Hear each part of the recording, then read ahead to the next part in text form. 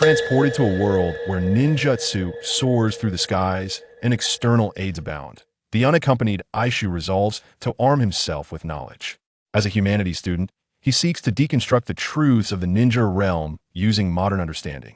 While others diligently practice hand seals, he derives formulas. While others delve into ninjutsu, he constructs models. Aishu harbors no desire for violence. His sole aspiration is to transform this savage world through knowledge. Until one fateful day, a seemingly innocuous device he carelessly discarded earns the fearful moniker of Aishu's nuclear peace throughout the entire ninja realm. Chapter 1. The Duel of Ninja School Children. Little Aishu, the nurse will treat you now, so bear with it. The nurse smiled at the young boy before her in the sun-drenched consultation room. All right, nurse, Aishu replied obediently, extending his bandaged right hand. As the nurse unwound the bandages, a small, scarred hand emerged, prompting a flicker of sympathy in her eyes. After a brief disinfection, the chakra surged forth, enveloping the tiny hand in a vibrant green glow. This process lasted approximately 5 minutes, and the wounds had healed significantly. Ideally, such injuries would heal entirely with a single application of the healing technique. However, considering Aishu's tender age, excessive chakra stimulation could lead to lingering effects, necessitating 3 separate treatments. This was already the second session that I'm going to apply the medicine now. It might sting a little, so hang in there, little Aishu, she informed him. Okay, nurse, he replied, his obedient demeanor endearing him to her. In truth, Aishu wished to express that he had grown accustomed to the pain. He longed to convey that creation and destruction coexist, much like light and darkness, opposing yet interdependent. To gain something, one must invariably bear cost. Yet, these thoughts remain buried within, lest they disrupt his carefully cultivated image of humility. All done. Little Aishu, you're so brave. Come back in 3 days for a bandage change, and if it itches, please refrain from removing the bandages, the nurse said, affectionately ruffling his hair. Thank you. Nurse that a few minutes later, Aishu's right hand was wrapped in fresh bandages, adorned with a bow crafted by the same nurse, fitting perfectly. As he walked along the familiar streets on his way home, observing the bustling passers-by and the buildings that surrounded him, Aishu felt a sense of disorientation. Though he had only just crossed over, it seemed as if he had lived here for many years. Indeed, he was a traveler from another world, having arrived in this realm just 100 days ago. As a former humanities student from a prestigious university, adapting to the body of a 5-year-old boy was quite the challenge. The perilous nature of this world, coupled with the vague timeline and gaps in the original narrative, instilled in him a profound sense of urgency. It was now February of the 40th year of Konoha, shortly after the Ninja Academy had commenced. The Third Shinobi World War had only just begun, with a full 20 years remaining until the onset of the Shippuden Saga. His understanding of the events during this period was limited to only a few significant occurrences. Aishu sighed, reflecting on his identity as a humanities student and a child of humble origins. Even with his foresight, survival was no easy feat. My right hand should be able to handle chakra now. I hope this works, he thought, quickening his pace as he slipped into a dark alley behind the bustling streets of Konoha. He did not pause to indulge in the tantalizing aroma of takoyaki wafting from a nearby stall, nor did he stop to admire the popular new book at the local store. His humble abode lay within a small grove on the outskirts of Konoha, a secluded environment free from disturbances, where he could fish for protein by the nearby stream. Upon reaching his doorstep, he found a boy with a hedgehog-like hairstyle waiting patiently. Are you ready? What did the doctor say? The hedgehog-haired boy inquired seriously. The doctor said I need to change the dressing again, but I feel it should be fine. Don't worry about it, Aisha replied hastily. Well, all right. The hedgehog-haired boy hesitated momentarily, but ultimately conceded to Aishu's words. Tomorrow, when we encounter those brats, we'll rely on this plan. With that, the hedgehog-haired boy rolled up his sleeves and adjusted his goggles, preparing for what felt like a momentous occasion. The two boys then dashed off with purpose, their strides resolute. Soon, they arrived at a small river, surrounded by lush greenery, as the clear waters gently flowed, occasionally revealing plump fish in the shallows. Yet, their minds were solely focused on each other. The hedgehog-haired boy quietly produced a lighter and a bundle of oil-soaked cotton swabs. After reflecting on our last failure, I concluded that the issue lay with the cooking oil. This time, I secretly used my grandmother's kerosene. It should work without a hitch, he explained indeed. You're quite clever, Obito, but it would be even better if you could master the great fireball technique more swiftly, Aishu remarked. Hey, it's just a matter of time. Obito responded with a carefree attitude. Before Aishu stood none other than the future third major villain of the ninja world, Uchiha Obito. How did they come to forge such a bond? It all began on the day Aishu first arrived in this world. The original owner of this body was a timid child, and upon Aishu's arrival, he found himself being mercilessly bullied by a group of rowdy kids. The situation escalated to the point where even a blow to the back of his head against a brick wall went unnoticed. As the bullying continued, Obito intervened, fueled by righteous indignation and a heart full of courage. Thus, the two unlikely brothers forged a profound friendship that day. Now, their mission was clear: to reclaim their dignity in tomorrow's duel. Do not question why a cultured individual in his 20s would engage in such antics. For a man, the spirit of youth endures until death. Now I shall begin, Obito, Aishu declared, taking a deep breath and adopting a serious demeanor. Obito nodded in agreement. Aishu closed his eyes, attentively sensing the flow of chakra within his body. Guided by the ninjutsu scrolls left behind by his unseen parents, he began to form the seals. His speed in forming the seals was commendable, thanks to years of diligent pin-twirling practice, rendering his fingers exceptionally nimble. Even the bandages could not hinder his movements.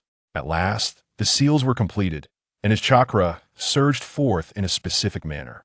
Water release, water sphere technique. Aishu inhaled deeply and shouted, plunging one hand into the river surface. When he raised it, a clear water sphere emerged in his palm. A D-rank ninjutsu, water release, water sphere technique. This technique can purify impurities from river water, yielding relatively pure water molecules. Though not recommended for drinking, it is suitable for bathing and laundry. An exceedingly fundamental water technique. It lacks lethality, yet greatly aids daily life. The water sphere, the size of a fist, remained intact as Aishu transferred it to the back of his hand, adhering seamlessly. After 2 months of diligent practice, he had mastered the technique, capable of easily controlling the size and position of the water sphere. Now, the real show begins. Shu took a deep breath, and even the ever-nervous Obito beside him felt the tension rise. The last time they were on the brink of success, yet their failure to coordinate nearly cost Shu his right hand. Obito, anxious, flicked a lighter to ignite a cotton swab, the small flame flaring to life with a swift flick. Meanwhile, Shu was not idle. His left hand remained mostly still, while his fingers deftly formed the hand signs, slow and graceful, though his right hand moved with slightly more vigor. It was evident that controlling the chakra while forming the seals posed quite a challenge. Fortunately, the process was remarkably smooth. Shu had studied this technique for over a month. At last, lightning release. Lightning bolt. With another powerful shout, a brilliant blue light erupted from Shu's right hand. It was the essence of lightning release. Obito's eyes glimmered with envy. Although they were merely the most basic of ninjutsu, it was certainly an improvement compared to his own 3-month struggle with the great fireball, which had yielded nothing. Indeed, Shu was a true prodigy. Chapter 2. Ninjutsu melding 4 types of chakra at this moment. Aishi stood with lightning release in his left hand and water release in his right. Though both techniques were of the most rudimentary kind, their revelation would undoubtedly mark him as a prodigy. However, Aishi's ambition did not cease there. His objective transcended the mere display of 2 basic ninjutsu simultaneously for nearly a minute. His education instilled in him a disdain for such superficial demonstrations. The small water sphere in his left hand transitioned from the back of his hand to his palm. Aishi's lips turned pale, despite the simplicity of the techniques. His age made such feats remarkable, yet his chakra reserves were insufficient. If only he could master the 8 gates and the technique of creation rebirth without a bloodline. Survival was a challenge. This thought abruptly crossed Aishi's mind. The 8 gates exerted the body, providing chakra levels far beyond the ordinary, while creation rebirth continuously repaired the body, creating an endless supply of chakra, akin to a perpetual motion machine. Nevertheless, he dismissed this notion, recognizing his limitations. At that moment, focus was paramount. Aishi slowly brought his hands together. The lightning from his right hand pierced the water sphere in his left. Instead of dissipating, the lightning caused bubbles to form within the sphere. Holding his breath, he carefully safeguarded these bubbles, and gradually, the water sphere began to delineate clearly, gas above, liquid below.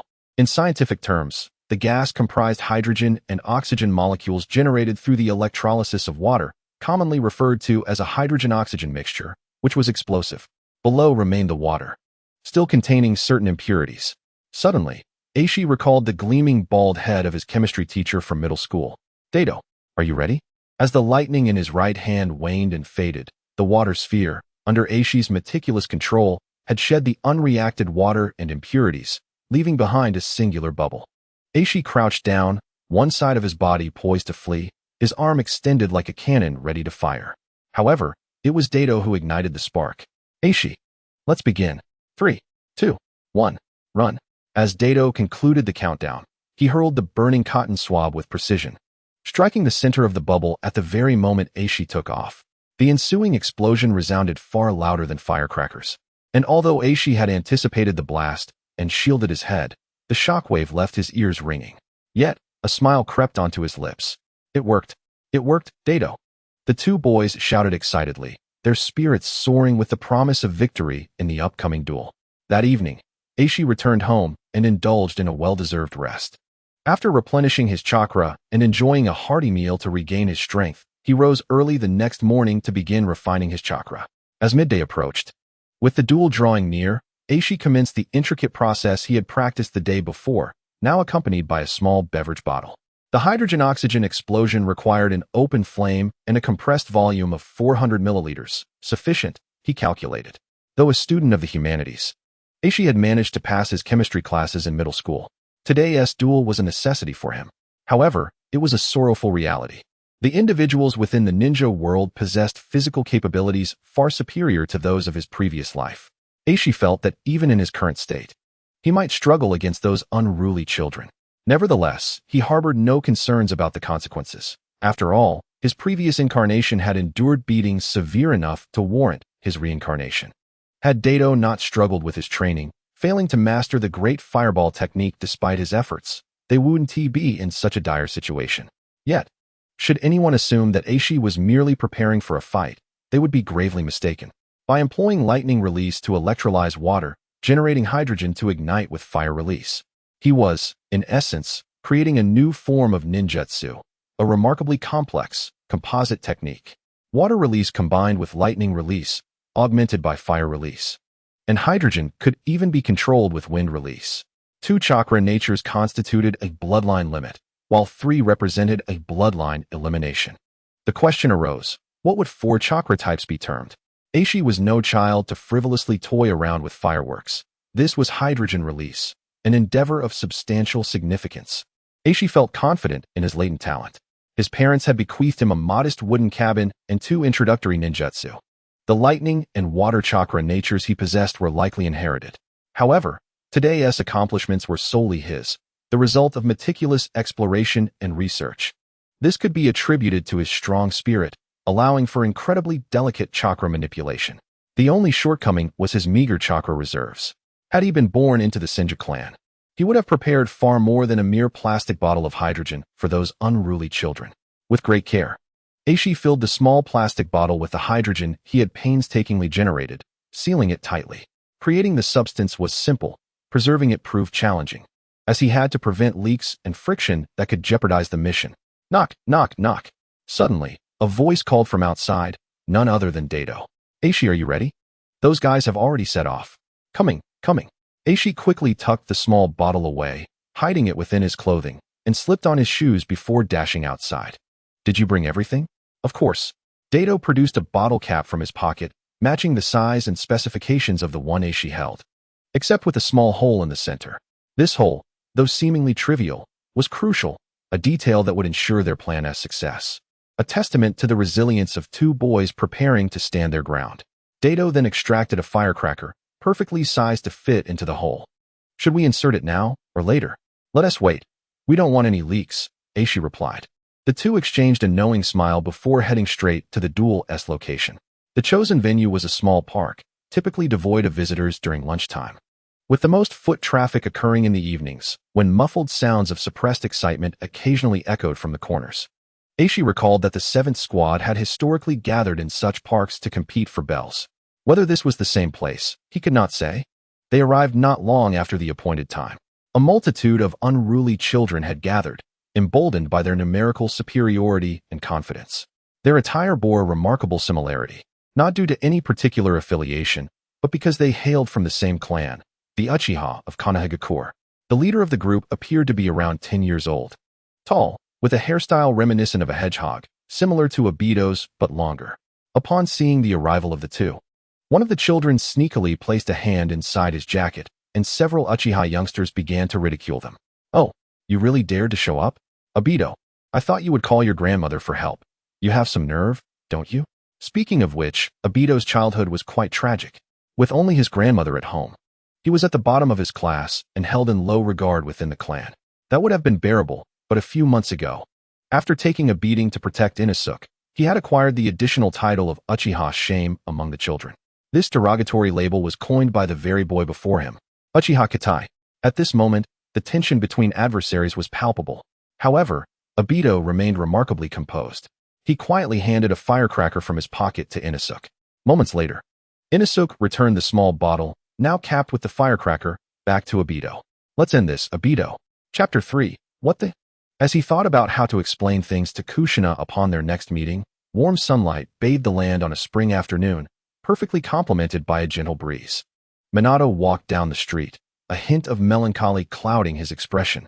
He had promised Kushina to take her shopping after the mission, but just as he returned to Konoha, a new urgent task had arisen. He now had only 3 hours to prepare his equipment. Disappearing without a word was not an option. That could lead to dire consequences. Yet, rationalizing with Kushina that 3 hours was insufficient seemed equally daunting. What to do? Just as Minato pondered his predicament, he caught sight of a rather intriguing scene. Two groups of little rascals were facing off against each other, seemingly on the verge of a brawl. The larger group boasted a clear advantage in both size and numbers. In contrast, the smaller group consisted of only 2 boys, clearly younger and noticeably frail. Yet, they appeared remarkably composed. Fighting was not advisable. Minato recalled Kushina's childhood, where she could easily take down any child with a single punch. However, he found himself unwilling to witness the larger group bully the smaller one. Nor did he want to see the latter be victimized. The little son of Konoha was not merely known for its smiles. At that moment, one of the boys with the hedgehog hairstyle suddenly produced a lighter. Minato was puzzled.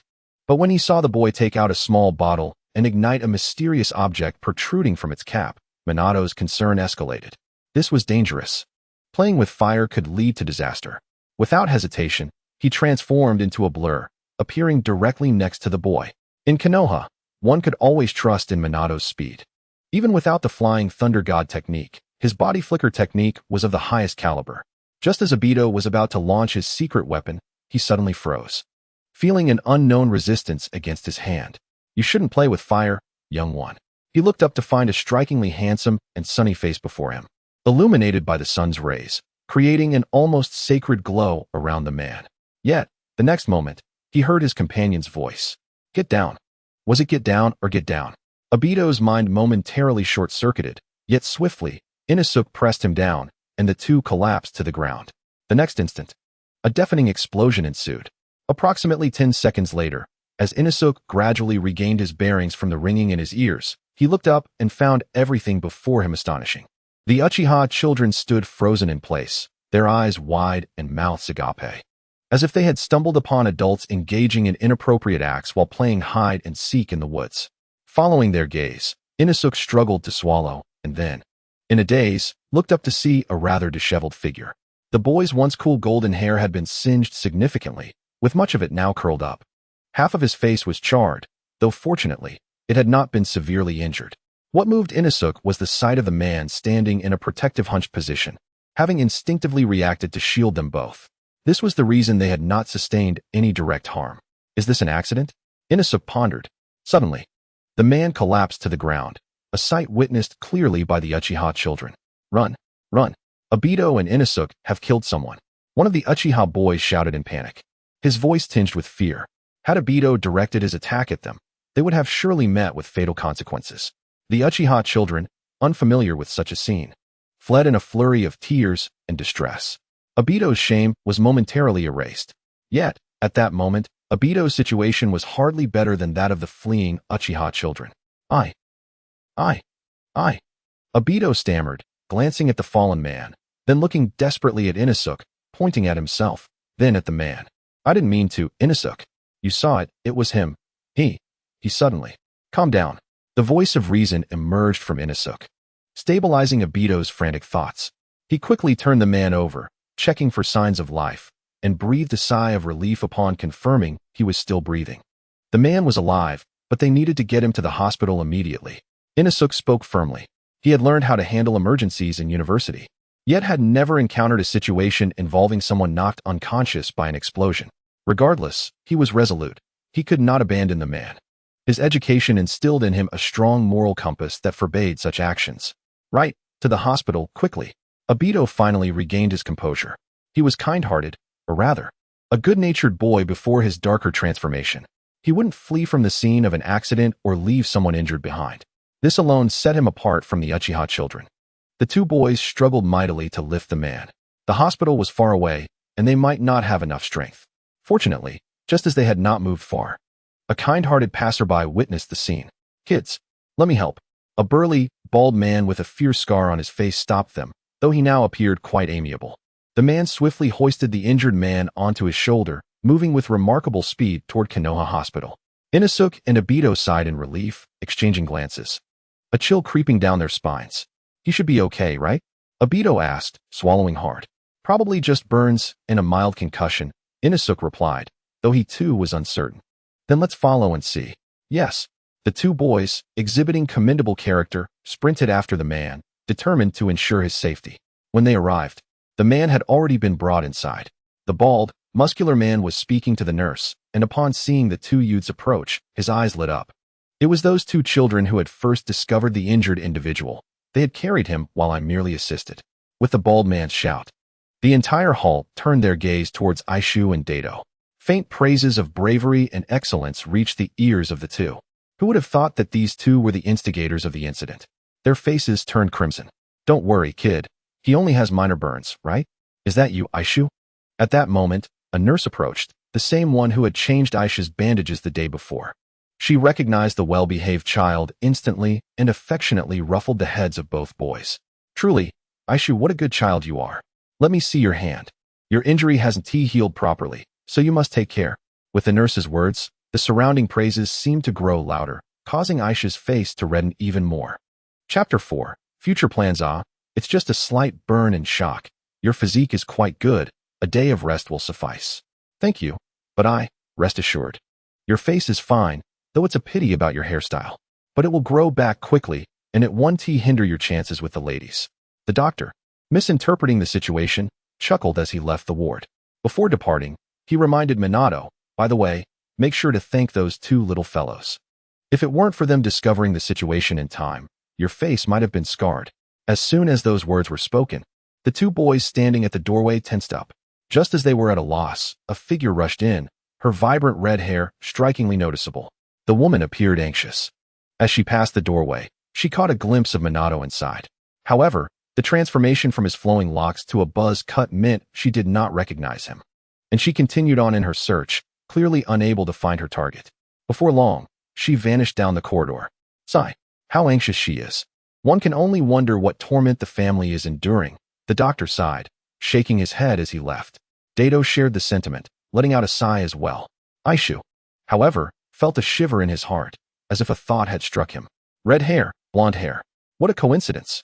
No sooner had this thought crossed his mind than the woman returned. This time, she was no longer searching by instinct. Instead, she followed the room numbers methodically.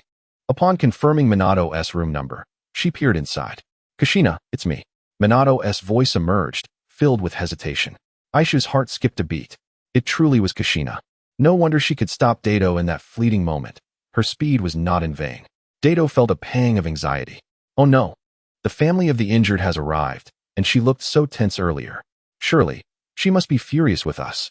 However, a laugh escaped her as she reached the bedside, a mixture of concern and amusement in her eyes. What happened to your hair? Cough. It was an accident. Minato replied with a wry smile.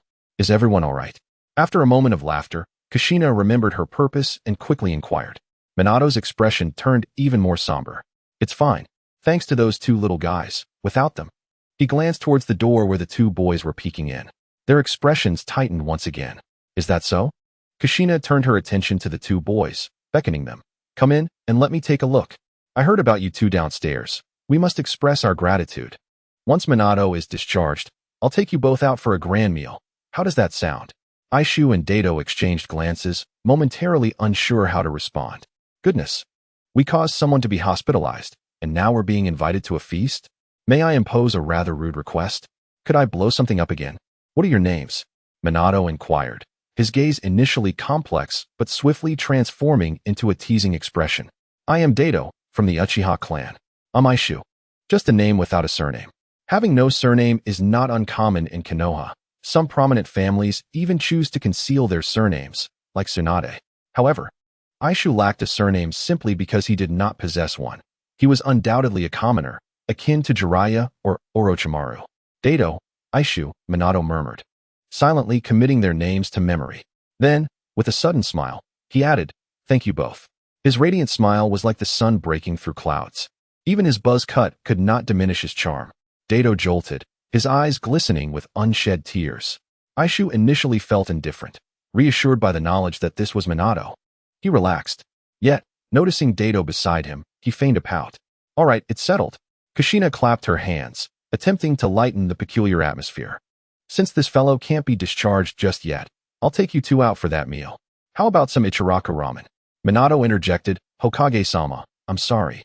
But, while Kushina led the two boys to enjoy their ramen, Minato hurriedly arranged for his discharge and made his way to the Hokage office. However, time was already late. He had been unconscious for 4 to 5 hours. No worries. I've sent someone from the Umbu to take your place. Is everything all right, Minato? Sarutobi Hiruzen inquired, waving his hand dismissively. Minato felt a wave of shame wash over him as he replied, It's fine. I was careless and didn't he expect? Haha, Sarutobi chuckled, observing his dejected apprentice. He was already informed of the general circumstances. Minato had been injured and hospitalized due to an attack in Konoha, a serious matter indeed. The investigation's findings were also quite absurd. 2 groups of children had accidentally harmed Minato, a jonin. Are children today so fierce? Soon after, Sarutobi's interest peaked as he turned to Minato. You know, the Umbu investigation team found something at the scene, did you? Minato was momentarily taken aback, but soon his expression turned serious. Without waiting for an answer, Sarutobi revealed. The traces left at the scene resemble explosive tags, but are not the same. Do you understand what I am implying? Minato nodded thoughtfully, his eyes sparkling with realization. Indeed, that was not an explosive tag. Had it been, I wouldn't have sustained such minor injuries. It could be a technique. As he spoke, his expression grew increasingly peculiar. Now, the question arises, what technique is contained in a bottle that is ignited with fireworks?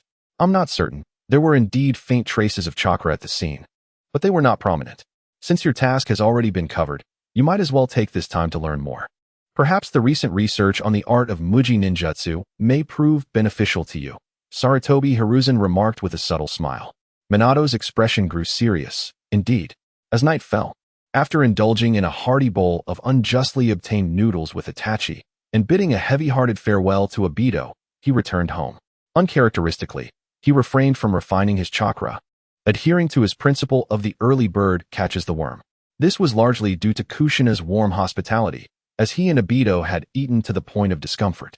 Lying on the rooftop, he gazed at the scattered stars and the solitary moon. He did not succumb to melancholic thoughts of his homeland, nor did he entertain the idea of inviting his 3 companions. Instead, he contemplated his future. The potential of hydrogen release was indeed remarkable, as evidenced by Minato's performance today. If its scale were to increase, even explosive tags would pale in comparison. Moreover, the pivotal issues of release time and timing would eventually be resolved. It was merely a matter of proficiency and the level of ninjutsu. This would come in due time. What troubled him were 2 quantities, the one determining the upper limit of hydrogen release's scale and the one dictating its power. One pertained to quantity, and the other to quality. Quantity was simply a reflection of his chakra reserves, which could not be measured by talent, but rather by lineage. Solutions existed, such as the 8 gates and the creation of regenerative sealing techniques. Theoretically, a chakra perpetual motion machine could be realized, albeit it would be somewhat impractical. However, the water required for hydrogen release could not solely depend on chakra-manufactured water release. He had attempted this. It merely represented a form of energy and could not undergo electrolysis. He could not continue relying on nature's water to electrolyze into a hydrogen-oxygen mixture. Thus, he would find himself similarly constrained as ordinary water-release ninjas, limited by terrain. He had conceived a solution, yang release. Yang release could endow chakra with a certain creativity. The wooden pillars created by Mokutan retained their form even after the ninjutsu was dispelled, thanks to yang release. Logically, water release infused with yang release should also be preserved. Learning yang release was not overly challenging. The 8 gates, or medical ninjutsu like healing arts, represented manifestations of yang release. Therefore, my next step would be to approach Might Guy, he mused. Chapter 5. An uncharacteristic Kakashi. Have you heard? Itachi and Obito got into a fight. Truly, they are a pair of troublemakers. Teacher Guy despises such individuals. Surely, Itachi wouldn't engage in a brawl, would he? And not just any brawl. They seem to have hospitalized someone. What? That is terrifying. It was confirmed by some Uchiha, and even the Umbu have gone to investigate. Alas, good times are fleeting. As the weekend concluded, Itachi arrived at class with his small backpack, feeling that the gazes of his classmates were somewhat peculiar. The female classmates were fine.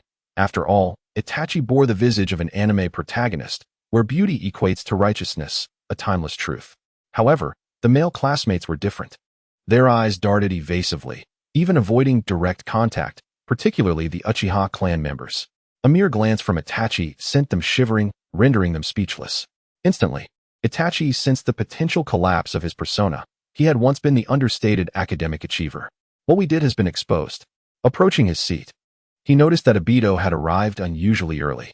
The Uchiha compound was inherently remote, and his home was not even close in comparison. Moreover, Obito resided in a particularly distant area of the Uchiha compound, making his commute feel like a quarter marathon.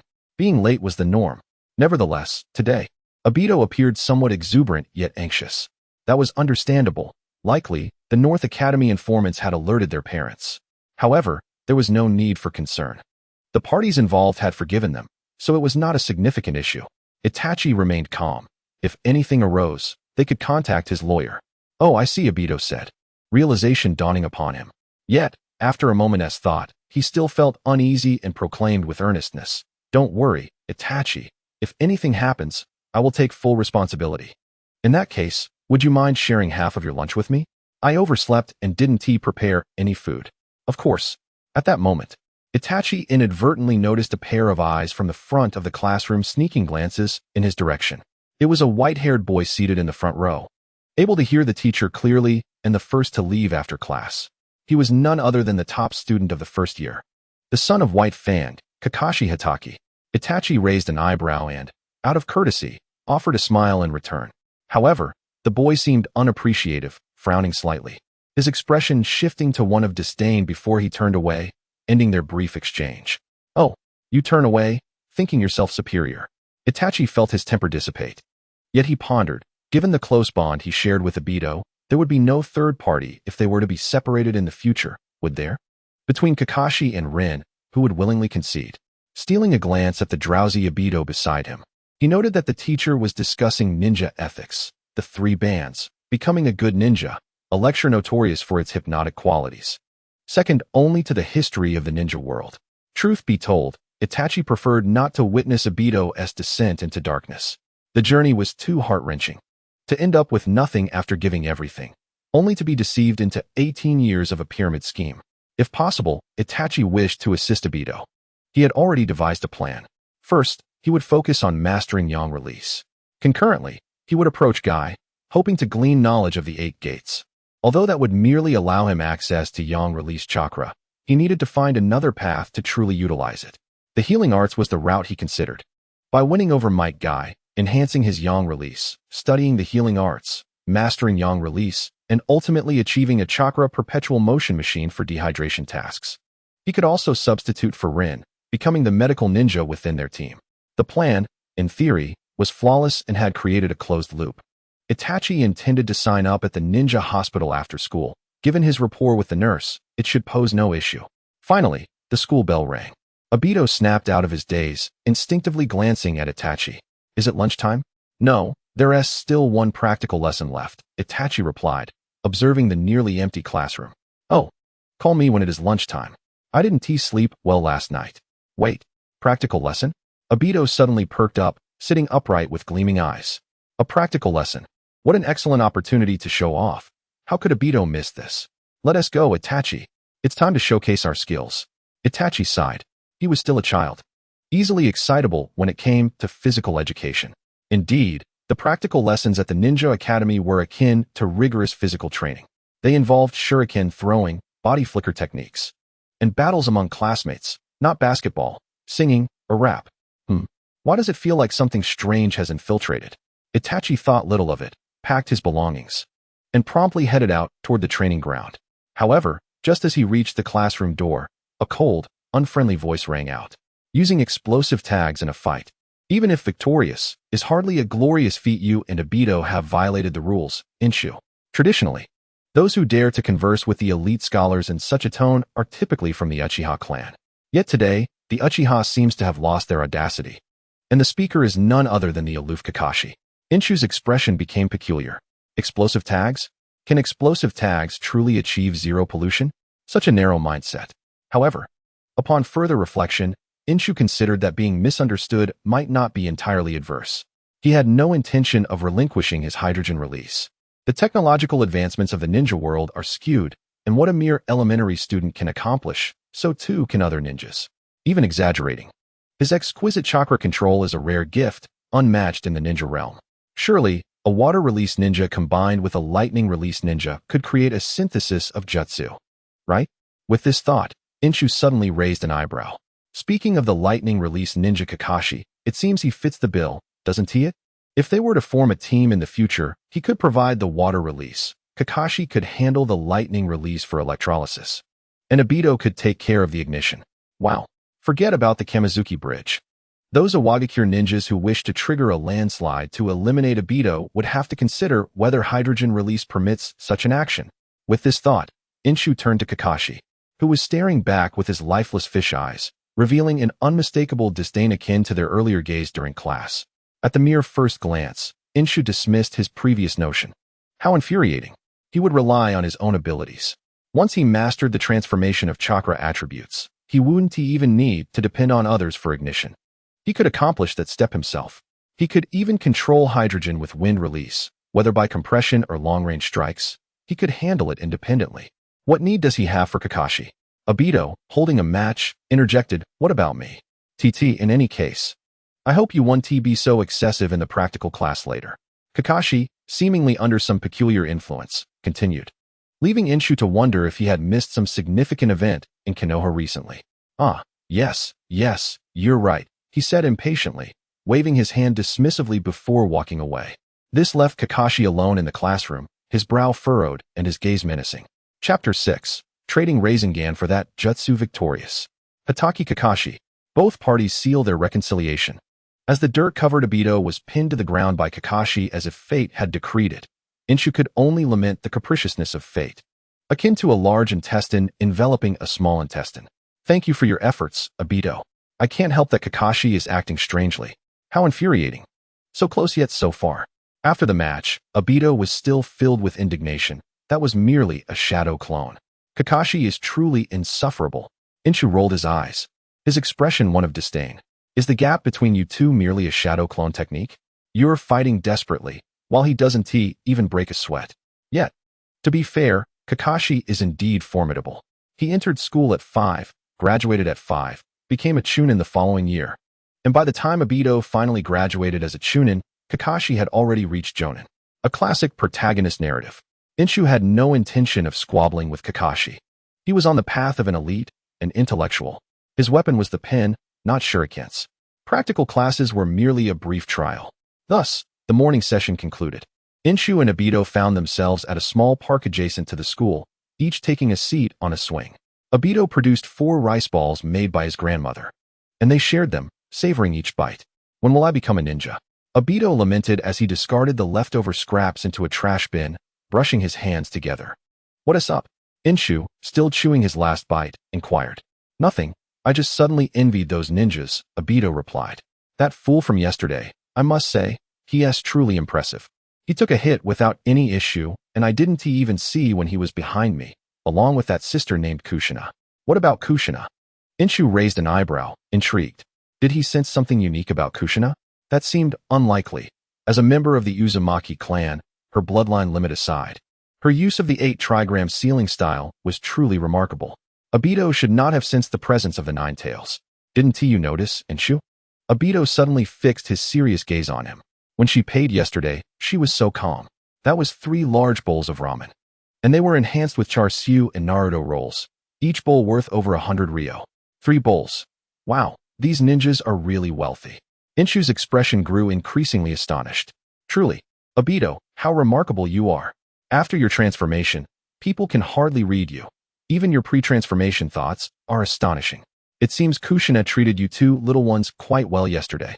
Just then, a clear voice suddenly rang out behind them. The 2 turned in unison, only to find a handsome blonde man with a buzz cut smiling at them. Inshu's heart skipped a beat. Is that Minato? For a fleeting moment, he felt as if he had encountered the grown-up Naruto. Excuse me, is there something you need? Obito asked nervously. Just call me Minato, no need to be anxious. I'd like to inquire about what happened yesterday afternoon. Minato smiled warmly and even ruffled Obito's hair. However, his following words startled both boys. I've been developing a jutsu recently, and it's nearly complete. The technique you 2 showcased yesterday was quite impressive. Could you share how you achieved it? While Minato spoke with a smile that radiated sincerity and warmth, the boys' minds translated his words differently. As expected of Minato, is this an investigation? Inshu thought, aware that the jutsu Minato referred to was undoubtedly the Rasengan. But he didn't believe Minato would require the assistance of 2 little children. His presence here likely stemmed from reminiscing about that explosion unrelated to explosive tags. As expected of a jonin, is he here to settle accounts? Obito felt a wave of panic. The inevitable had arrived. The 2 boys exchanged glances. Obito saw contemplation in Inshu's eyes, while Inshu recognized a spark of realization in Obito's gaze. 2 seconds later, Obito suddenly pushed Inshu aside and lunged at Minato. Inshu, you run. I'll hold him off. Obito shouted, resembling a valiant warrior ready to sacrifice himself. However, Minato instinctively dodged, evading Obito's selfless act, causing him to crash straight into a trash bin.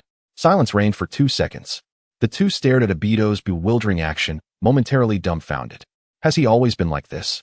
Minato's smile faltered slightly, scratching his head in confusion. He usually doesn't act this way. He probably just overindulged today. Inshu covered his face, feeling utterly embarrassed, wishing he could dig a hole to hide in. How he wished to deny knowing this fool. Nonetheless, Inshu helped Obito out of the trash bin. Now free.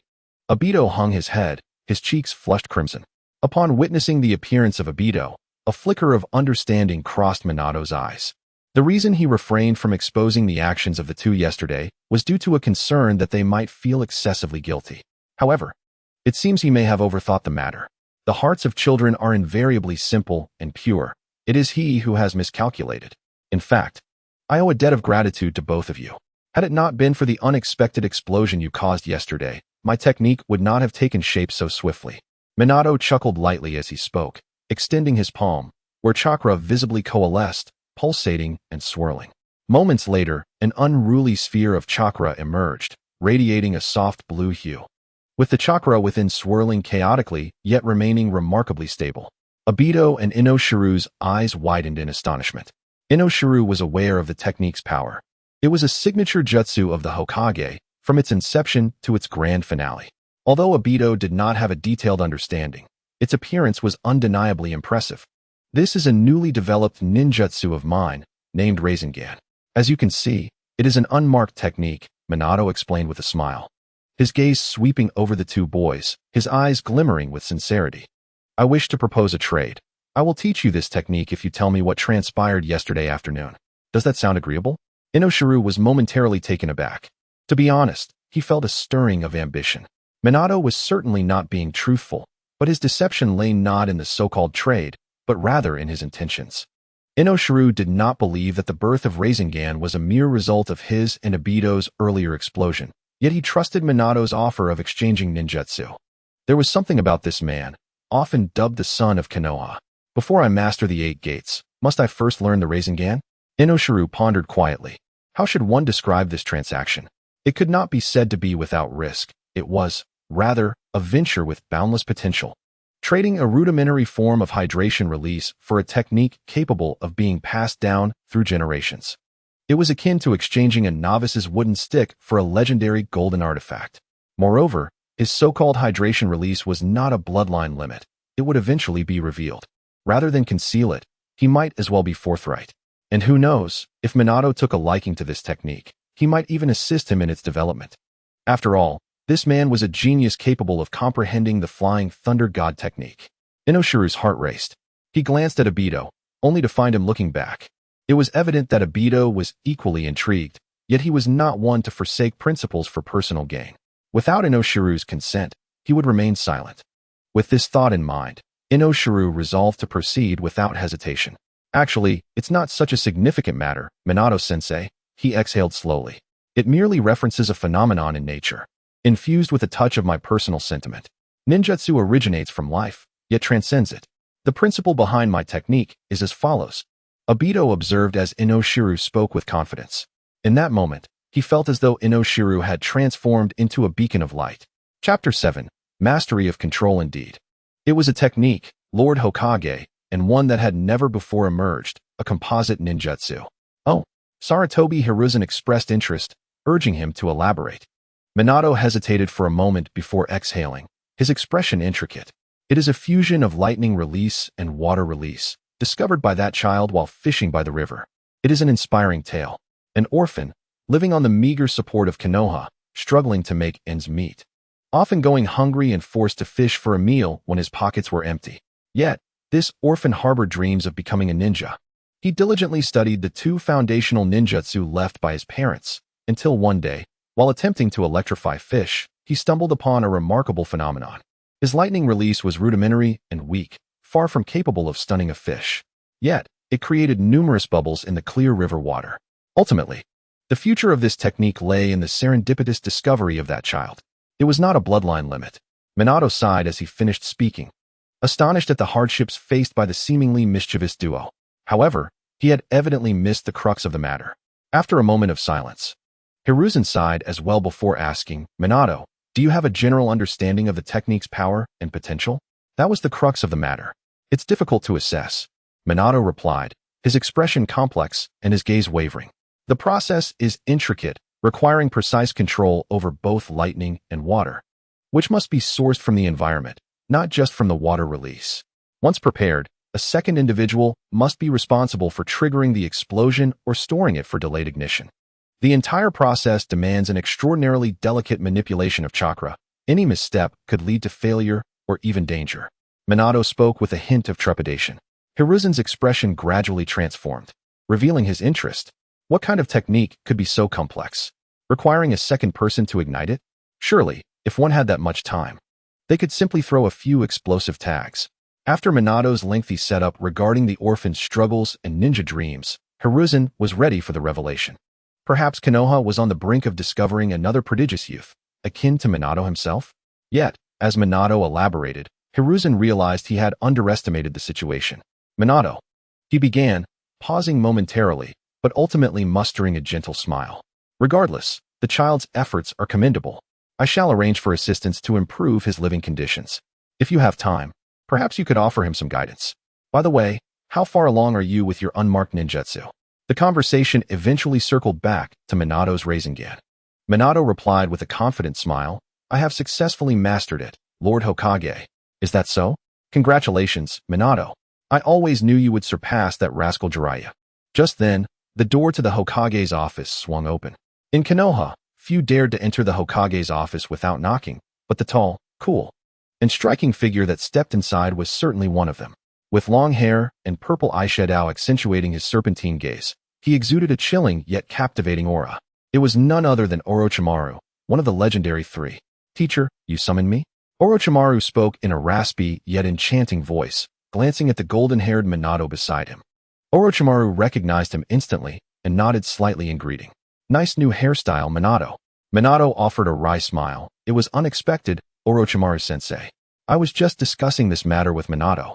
A talented child has emerged in the village, already beginning to research and create ninjutsu at such a tender age. He reminds me of you in your youth, Orochimaru. Orochimaru fell silent for a moment, and a fleeting spark of intrigue flickered in his seemingly calm eyes. Is that so? That night, Inoshiru sat on his bed, holding a round, water-filled balloon in his hands. Ingshu endeavored to infuse chakra into a balloon, causing it to move erratically, according to Minato's guidance. If the balloon could burst, he would be on the verge of mastering this technique. Indeed, this was the second step in the training of the Rasengan. The first step involved condensing chakra in the palm, a skill Ingshu had already acquired, even managing to gather it on the back of his hand. As he infused chakra into the water balloon, the once docile balloon began to quiver, albeit subtly, appearing somewhat bashful. After several attempts, Ingshu still could not burst the water balloon. This is rather challenging, he sighed, exhaling. After school that day, he abandoned his plans to practice sage techniques at the Konoha hospital, not even greeting Might Guy, and hurried home instead. His sole focus was on perfecting the Rasengan. Reflecting on it, he felt a twinge of regret. As a time traveler, it was somewhat embarrassing to be so captivated by a Rasengan, especially when Minato was explaining the principles of the technique. Memories of Jiraiya teaching Naruto and Sasuke instructing Boruto flashed vividly in his mind. He could almost consider it a legitimate claim to possessing the Rasengan. Sighing again, Ingshu redirected his focus to his palm. He aimed to master the Rasengan in the shortest time possible, for once the Yang release plan commenced, he feared he would lack the energy to study this technique further. Mastering the sage technique and the 8 gates would surely drain both his body and spirit. The following morning, Ingshu, sporting dark circles under his eyes, stepped out. His backpack contained not only textbooks, but also 2 water balloons. Upon arriving at the classroom, Obito was not as early as usual, and the chatter among classmates had significantly diminished after a day's absence. Good morning, Ingshu. Did you not sleep well last night? Greeted a classmate. Ingshu responded warmly before quietly returning to his seat, retrieving the 2 water balloons. Indeed, he was now practicing ball control with his hands. The second stage of Rasengan training tested chakra manipulation, Ingshu's forte. He aspired to concurrently advance his studies in hydrogen release while mastering the Rasengan. The class bell rang, and the teacher ascended the podium. Obito dashed into the classroom at the last moment, awkwardly apologizing to the teacher before taking a seat beside Ingshu under the teacher's cold gaze. That was close. My grandmother was unwell today, and cooking was quite a challenge, Obito remarked, glancing proudly at Ingshu. You are in for a treat today, Ingshu. I, Obito Uchiha, am personally here. Upon noticing the small movements beneath Ingshu's desk, Obito's eyes widened in astonishment. You are doing this? Just then, bang, bang, the 2 water balloons burst, soaking Ingshu's pants and leaving Obito speechless. Had he succeeded? Ingshu remained composed, for bursting a water balloon was merely a logical outcome after 3 months of studying hydrogen release. The next phase with the rubber ball was the main event. Ingshu, you. Obito stammered, struggling to articulate his thoughts. However, the teacher intervened, as their commotion had drawn the attention of the entire class. In that moment, the benefits of strong academic performance became evident. While Ingshu's practical scores were average, his academic achievements consistently ranked first, a fact that even Kakashi would acknowledge. Obito Uchiha, what do you think you are doing? Get outside and stand there. Immediately. Time flew by, and a month passed almost unnoticed. A month is neither too short nor too long. It is ample time to cultivate a habit or achieve minor goals. At Konoha Hospital, little Ingshu, do not be nervous. Just release your chakra, as your sister taught you. Believe in yourself, you can do it. The same nurse who had bandaged Ingshu's wounds a fortnight ago, Kumi, was present. A middle-aged man with a small cut on his shoulder sat nearby, explaining that he had accidentally scraped himself while climbing through a window, though the reason for such an action remained unclear. The man, appearing somewhat resigned, suggested, why not give it a bold try? No, Ingshu replied earnestly, a medical ninja must be responsible for each patient. Reckless bravery could hinder treatment. But if you don't start soon, my wound may heal. The man responded with a wry smile, his thoughts more preoccupied with whether his affair with Kizuna had been discovered by her husband. He had come to the hospital merely to avoid confrontation, allowing this aspiring medical ninja some practice. I'm ready to begin. Finally, Ingshu took a deep breath and started forming hand seals. The healing technique, or sage technique, activates one's chakra through specific seals, applying it to wounds for rapid healing.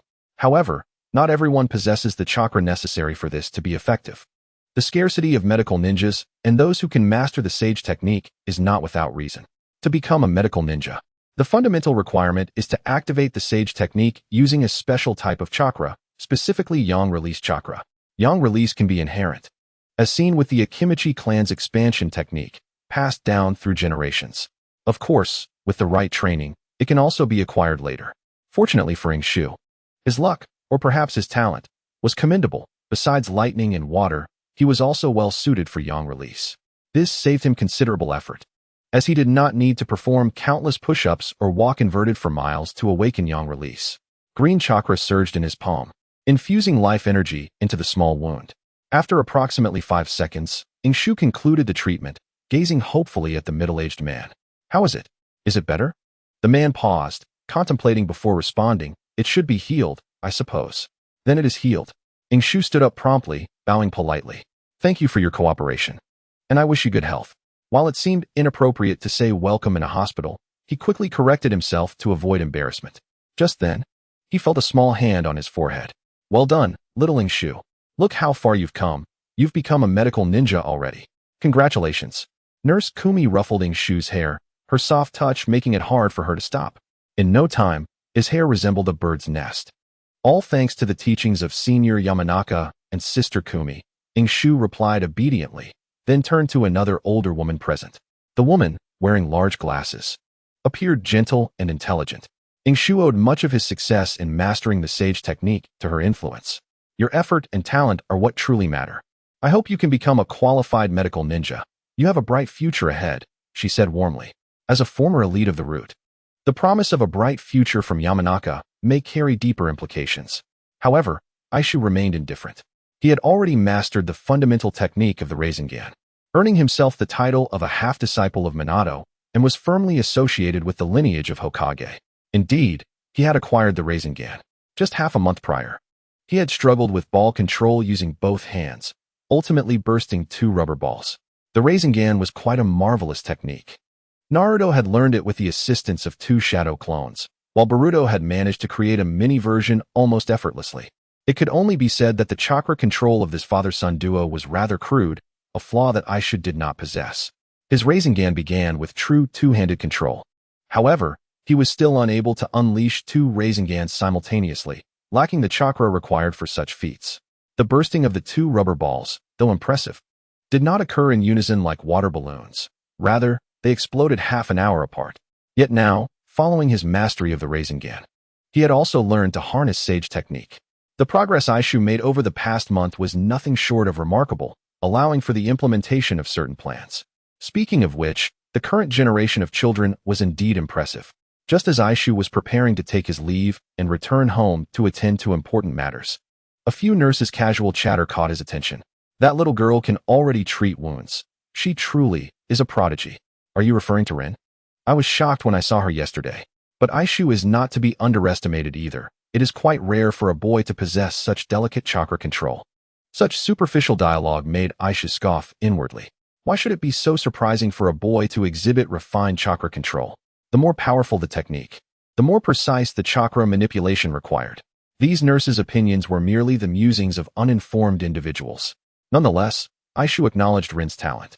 Despite her modest demeanor, she was a medical ninja capable of performing an eye transplant at the age of 11. Her innate abilities were certainly not lacking. He resolved to exert himself further. To prevent the tragedy that befell Obito from repeating itself, disbanding Team 7 was the wisest course of action. As Shu walked home, he felt a twinge of fatigue.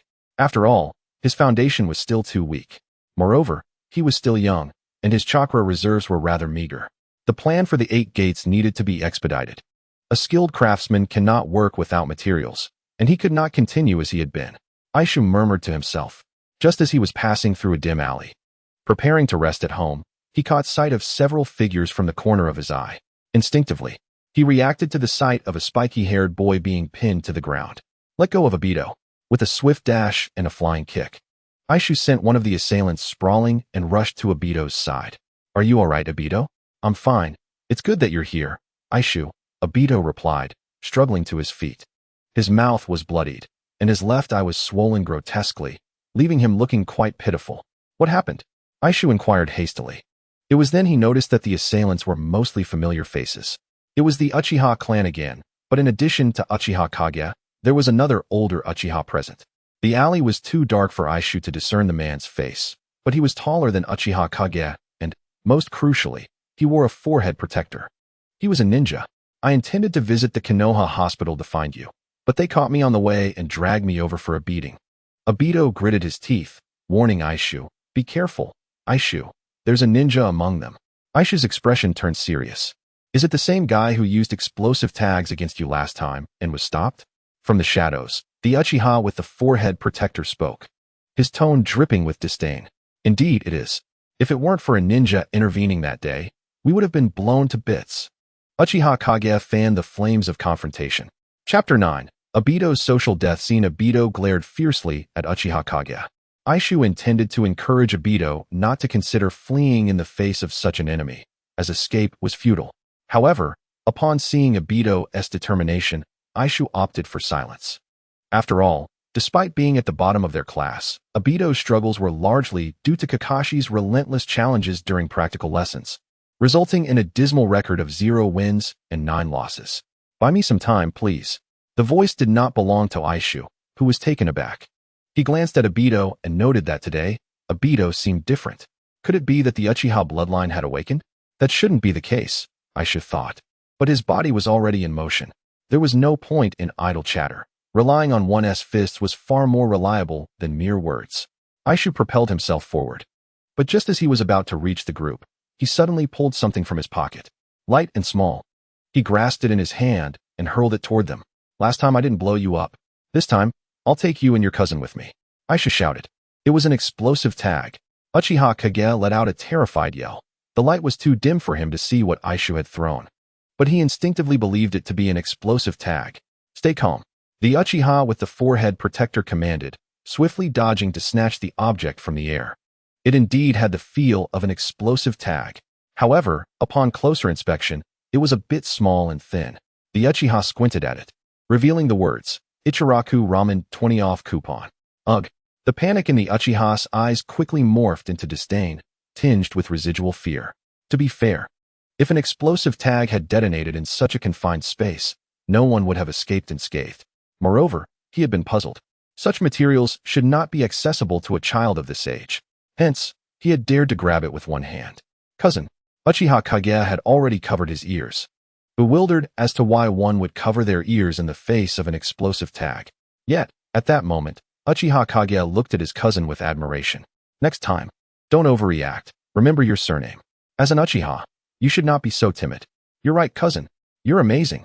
Uchiha Kage nodded fervently, then provocatively glared at Aishu. Having a strong ally feels great. But just then, the one who had been overlooked by everyone, Obito, spoke up. "Aishu, get down." Aishu immediately dropped to the ground. He had a vague idea of what Obito was about to do. About 3 weeks prior, the two had diverged in their training of the Rasengan. Don't get me wrong.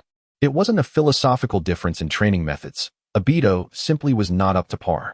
Obito had spent 10 arduous days merely trying to gather chakra in the palm of his hand, let alone creating a water balloon. Maintaining it was a challenge.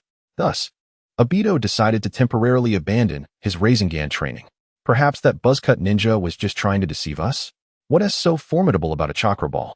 It would be better to focus on mastering his fire release, great fireball technique. Aishu had tried to convince him otherwise, but Obito had made up his mind, leaving Aishu with little room to argue. Moreover, practicing the great fireball technique would at least provide an understanding of what chakra truly is. Since that day, the two had minimal interactions apart from attending classes. After mastering the Rasengan, Inosuke began to chance upon the Konoha hospital. Meanwhile, Obito immersed himself in the arduous study of the great fireball technique. At this moment, Obito held his breath and concentrated, his hands forming seals with remarkable precision. Each sign was executed flawlessly. Chakra flowed gradually, devoid of the frantic intensity typical of fire release jutsu. He sought a steady and calculated approach. That seal was beyond reach. Uchiha Being's cousin was astounded. He had only grasped that technique in his 3rd year. Could it be that this young boy was a genius? Fire release, great fireball technique. Obito took a deep breath, finally ready for the endeavor. Inosuke, meanwhile, protected the back of his head, unwilling to become the second Minato. Inosuke felt a twinge of admiration within.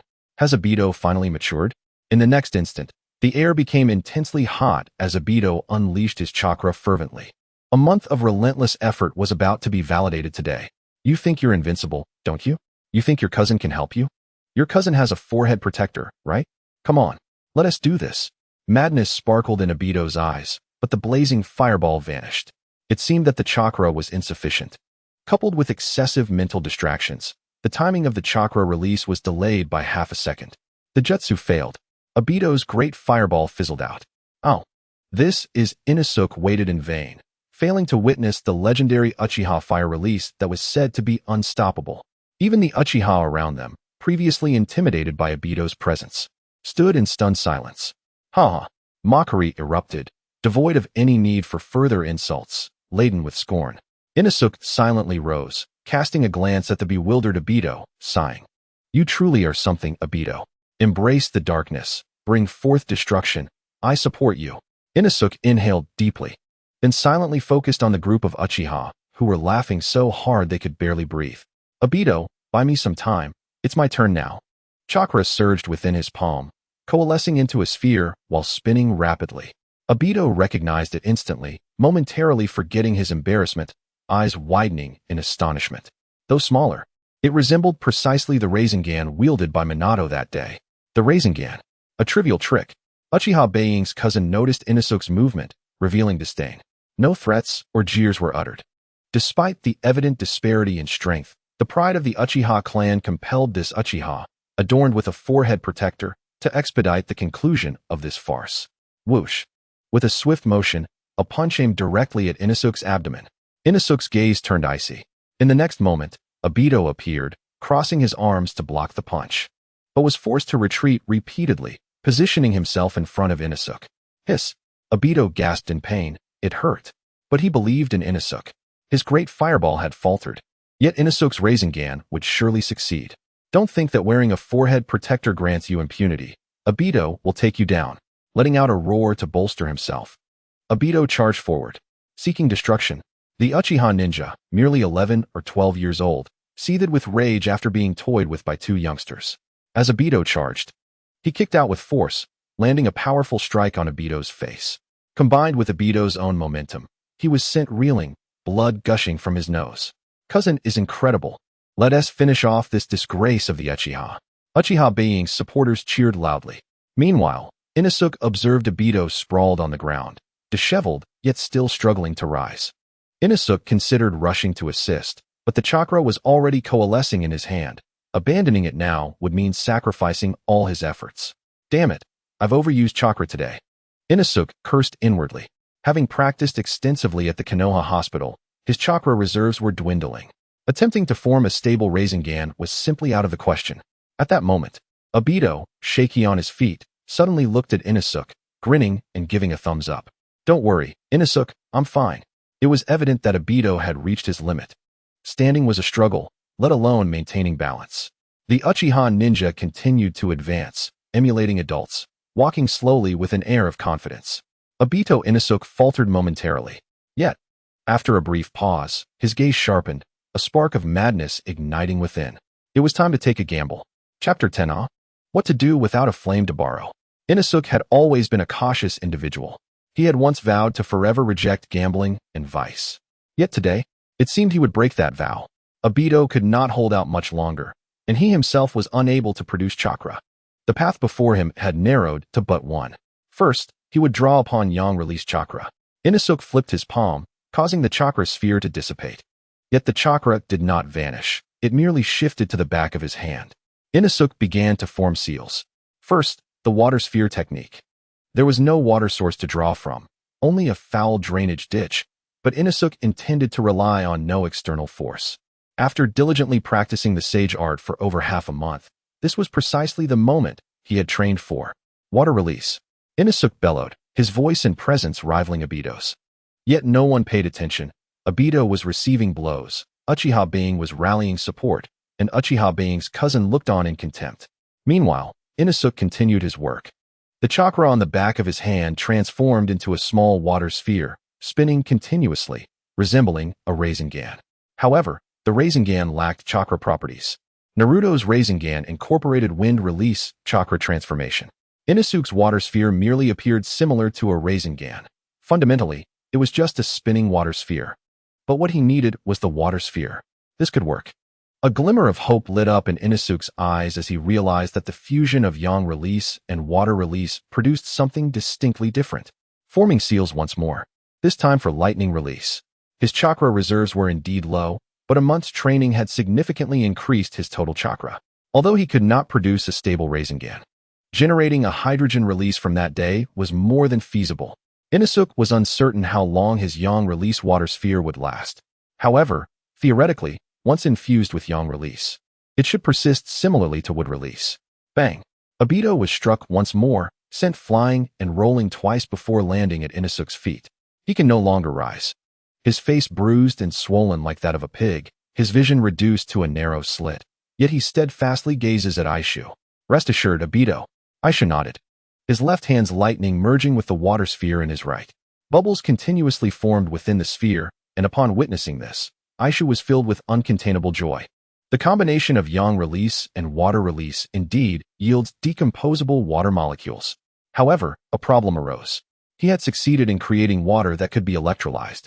His lightning chakra was sufficient, and at that moment, the water sphere had expanded slightly, resembling a balloon. But what about fire? Aisha glanced at the Uchiha ninja before him. Not particularly tall, he appeared to be merely a half-grown child, still months away from adulthood. Surely, someone like that wouldn't carry fire on them, right? A sudden shock coursed through Aisha's mind. The experiment had succeeded, but what if there was no source of fire? He was anxiously waiting for a solution. But then, unexpectedly, the Uchiha boy began forming seals. The hand signs looked familiar to Aishu. Weren't they the same as the ones Obito had just used for the Great Fireball technique? Could it be that he would get a glimpse of the jutsu that the so-called waste could not execute? Fire release, Great Fireball technique. In that fleeting instant, Aishu was momentarily stunned. Yet quickly, he regained his composure, pushing his yang hydrogen release forward with great force. Although it was a gas and Aishu had no mastery of wind release, the mass remained substantial. The distance between them was minimal. With a forceful push, the hydrogen balloon lost its spherical shape. The Uchiha boy felt a gust of wind approaching and smirked, thinking it trivial. He could release a more potent attack with just a simple fart. In the next moment, chakra transformed into flames, erupting forth. Boom. The fireball manifested as anticipated but quickly morphed and reacted with the hydrogen in the air, resulting in an instantaneous explosion. A powerful shockwave and heat wave sent the Uchiha boy flying far away, crashing into his cousin and several other subordinates, all of whom were sent sprawling. Aishu, in a moment of urgency, threw himself over Obito, disregarding his own hairstyle. Obito had been battered into a pig's head, and he could not stand idly by. The heat wave surged forth, yet it remained within Aishu's tolerable limits. He felt a slight burn on his head, accompanied by the acrid scent of singed hair. Panic surged through him as he instinctively rose to extinguish the flames, and when he managed to protect his head, the sight before him sent chills down his spine. His enemy had fallen. The explosion had come swiftly and left just as quickly, but the source of the blast was the Uchiha boy's great fireball. He bore the brunt of the force, his upper body charred black, while his comrades lay scattered behind him, none able to stand. This is bad. A tremor ran through Aisha's heart. Could he have killed him outright? The great fireball would not typically be lethal, but combined with the hydrogen release, the outcome was uncertain. Cousin? Uchiha Katayu struggled to rise, gazing at his unconscious relative. He looked at the idolized figure, motionless, and burst into tears. This sobbing seemed contagious. The surrounding youths, already shaken by the earlier explosion, began to cry out one after another. Aishu observed, but his gaze gradually turned cold. In his previous world, regardless of the enmity between the parties, if one side suffered death or severe injury, the conflict would invariably cease. But this was different. This was the ninja world. Had he failed to conjure the hydrogen release moments ago, it would have been Obito weeping now. Well, perhaps Obito wouldn't even be crying. After all, it was fire release. A mere Genin-S fire release. Did we win? Obito's weak voice broke through. Aishu raised an eyebrow, his gaze returning to Obito's battered face. Then exhaled and offered a faint smile. Of course. He helped Obito to his feet, and the two brothers leaned on each other. Casting one last glance at the weeping Uchiha youths, their actions inexplicably synchronized. They turned away, leaving without a shred of compassion. Uchiha Katayu's cousin might be dead, or perhaps not. From Aisha's observations during his days in Konoha, it was highly likely that he suffered severe burns and a concussion, possibly internal bleeding as well. But who cared? Regardless of the circumstances, he wouldn't have faced danger had the great fireball not been unleashed upon him. The two brothers limped out of the alley. As the sun set, their shadows stretched long behind them. Unbeknownst to them, atop a nearby utility pole, a figure watched their departing silhouettes. Interesting, Orochimaru mused, his cold serpent-like eyes glinting with intrigue. Is this the combination jutsu you have developed? He glanced at the shadowy alley filled with cries, a smirk gradually forming on his lips. Old man, it seems you have misjudged this time. Ouch, that hurts. Can you be gentler, sister? If you know it hurts, then you shouldn't fight in the first place, understood? At Konoha Hospital, Nurse Kumi scolded Obito sharply while administering medicine. Medical care for ninjas in Konoha was free, even for first-year students at the Ninja Academy. Besides, with Aishu as an insider, they were justified in their actions. But they started it. Obito muttered. Yet Kumi was not interested in excuses. That doesn't matter. Fighting is wrong, understand? Obito lowered his head in silence, then discreetly glanced aside. Aishu was sitting obediently in a chair, a girl attending to his wounds. You should be fine now, Aishu-kun. Thank you, Rin, Aishu replied, leaning back against the wall to hide the small curls at the back of his head. You're welcome, Aishu-kun. The young girl smiled slightly, causing Aishu to feel somewhat awkward. Witnessing this scene, Obito let out a sigh. Aishu seems to be quite popular with the girls, huh? Chapter 11. A late-night conversation between two titans. As Aishu and Obito exited Konoha Hospital, they encountered several ninjas, stirring a peculiar feeling within them. The ninjas, however, were of little concern. Rather, it was the fact that they were carrying an injured child. The one most severely injured had a charred upper body and faint breaths, as if he had been attacked. It was none other than Uchiha Kitayu's cousin. Panic gripped Obito, rendering him momentarily frozen. Aishu, will we get in trouble for this? What trouble could there be? If your great fireball had been unleashed, they would have fared far worse. We were merely acting in self-defense. And not even the Hokage could alter that fact, Aishu replied nonchalantly. Obito, still just a child, retained his inherent kindness, vastly different from the masked man who would later wreak havoc in the ninja world. Meanwhile, Aishu, although influenced by his past life, had come to terms with the situation. This was Konoha. This was the ninja world. Engaging in a brawl that lands someone in the hospital may seem trivial, yet the frail are at risk of succumbing to such altercations. This assertion may appear exaggerated, but the reality remains. His previous incarnation suffered a beating, which enabled his subsequent transcendence.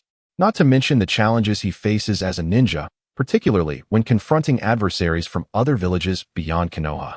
The weak, indeed, seem undeserving of existence.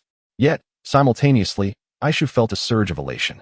His mastery of hydrogen release had transcended a new threshold, ushering him into an uncharted chapter. The techniques of light release, water release, and lightning release were not only feasible, but yielded commendable results. The potency of his techniques had not diminished. Rather, the speed of his responses had notably increased. Aishu speculated that with further refinement, he could enhance the swiftness of his hydrogen release. This advancement was a direct consequence of his training in the spiral sphere. He even began to contemplate the possibility of concurrently executing two techniques to further minimize the time required. At that moment, Obito's sudden sigh interrupted Aishu's reverie. Earlier today, I almost succeeded, but when I prepared to confront them, I faltered. Obito wore an expression of dejection, pondering where the issue lay. It must be a lack of chakra. Aishu shrugged. I, too, experienced a shortage of chakra today. Otherwise, I would have successfully executed the spiral sphere. But you still managed to perform that technique, Aishu remarked. What is the name of that technique, by the way? That's not the crux of the matter, Obito, Aishu responded, suddenly adopting a serious demeanor, leaving Obito momentarily taken aback. We are currently far too weak, in both ninjutsu and taijutsu. Our future adversaries will only grow stronger, and if we continue on this path, we shall find ourselves in peril. Today's events served as a wake-up call for Aishu.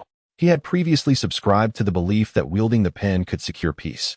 Yet it had become apparent that matters were far more complex. Hydrogen release was formidable, yet without sufficient chakra to execute it. Even the most powerful ninjutsu would be rendered futile. He resolved to embark on a regimen to strengthen his physique. And it was time to pursue the 8 gates of opening. Indeed, Obito concurred, unusually earnest. Today's occurrences had evidently left a profound impact on him. From what I know, Uchiha Baikyu has more than one cousin. His grandfather is the esteemed elder of the Uchiha clan, wielding considerable influence. I estimate he has over 10 cousins. Aishu's expression darkened. Very well, Obito's perspective may not extend that far. However, Obito's newfound seriousness had achieved its intended effect. Thus, we must intensify our training, Obito. Aisha paused, his expression turning enigmatic. I have a plan. The younger generation truly is remarkable, were it not for first-hand observation. One might assume it to be the mischief of rogue ninjas from enemy villages. Indeed, came the reply. It was late at night within the sole residence of the Hideki clan. Two prominent figures from Konoha engaged in conversation in the living room, while a small white-haired boy eavesdropped at the side door, blissfully unaware that he had been discovered, captivated by the unfolding discussion. After all, it was merely a squabble among children, both sides comprising Uchiha clan members. They may have gone too far, Orochimaru remarked, facing Shimo, a senior and friend whom he admired among the few ninjas he respected. They may have gone too far, retorted Shimo, the renowned captain of Konoha Zanbu, known as the White Fang of Konoha, who wore a wry smile. Do you realize that half of those Uchiha children are still hospitalized? They have abrasions, fractures, and some are even suffering from second-degree burns, still in critical condition. Shimo opened his mouth to respond, but upon seeing Orochimaru's inscrutable expression, he swallowed his words. With a resigned sigh, he conceded, "You did send them to the hospital. You were the first to discover the situation. Do not worry too much, Shimo-kun." Orochimaru waved a hand dismissively. "For Tsunade, those injuries are trivial." The White Fang bristled. "It is easy for you to say. Uchiha Ruka is the most favored junior of the Uchiha elder. Being sent to the hospital is no small matter." Just as he was about to continue, a sudden thought struck him. What exactly transpired at the scene? If I recall correctly, Uchiha Ruka has already become a genin, has he not? Not only a genin, but he was also the top student of the previous class in the ninja academy, with decent potential, though his temperament leaves much to be desired, Orochimaru replied slowly. Shimo gasped in shock. Those two little rascals, who haven't even completed their first year, managed to send a genin to the hospital? Using the Uchiha specialty, fire release? This is utterly unfathomable. Just as White Fang pondered this, a noise from the side door of the living room caught their attention. The two prominent figures exchanged knowing smiles. "Kakashi, you should be asleep at this hour," White Fang said, his tone softening with affection. Indeed, the next moment, Kakashi appeared, donned in pajamas and his mask, bowing to the two in the living room. "Good evening, Father and Lord Orochimaru." Orochimaru nodded slightly. Kakashi hurried upstairs, a look of curiosity on his face. Surely, Father and Lord Orochimaru aren't discussing those two troublemakers? The following morning, on the path to the Ninja Academy, two young boys paused midway. Obito's expression was one of apprehension. "Aishu, are we truly safe doing this?" "Not to worry, it's merely the shadow clone technique, and I have become quite adept at it. But the teacher hasn't taught this lesson yet. We haven't even covered the body flicker technique." "When did you learn the shadow clone?" "I learned it from Nurse Kumi at Konoha Hospital a few days ago." "Now be quiet. Obito, I need to concentrate." Aisha's face was serious. His visit to Konoha Hospital was not solely for mastering the healing technique. Nurse Kumi, kind-hearted and beautiful, was eager to impart knowledge to Aishu once you granted permission for him to learn. The price? His childhood hairstyle had become a disheveled mess. Regarding the shadow clone, as Kumi explained, the hospital sometimes faced overwhelming situations. To avoid missing crucial healing moments, each nurse would operate at full capacity using shadow clones. With focused breath, Aishu performed a simple series of hand seals, and with a puff, two additional figures appeared beside him, resulting in 3 Aishus. Had this been during Naruto's peaceful era, such a display would have guaranteed graduation. Yet Aishu continued his endeavors. One of the clones swiftly executed another series of seals, resulting in 2 Obitos and 2 Aishus. The clones approached the two, speaking in perfect unison, "Hand over your backpack." "Whoa!" Obito exclaimed, startled, as he handed over his backpack to his clone, then turned to Aishu. "When did you learn this?" "Teach me." "I just learned it a few days ago." "Master the great fireball technique first, and then I'll teach you," Aishu replied, rolling his eyes. He hadn't focused much on the body flicker technique, so it wasn't perfect. He couldn't quite mimic Obito's voice, but fortunately, the duration of the clones seemed sufficient, as long as enough chakra was supplied. Last night, he even conducted an experiment. Sustaining 2 clones with 20% chakra lasted throughout the night without issue. Chapter 12. In trouble again, Kakashi was somewhat out of sorts today. He didn't even hear the teacher call his name. Sitting in the front row of the classroom, such an occurrence was rare indeed. What deeds could those two fellows have accomplished to earn the unreserved praise of both his father and Lord Orochimaru? Kakashi found it hard to fathom that the two misfits, who had the audacity to employ explosive tags during a skirmish, could garner the approval of such formidable figures. Indeed, in Kakashi's eyes, Obito and Inosuke were nothing more than underachievers. One, a dual-subject underachiever who had never lasted more than 10 exchanges in battle. The other, a single-subject underachiever who, despite achieving a perfect theoretical score, could not even throw a shuriken accurately. How could such individuals warrant his father's esteem?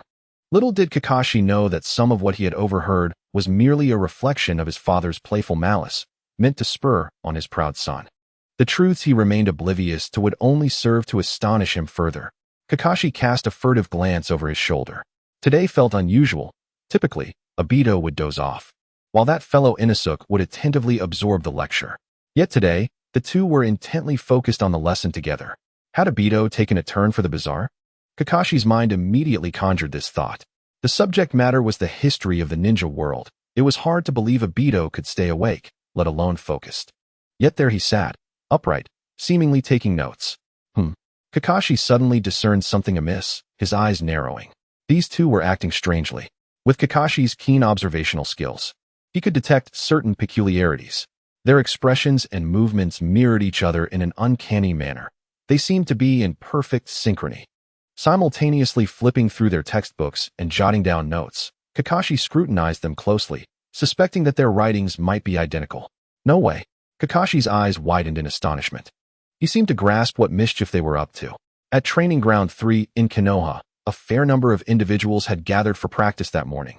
Yet Obito and Inosuke managed to find a secluded spot. Adjacent to them was a ninja clad in a green vest, seemingly in his early 20s, diligently practicing earth release techniques. Earth release, earth flow wall. The ninja bellowed, pressing his hands to the ground, causing a sizable earthen wall to rise. Watching this, Obito was filled with exhilaration. Earth release was truly impressive. With the character for Earth in his name, he had often fantasized about wielding powerful earth release techniques throughout the Ninja Academy. Naturally, he preferred to change his name to Fire, as he believed the Great Fireball technique was equally magnificent. Inosuke was tempted to voice his thoughts, but was unsure where to begin.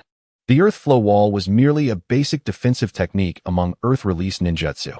Once Obito mastered the Great Fireball technique, he would likely not find it as impressive when facing Kakashi's hounds. You should focus on perfecting your Great Fireball. I'll refine my chakra for a bit, and then we can train together, Inosuke proposed. The use of 2 shadow clones and a transformation technique had already drained half of his chakra. At his young age, he found that after depleting about 70% of his chakra, he began to feel fatigued, rendering him unsuitable for training. Sounds good, Obito replied, his eyes lighting up, then casting a mischievous glance at Inosuke. There were some things better left unsaid. Though they were brothers, some matters could not be bridged by intellect alone. Why did something feel off? Obito promptly became animated, channeling his chakra, while Inosuke sat cross-legged to recuperate. Speaking of which, Inosuke gradually sensed his own uniqueness. Using Obito as a template, he would surely be deemed a genius. Despite Obito's status as an underachiever, his chakra reserves were not absurd. Yet they were still notably greater than Obito's, perhaps by half. Obito was not a chakra-deprived anomaly, while the Uchiha lineage did not directly correlate with chakra capacity. It certainly provided some enhancement. One could easily see that other children could hardly withstand even a single strike from Kakashi. Before Obito graduated, he could still occasionally deliver impressive performances. Moreover, there was the matter of chakra manipulation. Inosuke began to believe he had been overly pessimistic in the past. Lacking a bloodline wasn't necessarily a disadvantage. He had seen neither handball control nor backhand control in the anime. More directly, he had mastered the Rasengan in less than 2 weeks. While Jiraiya had achieved it in just 3 days, he was a legendary Sannin with vast battlefield experience, which accounted for much of his proficiency. By comparison, Inosuke felt he had already attained a quarter of Jiraiya's finesse and chakra control. Thus, Inosuke felt quite confident, believing himself to be the prodigy of Konoha. However, at that moment, fire release, Great Fireball technique. The scorching wave of flames interrupted Inosuke's self-indulgence. He turned in surprise to see Obito wearing a smug expression. I told you yesterday. I was merely in poor form. Otherwise, I wouldn't have regarded those Uchiha with such disdain, Obito declared, still sporting a bandage over his eye. Inosuke rolled his eyes, thinking that perhaps Kumi should have administered 3 treatments to Obito, as he seemed to have forgotten the pain of his injuries. I still have more than half my chakra left, and yours should be nearly replenished as well. Shall we engage in a fair battle? Obito raised an eyebrow, boasting. Inosuke hesitated for a moment before standing up. All right then. Obito promptly assumed a fighting stance, while Inosuke prepared a Rasengan with one hand. Come on. Obito, who had been contemplating how to overpower Inosuke, suddenly froze. What the heck? You're cheating, Inosuke. You can use the Rasengan in a fight. Do you really think those Uchiha would play fair with you? Inosuke replied nonchalantly. He intended to convey to Obito that the ninja world was vast, encompassing more than just Konoha and the Uchiha clan. The outside world was far more thrilling and perilous, especially with another Uchiha lurking about, likely already fixated on him. However, if that Rasengan were to land a hit, Obito would likely hesitate. Surely, training didn't require such brutality? Do you think those Uchiha would play fair? Let me test its power first. Inosuke felt uneasy. He wanted to help Obito grow stronger, not to harm him. The two swiftly made their way to a sturdy tree, its trunk as thick as an adult's, and its foliage abundant, a perfect spot for shade in the summer. After a moment's hesitation, Inosuke pressed the Rasengan upward. The next instant, a thunderous crash erupted. The tree was punctured by a massive hole, the feeble branches unable to bear the strain, causing the upper half to tumble down. Damn! Run! The two bolted, narrowly avoiding the falling half of the tree. Obito surveyed the chaos around him, swallowing hard. Is this the technique that ninja taught us? Inosuke nodded. Somewhat sheepishly, it was his first time using it, and after their last training session, he had headed straight to the hospital. Hey, you little rascals. What are you up to? An elderly man rushed over, moving with surprising speed. He was likely the training grounds supervisor. Given his swiftness and booming voice, he probably had many tales from his youth. Yet the two individuals, devoid of curiosity, exchanged a glance and, without uttering a word, fled once more. In this matter, their unspoken understanding was remarkably high.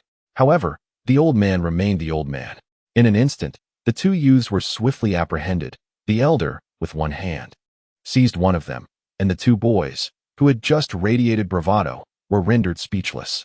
Damn, I must master this instant movement technique. I cannot allow the enemy to hold my head. Shu roared internally. Why aren't you two in school? What nonsense are you up to? The old man glanced at the nearby broken tree, astonished, as a sense of familiarity washed over him. Astonished that these two little rascals could manage to break such a large tree. Familiarity brought a pang of regret. My dear partner, I am so sorry. The old man unceremoniously dropped the two boys to the ground, gazing mournfully at his beloved tree and weeping loudly. Shu and Dai-Tu exchanged bewildered glances. Chapter 13. Have we been set up? The old man pounded his chest and wailed, stirring a profound sense of guilt within Dai-Tu and Shu. Shu began to concoct an elaborate narrative in his mind, speculating on the heart-wrenching love story behind this tree that could evoke such sorrow in the old man. It was the year he turned 18, and she too was 18. Shu felt a pang of anxiety, truth be told. Even after having knocked out Uchiha Bei-ing's cousin yesterday, he was not this anxious. What now? Uchiha's plethora of what-ifs surged through Dai-Tu's mind. Shu felt overwhelmed. What could they do? They must admit their mistake, brace for punishment, and await their fate. Dai-Tu, listening to this, sighed dejectedly, rummaging through his pocket and producing a 100 note, handing it to Shu. This is my living expense for the month. I wonder if it will suffice for compensation. Shu accepted the money, momentarily taken aback, his expression shifting to one of complexity. This was undoubtedly not merely a monetary issue. Otherwise, the old man would not be crying so heart-wrenchingly.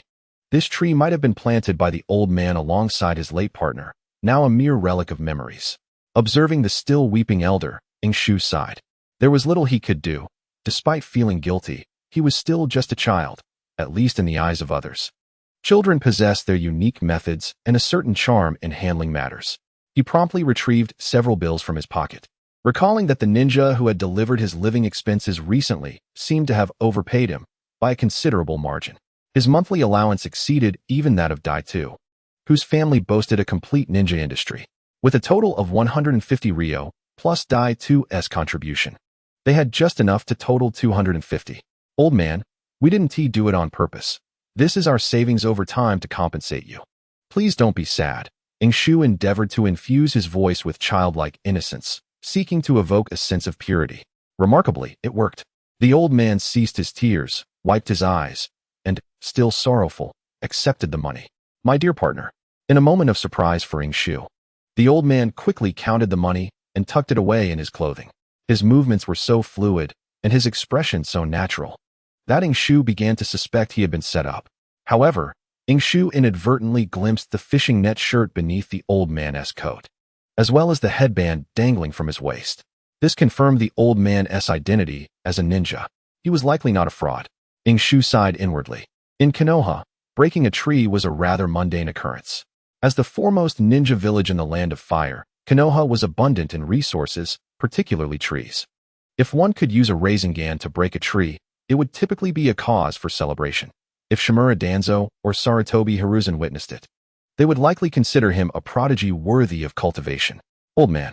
Seeing the elder finally regain his composure, Shu tentatively called out. Yet, he was met with the old man's suspicious gaze. What? Do you think 250 Ryo will suffice to dismiss me? Do you know the origin of this tree? Cursed little rascals. Shu found himself at a loss for words. Was his childish tone ineffective? Surely not. He was still under 6 years old, well before the onset of voice changes. Regardless, you two need to fetch your parents. This matter is far from over. The old man scrutinized Shu, then Dai 2, his gaze lingering on the Uchiha fan emblem on Dai 2's collar, flashing a look of disdain. Just what I needed. An Uchiha brat. Uchiha's wealth is abundant. Go tell your clan leader that I'll be waiting right here. The old man seemed invigorated. Shu's brows knitted together. He felt as though he might truly be a victim of a scam. Dai 2, upon hearing the mention of calling the clan leader, immediately grew displeased. It's just a tree. You're clearly looking for trouble. Dai 2's temper flared as he shouted exaggeratedly. Shu felt a jolt of alarm. While being scammed was one thing, the old man's strength was evident. He sought to intervene and restrain Dai 2, but it was too late. I'm here to settle matters with your Uchiha clan. Konoha is in chaos because of you Uchiha. Even a mere child dares speak recklessly to me. Do you believe I could beat you so badly that your grandmother wouldn't recognize you? Damn it. Do you think I fear you, old man? Shu shouted. Shu, what are you doing? Finally, Shu managed to grasp Dai 2, using gestures to calm this obstinate fellow. Then, both boys bowed deeply to the elder. We apologize, dear old man. This was indeed our fault. Please, name your price. We will gather the funds. Shu adopted a serious demeanor. Casting a stern look at Dai 2's Uchiha Beiying, you must remain calm. Have you forgotten what our teacher taught us? When we err, we must courageously admit it. Understand? Dai 2 was momentarily taken aback by Shu's words, yet trusting him, he instinctively nodded. Humph, you're perceptive for a child. But what a pity to associate with the Uchiha. The old man huffed, then gestured impatiently. Quickly, fetch your parents, Uchiha Beiying. I've noted your name. You have 1 hour. If I do not see your parents, I shall march straight to the Konoha Guard Department. Shu felt a surge of alarm. This old man.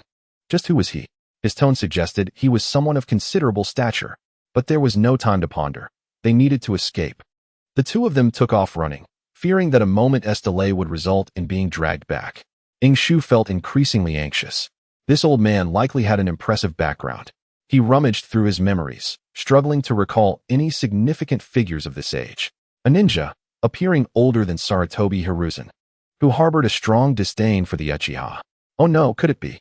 Shu's heart sank with an ominous premonition. Huh, you're quite something. Shu. At that moment, Dai 2 could no longer contain himself and burst into laughter. Uchiha Beiying is likely dead without even knowing how. Yet, in an instant, their expressions stiffened. The two felt a sudden gust of wind, and the familiar sensation of weightlessness returned as they were once again lifted by the collar. Without a doubt, it was that old man once more. Do you two believe that I, an old man, can be easily deceived? Bang. The two of them were thrown heavily to the ground, the force neither too great nor too small. They were not injured, but winced in pain. A surge of information flooded into Shu's mind as he realized that his doppelganger had been dismissed by the old man. It's over.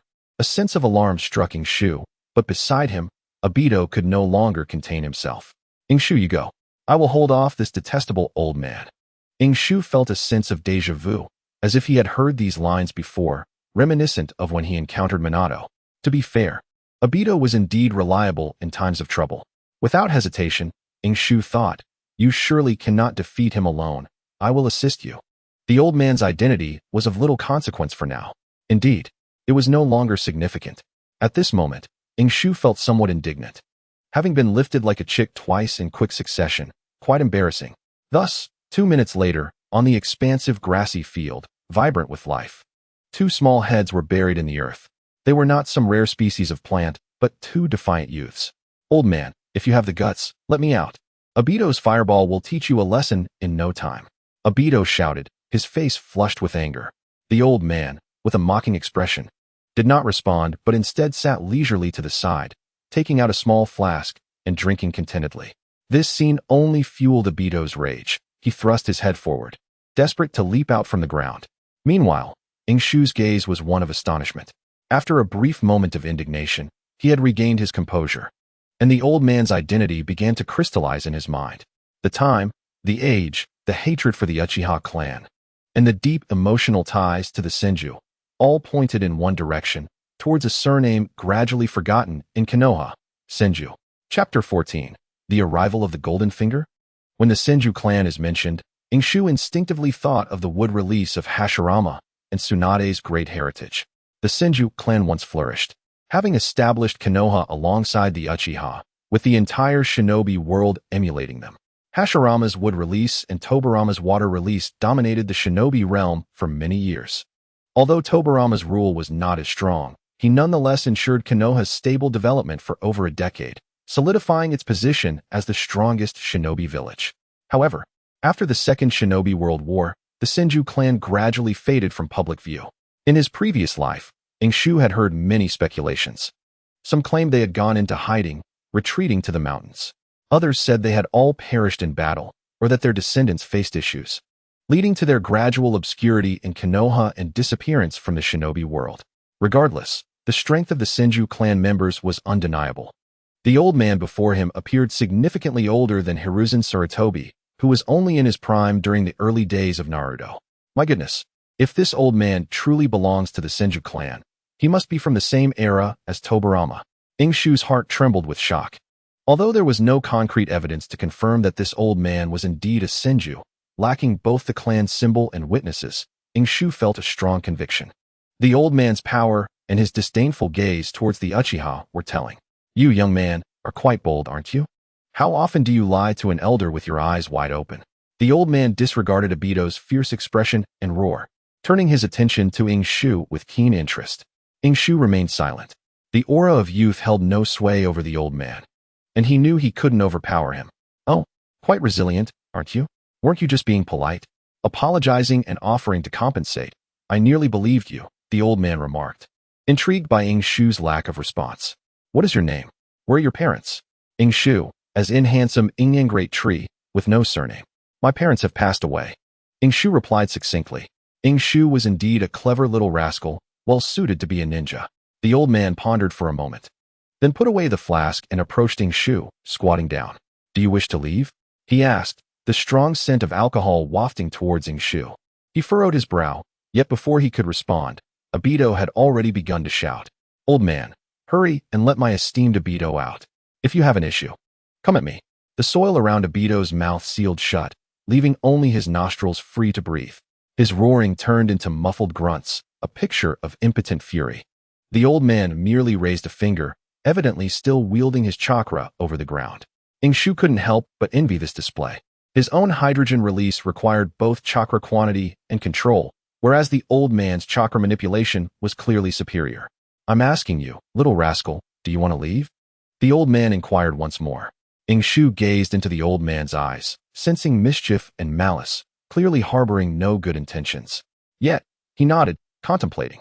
That simplifies matters. The old man pointed to a nearby broken tree, the very love tree that Shu had destroyed with his Rasengan. "You broke my tree, so I want to demand compensation. Instead, come every day to help me repair the branches, water it, and fertilize it as a form of restitution. I want to make you skip class. Just come here after school until sunset to complete the tasks I assign you. How does that sound? Upon hearing this, Shu was momentarily stunned. He was familiar with this plot. A reclusive master using labor as a guise to secretly impart skills. This was undoubtedly a stroke of fortune.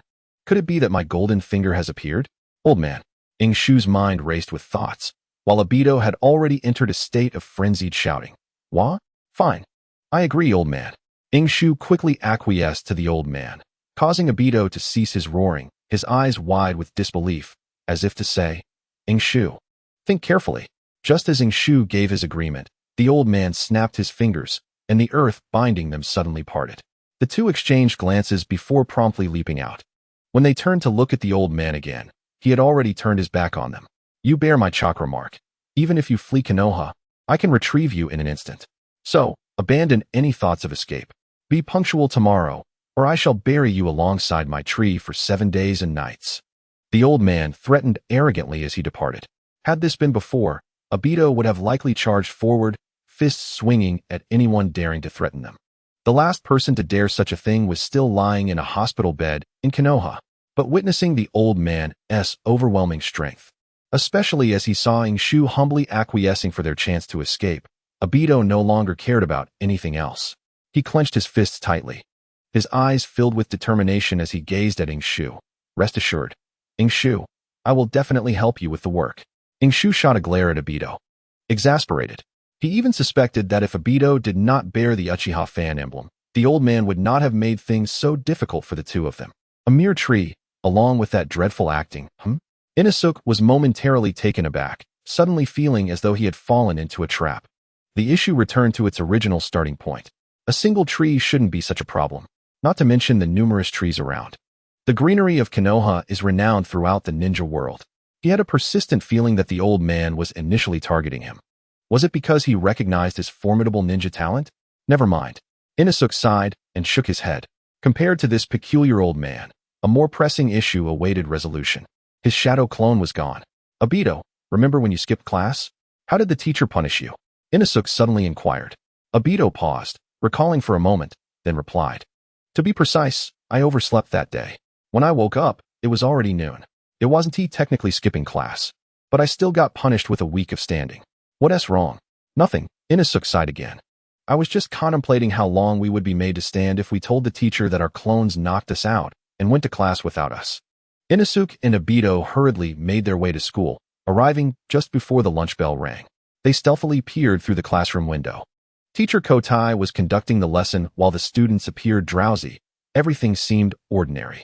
However, Obito's heart sank. It's over, Inosuke. What are we going to do? Oh no. They won't call our parents, will they? If my grandmother finds out, she'll be furious. Obito was fearless in the face of danger.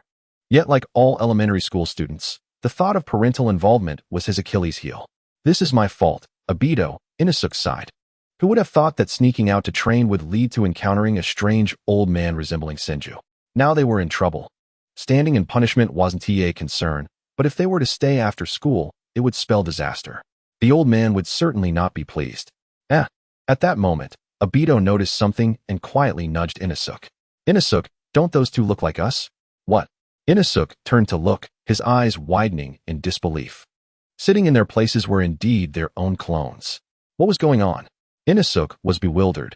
He distinctly sensed the disappearance of his shadow clone, and all its experiences returned to his mind. He understood everything the teacher said. Just then, Inosuke noticed a gaze fixed on them from the front row of the classroom. Secretive yet intent. It was none other than Kakashi. Inosuke began to piece things together, yet his mind was still perplexed. Those two clones must have been created by Kakashi. But the issue was, he and Kakashi had a contentious relationship. Kakashi had warned him last time. Obito was even less on good terms with him. Having had a fierce confrontation, could Kakashi actually be aiding them? Inosuke felt utterly confused. Today was indeed an odd day. Chapter 15. I will smash your dog head ding ding ding. The school bell rang, signaling lunchtime. Inosuke and Obito ascended to the rooftop of the teaching building, where Kakashi had long awaited their arrival. Thanks. Inosuke expressed his gratitude, showcasing traditional virtues. Obito, however, tilted his head to the side, wearing an air of aloofness. No need. Kakashi replied coolly, his deadpan gaze directed at the two, yet today it bore a different light, a serious glimmer. I heard that you two defeated a ninja and even sent him to the hospital. Inosuke was taken aback, and Obito turned his head, clearly surprised that Kakashi would mention this. Inosuke wanted to respond with a cool remark. That was merely a lesson for him. But the image of being pressed into the ground by that strange old man flashed in his mind, causing Inosuke's expression to darken as he simply nodded. Yes. What's the matter, chief student? The tone of his response carried a hint of personal emotion. Kakashi's expression immediately soured upon hearing this. Indeed, this fellow has concealed his strength. Is he mocking my position as chief student? Kakashi thought, feeling a surge of thoughts. But ultimately, all those thoughts coalesced into a single sentence. Very well then, Kakashi's gaze turned icy. Let us fight. I am eager to discover the extent of your hidden abilities. A fierce battle intent erupted from Kakashi. Inosuke observed, and before he could react, Obito had already entered battle mode. Come on, are you afraid? Obito never backed down from a fight. Not only had the strange old man infuriated him, but he had also flawlessly executed the great fireball technique earlier that morning. With his chakra abundant and his fighting spirit high, especially against Kakashi, Obito brimmed with confidence. I refuse to engage in meaningless conflict with a defeated foe. However, Kakashi frowned and rejected Obito's challenge. His gaze was fixed firmly on Inosuke, still with those dead fish eyes, yet they now resembled a sharp compass, seemingly dull, yet acutely perceptive. What do you mean by that? Obito immediately expressed his displeasure, but Inosuke intervened. It's fine, Obito. Inosuke turned to Kakashi. Actually, I have long wished to engage with this so-called chief student. But are you certain you want to fight here? Kakashi was indifferent. It's fine. I will conclude the battle in the shortest time possible. Impressive, Inosuke smirked, raising a thumb. You may be indifferent, but if our teacher discovers this, we would face serious consequences. You are the chief student, the son of the White Fang, while Obito and I lack such prestigious titles or backgrounds. If we were punished, it would be a significant loss for us. Inosuke's rapid-fire speech left Obito momentarily stunned. He felt as though Inosuke was insulting someone but lacked evidence. Kakashi's expression grew increasingly unfriendly. Then what do you suggest? Kakashi coldly inquired. Find a suitable place for battle, or perhaps choose a time that suits you. Kakashi was genuinely agitated. He appeared carefree, but his pride was immense. He wore a mask to conceal his handsome face, a habit cultivated since the era of Naruto, stemming from his father's comment that his beauty mark was charming. After the death of the White Fang, though Kakashi's demeanor had become more stoic, his internal boundaries had sharpened. There's no need for such complexity. Inosuke shrugged, his eyes narrowing slightly. I have a better and more straightforward method to determine the victor. Inosuke contemplated fighting Kakashi, yet deemed it irrational. Their paths diverged. Kakashi's future was uncertain, but presently he relied on the sword techniques and physical prowess of the White Fang, essentially following the path of a warrior assassin. These, unfortunately, were Inosuke's weaknesses. Though he had experience fighting the Uchiha brat, it was evidently insufficient. Otherwise, Obito would not be lagging behind. In the present day, despite possessing the formidable technique of the Rasengan, Ingshu is, by strict definition, merely a mage, albeit a somewhat half-hearted one. After all, the Rasengan was originally developed by Minato to enhance the lethality of the Flying Thunder God technique. In this context, it would be unwise for him to confront Kakashi, who embodies the quintessential hero archetype of their childhood. However, prudence and courage are two distinct matters. Ingshu, while lacking in many areas, excels in his calm demeanor and indomitable spirit. Cowardice? Absolutely not. As a ninja, one ought to master at least one ninjutsu, right? Kakashi, Ingshu remarked nonchalantly. Though it may not have been useful in your battle against Obito, I have long since discerned it. How could he possibly know? I have concealed it so well. Kakashi's heart jolted, yet his face remained impassive, a testament to the advantages of wearing a mask. Indeed, what of it? This simplifies matters. Raising an eyebrow, Ingshu spread his hands and declared, Unleash your most proficient ninjutsu. If you can withstand a single strike from me, I shall concede defeat. If the teacher inquires, we shall merely say we were sparring. No kunai were drawn, and Obito can attest to that, can't he? To be honest, Kakashi hesitated initially. He felt that something was amiss. After all, it was he who was challenging Ingshu. So why was it turning into a scenario where he had to endure a strike from Ingshu? Nevertheless, it mattered little. His repertoire of ninjutsu, though limited, was solid. Kakashi had the confidence to withstand Ingshu's assault with ease.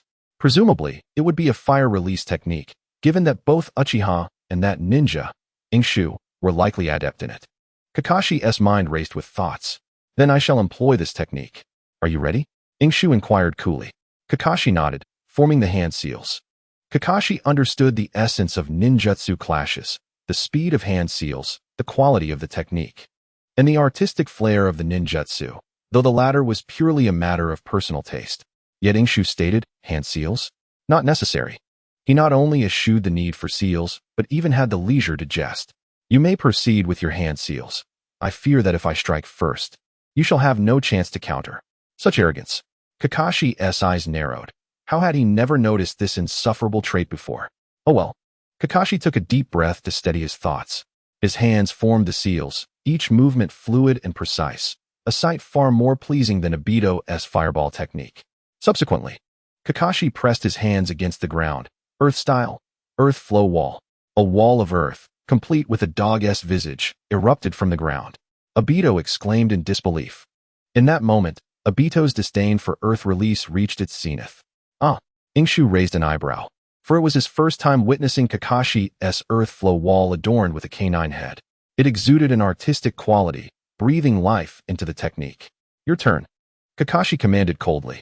Ingshu, unhurried, advanced toward the earthen wall, making no hand seals and exhibiting no unnecessary movements. He approached the dog-headed wall and gently tapped it with his hand. Remarkably sturdy, he mused. Then, with a surge of chakra, he unleashed the Rasengan. In mere seconds, Ingshu formed the Rasengan and launched it directly at the dog's head on Kakashi's wall. Boom! The adorable canine visage was obliterated, creating a gaping hole in the earth wall. Kakashi stood stunned, feeling the violent chakra mere inches away from him. Even with the wall as protection, the intensity was unmistakable. Had this technique struck him directly, Minato would never have anticipated Ingshu mastering the Rasengan so swiftly. Otherwise, he would never have imparted such a skill to the two youths. In truth, Minato understood that while this technique appeared simple, mastering it required considerable effort, particularly for an average ninja with a basic chakra foundation. Yet he remained unaware that some individuals, though not ninjas, possessed extraordinary capabilities. To put it plainly, Ingshu was in the process of developing a bloodline limit that had been deemed obsolete. Whether it was a bloodline or not mattered little. Obsolescence was an absolute certainty. Chapter 16. The Soul of Ninjutsu. After being outmaneuvered by Ingshu, Kakashi indeed became more subdued. As they rushed out of the classroom at the end of the day, Kakashi didn't even bother to greet him. The duo made their way directly to training ground number 3. Although Obito spent the entire afternoon persuading Ingshu not to go, suggesting they seek Minato's assistance instead, Ingshu steadfastly refused. His rationale was simple. One must face the consequences of their actions. Obito, unable to dissuade him, reluctantly followed. They soon arrived at the site where they had blasted the tree earlier. The severed trunk remained untouched. This only reinforced Ingshu's conviction that the old man was indeed coming for him. Damn it, Ingshu, it seems we've been deceived. Even Obito recognized the oddity.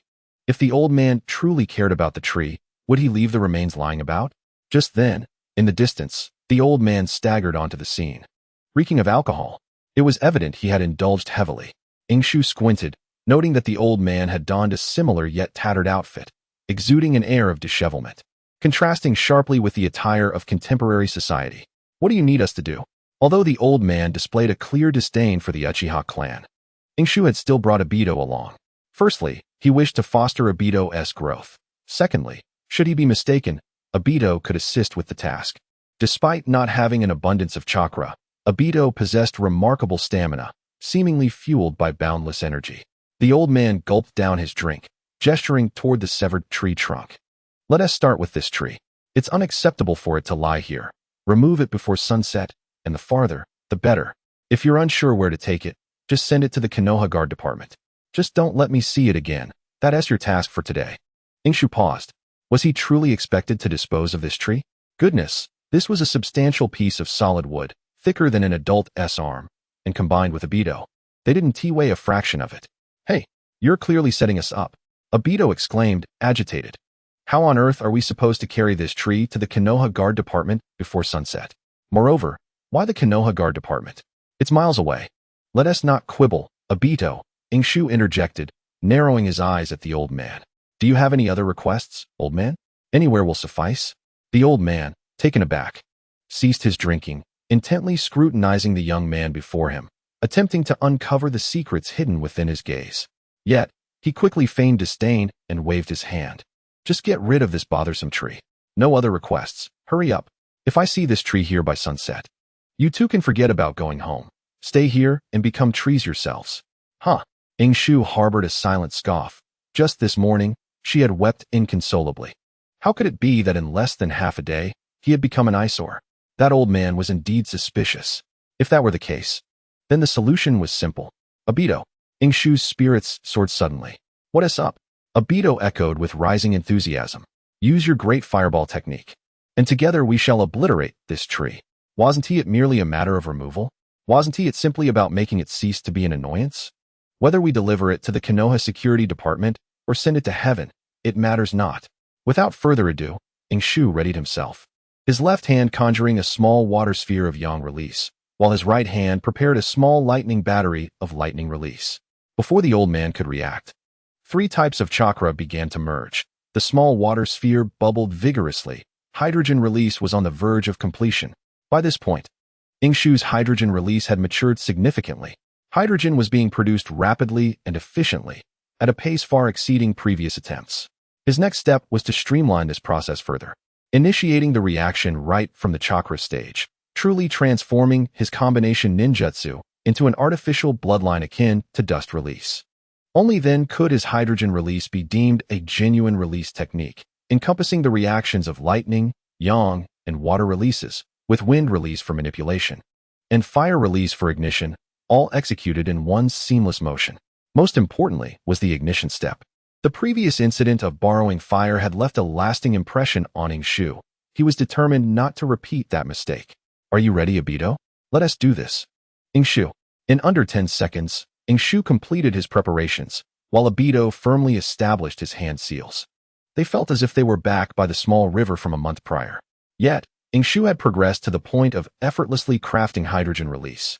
And Obito no longer needed to pilfer his grandmother's kerosene. He had finally mastered the great fireball technique. Shu forcefully propelled the hydrogen release balloon towards the severed tree and shouted, "Now, remember to spray and run." The great fireball technique erupted from Obito, who had distanced himself, unleashing a searing fireball that caused the air temperature to spike. The next moment, boom, flames and debris erupted, shaking the entire training ground. Several nearby ninjas paused their training, astonished, thinking that a multitude of explosive tags had detonated. The old man, still clutching his sake jar, stared wide-eyed, oblivious to the spilling liquid. A flicker of nostalgia arose in the old man's eyes as he gazed at the small silhouette, his expression softening. He set aside the sake jar, casually wiped his mouth, chuckled softly, and shook his head, bemused. I truly wonder who he resembles. Phew. Shu and Obito both exhaled, exchanging a grin as they surveyed the remnants of the love tree, now reduced to a pile of charred debris. Shu, I think we should name this technique, Obito suggested. Not yet, Obito, Shu replied coolly, waving his hand. I actually have a name in mind, but its current power is unworthy of it. Only when I can utilize ocean release and master a corresponding yang release to facilitate electrolysis with lightning release, will I have the audacity to proclaim that name aloud. Hydrogen release, world annihilation. But that was a matter for another time. For now, Shu was solely interested in witnessing the expression of that peculiar old man. However, when he turned, the old man had vanished without a trace. Shu scanned the surroundings, but could not find the old man's figure. Instead, several training ninjas glared at them, visibly enraged. Whose children are you? Don't play with explosive tags. It's dangerous, you little brats. In truth, it was not explosive tags at all, but a powerful combination ninjutsu. Yet, upon seeing the youthful faces of the culprits, they could not help but assume it was merely explosive tags. You fools. Obito protested, that was ninjutsu. Ninjutsu, I tell you. You lot are too dim-witted to comprehend. Just keep your mouth shut. Shu, however, remained fixated on a particular direction. While he could not locate the old man, he did spot another figure. Ah, that individual, though well concealed, had clearly been caught off guard by the explosion, revealing his white hair. Wasn't he that the same Kakashi who had been defeated earlier? What was he doing following them? Was he here to settle a score? Observing Kakashi, who had retreated into the grass and had not shown himself for quite some time. An evil glint flashed in Shu's eyes. Obito, how has your shuriken practice been lately? Huh. Obito paused mid-attack. I can hit 3 out of 10, sometimes 4. Why? Then practice well, Shu instructed, pointing towards Kakashi's hiding spot, bending down to gather a handful of small stones. Throw these at him. Chapter 17. I will make him face his shame. At this moment, Kakashi's emotions were quite complex. He felt as if he had stood in line at a bookstore for ages, only to end up with a pirated book. Of course, it wasn't the rain of small stones that bothered him, but rather the scene he had just witnessed. How much were these two hiding? A sense of unease gripped Kakashi. Was that thunderous explosion truly their doing? And when had Obito learned the great fireball technique? Had he been concealing his strength like Shu? With these mixed emotions swirling within him, Kakashi stepped out from the bushes. According to the rules of the wild, one does not kill during a chance encounter. Shu and Obito immediately ceased their barrage. Oh, isn't this the esteemed Kakashi? What brings you here? Obito exclaimed, feigning surprise. It's quite strange indeed. Shu, the Yin-Yang person has arrived. What? It's really Kakashi. You should have mentioned it earlier, Shu. I would have used shurikens. Obito recognized Kakashi's white hair, his expression souring as usual. Is it wrong for me to pass by? Kakashi replied, feeling quite annoyed. These two were infuriating, each in their own way.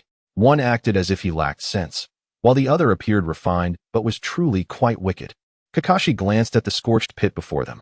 Given its potency, it was no wonder it had been mistaken for explosive tags. Had he not witnessed it firsthand, he would never have believed it. What technique is this? Kakashi could not help but inquire. Mind your own business. Obito started, but Shu interjected. It's merely a common combination ninjutsu, infused with my personal insights on life. Nothing remarkable, nothing remarkable. Combination ninjutsu? What nonsense. This is anything but ordinary. Kakashi frowned. Driven by curiosity, he wished to delve deeper, but his pride held him back.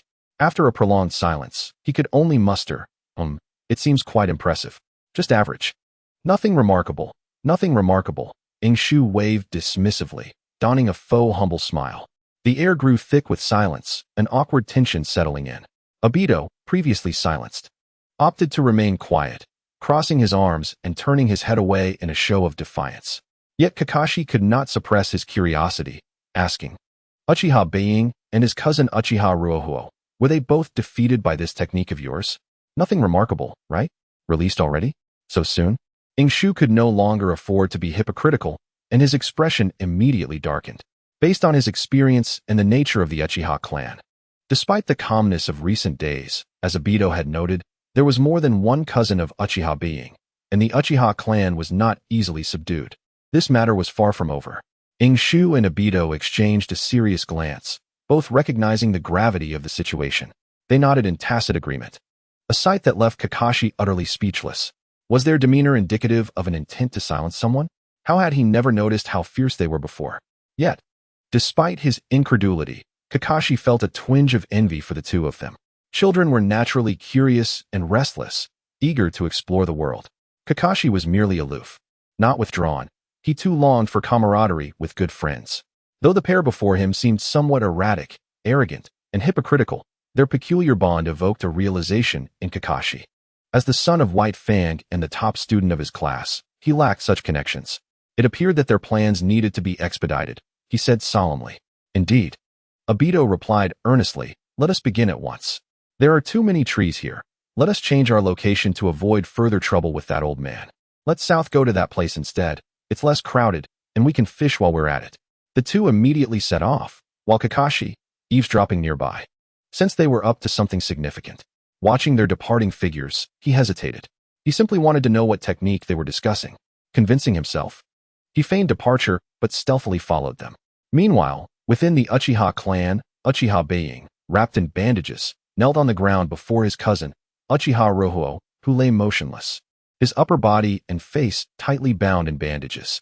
Behind him stood an elderly man, his eyes slightly narrowed, exuding an aura of authority without anger. Outside, numerous individuals, men and women alike, ranging from youth to middle age, stood silently, their faces marked with indignation yet refraining from uttering a word. The atmosphere was eerily tense, with people controlling their breaths, unsure whether to avoid disturbing Uchiha Ruohuo or inciting the wrath of the formidable elder. Lord Clan Leader Fugaku. At that moment, accompanied by respectful yet surprised voices, a middle-aged man approached, clad in a green vest of Konoha, adorned with the distinctive emblem of the Konoha Guard. It was none other than the current clan leader of the Uchiha Fugaku. He nodded repeatedly, greeting the clan members as he made his way into the room. Stopping behind the elderly man. Elder, I have arrived. Uchiha Fugaku glanced at Uchiha Ruo lying on the ground, and then at Uchiha Bing, who knelt trembling, and sighed. This is my failure as clan leader. It is not your fault, Fugaku, the elder replied dismissively. I am already aware of the situation. These two fools, despite having the upper hand, have brought about this disgrace.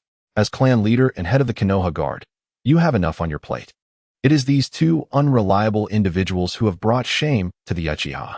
Hearing this, Fugaku frowned, but the elder continued.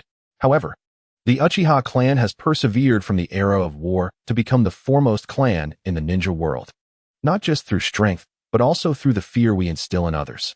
This matter cannot simply be overlooked, Fugaku. The elder slowly turned, his icy gaze fixed on Fugaku. Since it is a matter for the younger generation, let them handle it. You, as a newly appointed clan leader, must not allow outsiders to look down upon us. From the moment Fugaku entered the room and greeted the elder, he had not been given another opportunity to speak. The elder held a position of great authority within the Uchiha clan, and even Fugaku had often received guidance from him in his youth. I understand, elder. I have matters to attend to with the Konoha Guard, so I shall take my leave. Fugaku slightly bowed, expressing his respect. In that moment, it seemed as though the true clan leader was the elder before him, while Fugaku appeared as merely a clansman assigned to serve in the Konoha Guard. After Fugaku departed, the elder called out, Lai, come in. A young man promptly entered.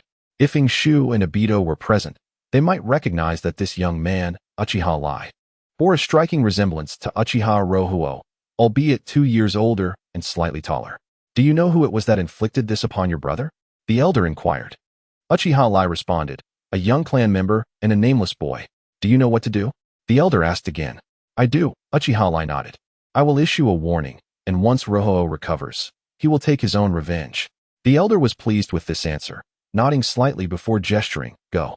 Uchiha Lai then vanished in an instant, leaving the room. Chapter 18, Let us progress together. Kakashi no, why have you followed us again? Obito exclaimed, feeling exasperated. What is up with you today, Kakashi? I was just passing by, Kakashi replied nonchalantly, weaving a lie. Shu smiled silently, fully aware of Kakashi's intentions. Much like a university dormitory, no matter how much one enjoys clandestinely reviewing their studies, the allure of playing games with friends is irresistible. Kakashi was merely exhibiting his newly discovered aloofness. Didn't T1 foresee that future Kakashi would also be caught sneaking peeks at adult literature until dawn? However, observing Kakashi's demeanor, Shu suddenly recalled a previous idea. The reaction for hydrogen release was intricate, requiring the support of water release enhanced by yang release, needing lightning release to electrolyze the water release and igniting it with a flame. Though with his delicate chakra manipulation abilities, he could accomplish most of it alone, fundamentally. It was not a bloodline limit nor a bloodline elimination. There was no concept of hydrogen release chakra. Ultimately, it was merely a combination of ninjutsu. The emphasis lay on the word combination. Shu felt a surge of excitement. The potency of hydrogen release objectively depended on the amount of chakra. He could initiate it alone, but it would require at least 3 portions of chakra. Yet, if they sought collaboration, he could handle the combination of yang and water release, while Kakashi would manage the lightning release, and Obito could take care of the ignition. Not to mention, the power would multiply significantly. Stop lying, you fool. Just because we passed the training ground doesn't mean I'm naive. Obito protested, attempting to shoo Kakashi away. Their secret base was not to be intruded upon by a third party. Kakashi was at a loss for words, unsure how to justify himself. Fortunately, at that moment, he caught sight of Shu's friendly smile. Kakashi couldn't shake the feeling that he had a price tag on his forehead, and Shu seemed to be calculating how to sell him off. Obito, this is where you've gone astray, said Inosuke, offering a gentle reassurance to Obito, who wore a bewildered expression. He then turned his gaze toward Kakashi. Kakashi is our classmate, after all. He helped us out during the day. How can you treat him this way? While it is true that we must strive for improvement and dedication in our training, strength in numbers is undeniable. Kakashi's presence will only fortify our little group. A single chopstick can be easily broken, yet a bundle stands firm together. Our ability to send Uchiha Beihang and his cousin to the hospital relies on our unity and cooperation, does it not? Trust me, Obito. Inosuke, with one hand grasping Obito and the other holding onto Kakashi, radiated an aura of saintliness. Kakashi will undoubtedly be a splendid partner for us, won't he? Obito was perplexed, wanting to ascertain whether Inosuke had lost his mind or was under some sort of influence. How else could he be spouting such nonsense? Kakashi, too, wore a confused expression. When did I agree to join you? Can't I simply pass by? Am I not allowed to leave? What is this bizarre recruitment scheme? The two boys, forcibly linked by Inosuke, found themselves questioning their very existence. It took Kakashi a few seconds to regain his composure, finally withdrawing his hand from Inosuke's grasp. Obito immediately pulled Inosuke aside and whispered, "What on earth is going on, Inosuke? What kind of nonsense is this? You must be joking. Where can you find such a capable training partner again? Besides, how could you possibly know what that old man has planned for tomorrow? Isn't it better to have an extra pair of hands?" Obito paused, but soon began to understand the underlying logic. "Oh, why didn't you say so sooner?" The two turned back to see Kakashi regarding them with a look of disdain. "You do realize that at this distance, I can hear you, right?" Inosuke felt his face flush with embarrassment, having been caught out. Yet he maintained a facade of composure, waving his hand dismissively. "Don't mind the details, Kakashi. Don't you want to grow stronger? Wouldn't you like to know how we became so formidable?" Inosuke's expression shifted to one of intrigue as he continued, "It's a combined ninjutsu. According to my theory, ideally, 3 people can maximize the technique's potential. We might usher in a new era, a successor to the White Fang of Konoha, a new age following the legendary 3 ninjas. Are you certain you don't want to give it a try?" Inosuke's words nearly moved him to tears. Indeed, he may have intended to persuade Kakashi, but the future of Hydro Release was undoubtedly bright. If he could muster more chakra and master additional jutsu, while also discovering quicker response methods, he could perform Hydro Release with a snap of his fingers, achieving the impossible in the ninja world. Kakashi's gaze shifted from disdain to skepticism, and gradually, to contemplation. Of course, he found Inosuke's claims dubious, an entirely new era? His father's tales were far more convincing than this. Yet, the thought of training and growing stronger alongside others had its own allure. The idea of camaraderie was, in Kakashi's mind, even more enticing than that combined ninjutsu. He hesitated once more. Surely, someone valued by his father and that esteemed individual would not hinder his progress. He mused. Ultimately, under Inosuke's earnest gaze, and with Obito pretending to be indifferent while secretly scheming how to convince Kakashi to join them, he relented. "All right, but don't expect me to do your dirty work. I want to grow stronger, but I refuse to be foolish." Kakashi raised his hands in a gesture of indifference.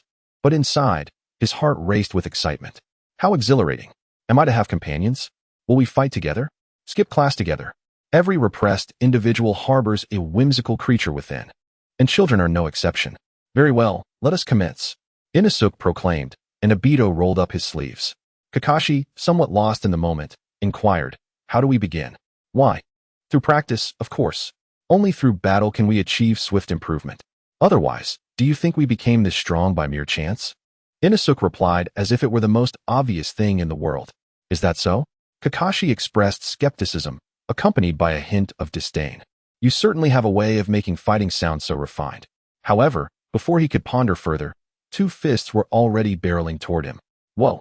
Kakashi swiftly executed a series of backflips to evade, ultimately landing atop a large rock, his face a mask of astonishment. "What are you two doing? Didn't we agree to practice?" "Of course we are," Obito declared, forming hand seals. Moments later, he was prepared. Fire release, great fireball technique. A massive fireball surged toward Kakashi. "That's excessive," Kakashi thought, lamenting his misfortune as he formed hand seals, preparing to erect an earth wall to block the fireball.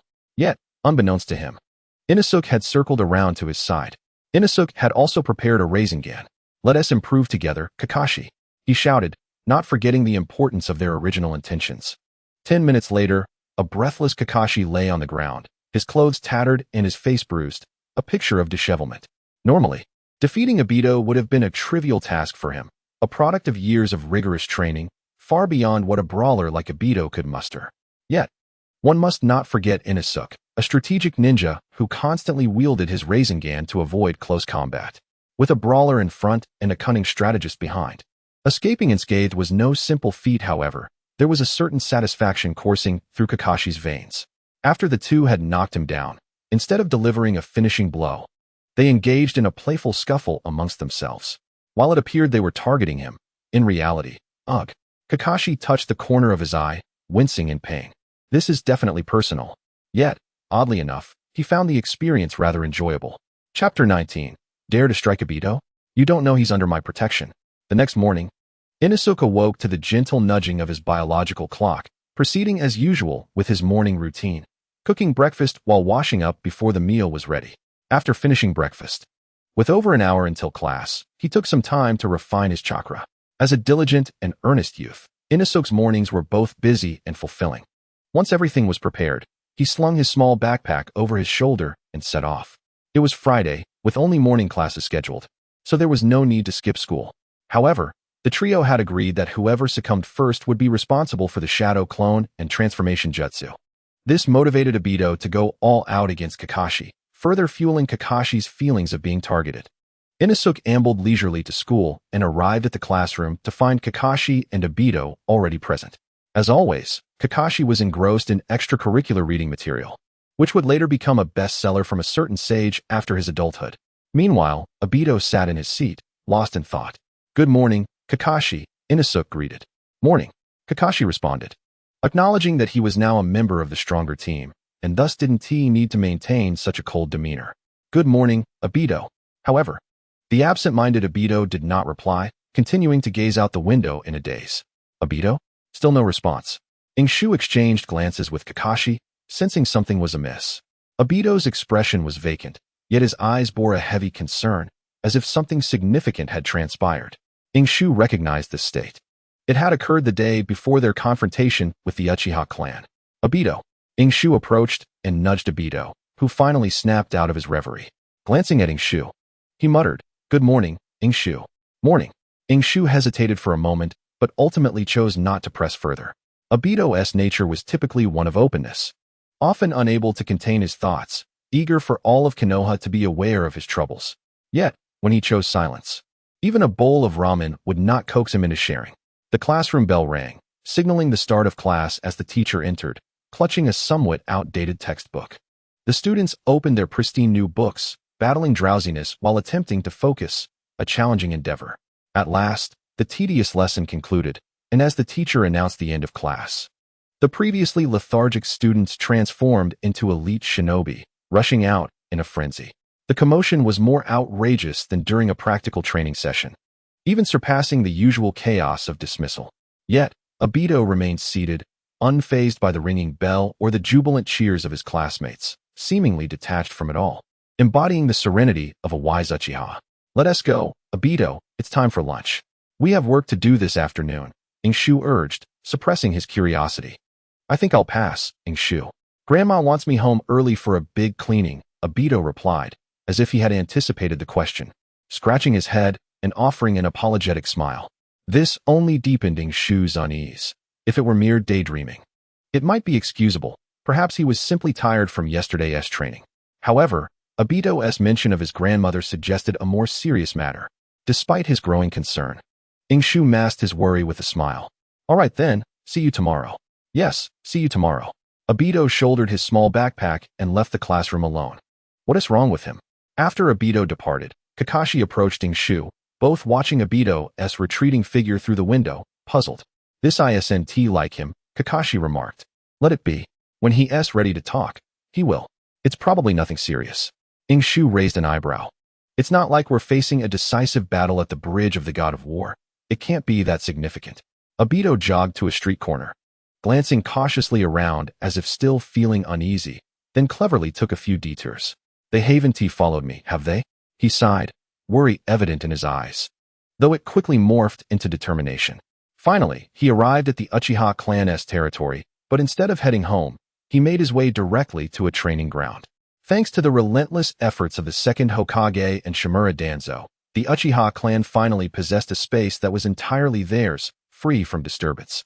The area included everything: snack stalls, taverns, gambling houses, and training fields, even a kabuki district, resembling a small Konoha.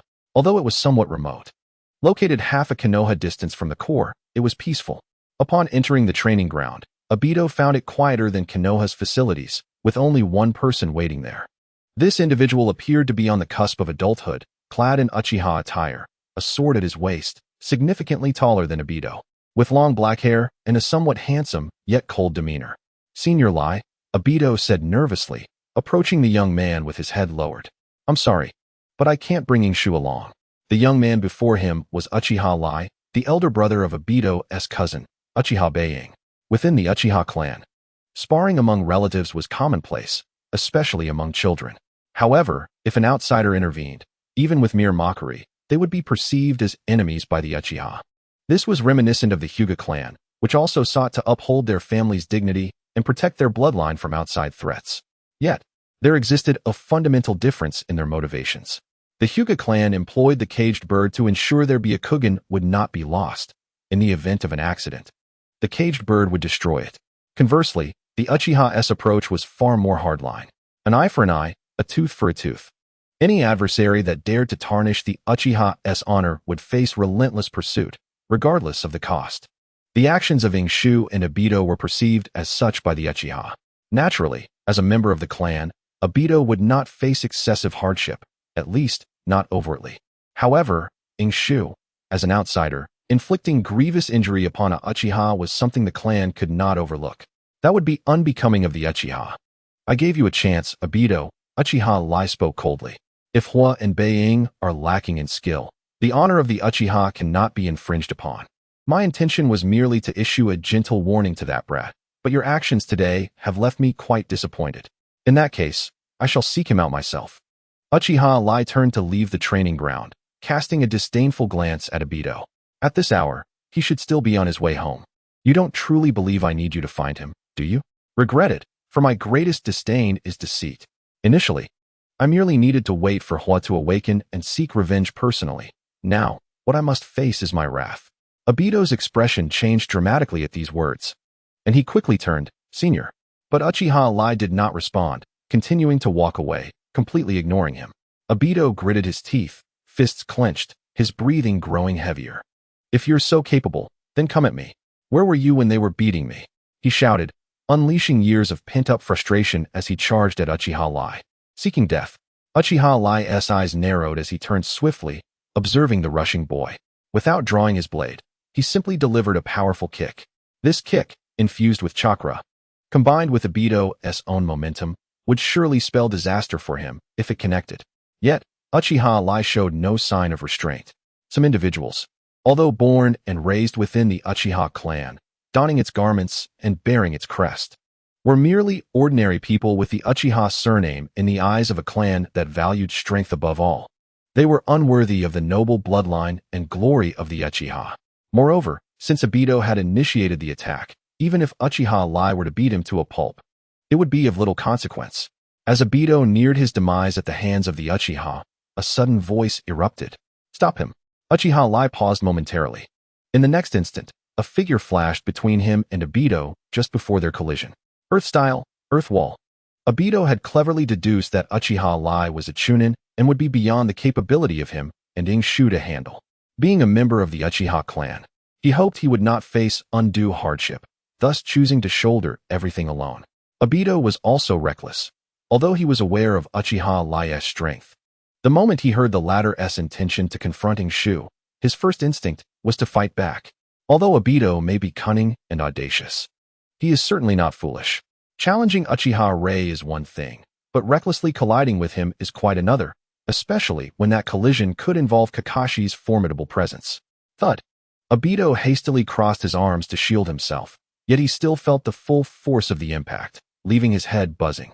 Meanwhile, on the other side, the slow-motion formation of two Rasengan by Aishi had already propelled him towards Uchiha Rei. "How dare you strike Obito? Do you not realize that I am his protector?" Chapter 20. The battle against the Chunin in the realm of ninja combat. Outcomes are often determined in the blink of an eye. Kakashi swiftly intervened, separating Obito from Uchiha Rei, while Aishi charged forward, Rasengan in hand, aiming directly for Uchiha Rei. However, The disparity in strength was glaringly evident. Uchiha Rei remained remarkably composed in the face of Eishi's advance. He stood firm, sidestepping Eishi's attack with ease, then delivered a crushing knee strike that connected squarely with Eishi's face, sending him hurtling backward. Yet, Uchiha Rei's brow furrowed in mild annoyance. A shadow clone. Indeed. The next moment, Eishi's form dissipated into a cloud of white smoke. As Kakashi's earth-style wall crumbled, it revealed 3 young boys standing side by side. The trio, known as the Konoha Ninja Academy's first-year truants, had arrived. "Eishi, you rascal," Obito muttered dazedly, still recovering from the earlier blow. Kakashi's expression darkened. Why? At this critical moment. Was Obito still so insufferable? Your notion of a cleanup seems rather abstract, don't you think? Eishi remarked calmly with a smirk. Does your grandmother know about this? Obito. My eyes are a bit red, he replied, his voice choked. Eishi, however, straightened his demeanor, resolving to settle the score later and focus on the task at hand. Although he had only faced a mere clone, the pain was still palpable, amplified by the unexpected speed of Uchiha Rei, who was undoubtedly a formidable adversary. Eishi felt a twinge of frustration. First, it was Uchiha Kage and his cousin, Uchiha Ryuka. Now, it was this individual. Characters like him, devoid of any notable reputation, had become an incessant source of irritation. The pain was real. Uchiha Rei, the elder brother of Uchiha Ryuka, was at the very least a chunin, possibly even a jonin. Obito finally regained his composure, the earlier discomfort fading away. In the face of a brawl, particularly a group confrontation, he always found his spirit rekindled. He is likely not a jonin. Otherwise, his clone wouldn't stand a chance of getting close, Kakashi analyzed. After all, this is the Uchiha clan. Do not forget the Sharingan and their Jinjutsu. Eishi nodded in agreement. Even if he isn't a jonin, he could very well have awakened the Sharingan. So we must proceed with caution. Not everyone possesses the extraordinary abilities that Obito does. Many who aspired to become chunin never unlocked the Sharingan. And even at their last moments, they might only have achieved 2 tomo. Yet, astonishingly, some managed to leap from 2 tomo to the Mangekyo Sharingan, a remarkable medical anomaly. Eishi remained uncertain if Uchiha Rei had activated the Sharingan, but he could not afford to fight with his eyes closed, thus he had to take a gamble. Uchiha Rei regarded the trio before him, refraining from mockery or overt anger, maintaining an air of aloofness typical of the Uchiha clan. His gaze swept over Obito and Eishi, betraying a hint of disdain, but when it landed on Kakashi, a flicker of caution emerged. Yes, caution, albeit subtle, as he acknowledged Kakashi's lineage as the son of the White Fang, yet did not seem overly concerned. This was Uchiha territory, merely teaching a few youngsters a lesson. There was no need for trepidation. Nevertheless, the Uchiha pride would prevent Uchiha Rei from taking the matter too seriously. So, you 3 are responsible for injuring Kage and Ryuka? With the son of the White Fang present, it is no wonder, he declared, crossing his arms in a posture that suggested he would not initiate the first strike. Kakashi's expression turned peculiar. What should he do? He regretted coming along. It was their fight, not his. If his father were to find out, knowing his father's penchant for mischief, he might even inquire if he was fighting for a girl. Kakashi sighed, feeling as though he had boarded a pirate ship. Eishi, he called out, his tone complex, causing Kakashi to pause momentarily. Was he suggesting that he should leave? Did he not want to involve him? It was reasonable for Kakashi to think this way. The current situation was clear. Obito, though rather eccentric, was undeniably loyal. He had come alone, after all, to protect Eishi. Kakashi naturally believed that Eishi shared this sentiment, appearing cunning yet fundamentally loyal. However, Eishi was destined to disappoint him. This opponent was no trifling matter. They might have only one chance to strike. Obito and I possess a formidable technique, our strongest attack, Eishi proclaimed earnestly. However, this technique required some time to execute. Hence he needed Kakashi to stall for him. Kakashi wore an expression of disbelief, regarding Eishi with a mix of scorn and astonishment, yet he was met with earnest eyes. Not only from Eishi, but from Obito as well. Have you 2 conspired together? Kakashi nearly erupted in expletives, questioning why he had aligned himself with these 2. Yet, he stifled the impulse to turn and walk away, gritting his teeth and saying, Then, you 2, make haste. With that, he bent slightly, resembling a small cheetah, casting a reluctant glance toward Uchiha Rei. Come on, let me witness the disparity between Ryuka and the son of the White Fang. Uchiha Rei still did not draw his sword, seeming to regard it merely as an ornament. Kakashi sighed, and amidst the admiring gazes of Aishi and Obito, he charged forward. My apologies, senior. Kakashi remained polite, not neglecting to greet Uchiha Ray before making his move. Uchiha Ray responded with the customary Uchiha etiquette, raising his hand to block Kakashi's punch, then delivering a kick aimed at Kakashi's chest. You have yet to reach the level where you can offend me. Kakashi, once again at a loss for words, deftly spun away, transforming his hand into a blade and executing the sword techniques he had diligently practiced since childhood. Yet, he pondered, why were members of the Uchiha clan so insufferably arrogant? Compared to Uchiha Ray, Obito seemed almost endearing. Obito was even more insufferable. Kakashi fought through his frustration in the heat of battle. Meanwhile, Aishi and Obito had completed their preparations. Kakashi, get out of the way, Aishi shouted. Having readied the hydrogen balloon that consumed nearly all of his chakra, Obito also puffed up his cheeks, forming the necessary seals for the great fireball technique. Kakashi immediately ceased his engagement, retreating swiftly while rubbing his arms upon landing. This individual truly embodies the prowess of the Uchiha clan, exhibiting immense strength and exceptional martial arts skills, with each strike remarkably precise, all without even activating the Sharingan. Yet simultaneously, Kakashi felt a flicker of anticipation. That technique, could it be their combined ninjutsu? According to that fellow, Aishu, this technique ideally requires a trio working in unison. However, before Kakashi could dwell on it further, the duo's combined ninjutsu was already aimed squarely at Uchiha Ray.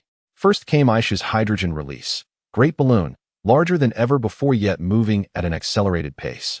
Following closely was Obito's great fireball technique, both of them executing their moves with utmost precision to avoid premature detonation. Obito was particularly serious about this. His prior miscalculation had nearly resulted in Aishu's right hand being scorched due to a poorly discarded ignition cotton swab. While Aishu's eyes reflected a hint of concern, they brimmed more with confidence.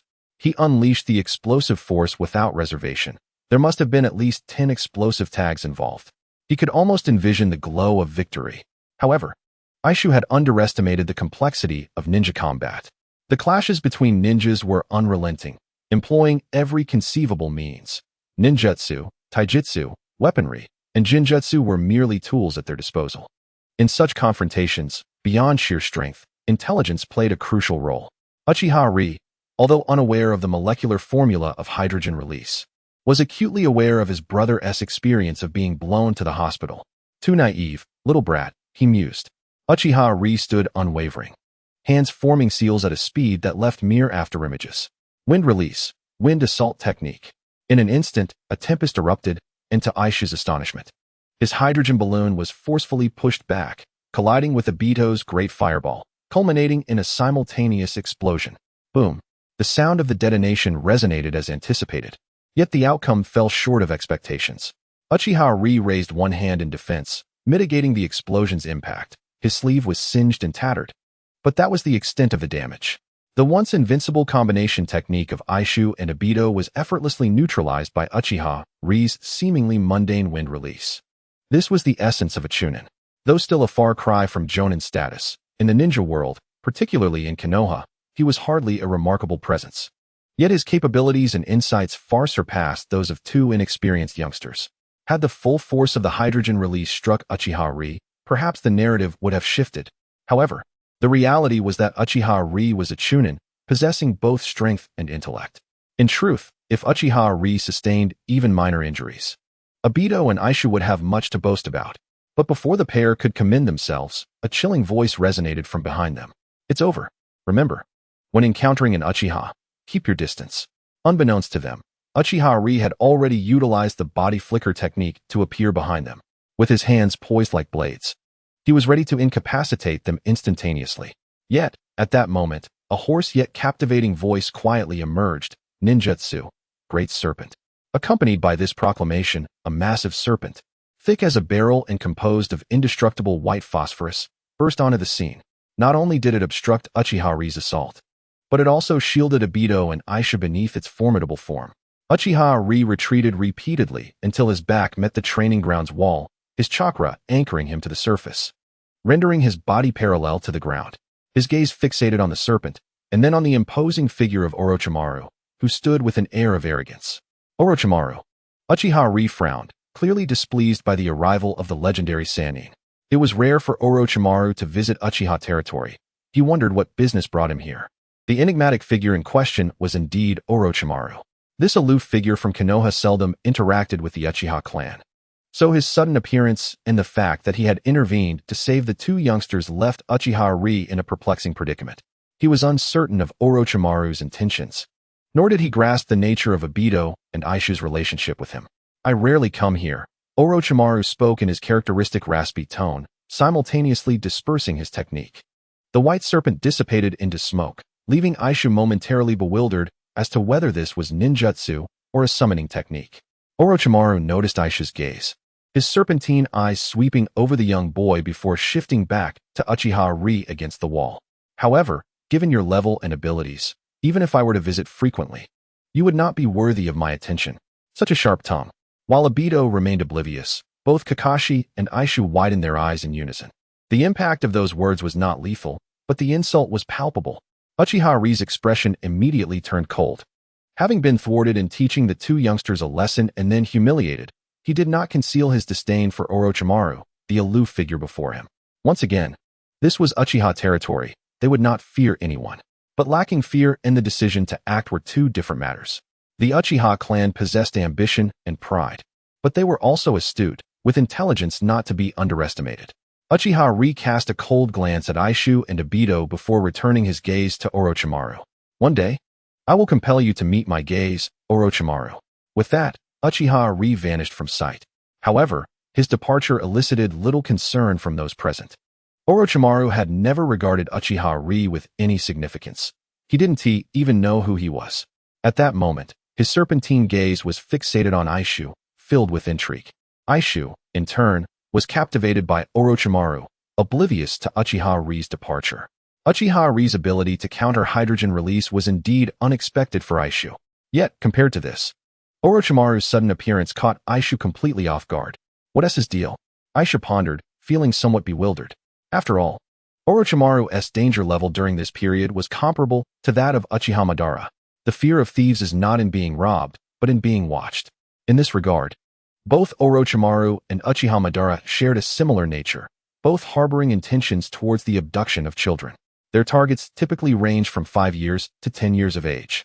"It seems you have become quite adept at chakra manipulation." "Excellent," Orochimaru remarked, his voice raspy yet enchanting, leaving Obito clouded in confusion, igniting Kakashi's curiosity, and causing Aisha's heart to plummet. This man indeed harbored ulterior motives towards him. The tone suggested he had been lurking for quite some time. In truth, the primary credit belonged to Obito, whose progress had been the most significant. Aisha decisively chose to let Obito take the forefront, hoping Orochimaru would soon recognize Obito's potential and challenge Uchiha Madara. However, before Aishu could elicit any gratitude from Obito, Orochimaru suddenly raised his fingers once more. This startled Aishu, prompting him to gather chakra into his palms and enter a defensive stance. In moments of urgency, a person's potential often surges forth. Aishu's record for forming a Rasengan was 3 seconds, and this time, he managed to compress that time by an entire second. However, just as he prepared to unleash the spiral sphere in a desperate bid to defend his honor, Orochimaru revealed a small white snake holding a scroll in its mouth. Obito was momentarily bewildered.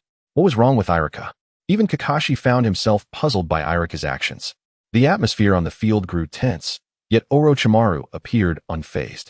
With a smirk that sent chills down one's spine, he regarded Iruka with a mix of amusement and intrigue. "Your technique demands a high level of chakra transformation. Here are some ninjutsu that will suffice for your current abilities." As he spoke, Orochimaru's form began to dissolve into the ground, giving the impression of sinking into the earth. The little snake spat out a damp, sticky scroll before vanishing alongside Orochimaru. "I look forward to our next meeting," his voice echoed in the air, causing Iruka's expression to shift repeatedly. First, he thought of the old man, then of Orochimaru. He felt as though he had unwittingly stirred up trouble, though he was not even at the age of reckoning.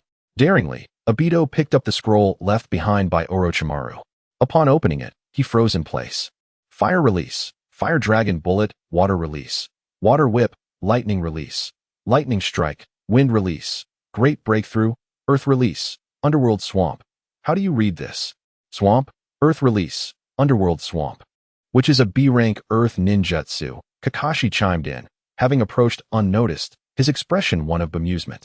Obito exclaimed in shock, "Wow, we hit the jackpot." Irika. Orochimaru had left behind 5 ninjutsu of considerable caliber, far superior to the small water sphere and battery-like techniques that Irika knew. Orochimaru is truly a kind and approachable senior. Kakashi marveled after a long moment of astonishment. This remark finally brought Irika back to his senses. Kind and approachable? Give me a break. When he defected from the village, a single glance from him made you question your very existence. That was the epitome of kindness. Irika pondered, at this point in time. Orochimaru shouldn't he have transformed into a scientist yet, right? According to my recollection, he strayed from the path after failing to become Hokage. There should be no reason for him to fixate on me now. In the future, I must find an opportunity to properly thank Orochimaru, Obito sighed. Gazing at the scroll containing the fire dragon technique, Irika nodded in agreement, regardless of the circumstances. Orochimaru's appearance today had indeed been a tremendous boon for the three of them.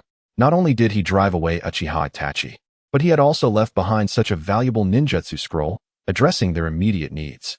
Just hearing the names of those ninjutsu made Irika realize their potential usefulness, particularly in relation to his hydrogen release technique. Truly, Orochimaru was a commendable ally. It's a shame the Hokage position is passed down through recommendation, otherwise, I would certainly cast my vote for you, Irika mused. The future transformation of Orochimaru was of little consequence to him. After all, that was a matter for another time. Given a chance, he too could become a genuinely kind individual, and one who truly embodied the essence of peace. Chapter 22. The long road ahead after a brief tumult.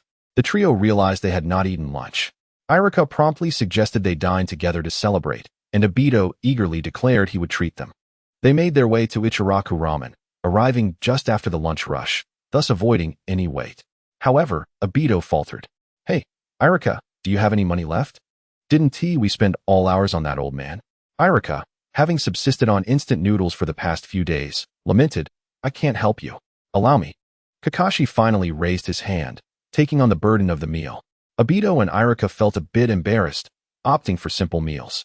Yet, when Kakashi produced a thick wad of cash, even thicker than a textbook, their eyes widened in disbelief. "Kakashi, how can you be so wealthy?" Obito exclaimed. Irika felt a twinge of irritation. It was understandable that Kakashi, being the son of the White Fang, had better circumstances. However, carrying around years' worth of living expenses was rather excessive. "This isn't my money. It belongs to my father." Kakashi quickly tucked the wallet away, casting a disdainful glance at them. "It's from my last mission's reward, but since I had to leave the village for another task, the Umbu left the money with me." Obito stood in stunned silence for a long moment, ultimately letting out a sigh. "I really wish I could graduate soon and start earning as a ninja." Irika blinked and exchanged a meaningful glance with Kakashi. Graduation and early graduation, then Chunin and Jonin. Kakashi held a remarkable record in this regard. Such a record was so formidable that even Uchiha Itachi would later find it unattainable. Yet, the tragic circumstances behind that record were sobering. Irika calculated the time. It seemed that event was drawing ever closer. A legendary warrior should not meet their demise in battle, but rather succumb to the whispers of their own comrades, falling prey to their own fragile hearts. The notion felt somewhat abstract. After lunch, the trio returned to the familiar grove. They had come to train, but rather than engage in a straightforward battle, they withdrew the scroll left by Orochimaru. The scroll contained 5 common element ninjutsu of moderate difficulty, which were not typically accessible to mere genin. However, none of them seemed deterred by this notion. Kakashi even remarked that these techniques were easily attainable from his father if desired. This revelation sparked a thought in Irika. Perhaps he could mooch off Kakashi for ninjutsu in the future? Of course, that would require the White Fang to still be alive, a matter for another day. Obito, do you think the fire release, fire dragon technique might be too challenging for you? Irika asked, his expression a mix of concern and curiosity. Shouldn't we master the fireball technique completely first? This was not a ploy to provoke. Irika genuinely worried that Obito might bite off more than he could chew. However, if Obito was determined to learn, he would not stand in his way. He was simply concerned that if Obito failed to master the fire dragon while forgetting the fireball, it would be akin to losing both the sesame seed and the watermelon rind. I don't think it's a major issue. Obito seemed to grasp Irika's intent, but remained eager to give it a shot. I'm quite familiar with the fireball technique. And the hand signs for these two techniques are quite similar. I should manage. Very well, Irika conceded, turning his attention to Kakashi, his demeanor more serious now. Kakashi seemed to sense Irika's intent and adopted a grave expression. As I mentioned, the technique I envision for changing the world, for creating a new era, ideally requires 3 of us, Kakashi. Understood, Kakashi nodded solemnly. Irika continued, for this lightning release, we should learn it simultaneously. This will facilitate my chakra coordination later on. Once Obito masters the fire dragon, we can attempt to use all 3 techniques at once.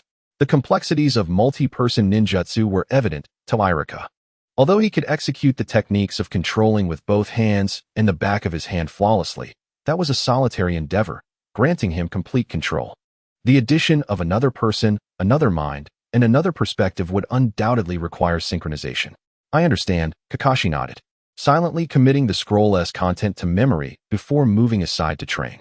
Irika, meanwhile, was not idle. Compared to Obito and Kakashi, his workload was the heaviest. At present, he possesses the ability to wield 3 forms of ninjutsu: lightning release, water release, and the sage art symbolizing yang release. Although Obito is currently unable to master fire release, it is imperative that he becomes proficient in both lightning and water release to minimize errors. Concurrently, he must also focus on cultivating sage art to ensure a sufficient infusion of yang release into his water release techniques. In essence, it is akin to a single individual juggling 3 jobs, yet Aisha's aspirations extend beyond this. He yearns to grasp the transformation of chakra attributes. For the second stage of hydrogen release aims to transcend the theoretical barriers of the reaction process. It is a formidable journey ahead. The 3 youths trained diligently throughout the afternoon, devoid of passionate battles, yet an unspoken competition simmered beneath the surface. Obito desperately sought to prove himself, hoping to master the great fire dragon technique before Kakashi could learn lightning release. Initially, Aishu had not harbored such thoughts, but the prospect of simultaneously mastering 2 techniques while Kakashi and Obito each acquired only one ignited a fervent sense of accomplishment within him. After all, a man remains a boy at heart until his last breath. However, the competition concluded as twilight approached, for Aishu had signed a temporary child labor agreement with that eccentric old man. Obito accompanied him, as true comrades share both joys and hardships. While Kakashi was initially reluctant to join, unable to resist Obito's provocation. Are you secretly practicing to surpass both of us? Of course not. The word struck a nerve, nearly inciting Kakashi's ire, yet ultimately he resigned himself and followed along. Thus, the trio arrived at Training Ground 3 of Konohagakure. Yet, after a lengthy wait, as the sun dipped low and the shy moon made its appearance, the old man failed to materialize. Had he forgotten? Aishu pondered, questioning if he had overthought the situation. Consequently, the 3 decided to part ways, each returning to their respective homes. Unbeknownst to Aishu, at that very moment, between the Uchiha clan's territory and Konoha, a disheveled figure fled in haste, glancing anxiously over his shoulder, his face a mask of panic. This individual, battered and bruised, his original appearance obscured, bore the Uchiha clan's insignia on his tattered clothing, confirming his identity as Uchiha Rei. At this moment, Uchiha Rei was far from the imposing figure he had been earlier in the day, even daring to stand up to Orochimaru. Now, however, fear consumed him. Within the Uchiha territory, no matter how audacious Orochimaru may be, he would not dare to act against him. Yet just moments ago, he had truly faced a life-and-death situation. He had not even caught sight of his assailant or their attack. All he knew was that it was a powerful earth release user, leaving him no room for resistance. Had he not reacted swiftly, he might have been buried beneath the earth itself. Heaven only knows what transpired. This was Konoha, after all. I'm almost there. Just a little further. Uchiha Rei muttered frantically. Once he reached the Uchiha territory, his life would be safe. Meanwhile, a figure had ceased the pursuit behind him. Clad in tattered clothing and wearing a low-quality mask acquired from a roadside stall. This individual scoffed disdainfully at Uchiha Rei's frantic escape. The laughter was filled with disdain, yet carried an air of age, indicating he was no youth. Is this all? The Uchiha of today has truly lost their edge. As night fell, Aishu concluded his ninjutsu training, his thoughts in disarray. The primary source of his turmoil revolved around Orochimaru. While Aishu felt grateful for Orochimaru's actions, he wished to maintain a clear boundary between them. Just as he grappled with these thoughts, a sudden commotion at the entrance caught his attention. "Who is it?" Aishu inquired, moving to the door and discovering it empty, though a refreshing breeze swept through, providing a touch of coolness in the summer heat. As he prepared to close the door and retire early to rejuvenate for the next day's endeavors, a figure materialized within his room, causing Aishu's expression to shift dramatically. "What the?" he exclaimed, instinctively preparing to unleash a Rasengan. Prior to the second stage of hydrogen release, the Rasengan would serve as Aishu's go-to technique for unexpected situations, such as encounters with Uchiha. However, upon recognizing the figure, the chakra in his palm dissipated. Aishu's expression morphed into one of incredulity. "What brings you here?" "Ah, I told you. I have marked you with my chakra. Even if you escape Konoha, I can still track you down. What is this? After just one day, do you wish to become a tree?" It was indeed that eccentric old man, whose age surpassed even that of Kokai. Aishu had thought the old man had forgotten their arrangement due to his age, only to find him arriving that very evening. "I waited for you until sunset with the Beto, yet you never appeared. What was I supposed to do?" Aishu frowned. His day had been far from smooth. First, Uchiha Rei had disrupted his hydrogen release with wind release. Then the peculiar Orochimaru had handed him a lollipop. Although he had escaped without harm, the day's events left him feeling utterly drained. Thus, he naturally did not greet the old man with warmth. However, the old man's demeanor contrasted sharply with Aishu's. He appeared jovial, his complexion rosy, even drinking with a newfound boisterousness. "Let's let today slide. We can make up for it later." The old man waved his hand dismissively, taking another swig of alcohol. Just as Aishu was left bewildered by this, the old man suddenly turned his gaze upon him. "Boy, it feels unpleasant to be unable to best others, doesn't it?" Aishu froze at the words. So many events had transpired that day, and his subconscious instinctively associated the statement with Uchiha Rei. Then, with an instinctive leap, he excluded the old man from this equation, relating it instead to his own predicament of forced labor. This cognitive shift occurred in an instant, yet in that moment, a new question emerged in Aishu's mind. Who exactly was the old man referring to? Aishu, a humanities student with a penchant for philosophical musings, lacked knowledge in finance or warfare. Since his arrival in this world, he had not even managed to sustain himself with a bowl of Ichiraku ramen, and nearly found himself subjected to a private reprimand by someone else. Yet, this did not hinder Aishu's agile thinking or his fiery spirit of defiance. The identity of the old man's reference was inconsequential. What mattered was his own sense of discomfort. "It's quite distressing," Aishu declared, gazing resolutely into the old man's eyes. "There's a strange sensation, a constant gnawing feeling that renders me breathless, compelling me to reflect. I even begin to envision myself acquiring formidable power to vanquish my foes, pinning them down and rubbing their faces into the ground until they bleed. Yet I know that, in my current state, I am incapable of such feats." Uchiha Being, his elder brother, is undeniably strong. It is no exaggeration to state that we exist on entirely different planes of existence. It resembles the disparity between a professional boxer and a social media influencer flaunting their biceps. The Rasengan and hydrogen release are indeed powerful techniques, with futures poised to reshape the world. However, Aishu was acutely aware of his own inadequacies. His physical skills, experience, and chakra were all lacking compared to the Uchiha Lai, who was expected to be a Chunin. In terms of combat experience, he even fell short of Kakashi. Ultimately, the difference between a child bickering and a ninja in battle was vast. Aishu's words, though seemingly a response, were more a reflection of self-examination. He had a long way to go. The old man gaped, momentarily rendered speechless by Aishu's answer. Is this child truly so mature? The elder felt that the myriad of responses he had prepared had suddenly become irrelevant, and he could not help but inquire, "What do you intend to do?" "What to do?" Aishu rolled his eyes, exasperated, shrugging his shoulders. "Of course, I must grow stronger. I can't simply wait for others to come to my aid, can I? I also wish I had a Hokage for a father, but that is not the case." For some reason, upon hearing Aishu's words, the old man's gaze suddenly became evasive. Yet, he quickly suppressed this peculiarity, crossed his legs, and downed another gulp of alcohol, the flush on his face deepening. "Indeed," he mused. Aishu rolled his eyes again. "So, you came to my house so late just to confirm whether I went out this afternoon? Now that you know, can you leave? I'm at an age where I need to grow, and I cannot afford to skimp on sleep." The old man's drinking paused as he realized he was being shown the door, and he immediately resumed his earlier irritable demeanor. What nonsense. When I was your age, I could battle Uchiha for 3 days and nights and had never seen. Realizing he had let slip something he shouldn't have, the old man's expression shifted. And he was about to remedy it when he caught sight of Aishu's contemplative expression and sighed. Oh well, you will find out sooner or later, he thought. Taking another swig. In any case, at your age, aside from growing taller, it is crucial to develop your body. None of the formidable ninjas were those who slept early as children and suddenly grew overnight. As he spoke, the old man stood up and walked straight towards the door. You're in luck, boy. I see you have a decent aptitude for chakra and a cunning nature well suited for a ninja. If you wish to grow stronger, come find me before dawn tomorrow. Of course, if you are afraid of not sleeping enough to grow taller, then don't bother.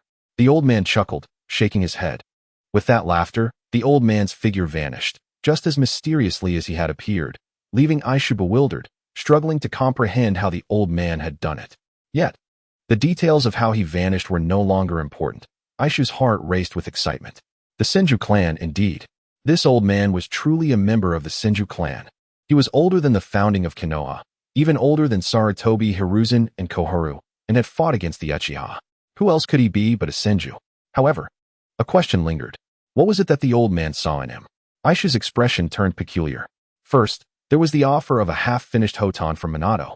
Then Orochimaru generously gifting him a lollipop, and now a grandfather who was 99% likely a Senju. His social connections seemed quite remarkable after all. Chapter 24. The Bonds of Morality. The Seal of Conscience, Lord, 3rd Hokage. Shikumo? When did you return? Is it very dire? In the late hours of the night. At the residence of the 3rd Hokage and head of the Sarutobi clan, Sarutobi Hiruzen, engrossed in reviewing documents, looked up at the serious expression of White Fang, who had just returned from a reconnaissance mission. As you anticipated, Lord 3rd. White Fang produced a scroll stained with dried blood from his chest and handed it to Sarutobi Hiruzen. Awagakure has gathered a large number of ninjas towards the borders of the Land of Earth, and the vanguard has crossed the Kaminari Bridge, lying in wait in the Land of Grass. This is aimed directly at Konoha, Shikumo. Sarutobi Hiruzen carefully secured the scroll, his voice growing somber. The might of the ninja has not faded, though past his prime. The lion under the setting sun still bears great authority. It's only a matter of time before Kirigakure joins the fray. It seems the Third Shinobi World War cannot be averted, Lord 3rd, White Fang replied gravely. In truth, it was clear to any discerning mind that Kirigakure's involvement on the battlefield was only a matter of time. Furthermore, their direction of attack would likely mirror that of other ninja villages, heading straight for Konoha as in past Shinobi World Wars. The disparity between Konoha and other ninja villages was too great. The first Shinobi World War produced a jutsu professor, and the second brought forth the White Fang and the legendary 3 ninjas. Despite being in a phase of attrition since the first Shinobi World War, Konoha had consistently maintained its position as the foremost ninja village. This existence, which disrupted the balance of power, was not permitted by human nature. Kiri has initiated an attack. Sarutobi Hiruzen retrieved another scroll, similarly stained with dried blood, and tossed it to White Fang. White Fang caught it carefully. It was the last respect for those heroes who could not even be buried in Konoha. Kiri has forged 7 powerful ninja blades, wielded by elite jonin, known as the 7 Ninja Swordsmen, whose strength is formidable and methods ruthless. They have already annihilated a small nation. They are now heading towards Konoha. Unbeknownst to him, Sarutobi Hiruzen had already picked up his pipe. As White Fang studied the scroll's information, Sarutobi Hiruzen took a puff. The room soon enveloped in swirling smoke. The 7 Ninja Swordsmen. White Fang pondered for a moment, his eyes igniting with fierce determination as he looked up. Lord Hokage, I wonder whose blade is sharper, theirs or my White Fang's. Eager for battle, White Fang volunteered, yet he failed to notice the peculiar look in Sarutobi Hiruzen's eyes. You have a more important task, Shikumo. Sarutobi Hiruzen deftly deflected White Fang's eagerness. As for Kirigakure, I have entrusted the entire responsibility to the Hyuga clan, with numerous Hyuga clan members. The effectiveness of Kirigakure's mist jutsu will be minimized. While we do not seek victory, we can at least ensure they are held at bay. As he spoke, Sarutobi Hiruzen exhaled smoke and continued. Compared to Kirigakure, the battlefronts against Awagakure and Kumogakure require your presence far more, Shikumo. White Fang was momentarily taken aback and immediately knelt. Yes, Lord Hokage. At dawn, as the first light of day approached, Aishu made a decision that defied ancestral teachings. Today's breakfast would consist of instant noodles. Having filled his stomach, Aishu stepped out of his home, cloaked in the starlight of dawn, facing the gentle breeze with resolute strides. Today would mark the first day of his journey toward strength. Before long, Aishu arrived at training ground number 3. The old man had yet to arrive. But Aishu was not concerned. Finding a spot, he began to refine his chakra, his mind engaged in simulating the operation of a new ninjutsu. In stark contrast to the restless thoughts of the previous night, Aishu appeared exceptionally focused at this moment. Having lived 2 lives, his worldview had changed. Yet his values remained steadfast. The only difference was the method of striving, shifting from a 996 work culture to one of combat. Finally, as the moon was ensnared by clouds, and the first rays of the sun beckoned from the horizon, the old man's figure finally appeared. Yo! The old man caught sight of Shu and initially intended to tease him with a quip about arriving rather early. However, upon witnessing the earnest expression on Shu's face, the old man gradually adopted a more serious demeanor. I am ready, let us begin. Shu's enthusiasm left the old man somewhat disconcerted, yet he felt it was a true reflection of the young lad's character, much like those from his past. Strike me, the old man uttered with surprising boldness. Yet, Shu remained undeterred, standing firm and gazing intently at the old man, his eyes reflecting a hint of confusion. Just envision me as the person you despise the most and act swiftly. Do not dawdle, the old man urged impatiently. But Shu shook his head, seemingly constrained by moral integrity, as if bound by conscience. The old man's impatience grew. What I mean is, there is no need for imagination. With a hum, Shu charged at the old man, hands poised with 2 swirling orbs of chakra. Having read numerous novels in his previous life, he understood the procedure. He believed that giving his all would allow the old man to comprehend his true essence. The old man observed Shu's approach. And now it was his turn to feel perplexed. No need for imagination, you little rascal. Is this your method of attack? I wonder who you resemble. As he murmured to himself, a glimmer of satisfaction lit up his gaze. However, this exchange transpired in the blink of an eye. The old man raised his fingers, forming a seal, and an overwhelming surge of chakra enveloped the land. While the aura was impressive, its speed was lacking, and the intent was far too transparent. This was no mere street brawl, after all. The old man mobilized his chakra, preparing to entomb Shu in the earth and start anew. This would be Shu's inaugural lesson in the beheading of illusions. Yet at that moment, Shu bellowed, "Do not think you can ensnare me with the same trick twice, you old rascal." With a mighty roar, he slammed one hand onto the ground, and the swirling orb of chakra erupted forth, creating a significant crater. The destruction of the turf was secondary. Most importantly, the old man's buried chakra was disrupted. Shu, undeterred, accelerated his assault, directing the remaining orbs at the old man, while his freed hand began to form yet another. During this time, Shu had discerned a crucial insight. In a natural state of restoration, without extracting chakra, he could unleash 3 fireballs in a single day. This was his limit. In contrast, under the same conditions, he could produce more than 5 swirling orbs, excluding his miniature version of the swirling orb, akin to Boruto's. Shu reached a remarkable conclusion. His chakra reserves seemed to surpass those of an ordinary individual. Now, faced with this ancient sage, a bold hypothesis took root in Shu's mind. Could it be that his lack of a surname was not due to lineage with figures like Orochimaru or Jiraiya? Was it possible that he was treading the path of Tsunade? This conjecture was audacious, bordering on a dream. Yet, because of this, Shu felt a flicker of hope. After all, even if he was overthinking, there was nothing to lose, was there? And who knew? Dreams sometimes materialized unexpectedly. Chapter 25. 1 month later, a month had passed in the blink of an eye. On this day, Shu rose early, as was his routine, boiling water, washing up, and preparing instant noodles. Yet just before stepping out, he noticed a special date marked on the calendar. His steps faltered, and his brow arched. Has it truly been so long? Today marked the birthday of the original owner of this body, as well as the memorial day for the owner's parents. Coincidentally, it was also the 180th anniversary of Shu's arrival in this world. He turned to glance at his reflection in the mirror. He still looked handsome, albeit a bit darker and leaner, appearing more refined. Additionally, he now bore a ninja tool pouch strapped to the outer side of his thigh, enhancing his ninja-like appearance. A month may seem neither long nor short, but it was sufficient time to shed bad habits or cultivate new ones. For Shu, who had dedicated himself to relentless training, this month had brought a qualitative leap in his ninja skills. Ninja aptitude encompassed not just physical prowess, ninjutsu, and illusion techniques, but a myriad of essential skills. The old man had imparted knowledge to Shu that transcended conventional boundaries. For instance, techniques for concealing presence and traces, analyzing battlefield conditions, covert communication, reconnaissance, and even the nuances of assassination. All these were lessons unattainable within the confines of a ninja academy, which primarily focused on the will of fire and fundamental ninja codes.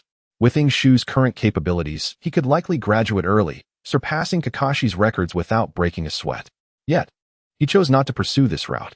During this period, the atmosphere in Konoha had noticeably quieted, while ordinary citizens were unaffected. The number of ninjas leisurely wandering the streets had dwindled significantly. The Third Great Ninja War had erupted, and graduating now meant heading directly to the battlefield. Shu was unafraid, but Tobi was not yet ready.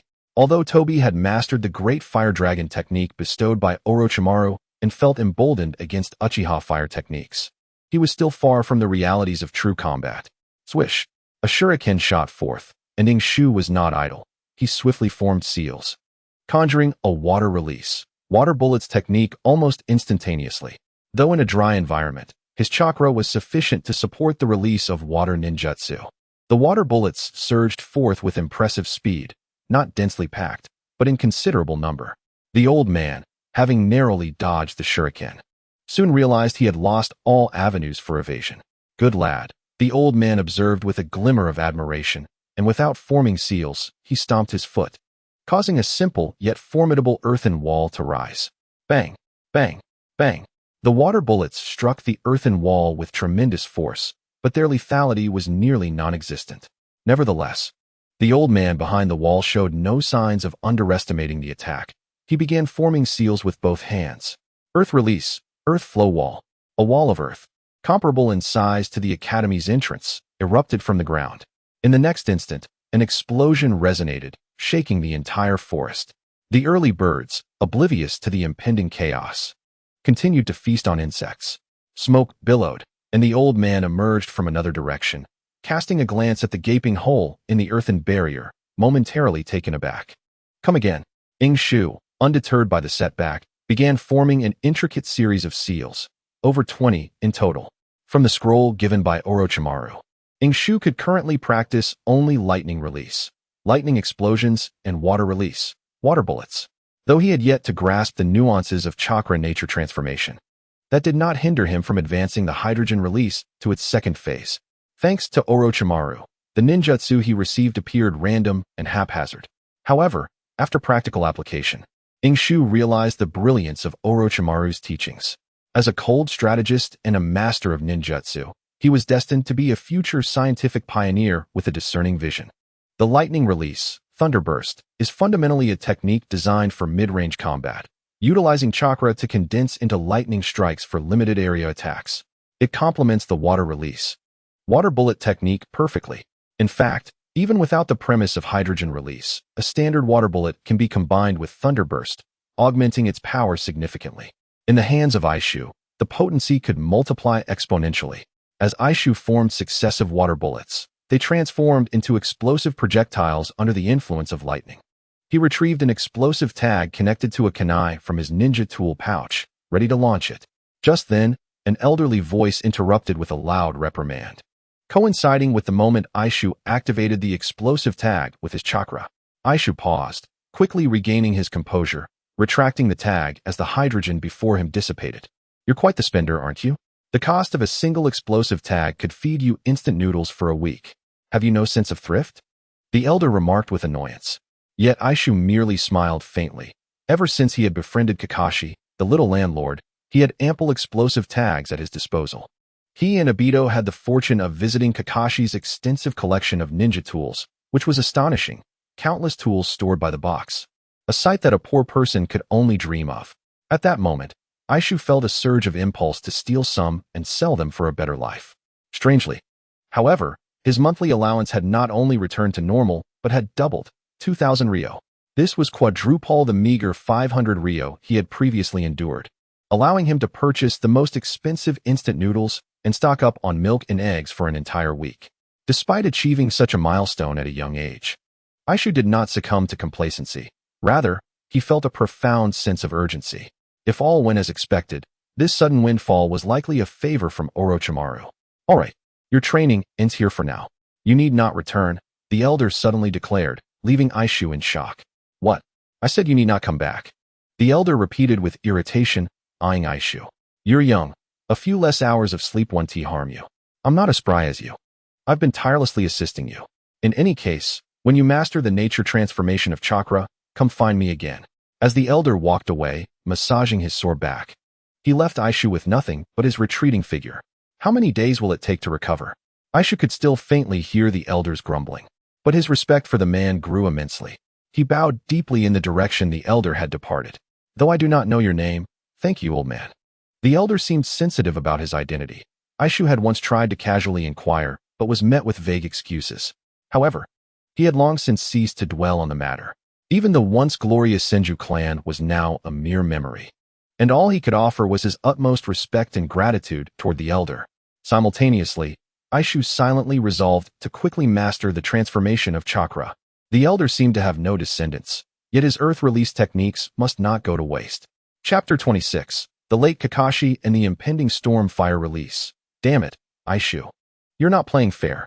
Obito, in the midst of hand signs, was abruptly interrupted by several water bullets, forced to evade and groan in frustration. I know you're fast, but you can't deny me the chance to complete my seals. Obito pleaded. The enemy will only be faster than me, Obito. After a series of punches and kicks, Obito lay sprawled on the ground, panting heavily, casting a resentful gaze at Aishu. You've changed, Aishu. You used to be this ruthless only towards Kakashi, but now. Obito turned away, not wishing to see Aishu's handsome face. Speaking of that face, it reminded him of a painful incident. During a recent sparring session, he had accidentally cut Aishu's arm with a kunai. The wound was minor, but still required treatment. Their training sessions were intense, especially since they had faced formidable foes like Uchiha Obito. Obito understood all too well the importance of becoming stronger. At that time, Aishu's chakra was too depleted for him to perform any jutsu, and Kakashi and Obito had to take turns supporting him to the hospital.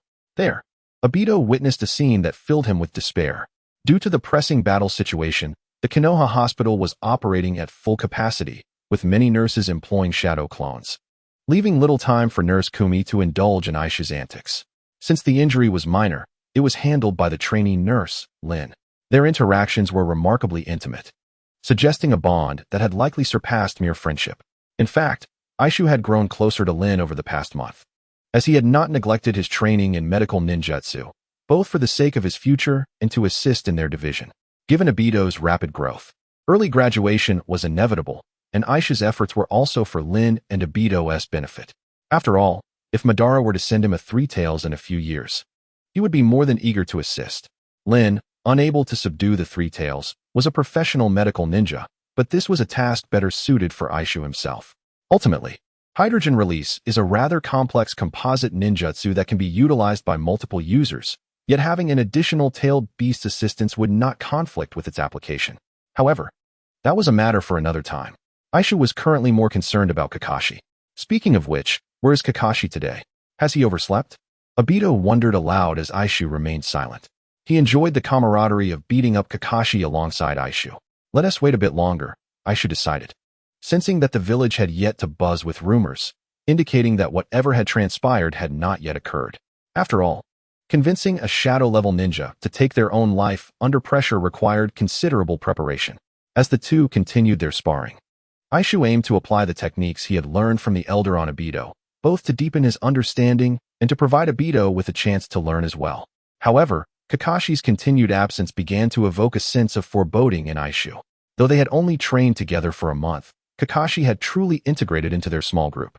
Adhering to the principle of not abandoning one another, Aishu made a decision. Let us go, Obito. We should check on Kakashi. He might be unwell. Walking through the bustling streets of Konoha at noon, the atmosphere was lively. Although the absence of ninjas in green vests was noticeable, it did not detract from the prosperity of the village. Aishu had never been to the front lines, so he couldn't articulate the sentiment that this prosperity was built on blood. Yet he felt an odd sensation in his heart. He glanced at Obito.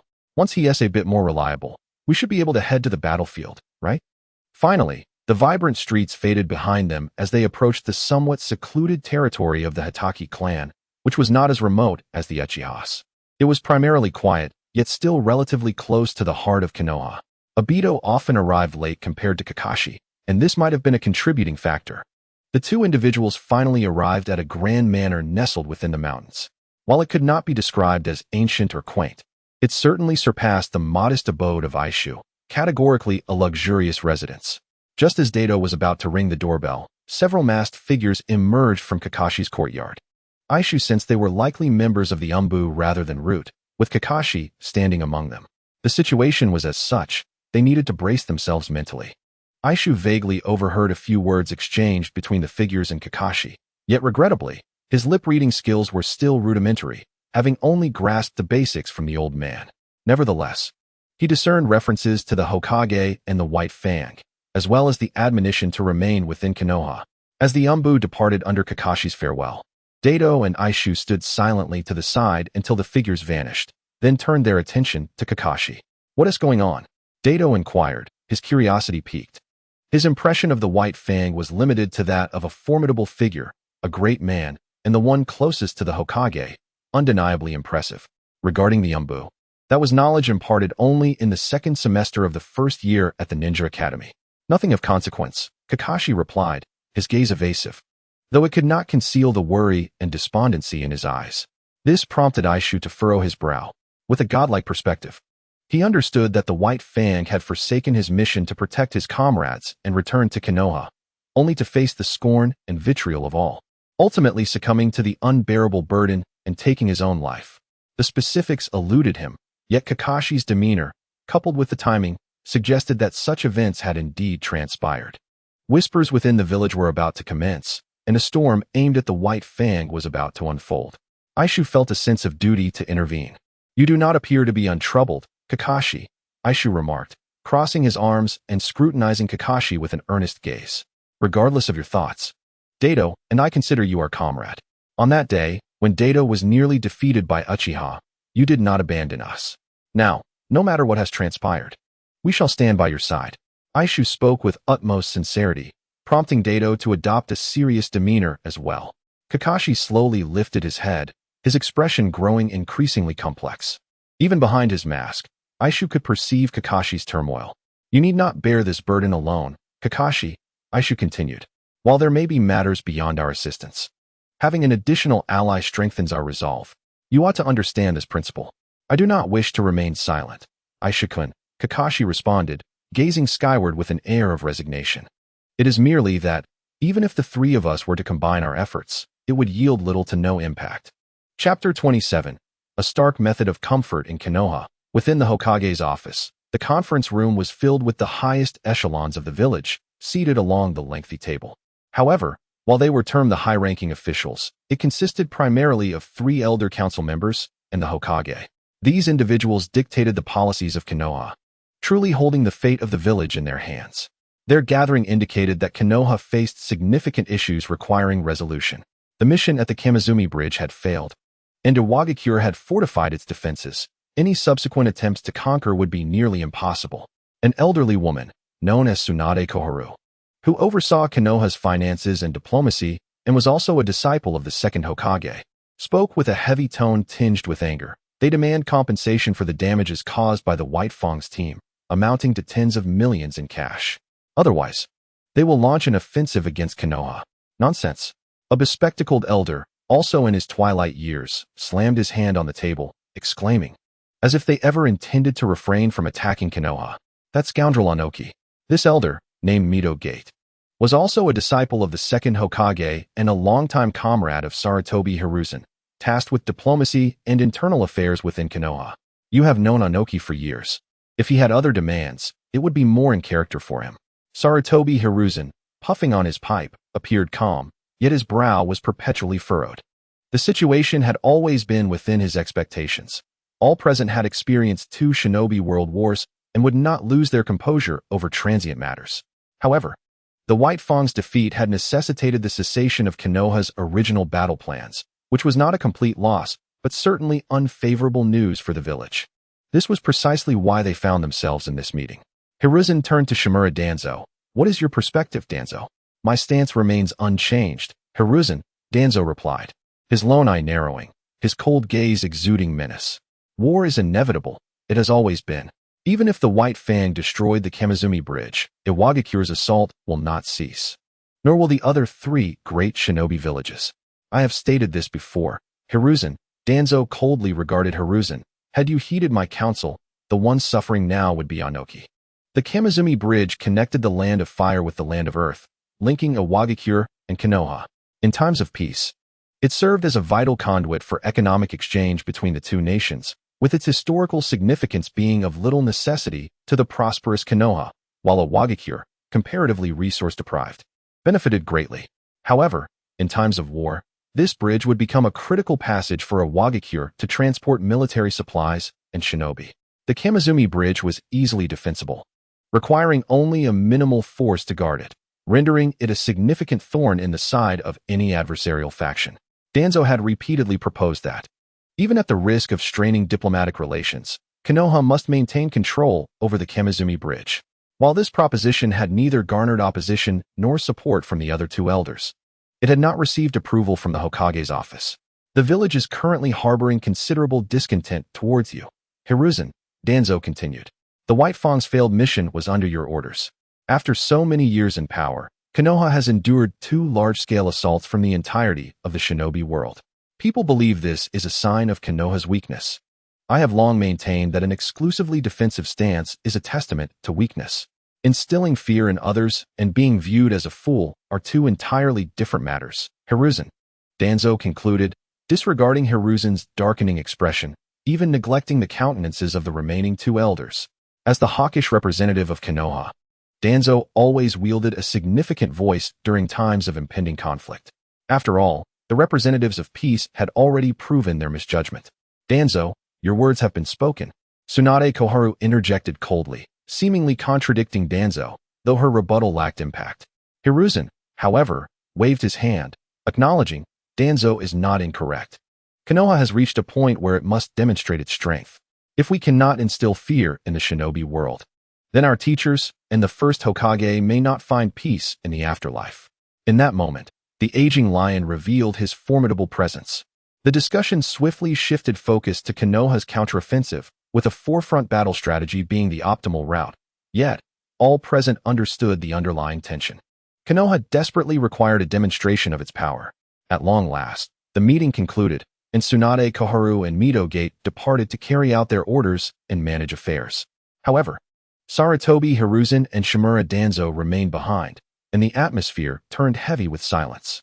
Sarutobi Hiruzen exhaled a cloud of smoke, while Shimura Danzo squinted as if in a state of feigned slumber. Neither appeared inclined to depart. Share your thoughts on the Kamizukikyo Bridge and the defeat of White Fang. Hiruzen finally sighed, his voice low. Danzo opened his eyes but did not respond directly. Instead, he produced a scroll. This contains the complete details of White Fang's mission, from inception to abandonment. My route was involved throughout, and the report will be more comprehensive than what White Fang would provide upon his return. As Hiruzen took the scroll, his expression shifted dramatically, not due to Danzo's encroachment into the Umbu's territory or his direct involvement with White Fang's subordinates, but rather because of the alarming phrase, abandoned mission. Thus, White Fang had forsaken the task to rescue his comrades. At the Hideki estate, in the main hall, Obito could hardly believe his ears. Indeed, Kakashi sighed, his eyes brimming with concern. This is what those Umbu told me. They were once my father's subordinates, and my father has yet to return to Konoha. Beside them, Inosuke remained silent. The situation aligned with his knowledge. White Fang had relinquished the mission to safeguard his allies. This decision had precipitated a series of tragedies. White Fang's suicide, Kakashi's descent into darkness, Obito's death leading Kakashi further into despair, and then Rin, as well as the Minato couple. A tragic cycle akin to a Russian doll perpetually unfolded within Kakashi. Forgive me, I should not have burdened you with this, Kakashi murmured, crouching with his hands clasped over his head, trembling in agony. I simply do not know what to do now. What if my father? The current Kakashi was but a shadow of the future Hokage, who would stand toe-to-toe with Kagaya Otsutsuki. Ultimately, he remained a mere 5-year-old child. The sudden failure of his formidable father and the uncertainty surrounding his fate was evidently a source of immense dread. In such circumstances, even an adult would be overwhelmed with worry, and a more sensitive soul might face emotional collapse. Despite Kakashi's precociousness, his heart remained fragile, which explained his repeated self-isolations. Obito stood nearby, his expression complex, unsure of how to offer solace. Instinctively, he considered treating Kakashi to a bowl of ramen with his meager allowance. Yet before he could voice this thought, Inosuke delivered a swift kick, sending Kakashi sprawling to the ground. Look at you. Whether or not your father returns, do you think he would be disappointed? I don't even want to acknowledge having a companion like you. Inosuke stormed up to Kakashi, seizing his collar and bellowing. This scene left Obito dumbfounded, and Kakashi was utterly bewildered. You must rise to the occasion, Kakashi. Even if White Fang has truly perished, he did so to bring honor to Konoha. The only thing you can do now is train relentlessly to grow stronger. If White Fang is alive, you must complete the task he could not. If he is dead, avenge him by wiping out a Wagakure. Do you understand? Inosuke's approach to consolation was nothing short of hardcore. Having known him for so long, Obito was astonished to discover this fierce side of Inosuke. Just as he contemplated secretly giving Inosuke a thumbs up, he noticed Inosuke abruptly turn to him, his expression grave. Obito felt a sudden rush of anxiety. I will listen. I will train, Inosuke. I promise to become stronger. He rambled, not entirely sure why he felt compelled to explain himself. Inosuke nodded slightly before turning back to Kakashi. For the next week, the three of us will train with all our might, and then apply for graduation. If White Fang does not return, we will march into a Wagakure. I will accompany you. No matter what. This is the only course of action left for you. Do you comprehend? Chapter 28. The Return of White Fang. The light and shadow of the Hokage graduating early does not inherently equate to entering the battlefield. Inosuke understood that, at this juncture, Konoha had not yet reached a point of utter despair. Even in the later stages, when Obito would step onto the battlefield, ensnared by Uchiha Madara's machinations, Konoha had largely refrained from sending young ninjas like them to war. The essence of the ninja world war revolves around the distribution of interests. Far from a dire threat to Konoha's existence, the 4 great ninja villages would deploy their forces to attack rather than unite in a coalition against Konoha, a clear indication of their apprehension. Everyone coveted a piece of Konoha, eager to take a bite, yet none dared to provoke the leading village to its breaking point. Thus, Inosuke believed that, for now, swiftly graduating from the ninja academy to earn his headband was a highly advantageous endeavor. The tense wartime atmosphere could provide experiences and growth unattainable within the safe confines of Konoha. If the old man were willing to teach him, that would be fortunate.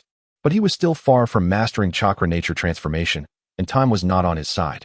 Moreover, even if the old man were to impart knowledge, his teachings would be limited. Inosuke longed for the earth release techniques and the Senju clan's extended chakra reserves, yet he could not simply extract the old man's blood. Above all, Inosuke felt his hydrogen release was now ripe for practical testing. The core of the ninja world could not be understood in isolation. Truths must be verified through experience. Thus, the trio formed a plan to rescue the legendary White Fang, which involved skipping classes for training. However, this time, they prepared their shadow clones in advance, with Obito included. Notably, they did not utilize the basic clone technique. Instead, they employed the more solid shadow clone technique. Inosuke conducted experiments to ensure their success. With over 50% of his chakra, he could maintain the clones for an entire day, even sustaining them through minor scrapes. Yet, he discovered that among the 3, only he could achieve this. Kakashi needed to allocate all his chakra to his shadow clones to last a day, while Obito's clones could only endure half a day and were exceedingly fragile, requiring careful handling. Obito's starting point was indeed the lowest. This realization left Inosuke puzzled, questioning whether his chakra was simply abundant or if the shadow clone technique had grown stronger under the old man's training. Consequently, Inosuke decided to take on Obito's afternoon shadow clone as well, and thus the trio commenced their unique training, no longer merely sparring, but focusing on shuriken throwing, ninjutsu application, and the refinement of hydrogen release techniques. Inosuke envisioned a scenario where he and Kakashi would simultaneously utilize water release, water bullet, and lightning release, lightning strike. Once Kakashi's technique struck him, he would maintain control, still able to unleash the water bullets. Meanwhile, Obito would launch a great fire dragon at their adversaries. amplifying its power with hydrogen release. The Great Fire Dragon, a formidable fire release technique, was remarkable not solely for its power, but for its potential for development. A skilled user could unleash multiple dragons simultaneously, yet Obito, constrained by his chakra, could only focus on directing the dragon's trajectory. According to Aisha's concept, this technique could aptly be named the Blazing Dragon Hydrogen Evasion Cannon. Once successfully honed, the combined chakra of the three would yield an astonishing chemical reaction. Days passed, and the trio immersed themselves in rigorous training, as if holding back a powerful surge of energy. Kakashi transformed his worries into motivation, while Aisha was eager to grow stronger. Obito trailed behind them, seemingly lacking a clear objective, yet he was determined not to allow Kakashi to outpace him. On the fourth day of their training, an explosive piece of news erupted in Konoha. White Fang had returned. In the corridor of Konoha Hospital, the third Hokage Hiruzen Sarutobi and the leader of the Root Organization, Danzo Shimura, moved swiftly. Nurses and ninjas who encountered them expressed their utmost respect before silently parting to clear the way. Nurse Haneo quickly reported the situation: 6 stab wounds, injuries from explosive tags on his calves, but none were life-threatening.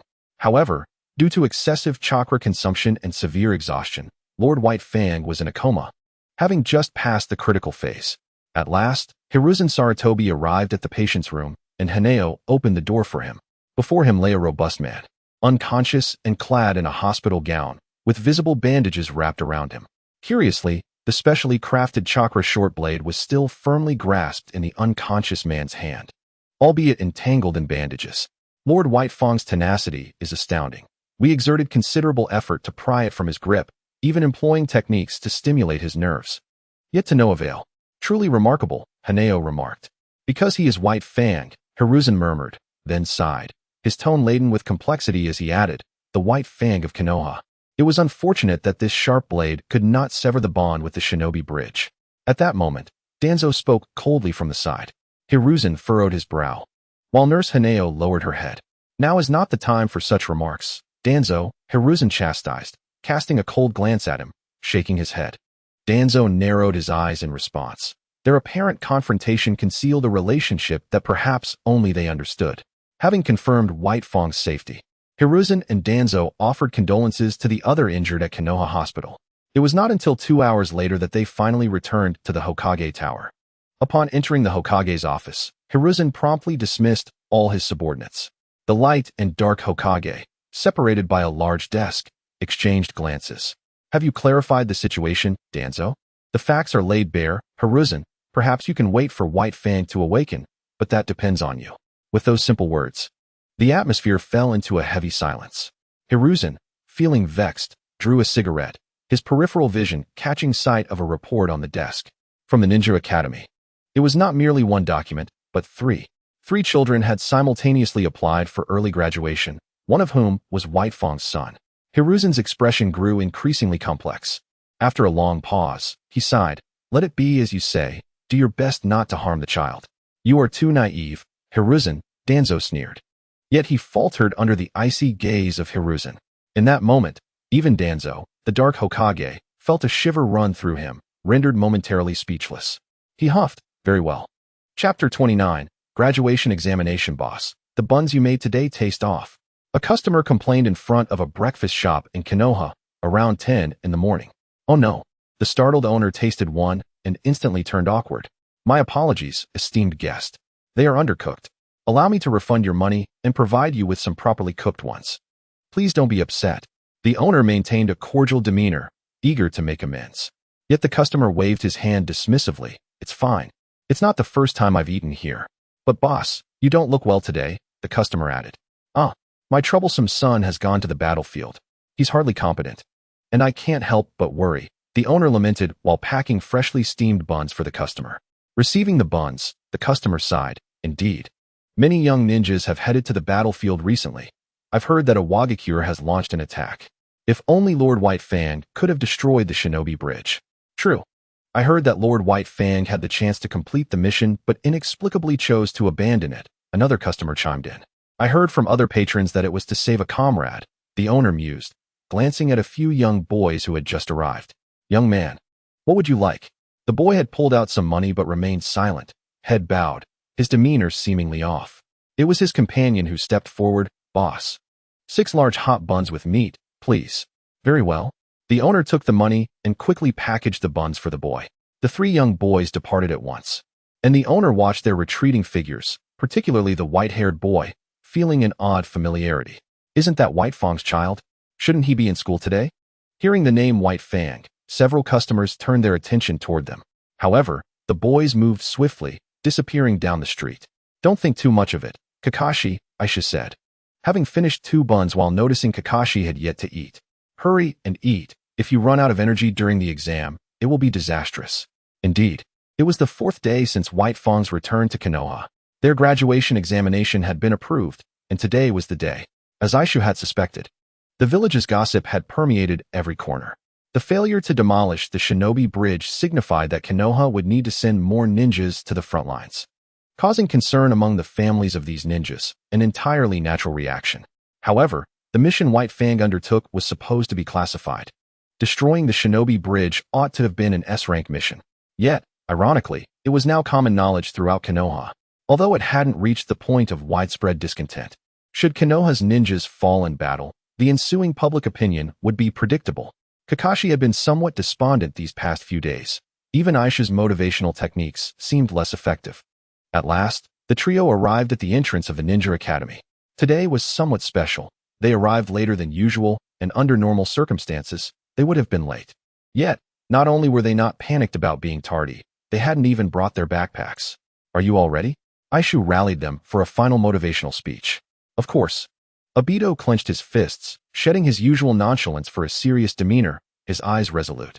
This will be my first step toward becoming Hokage, Obito declared with determination.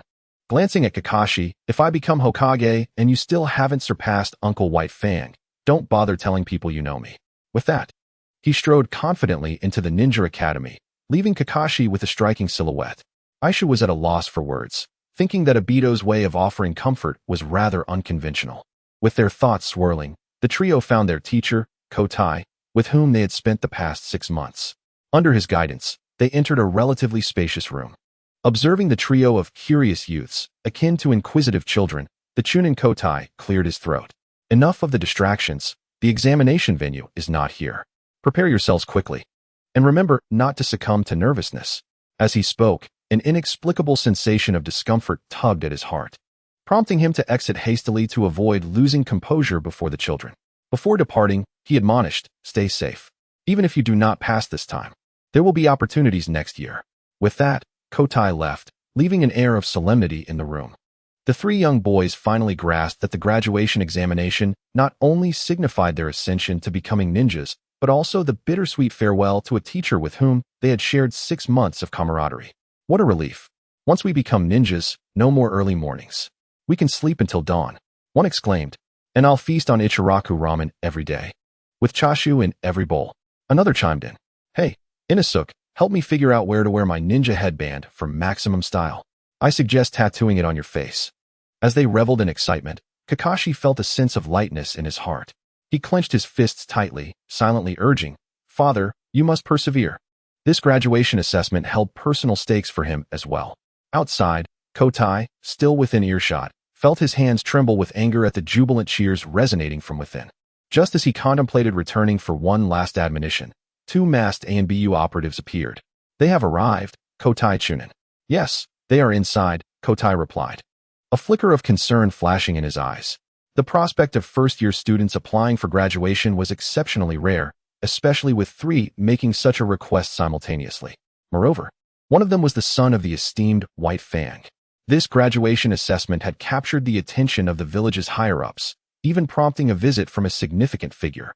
Kotai sighed, realizing that all he could do now was pray for the trio.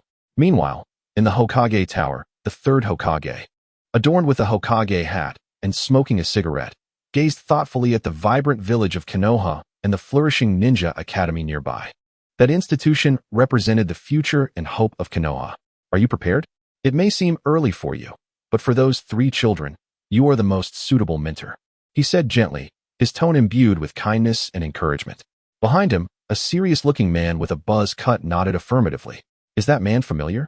Inosuke whispered anxiously, trailing behind the 2 EMBU operatives. It's just a graduation assessment. There's no theoretical knowledge involved. What's there to fear? He retorted dismissively.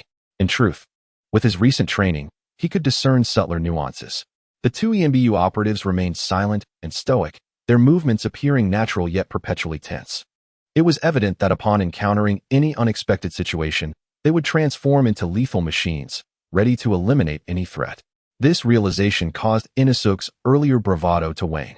Ultimately, the difference lay in their experiences. While Inosuke had yet to encounter real combat, Kakashi, with his father serving as the captain of the Konoha EMBU, was well prepared. Soon enough, Inosuke's composure faltered as he spotted a figure in the distance. Though he could not identify them, an instinctual pressure made him tense up. As they approached the examination site, Toby suddenly recognized a silhouette amidst the crowd, letting out an exclamation. No way. Is that the clan leader? Toby was taken aback that his graduation assessment had drawn the attention of the clan leader. This is bad, Inosuke. It's our Uchiha clan leader. What if he is here to cause us trouble? Toby panicked, recalling how he hadn't seen Uchiha Kage in days, and how his classmates had avoided him, which had been amusing at first, but now felt daunting. After all, they had previously sent Kage's cousin to the hospital. Calm down, Toby, Inosuke urged, exasperated by Toby's antics. Can you imagine that such a person could become the third great villain in the ninja world? If he wanted to cause trouble, he would have done so by now. Perhaps our clan leader might even admire you for your potential. Uchiha's greatest talent. Toby's eyes lit up at the suggestion. Having calmed Toby, Inosuke turned to Kakashi. Are you ready, Kakashi? Yes, Kakashi replied succinctly, appearing composed. Our graduation assessment has certainly attracted considerable attention. They likely wish to see how the son of White Fang performs. Let us not disappoint him, Kakashi. Give it your all. Indeed, the three of them took their positions in the open arena, which resembled the final stage of the Chunin exam, surrounded by tiered spectator stands. Although on a smaller scale, Inosuke recalled the last time he had been here, during the opening ceremony when Sarutobi Hiruzen had delivered a speech about the will of fire. In that moment, he felt the weight of numerous powerful gazes upon him. In the past, he might have felt anxious, but he felt oddly at ease now.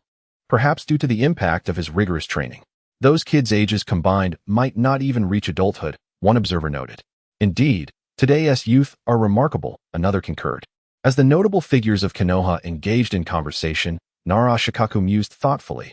I still have faith in the son of White Fang. The other two seem too frail. Lacking in vitality, Akimichi Choza remarked, stuffing his mouth with fries. Yet, the son of White Fang isn't exactly robust either, Yamanaka and Noichi replied, glancing at Shikaku. Tell me, Shikaku, what are your thoughts on these children? To be honest, I find the one in the middle somewhat lacking in strength. One is the son of White Fang, and the other belongs to the Uchiha clan. He is already at a disadvantage from the start.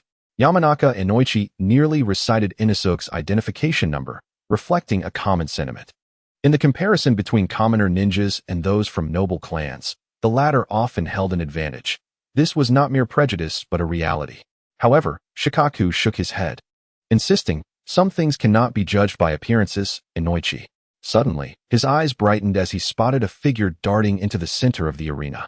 With his golden crew cut and a handsome face illuminated by a sunny smile, he exuded an aura of warmth that felt like a gentle spring breeze. Has Minato arrived? At this very moment, however, the three candidates standing at the center of attention were feeling somewhat conflicted.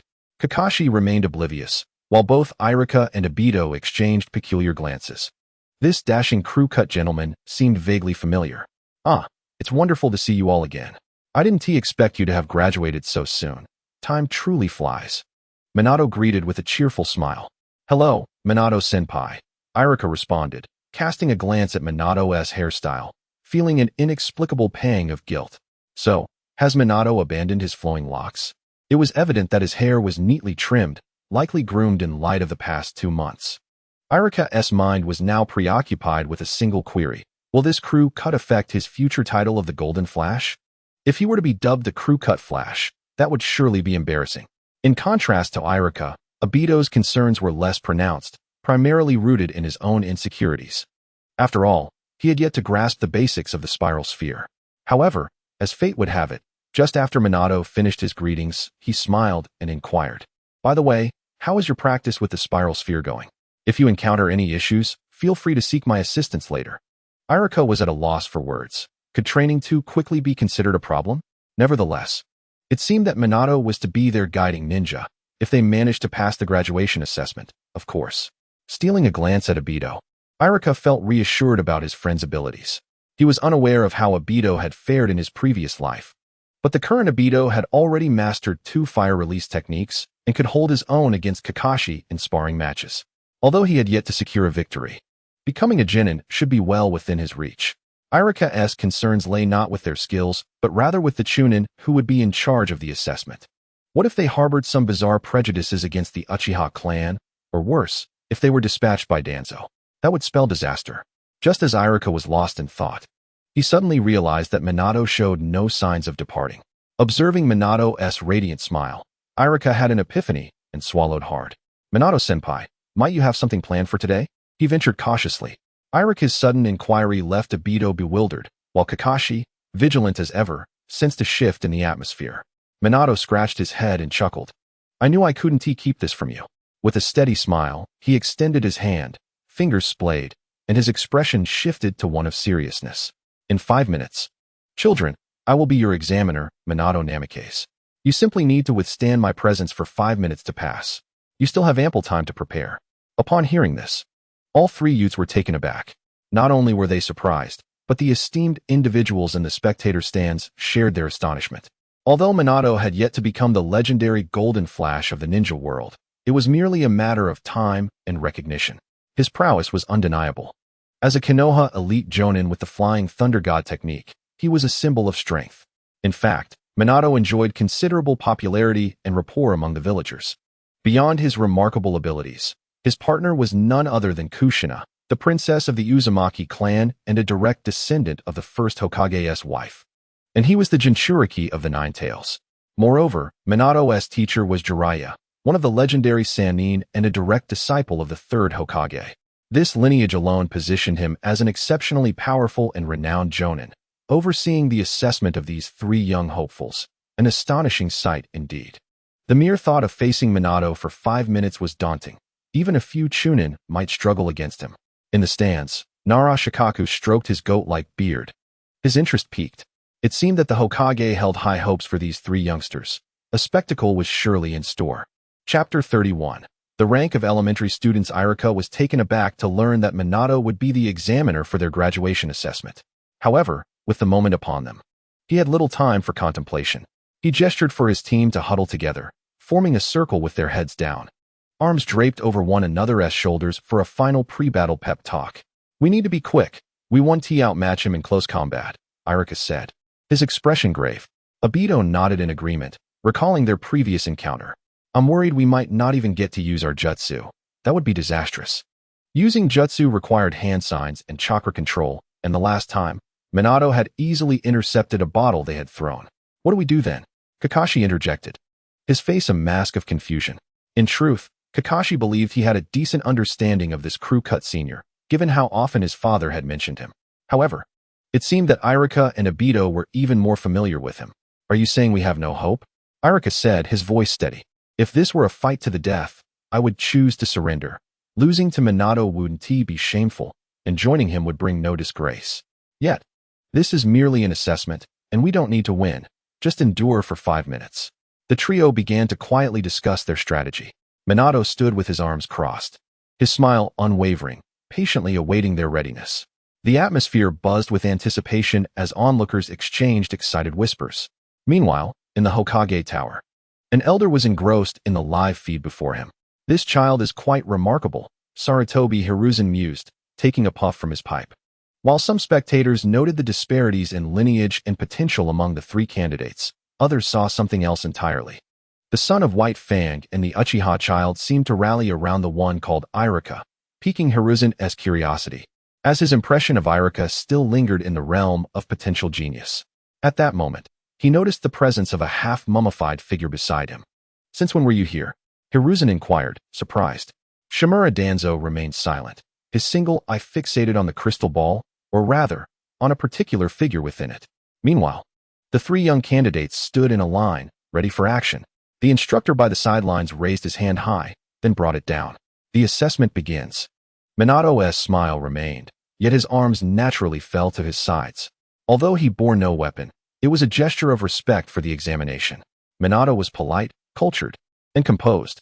In stark contrast, the demeanor of the three candidates was entirely different. "Let us do this," Irika shouted, and the trio charged forward in a straight line. "Now that's the spirit." Many spectators laughed, enjoying the unfolding spectacle. Three aspiring ninjas dared to launch an assault against an elite jonin, opting for close-quarter combat techniques. Whether this act was one of bravery or foolishness is a matter of personal interpretation. Bang, bang, bang. The sound of fists and feet colliding echoed throughout the arena. Although it appeared that Minato was holding back, merely engaging in a restrained manner, the three youths could barely approach him, consistently being pushed back instead. After exchanging over 100 moves, they instinctively separated, forming a triangular formation to encircle Minato. The boys panted heavily, creating a stark contrast to the calm demeanor of Minato. However, the audience erupted in applause. It was commendable for their age to be able to spar even briefly with Minato. While they might still be far from being true ninjas, most in attendance were merely there for the spectacle. In a quiet corner of the bustling crowd, a couple sat in serene observation. The woman, in the prime of her beauty, bore a gentle smile laced with a hint of allure. Her abdomen was noticeably rounded, suggesting she was 6 to 8 months along. They were largely isolated from the surrounding spectators, as if they were watching a different event altogether. "What exceptional children we have. Surely our child will be just as remarkable, won't he, Fugaku?" The gentle voice of Fugaku responded. "Of course, he is the son of the Uchiha clan leader, our child." The couple exchanged a sweet smile, embodying the warmth of their bond, and the distance from others around them mirrored the Uchiha's own experience of exclusion in Konoha. Fugaku's gaze shifted to the boy with the spiky hair in the arena, a look of admiration mixed with a glimmer of something more profound in his eyes.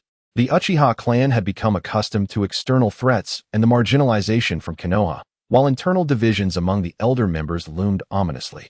As the clan leader, Fugaku felt an urgent need to usher in a renaissance for the Uchiha before pursuing his greater ambitions. His thoughts wandered, and his gaze grew more resolute, almost as if he held immense hope for Obito.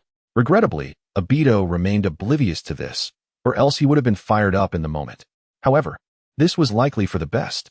Obito needed to maintain his composure, as he was to be the focal point of the impending events. The three boys exchanged knowing glances and nodded in agreement, beginning to maneuver around Minato under the gaze of all onlookers. "Oh," Nara Shikaku, observing from the stands, sensed something intriguing. Had they devised a strategy? Was this not merely a spur-of-the-moment plan? Fascinating. As the trio continued their agile movements, they each retrieved smoke bombs from their ninja tool pouches and hurled them to the ground. In mere moments, Minato found himself enveloped in a swirling cloud of smoke, which formed a circle, obscuring the boys' figures. The battle instantly escalated in complexity. The audience gasped in astonishment, while the adults watched the spectacle with a sense of childlike wonder. They were taken aback by the skill displayed by the young ninjas. However, some, like their teacher, Kotai, were utterly befuddled. Kotai had been thoroughly impressed by the boys' taijutsu earlier, and now found himself concerned that if they did not graduate soon, he might be out of a job. Yet, one question plagued his mind. Where had they acquired the smoke bombs? Surely they hadn't stolen them from the academy? Although pilfering from the school would not be a major offense, Kotai felt a sense of unease at the implications. Unbeknownst to him, the boys had not pilfered from the academy. The kunai, shuriken, smoke bombs, and explosive tags were all borrowed from Kakashi's home. While it was uncertain if such items would be prohibited during the exam, it was better to be prepared than caught unawares. The three youths continued their evasive maneuvers amidst the smoke. After a brief pause, Minato began forming hand seals. Indeed, he had been biding his time. The third Hokage had summoned him not merely as an examiner, but as a guiding jonin to gain insights into his students' abilities and compatibility. Having the three aspiring genin endure 5 minutes before an elite jonin was, in itself, a flawed premise. Minato's intention in waiting was to discern the strategies the trio would employ. Now that he had observed enough, it was time for him to counterattack. Wind release, great breakthrough. A fundamental wind technique was the most suitable choice to disperse the smoke. Minato's hand seals were executed with precision and grace, showcasing remarkable artistry. A fierce gale erupted, clearing a significant portion of the smoke surrounding him. However, it failed to reveal the three boys. A slight smirk appeared on Minato's lips as he pivoted into an offensive stance, targeting the space behind him. In the next moment, his azure eyes widened in astonishment. I must get serious now, Minato-sensei.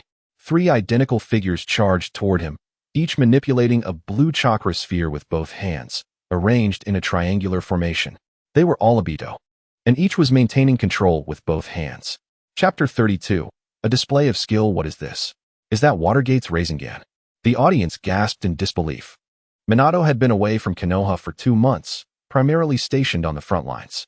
During a support mission, Shikaku had been fortunate enough to witness Minato's unmarked technique. The combination of its power and the Flying Thunder God technique was impressive, but the name of the technique lingered in Shikaku's memory. Yet, he never expected to see it executed by this young boy, and to make matters more astonishing, executed simultaneously with both hands and 2 shadow clones. If Shikaku was stunned, Minato was even more so. You have already mastered it to this extent. Minato was taken aback, feeling a sense of unfamiliarity with the young boy before him. How long had it been? Just over 2 months. He had merely provided guidance on the training direction and the foundational principles of the Rasengan, speaking no more than 10 sentences in total. Although he had no intention of being dismissive, he had planned to offer further detailed instruction in the future. Yet, to his astonishment, the boy had not only learned it, but had done so with remarkable enhancement. Nevertheless, Minato's fundamental ninja skills remained solid. While he was astonished, he quickly regained his composure in preparation for the assault from the 3 Obitos.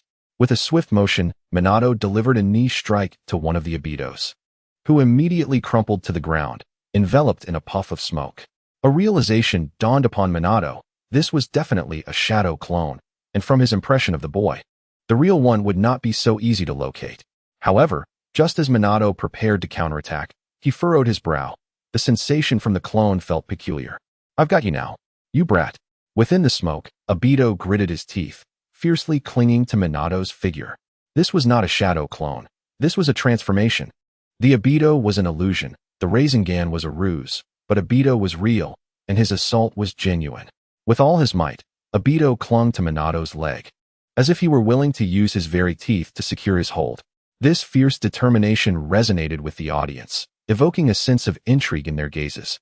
Even Fugaku looked on with an expression of surprise. What a unique Uchiha! And the boy's assault was far from over. After the earth-shattering event, the remaining 2 figures rushed forward, one of whom was Kakashi, who had chosen to revert his transformation. At this moment, Kakashi brandished a short blade, clearly intending to engage in close combat. However, upon noticing Obito clinging to Minato, a flicker of helplessness flashed in his eyes. Grabbing him is not the same as holding him, you fool. With no other option, Kakashi clenched the short blade in his mouth and began to form hand signs with his hands. Just as he was about to reach Minato, he abruptly halted and pressed his hands to the ground. Earth-style, Yellow Spring Marsh. This technique, a gift from Orochimaru, was the culmination of Kakashi's training over the past month. Behind Kakashi, Aishu cursed inwardly. This old trickster, he clearly said he would only learn lightning style. And yet he has mastered earth style too.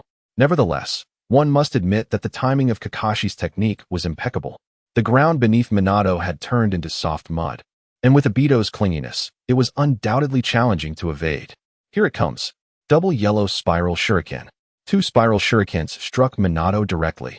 The spectators, still unaware of the situation, were left bewildered, but Akimichi Chu's expression was one of shock. He knew the power of Minato's technique. How could he withstand such an impact? These kids are terrifying. However, as Minato's form dissipated into a wooden post amidst the smoke, Chuza finally breathed a sigh of relief. Minato had already flashed 20 meters away, his hair no longer obscuring his eyes, revealing the astonishment within. It was confirmed. That was indeed the spiral shuriken. It was not a mere illusion conjured by ninjutsu. The wooden post had nearly been reduced to splinters. How could it not be the spiral shuriken? Are you all right, Obito? Aishu, having failed to hit his target, immediately turned to check on Obito, uncertain if he had inadvertently harmed him due to their proximity. Obito gasped sharply, staggering a few steps, sensing something was off. This is bad. Aishu, visibly anxious, rushed to support Obito, his hands glowing with green light, ready to heal. Kakashi paused momentarily before hurrying over. This scene left the onlookers speechless, and the audience fell into a hushed silence. Part of their concern stemmed from Aishu's displayed healing techniques. Who would have thought that this graduating team would include a medical ninja? In the Hokage building, Sarutobi Hiruzen nearly pulled out a few strands of hair, fixated on the crystal ball, unable to discern whether he was more anxious or astonished. Beside him, Shimura Danzo appeared contemplative. What are you all waiting for? Hurry and save them. Hiruzen bellowed, aware that only a few understood the true power of the spiral shuriken. But he was certainly among them. Yet, on the screen, aside from Minato, no one dared to advance. Possibly fearing disruption of the examination or for other reasons, perhaps due to Obito's Uchiha identity? Who could say? Meanwhile, Minato had not overthought the matter. He charged towards the three youths. But after just a few steps, his keen observation revealed something amiss with Obito.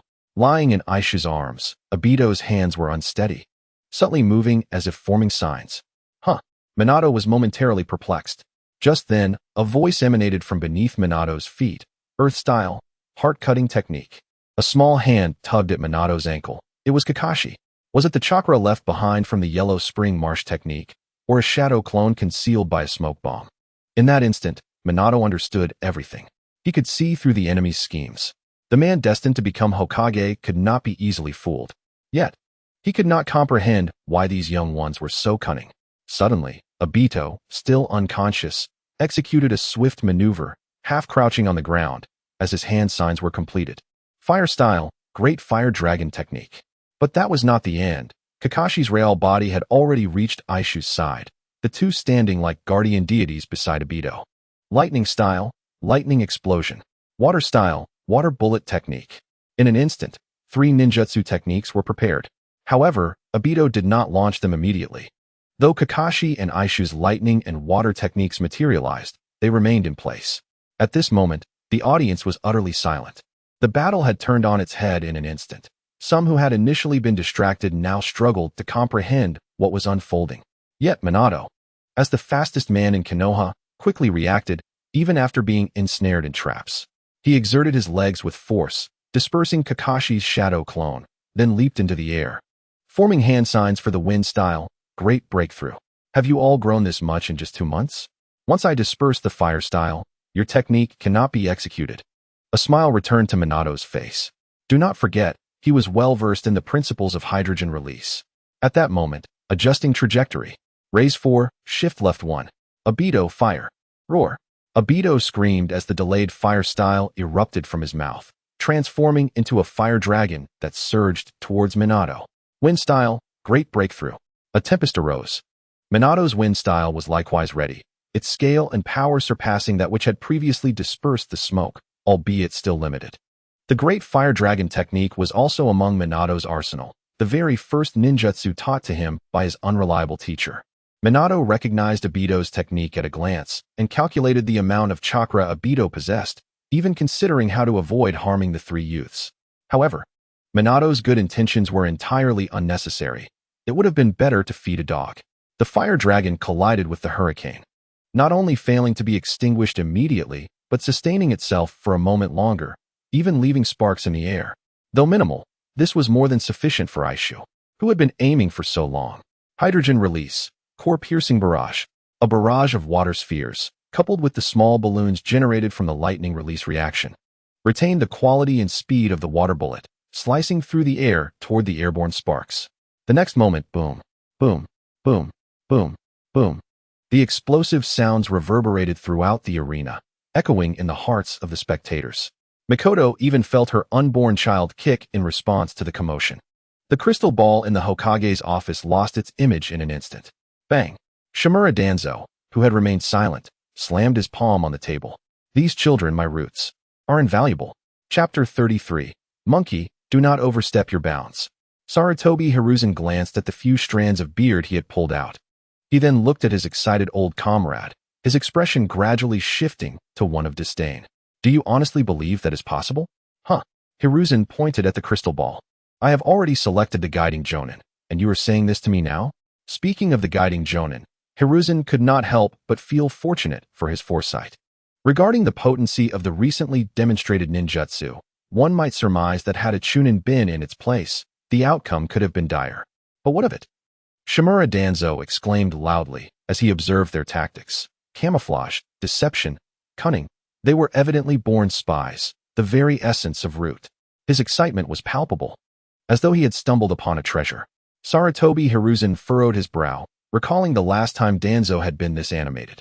It was upon hearing of the third Kazakage's mysterious disappearance. Surely it could not be so. Hiruzen, displeased, huffed. They are merely children, prone to mischief. How can one label them as deceitful and cunning? That is merely excellence. Indeed, it is excellence. Hiruzen prioritized the trio's final combined ninjutsu above all else, for he perceived its significance through the lens of his experience as a ninja instructor. He was uncertain of its precise power, but the images transmitted from the crystal ball assured him it was formidable. How old could the three of them be? How refined could their chakra manipulation be? How pure its quality? And what quantity could their chakra amalgamate to? Most critically, this was not merely a bloodline limit. Minato had once expressed his disappointment regarding its potential. The conclusion was clear. The trio's combined ninjutsu had a low threshold, yet significant power, if it could be disseminated among the Leaf Ninjas. The combat prowess of Konoha would undoubtedly ascend to new heights. This would be his legacy during his tenure. Sarutobi, Danzo paused, sensing the gravity of the situation. Today's affair would not unfold easily. Yet, the word give up had never graced Danzo's lexicon. He was even prepared to vie for the position of Hokage. With a steely gaze, his aura intensified. After the First Shinobi World War, when you succeeded to the Hokage, I established Root, which initially comprised a mere 17 members. By the onset of the Second Shinobi World War, Root had swelled to over 500, with nearly 2,000 talented individuals funneled into the Umbu, yet post-war, Root dwindled to under 200. Hiruzen's expression shifted. Was Danzo adopting a path of emotional appeal? This was uncharacteristic of him. They are nameless, without surnames. And even in death, they cannot have gravestones. Only code names, Danzo continued, his voice growing colder and his presence more imposing. Currently, I have less than 10 jonin under my command. The more Danzo spoke, the more his voice chilled, the intensity of his presence rising. I ask for little, neither your funding nor your authority. I only request a few young talents to cultivate myself. You will not even agree to that. Danzo slammed his hand down. Do you truly wish to dismantle the very foundation I have established? Hiruzen's imagination conjured a vivid image but was startled by Danzo's fervent belief in the potential of the three youngsters. After the Second Shinobi World War, manpower was abundant. Hiruzen massaged his temples, deftly countering Danzo's offensive. It is inconceivable to hand over all three. Choose one, but do not entertain thoughts of White Fang's son. You know I cannot acquiesce to that. Hiruzen offered a sweet concession, subtly admonishing Danzo regarding White Fang. Yet Danzo, perhaps misinterpreting the gesture as encouragement to hasten his endeavors, scoffed. Then I shall take two. It cannot be less. One, otherwise, we shall not discuss it further. And you cannot force the children. I must be present throughout the recruitment process. Hiruzen retorted, unwilling to yield. You dare push your luck, Shimura Danzo. Danzo glared fiercely. I am the third Hokage. This is an order. Hiruzen defiantly stood his ground. Your hand trembles with rage, Shimura Danzo, Hiruzen remarked, unfazed, nonchalantly smoking, maintaining his composure. Ultimately, the trio, Inosuke, Shino, and Hinata, successfully passed the assessment and received their headbands. However, the registration of ninjas and the issuance of ninja IDs would require a visit to the Hokage building in a few days. Quickly, look, Inosuke. Should I wear it on my head or around my neck? It's such a tough choice. This headband looks so cool. Obito exclaimed, overflowing with excitement. Despite finishing at the bottom of the class, he was the first to graduate. Soon he would become a ninja, one step closer to his dream of becoming Hokage. Most importantly, he would soon undertake missions and earn rewards, achieving his freedom for ramen. I have something to attend to, so I'll take my leave. See you later. Kakashi, with an apologetic nod, swiftly departed. Inosuke raised an eyebrow, hoping Kakashi's early graduation would allow White Fang to come to terms with things. Congratulations, children, came a warm voice as Minato approached, smiling at the two already adorned with their headbands. Hee, Obito chuckled sheepishly, while Inosuke observed the gathering spectators. Though many had already departed, several others were making their way toward them. Though he had not met any of them personally, he could discern their identities by their appearances. For instance, the Inuzuka trio were unmistakable, their hairstyles and physiques distinct. There were also a pair of twins with wooden sandals, their expressions serious and rigid, likely the Hyuga brothers. Additionally, a couple approached, the woman visibly pregnant, while her husband bore the emblem of the Konoha Guard. Obito, your clan leader has arrived. Inosuke quickly identified Fugaku and Itachi, prompting Obito to straighten up. The mention of clan leaders seemed to cast a spell, instantly sobering the previously exuberant Obito. Inosuke sighed inwardly. Obito was hardly a typical Uchiha. The Uchiha's aloof pride was entirely absent in him. In fact, Obito even exhibited a hint of trepidation towards his own clan. Yet, perhaps it was precisely this quality that had drawn Madara's attention to him? Reflecting on this, Inosuke couldn't help but smile. Kakashi graduated significantly earlier than in the original timeline, and Obito benefited from this as well. The effectiveness of their combined technique, hydrogen release, was evident. And after a dedicated period of collaboration, coupled with Kakashi's development, their future appeared limitless. When the three finally stepped onto the battlefield, Madara's attempts at manipulation would surely falter. Inosuke smiled subtly, sensing a shift in the dynamics between predator and prey. Chapter 34. My dream is world peace that evening. After enjoying a solitary bowl of Ichiraku ramen, Inosuke returned home, feeling somewhat fatigued after a refreshing bath. Gazing at the pristine headband beside his bed, he felt an urge to share his triumph with the eccentric old man. However, he quickly quelled that impulse. He was no childish Obito. Never mind. I'm merely a lowly genin. It's not a feat worthy of boasting, Inosuke mused, raising an eyebrow. Rather than flaunting his achievement, he deemed it more prudent to swiftly master the transformation of chakra nature. The first stage of hydrogen release was already quite accomplished, whether utilized independently or in combination techniques. He needed to focus on resolving the fusion of chakra, essentially researching what could be termed hydrogen release chakra. Furthermore, as per their agreement, upon mastering chakra nature transformation, he would inherit the old man's earth release, a return on investment far more bountiful than any he could have anticipated. Yet, he pondered about Kakashi's father. How was he faring? Inosuke whispered, if White Fang can avoid taking his own life, it would greatly benefit Kakashi and himself. Without further ado, considering the bond forged through their prolonged escapades of skipping class, isn't it a trivial matter to cling to a powerful ally? Navigating through the hidden leaf and the ninja world, having a formidable figure backing one up certainly brings a sense of security. Take, for instance, the current scenario at the front lines of Sunagakure, where the legendary Sannin, soon to part ways, once stood. In their earlier days, before they gained the title of Sannin, they bravely confronted Hanzo of the Salamander, a demigod whose prowess was beyond their reach. Yet, they emerged alive, earning the esteemed title. Why was that? It was merely because the Sannin had a formidable mentor, a Hokage in his prime, guiding them, while their master would eventually become the legendary Yellow Flash. That was still in the future, wasn't it? If White Fang had survived, Minato would undoubtedly have called him senior. Lost in such musings, Aishu felt his eyelids grow heavier.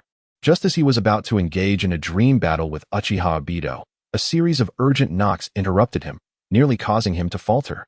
Damn! If the one knocking were Obito, he would ensure that Obito became Obito the second tonight. Cursing under his breath, Aishu dashed to the door. However, upon opening it, he found an empty space, accompanied by a gust of wind. This familiar sensation inexplicably calmed his agitated heart, and a smile crept onto his lips as he turned back to his room. Indeed, there lay a drunken figure, unmistakably the old man. You're here? Humph. You ungrateful wretch. Not even a word upon your graduation? Are you trying to secretly hoard the mission's bounty? The old man launched into his usual tirade. Aishu, feigning indifference, shrugged off the comments, dismissing the rank of genin as inconsequential. The old man paused, taken aback for a moment, then took a swig from his flask, followed by a soft chuckle. Look at you, little brat. You're right. Genin is merely the most common rank in the ninja world, often reduced to cannon fodder on the battlefield, so it's really nothing to be concerned about. Aishu was accustomed to the old man's sharp tongue. In truth, he felt a surge of happiness at the old man's presence. Although the old man had a temper, was heavy-handed, had a sharp tongue, and was rather unkempt, he was still quite endearing. In this foreign land, few individuals held significance to Aishu, and the old man was certainly one of them. Here, take this. Suddenly, the old man rummaged through his robes and tossed Aishu a tightly wrapped object. Aishu caught it, feeling it was somewhat heavy but too light for a weapon. Instantly, he recalled the chakra short blade that Kakashi's father carried. It was said that higher-grade weapons were lighter. Aishu couldn't help but smile widely. Look at you, showing up with a gift. Yet, when he unwrapped the package, His expression turned peculiar. It wasn't a chakra short blade, nor even a kunai. It bore no resemblance to a weapon whatsoever. Instead, the old man had gifted him a scroll, an ancient-looking scroll with a unique texture reminiscent of hardwood. Just as Aishu was about to open it out of curiosity, the old man cleared his throat, prompting Aishu to pause and look at him.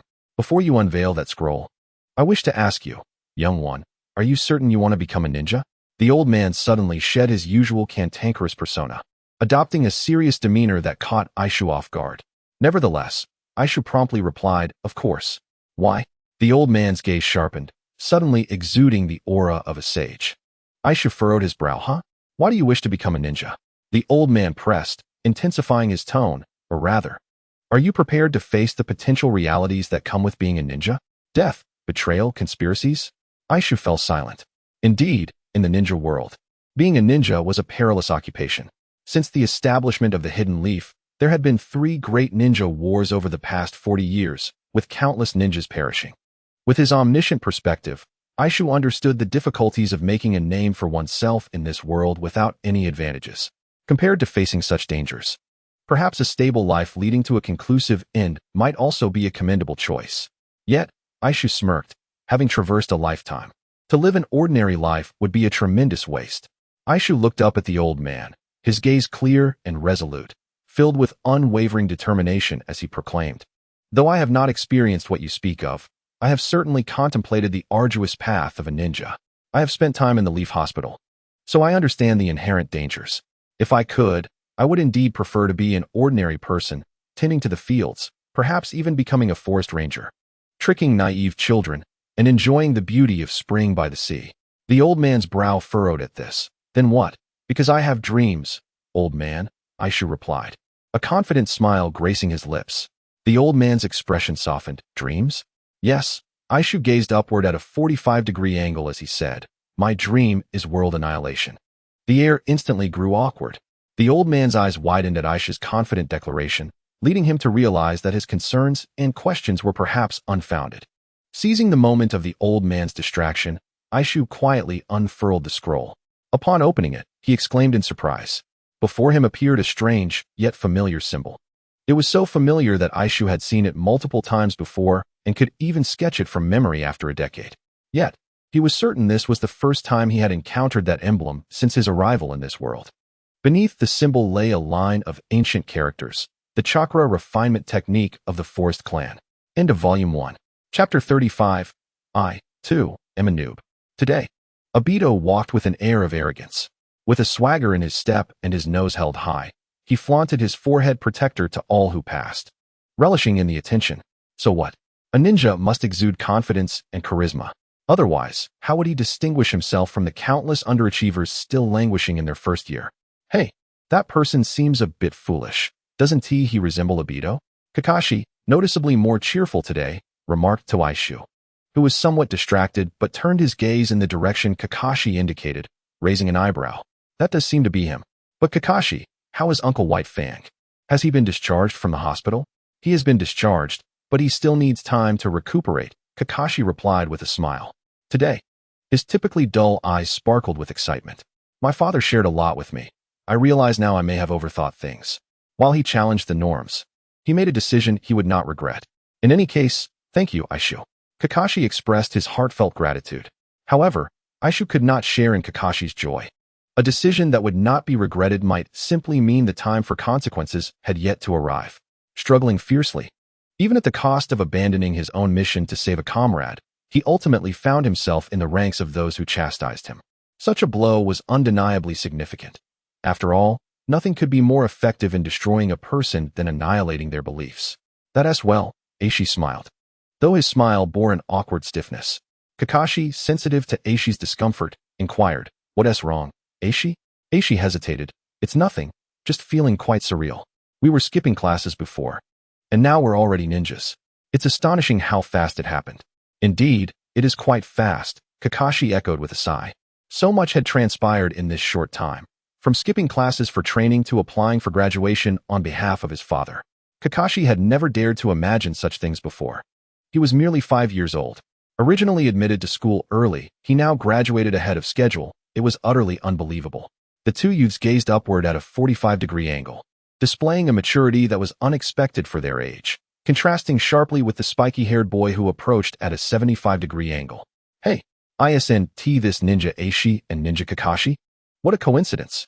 Are you both about to become ninjas today? Obito greeted loudly, drawing sympathetic glances from those nearby. Kakashi instantly returned to his deadpan expression and alongside Aishi. They tacitly chose to ignore the boy, both wishing to feign ignorance of his acquaintance.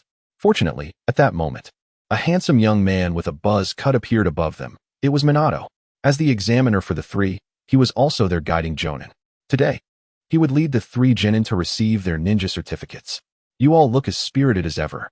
Let us set off. The Hokage has likely been waiting for quite some time. Minato's smile was as warm as a spring breeze. Obito chuckled foolishly, Kakashi nodded politely, while Aishi, gazing at the handsome face, felt no joy. Alas, he had once hoped to write a tale of an ordinary boy rising against the odds. Without any external aids or golden fingers, relying solely on his courage and intelligence to uphold the ideals of the ninja world. Yet, he never anticipated his own descent. The memory of the old man's treatment of him the previous night, under the guise of correction, lingered in Aishi's mind, leaving him with a sense of lost purity. 10 minutes later, in the Hokage's office, the three youths received their respective notebooks, adorned with their portraits and a sequence of ninja codes. Kakashi was 009720, Obito was 009721, and the oldest, Aishi, was 009722. Yes, Aishi was the eldest in this youthful team. Now 6 years old, Obito would not turn 6 for another 2 months, while Kakashi was just 5.5. Nevertheless, upon donning their headbands, the trio indeed resembled proper ninjas, a spiky-haired fool, a white-haired boy with dead fish eyes, and a melancholic youth who seemed to have lost something of utmost importance. Yet, Sarutobi Hiruzen looked at the three little ones with a smile that revealed his delight. Unable to contain his joy, from this day forth, you shall officially become ninjas of Konoha, my young genin, Hiruzen proclaimed, his voice raised yet imbued with warmth. Obito's face flushed with excitement, trembling slightly. Receiving recognition from his idol was an overwhelming joy. I hope you will strive diligently, embody the will of fire, adhere to the 3 rules, and become formidable ninjas worthy of respect, Hiruzen continued, then rummaged through his drawer to produce several scrolls. The scrolls were exquisitely crafted, contrasting with the other scrolls on the desk, small yet elegant. Aishi's keen eyes recognized them as similar to the scroll given to him by Orochimaru, albeit lacking some viscous substance. Becoming a ninja also comes with the benefit of acquiring ninjutsu? I've never heard of such a thing before, Aishi mused, perplexed yet devoid of any curiosity about the contents of the scroll. No need for that anymore, he chuckled softly. Ever since he had opened the scroll given to him by the old man last night, and after being forcefully corrected with chakra, Aishi felt that he had lost his innocence. Yet, he had also gained numerous advantages, such as a variety of ninjutsu. The accumulation of years from the Senju clan was vast. The forbidden techniques were said to be off-limits, but the fundamental ninjutsu? It was all at his fingertips. Indeed, the old man was no mere administrator of Training Ground 3. That day's encounter and the ensuing confrontation were not coincidental. They were part of a plan, a final protection of a clan that had chosen to fade into obscurity and integrate into the village. Although he often felt his chakra insufficient and his talent lacking, he consistently achieved results through an effort several times greater than others. It was not merely due to his diligence, nor was it solely because the ninjutsu aligned well with him. Of course, that played a part, but more significantly, it was due to his chakra being more abundant than that of his peers, and his innate talent surpassing theirs. Aishi had only realized last night that he did not lack a surname, but rather, it had been concealed. Just like Tsunade and Shinsuke, his name was meant to be Senju Aishi. He was a member of the Senju clan.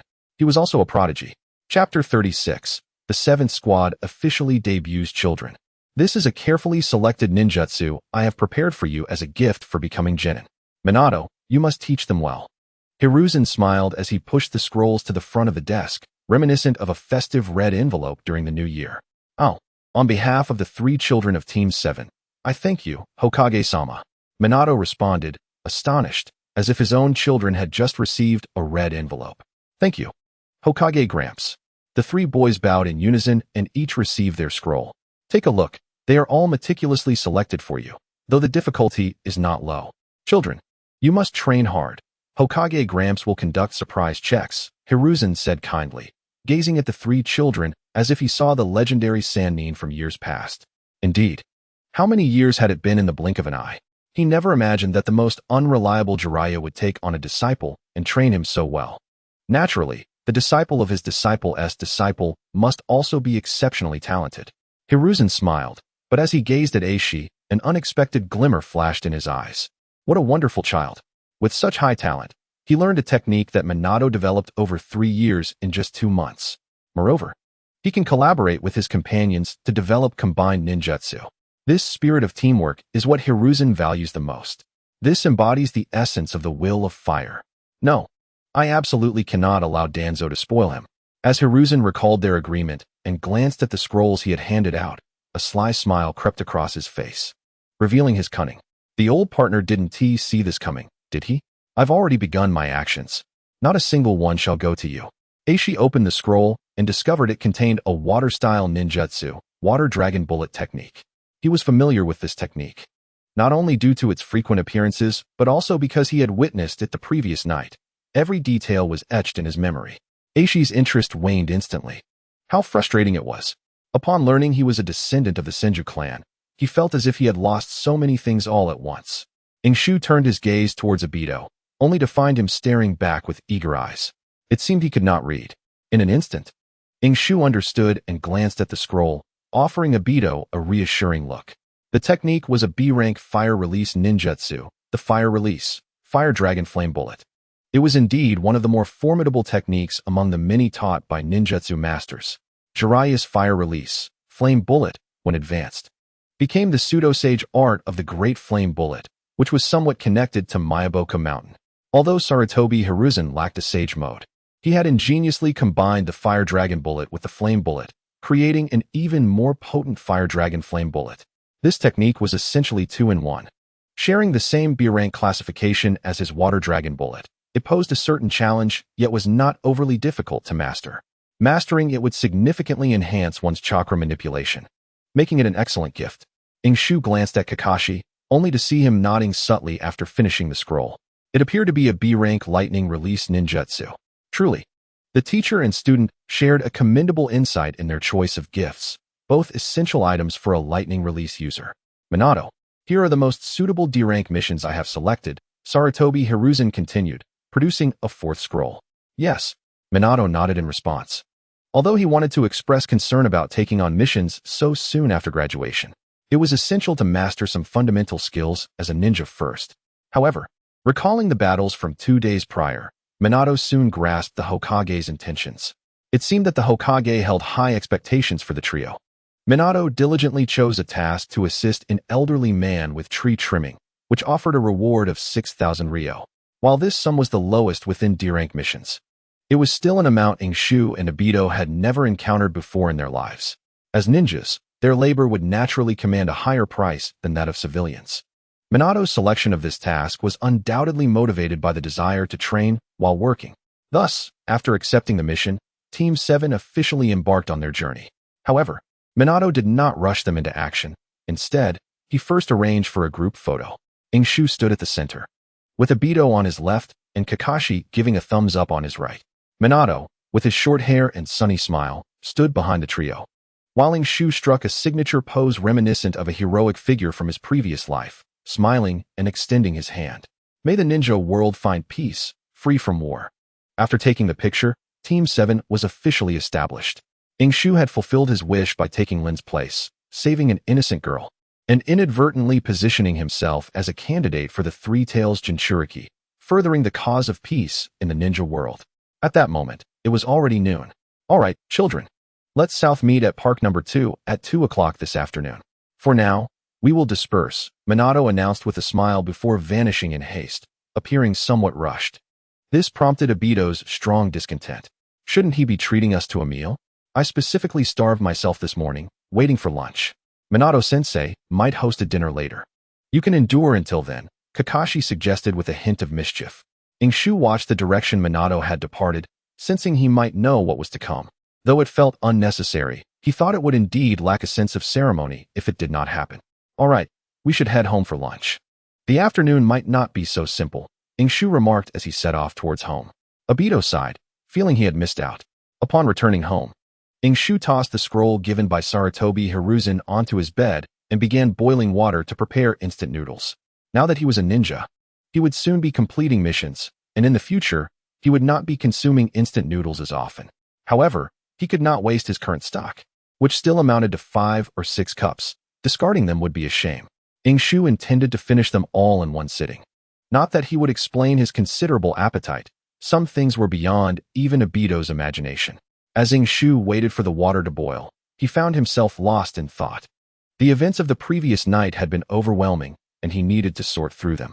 For instance, did anyone besides the old man know he was a descendant of the Senju clan? Apart from Tsunade and that old man, how many others remained? Who was that old man, and why was he so invested in him? Could there be other reasons? A multitude of questions plagued Ingshu, leading him into deep contemplation, to the point where he nearly boiled the water dry. Suddenly, a rapid series of knocks at the door jolted him back to reality. Oh no!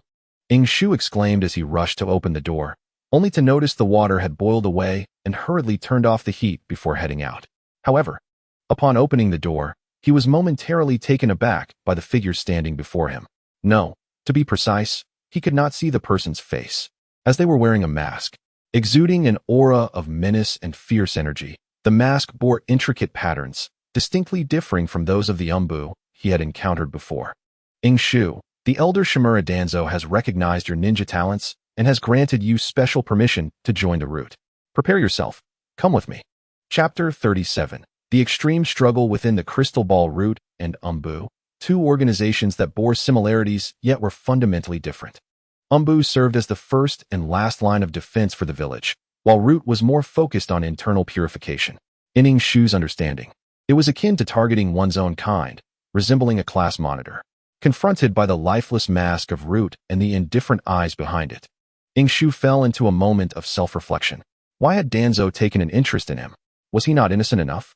Damn, Ingshu lamented internally, reflecting on Guy, a man who nearly kicked his way to a tragic conclusion, desperately seeking admission to Root, only to be coldly rejected by Danzo.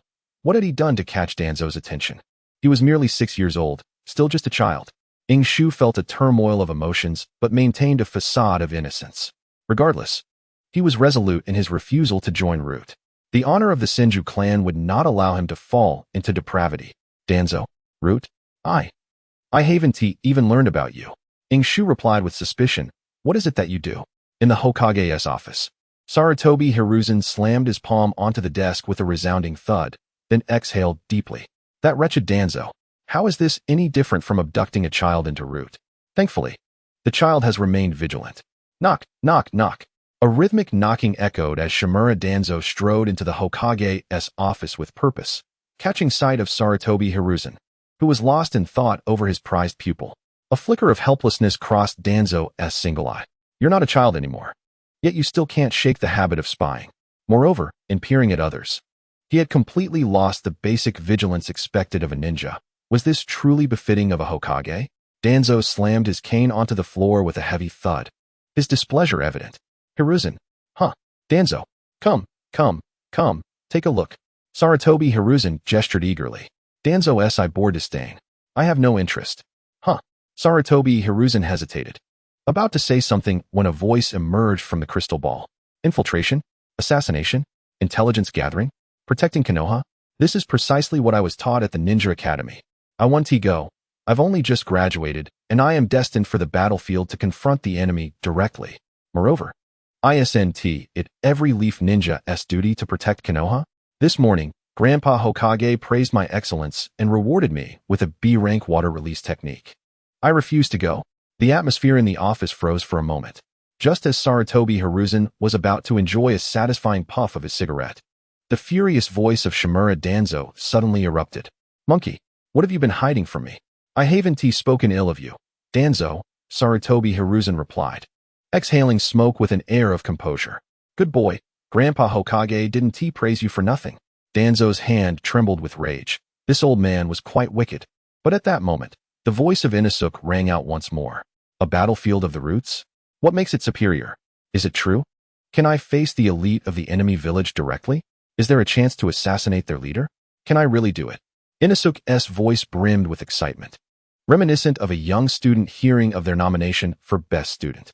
Sarutobi Hiruzen's previously calm demeanor began to stiffen. Danzo's lips curled into a subtle smirk. Didn't he expect that, did you? My roots have stood in the ninja world for decades. What storms have we not weathered? A mere child like you is but a trifling matter. Danzo, you must tell me the truth.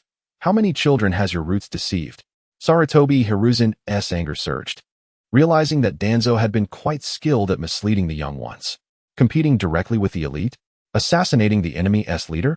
What utter nonsense to deceive children. Danzo chuckled disdainfully, too lazy to explain further. So, how are the benefits in your roots? Inosuke's voice chimed in again. If I join your roots, can I learn many lightning and water release techniques? Are there rewards for defeating enemies? Is that true? Uncle with the mask, can I really do it? It was over. Hearing this, Sarutobi Hiruzen felt a chill run down his spine. The curve of Danzo's mouth became more pronounced, his single eye narrowing slightly, an expression of assured victory. Strategizing and uncovering the enemy's secrets to control the situation, disrupting their plans, and then striking with ease. Danzo had long since grown accustomed to the taste of victory. Alas, Sarutobi Hiruzen sighed, waving his hand dismissively. Very well, I will inform Minato later. However, Danzo, are you sure you wish to take him to the roots for training at such a young age? He has graduated, but still that is no concern of yours, Hiruzen. Danzo replied coolly. Training spies is different from training ninjas. It is better to sever bonds from a young age. For children from prominent clans, it is impossible to join the roots at such a young age. Joining the roots signifies a tacit understanding among the upper echelons of Konoha, severing ties to the past and future, feeding on darkness, and moving through the shadows of Konoha. That is the essence of the roots. However, Inosuke's profile indicates he is an orphan, which changes everything. Danzo's mood brightened significantly, having already foreseen the outcome. He even felt no desire to linger. He produced a scroll and tossed it to Sarutobi Hiruzen. This is a list of suspicious individuals recently entering Konoha. The roots need to monitor the Uchiha, but we lack manpower. Have someone keep an eye on them. Sarutobi Hiruzen received the scroll, but didn't he even bother to open it, waving his hand in annoyance, effectively issuing a dismissal. He began to contemplate how to explain the situation to Minato. That little fellow might be a mere civilian ninja, but his role in Team 7 was significant. It was evident to any keen observer that he was subtly at the core of the trio. Moreover, being a medical ninja, a versatile civilian ninja, was truly a pity to waste. At that moment, Inosuke interrupted, Uncle with the mask, may I make a request? The conversation within the crystal ball continued. I really want to join the roots. The benefits are great, and I can fight for Konoha. But for such a wonderful opportunity, I wish to bring my companions along. One is named Uchiha Obito, a master of fire release, and the other is Hideki Kakashi, the son of the White Fang, who is our class's top student. We swore to fight together on the battlefield, to serve Konoha, and even marry and raise families together in the future. Thud, thud. The sound of Sarutobi Hiruzen's cigarette pipe fell to the ground, rolling several times and scattering ash and tobacco everywhere. Yet, he paid it no mind. His expression shifted from disappointment to a stunned joy. Is there hope? What? They are not within the selection range for the roots? Surely this is a joke. Uncle with the mask, Obito is the Uchiha's greatest genius, and Kakashi is the son of the White Fang. I cannot even compete with him. Your roots don't seem that impressive if you don't even know this information. Forget it, forget it. I want to go unless they're included. Otherwise, it's off the table. With that, the young lad turned and stormed back into his room, slamming the door with a bang. The sudden change in mood left the elite of the roots momentarily dumbfounded, standing at the doorway for quite some time. Sarutobi Hiruzen swiftly turned off the crystal ball, his body facing the office door while his head turned towards the crystal ball, a grin spreading across his face as he saw his old companion's stiff expression. Little did Danzo know, just a moment ago, he was excitedly preparing to set out, and his old friend was ready to inform Minato. How had it turned so quickly? Don't worry, Danzo. Since you lack personnel in the roots, I will ensure the Umbu cooperates fully. Hey, with our relationship, right? Danzo, don't leave. This was accompanied by the sound of Danzo slamming the door. Laughter erupted in the Hokage's office. Danzo, not far off, wore a dark expression. He cast a cold glance toward the Hokage's office, an unusual light gradually igniting in his single eye. In that case, do not blame me for using underhanded methods. Sarutobi. Chapter 38. Kushina. I am lying once in his room. Inosuke's expression darkened. He quickly moved away from the door, hiding behind it as if he were guilty. He refilled the empty kettle with cold water and lit a fire to boil it. Throughout this time, he heard no knocks or footsteps indicating the departure of the Roots personnel. First Orochimaru, now Danzo. This situation was becoming serious, he muttered. It's not the thief I fear, but the thief who covets. Orochimaru had a relatively benign interaction with him, but Danzo is different. To be honest, Inosuke had already prepared to resist. If that Roots member tried to use force, he would have made some noise. Broad daylight. He could not believe that anyone would dare to seize him under the watchful eyes of the public. Could they even claim he was a spy? Creak. The water boiled.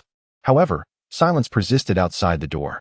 Inosuke remained vigilant, preparing instant noodles one after another, but even after he unknowingly finished all the noodles, there was still no knock at the door. Just as Inosuke let out a sigh of relief, believing the Roots personnel had finally left, a series of faint footsteps suddenly echoed above on the roof. Without hesitation, Inosuke formed two Rasengan, with his ears perked up and head tilted. He realized the Roots were not so easily dismissed, but if they dared to use force today, Senju Inosuke would not hesitate to retaliate. As it happens, Ingshu's spiral sphere has become increasingly refined, especially after last night. The Senju clan possesses a unique constitution and an exceptional method of chakra refinement. Until now, Ingshu had been using a standard civilian version. According to the elder, the ordinary chakra refinement technique cannot fully activate the distinctive traits of the Senju clan, whose chakra volume is beyond the comprehension of ordinary individuals. Ingshu understands that this is the fundamental difference between a sage's body and that of a mere mortal. Naruto must suppress the nine tails, and his chakra surpasses that of an adult Kakashi by more than double. After gaining the recognition of Kurama, his chakra exceeds Kakashi's by 100-fold. The sage's body, with its blue aura, is eternally trustworthy. Moreover, the sage body of the Senju clan is not merely about quantity. After Ingshu began his corrections, the manipulation of chakra has noticeably accelerated compared to before. The Great Pillar can summon any technique with a clap of his hands, and Tobirama can enter kill mode with a mere raising of his finger, all thanks to this. At this moment, Ingshu, with both hands and spheres poised, gazes intently.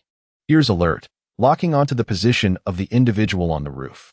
Footsteps gradually descend from the rooftop to the eaves, and Ingshu's focus narrows on the window. His knees slightly bent, ready to spring into action. He is acutely aware of his own capabilities. As a genin, he may not fully represent his strength, but compared to the ruthless members of Root, the disparity remains significant. His sage body offers no advantage in the face of such overwhelming power.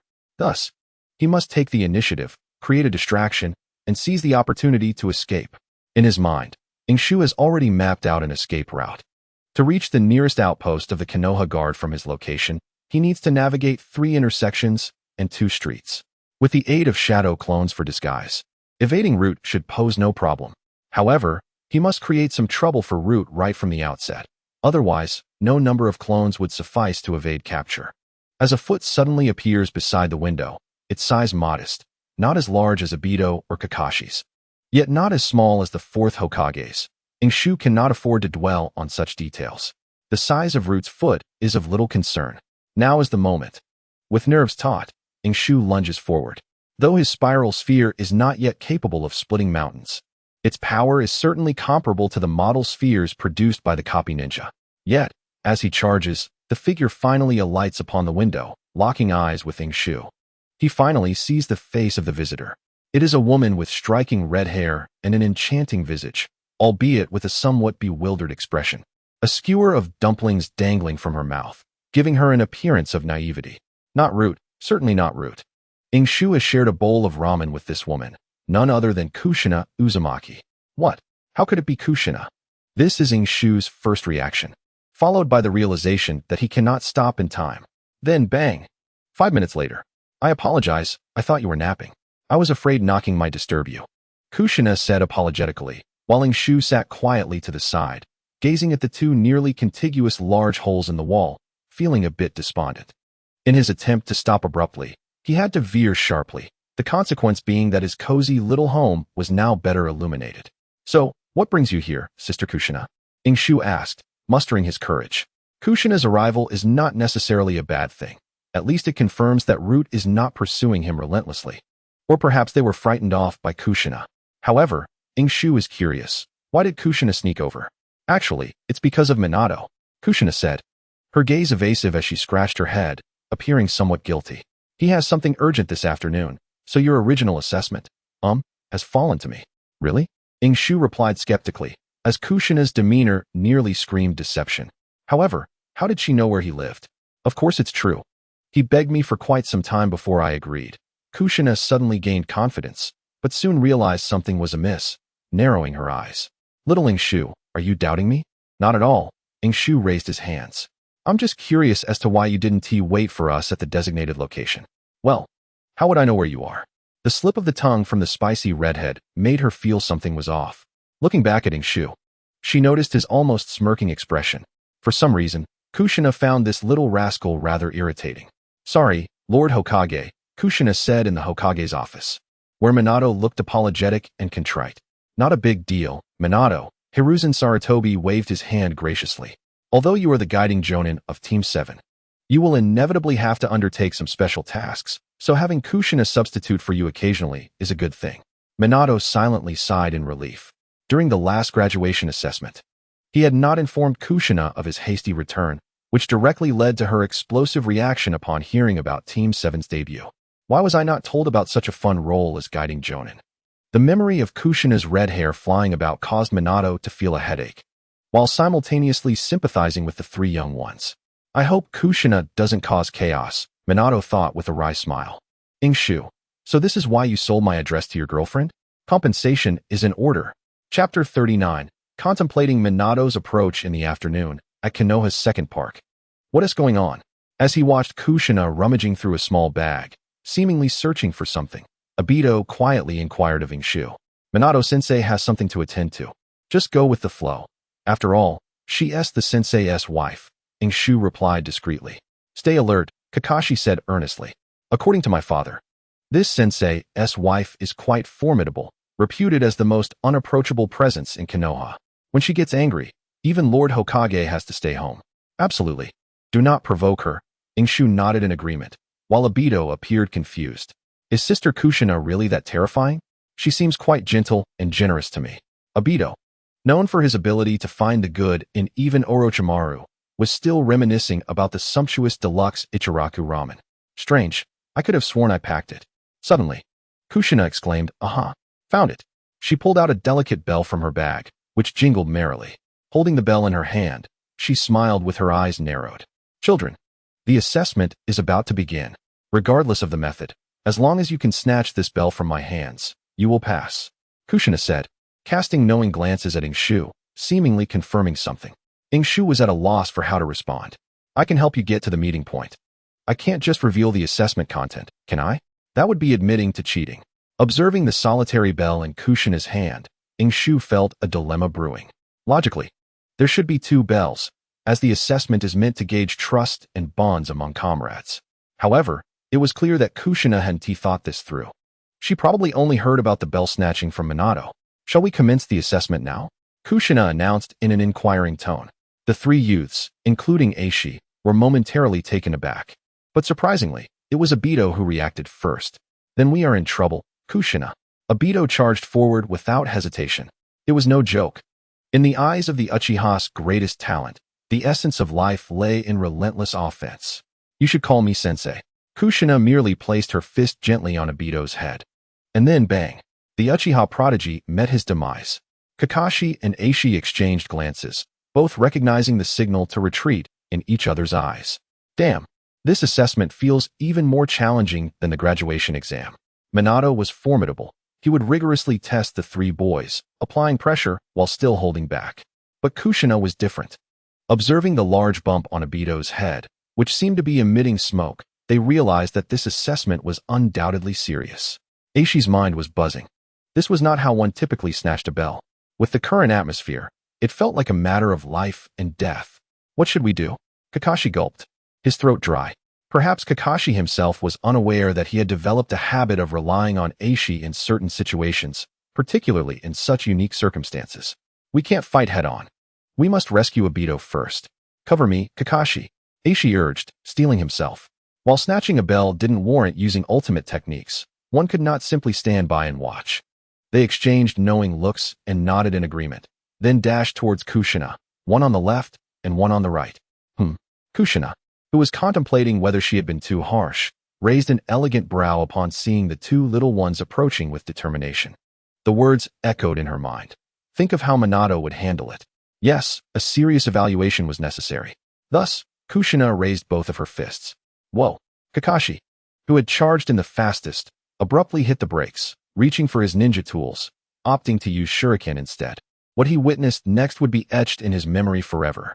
Kushina infused chakra into her hands without even moving her feet from their place, flawlessly catching the shuriken. Kakashi had thrown 5 in total. Kushina caught 2 in one hand and 3 in the other, and after securing them, she exerted force, turning the 5 shuriken into a heap of scrap metal. Kakashi's throat constricted, feeling parched.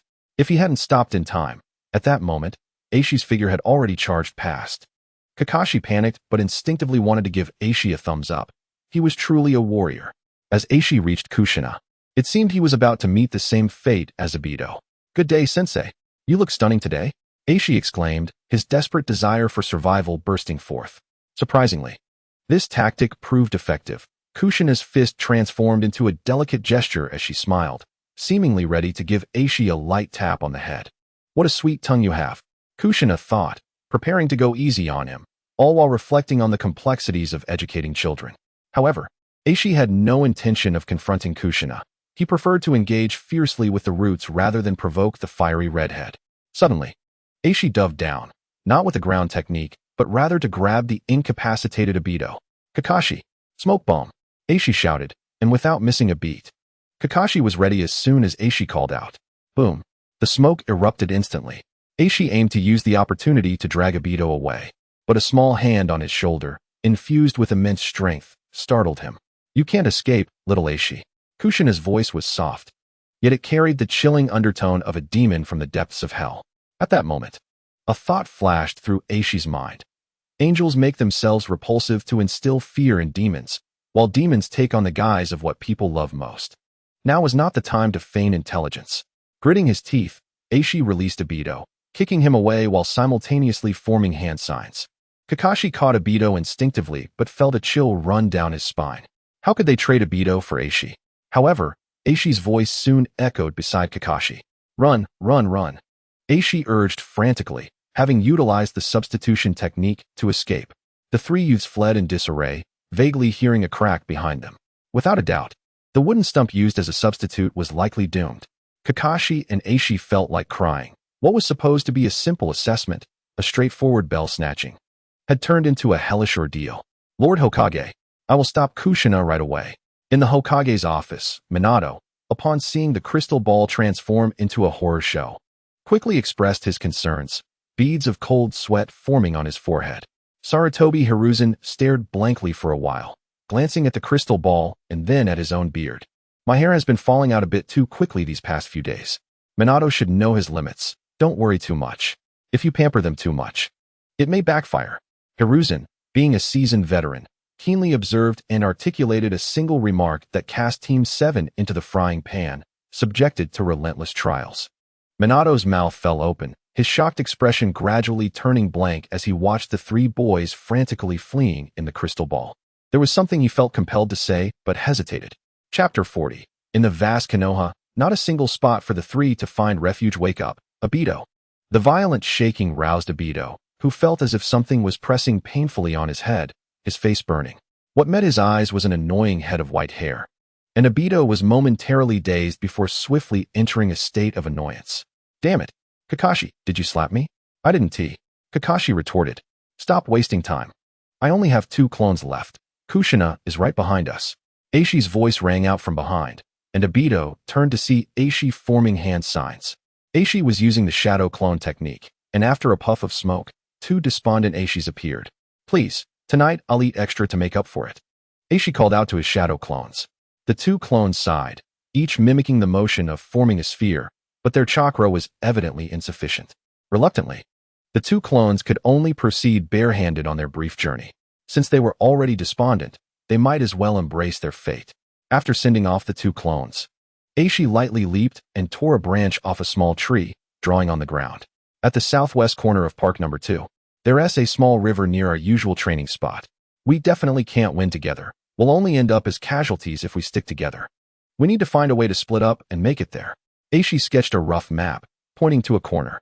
Are we going to use the water to launch a counterattack? Kakashi asked, frowning, then suddenly realized something, looking surprised. Aishi, you haven't already mastered the technique Lord Hokage taught you, have you? Mastered? Not at all. We're just trying to escape. Aishi replied, exasperated. Kakashi, usually quite clever, had begun to sound like a Beto. Shu pointed beyond the map, saying, the teacher's wife is rather heavy-handed. We should abandon any thoughts of seizing the bell.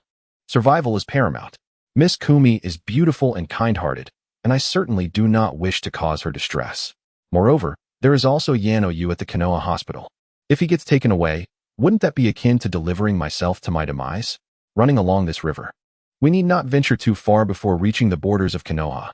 If we continue along the border for a while, we shall arrive at the gates of our village. Shu outlined his simple plan. Engaging in a fight is futile. That would not be spirited, but merely seeking trouble. The task of seizing the bell should not lead to hospitalization. In fact, according to the actual rules, when we rushed back to save Obito, we had already passed the test. Of course, given the frequency with which his shadow clones had dissipated, coupled with the sensations of pain he had received, Shu concluded that Kushina likely remained unaware of anything and was still intent on educating them. It is rather peculiar that the three of them now found themselves in a situation where their primary concern was simply how to preserve their lives. What a bizarre world we inhabit. However, I believe that the gates of Konoha may not necessarily deter the teacher's wife. Moreover, as ninjas, we are not permitted to leave the village without permission. It seems we might not be able to escape at all. Kakashi expressed his concerns. Yet Shu shook his head. He could not disclose that he knew Kushina was the Jinchuriki of the Nine Tails. This was a matter he kept to himself. At our age, we only need to remove our headbands and disguise ourselves, as if we were simply venturing out for leisure. It should not pose a significant issue. Kakashi's eyes brightened at this suggestion, and even Obito reacted, giving Shu a thumbs up, exclaiming, Shu, you truly are remarkable. In the crystal ball, Kushina had once again dispatched two of Shu's clones with a mere flick of her mind. Sarutobi Hiruzen could hardly bear to watch and quickly switched to the scene of the three boys, who were running desperately, a sight that tugged at the heartstrings. It was no wonder that Minato had once again requested to step in. Minato, you should be aware that the purpose of this trial is. Hiruzen began, but paused mid-sentence. Years of experience had conditioned him to want to elaborate. However, upon reflection, the objectives of the assessment had indeed been met. Obito, in his recklessness, had essentially given himself up, and the trio's current strategy of continuous evasion clearly indicated they had abandoned their mission. Yet, before forsaking their task, they had not abandoned one another. By all accounts, the trial had been a resounding success. Hiruzen quietly lamented, realizing that he had overstepped. He cleared his throat, stating, I had intended for Kushina to become better acquainted with the children. Since it has come to this, you should go ahead. Minato, overjoyed, did not even respond before vanishing in an instant, his speed so swift that Hiruzen could barely catch a glimpse of his movement. The flying Raijin technique has advanced. Observing the faint traces of space-time chakra left in the air, Hiruzen smiled with satisfaction. With the legendary Sannin preceding him and Minato following, it seemed that these three young ones were equally exceptional. The future of Konoha truly appeared bright. As Shu dashed forward, the trio set off in the same direction from three different positions, yet he found himself the most unfortunate among them. Little Chili Pepper, with an unknown motivation, had fixated on him and pursued him relentlessly. Isn't that enough shadow clones for you to beat up? Shu cursed internally as he ran. Indeed, he had awakened Sage Mode, and his chakra had likely multiplied 3 to 5 times since graduation. However, even he could not withstand such relentless pursuit. Along the way, he had already lost about 10 shadow clones. The key was that without proper chakra distribution, though each clone fell with a single encounter, they needed to delay her for some time. He had attempted to have the shadow clones attack with the Rasengan, but aside from depleting chakra, it proved futile. He even tried transforming the shadow clones into Minato or Hiruzen, but Kushina quickly discerned the ruse. Fortunately, he was nearing his destination, and both Obito and Kakashi, displaying camaraderie, waved at him from the riverbank. Their lack of a prior retreat indicated they had been waiting for him. Ingshu glanced back at the approaching Kushina and sighed. Kushina must be holding back. Otherwise, with her strength, she could catch up in mere seconds. However, the disparity between a Jonin and a Jinin is substantial. Why can't she learn from Minato? Just enough to get the point across. Ingshu had contemplated unleashing a grand technique. Although his chakra expenditure was considerable, he could manage a moment of restraint alongside Kakashi and Obito. Yet, this was not a life-or-death struggle. There was no need for such extremes. Let us consider this as repaying that bowl of ramen. Ingshu consoled himself. He waved at his friends from a distance, shouting, "Run. She's almost on us." Life had proven to be merciless for the three youths. They found themselves once more embarking on a journey of escape. Ironically, within the vast expanse of Konoha, there seemed to be no refuge for the three of them, truly astonishing. Meanwhile, Kushina felt she had found her rhythm. She was stern with the shadow clones, instilling in them the ferocity of the enemy, yet gentle with her true self, allowing her students to feel the warmth of their teacher's love. Who would have thought? I might possess a talent for teaching after all. Kushina brimmed with confidence, already contemplating how she would supervise their D-rank mission the following day. At that moment, a figure suddenly appeared beside her, none other than Minato, arriving with the flying Raijin. Minato's expression bore a hint of panic, but upon seeing that there were no students in Kushina's vicinity, he let out a sigh of relief. He donned a tender, somewhat pained smile and gently suggested, "Kushina, perhaps." "Ingshu, this trick won't work on me," she declared as her fist loomed before him. Minato, Kushina, "Oh, little son, you're done for." Chapter 41. After all, they are still children. The three young members of Team 7 ran and ran. Following the small river, they darted into another patch of forest. And just as they were about to reach the main road, with the gates of Konoha not far off, it seemed that Kushina had not caught up. "That doesn't make sense," Ingshu murmured, somewhat incredulous. However, the last shadow clone he had dispatched had indeed held out for quite a while, breaking today's record. "What should we do now? Do we really want to leave?" Kakashi gazed longingly at the distant gates, though hesitation clouded his expression. As ninjas, leaving the village without prior notification was a serious offense. In severe cases, one could be deemed a rogue ninja. Yet Ingshu remained composed. "Whether we leave the village or not is irrelevant, as long as we avoid a beating. Kushina is quite heavy-handed, and I have no desire to unintentionally deliver myself to Danzo. The bell is a minor issue, but earning Danzo's goodwill is of greater consequence. Let's go. The teacher's wife may be lost, but if she truly wishes to find us, it would be a matter of moments," Ingshu asserted. This relates to a specific ability of the Uzumaki clan, the Kagaya's hard eye. It is said that when one closes their eyes, they can comprehend everything within a 10-kilometer radius. Ingshu was convinced that Kushina had indeed lost her way. Should she become frantic from not locating the three of them, she would likely activate her Kagaya's hard eye in no time. This thought led Ingshu to reflect. Kushina had indeed taught him a lesson about the trials of being weak. It was quite discomforting. He resolved to double his efforts in training upon returning. The research on the hydrogen release could not be neglected. Yet he also needed to grasp that plethora of jutsu swiftly. Even if the development cycle for the second stage of hydrogen release might not be short, he must possess some means of self-defense. The three of them promptly set off toward the gates of Konoha. Although Kakashi felt a twinge of hesitation, he nonetheless strode forward without a second thought, blending seamlessly into the team. In stark contrast, Obito was reluctant to part with his headband, wishing he could wear it even while bathing or sleeping. Today, however, he cursed inwardly, vowing to diligently train upon his return. This was the last time he would ever allow anyone to coerce him into removing his headband. "Minato, you're awake? How do you feel? Dizzy?" Minato opened his eyes, and the concerned expression on Kushina's face made him momentarily forget the pain in his head. Perhaps this was the power of love, he mused, mustering a faint smile. "I'm fine, Kushina." Kushina sighed in relief, her concerns swiftly morphing into reproach. "It's all your fault for showing up unexpectedly. I thought you were a shadow clone of Shoten. It's my fault for not dodging in time. It has nothing to do with you, Kushina." Minato believed firmly that a girlfriend was never wrong. The fault always lay with his inadequacies. Yet, Kushina reminded him of his three students, who seemed to be on the run. "Kushina, How long have I been lying here? Minato inquired. About half an hour, which is a bit quicker than last time. Kushina replied, feeling slightly embarrassed as she had not exerted much effort, thinking he was a shadow clone. Understanding the burdens of being the Jinchuriki of the Nine Tails, it was evident that Kushina could not leave the village at will. Her immense strength, without an outlet, was also the reason for her heavy-handedness. Of course, Minato's passive acceptance had only fueled Kushina's boldness. Half an hour, Minato rubbed his temples and gently touched the lump on his head. The dizziness was mild, yet the sharp pain was quite invigorating. They shouldn't have gone too far, Kushina. Can you try to sense their location? At that moment, Minato only wished to locate his 3 students and assure them that Kushina was indeed a gentle person. Otherwise, it would be troublesome if the children were frightened. However, Kushina shook her head, unable to do so. They left my perception range about 10 minutes ago, she sighed, glancing at the bell in her palm, feeling somewhat dejected. The children must be terrified of me.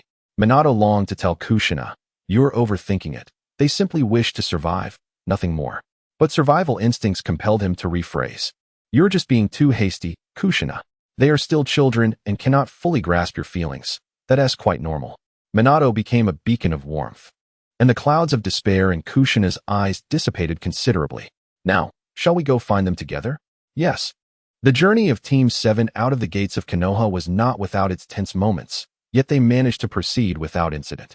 There were no inquiries or registrations, but all 3 were acutely aware of the scrutinizing gazes scanning over them. Not only were there Byakugan users, but also other sensory ninjas. The gates of Konoha were far from as simple as they appeared. After walking a considerable distance, Inosuke finally exhaled. He had ventured outside the gates of Konoha before, during a school outing when he had received many heart-shaped sushi from female classmates. That experience felt ordinary, and he had even thought that the village's defenses were somewhat lax. However, as his strength grew, stepping out of Konoha again brought an unsettling sense of exposure. If we started with the Hyuga, it might not be a bad idea, Inosuke mused. Yet, it was merely a fleeting thought. In his worldview, sage powers surpassed the Sharingan, which in turn surpassed the Byakugan. So, where should we go now? After a while, Obito suddenly asked. Kakashi glanced at Inosuke, clearly expecting him to make the decision. Inosuke hesitated before suggesting, how about we head to the place of our spring outing? I remember there's a river nearby. We could catch some fish to eat. I'm starving. This proposal received unanimous approval. After being chased by Kushina for so long, their energy reserves were significantly depleted. The trio quickly set off in the designated direction and soon arrived at their destination. The lush green grass was fresh and soft, and a clear stream flowed nearby. With the sun shining brightly and a gentle breeze caressing their faces, lifting their spirits considerably. The spring outing location was not too far from Konoha, allowing for swift support in case of an emergency. Nevertheless, they were undoubtedly outside the barriers and surveillance. Team 7, seeking refuge, intended to replenish their energy and return before sunset. Leaving the village without permission would surely bring reprimands, but it was preferable to the alternative. Obito, go find some branches to start a fire. Kakashi and I will catch fish. Inosuke divided the tasks. Obito dashed off towards the nearby woods, while Kakashi waded into the water to fish. Although Inosuke had caught his fair share of fish over the past 6 months, Kakashi's fishing skills were unmatched. He swiftly produced a kunai, aimed at a large fish in the crystal-clear stream, and with a swift motion, he struck. Here, Kakashi tossed the fish towards Inosuke. Nice, Inosuke praised, tasked with gutting the fish. However, it was at that moment that an unexpected turn of events occurred. A shuriken whizzed through the air, aimed directly at Inosuke's throat. Inosuke's pupils constricted as he instinctively swung the fish in his hands to deflect the kunai. The shuriken was sharp, but the fish's ample fat provided some protection. With a powerful swing, Inosuke nearly split the fish in half, but the shuriken was sent clattering to the ground. Enemy attack! Inosuke shouted, not merely to alert the now-hidden Kakashi, but primarily to warn Obito. The trajectory of the shuriken had been aimed at Obito. Swish! Swish!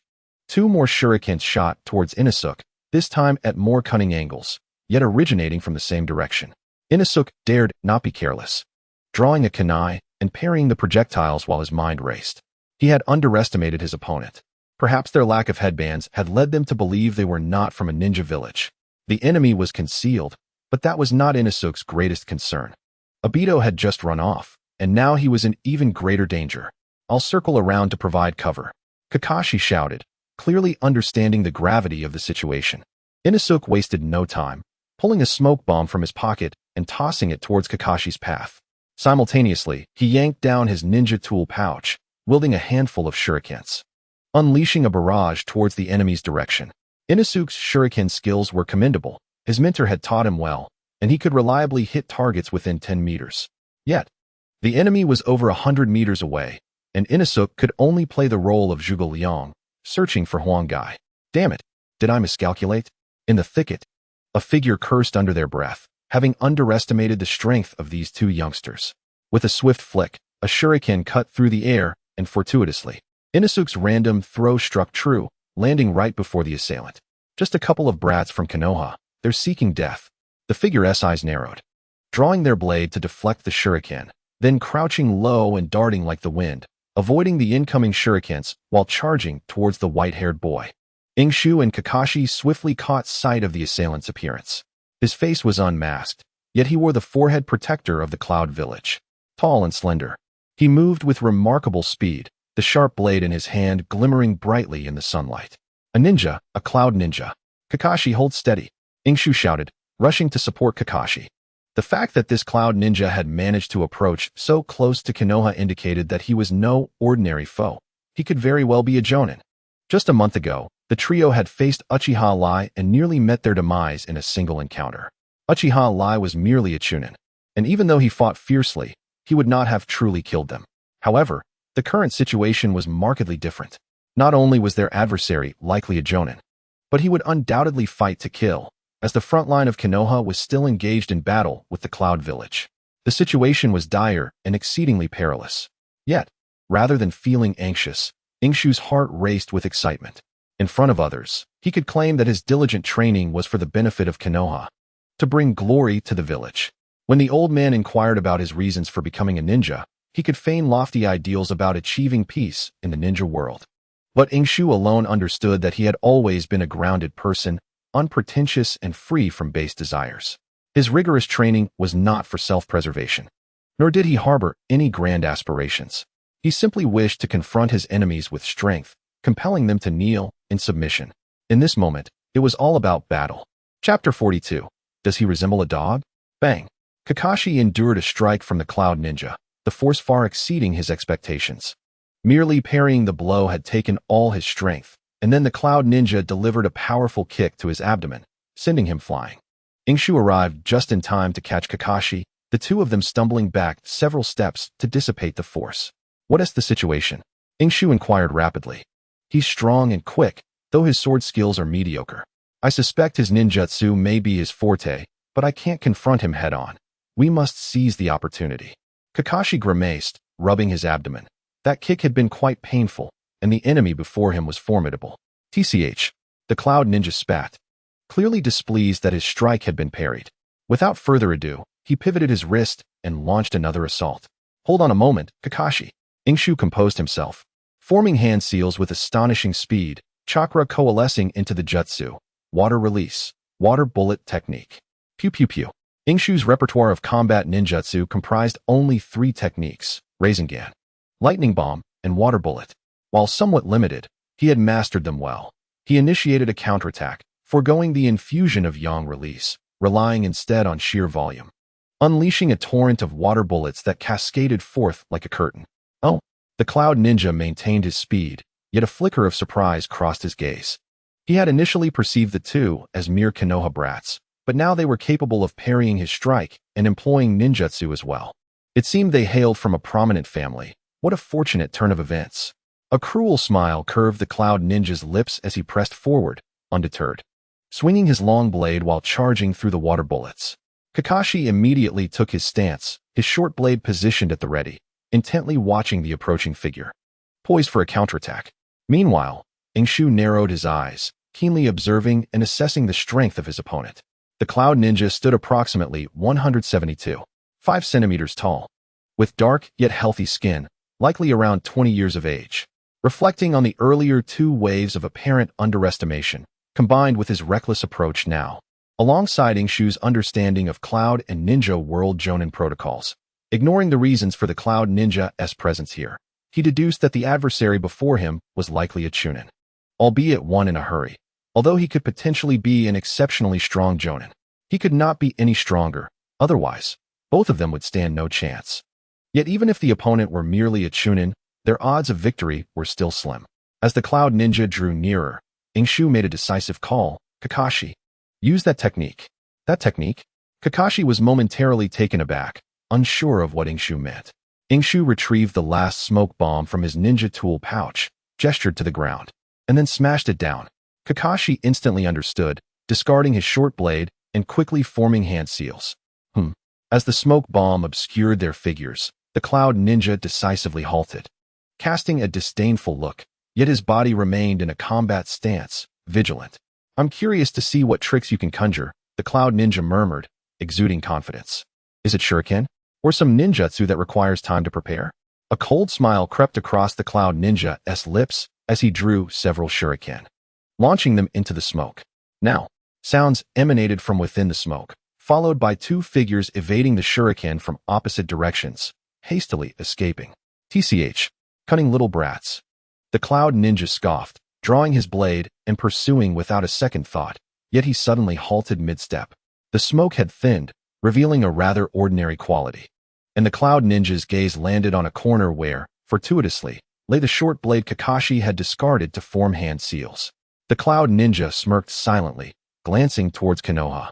While tranquility reigned, engaging in battle was not a prudent choice. You two must be considered geniuses in Konoha, huh? It's a pity that if we were on the battlefield, I would relish playing with you two talented brats, he taunted, his voice turning cold and mocking. Come out. Your shadow clone technique is too crude. With an extra blade, do you take me for a fool? Yet, no sounds emerged from the smoke. The Cloud Ninja's expression grew impatient. He lifted his long blade, his gaze icy as he charged directly into the dissipating smoke. However, within the smoke, there were no signs of the two brats. The short blade lay on the ground, but the vicinity was utterly empty. TCH, a transformation technique, is it? The Cloud Ninja's expression shifted as he began to piece together the situation. They had used transformation techniques, deliberately leaving the discarded blade as bait, drawing him in. Those crafty brats. His tone turned frustrated, but suddenly his gaze sharpened, a smirk forming as he raised his long blade, aiming it at the empty ground beneath him. Just now. That was probably what you both most wanted to hear, right? Too naive, you little brats. The sharp blade plunged straight into the ground. Whether it was the earth being too soft or the blade being too sharp, it sank effortlessly into the ground, encountering no resistance whatsoever. TCH. The Cloud Ninja spat again. The sensation of the blade meeting nothingness indicated he had struck an empty target, yet the emptiness beneath confirmed his gamble had paid off.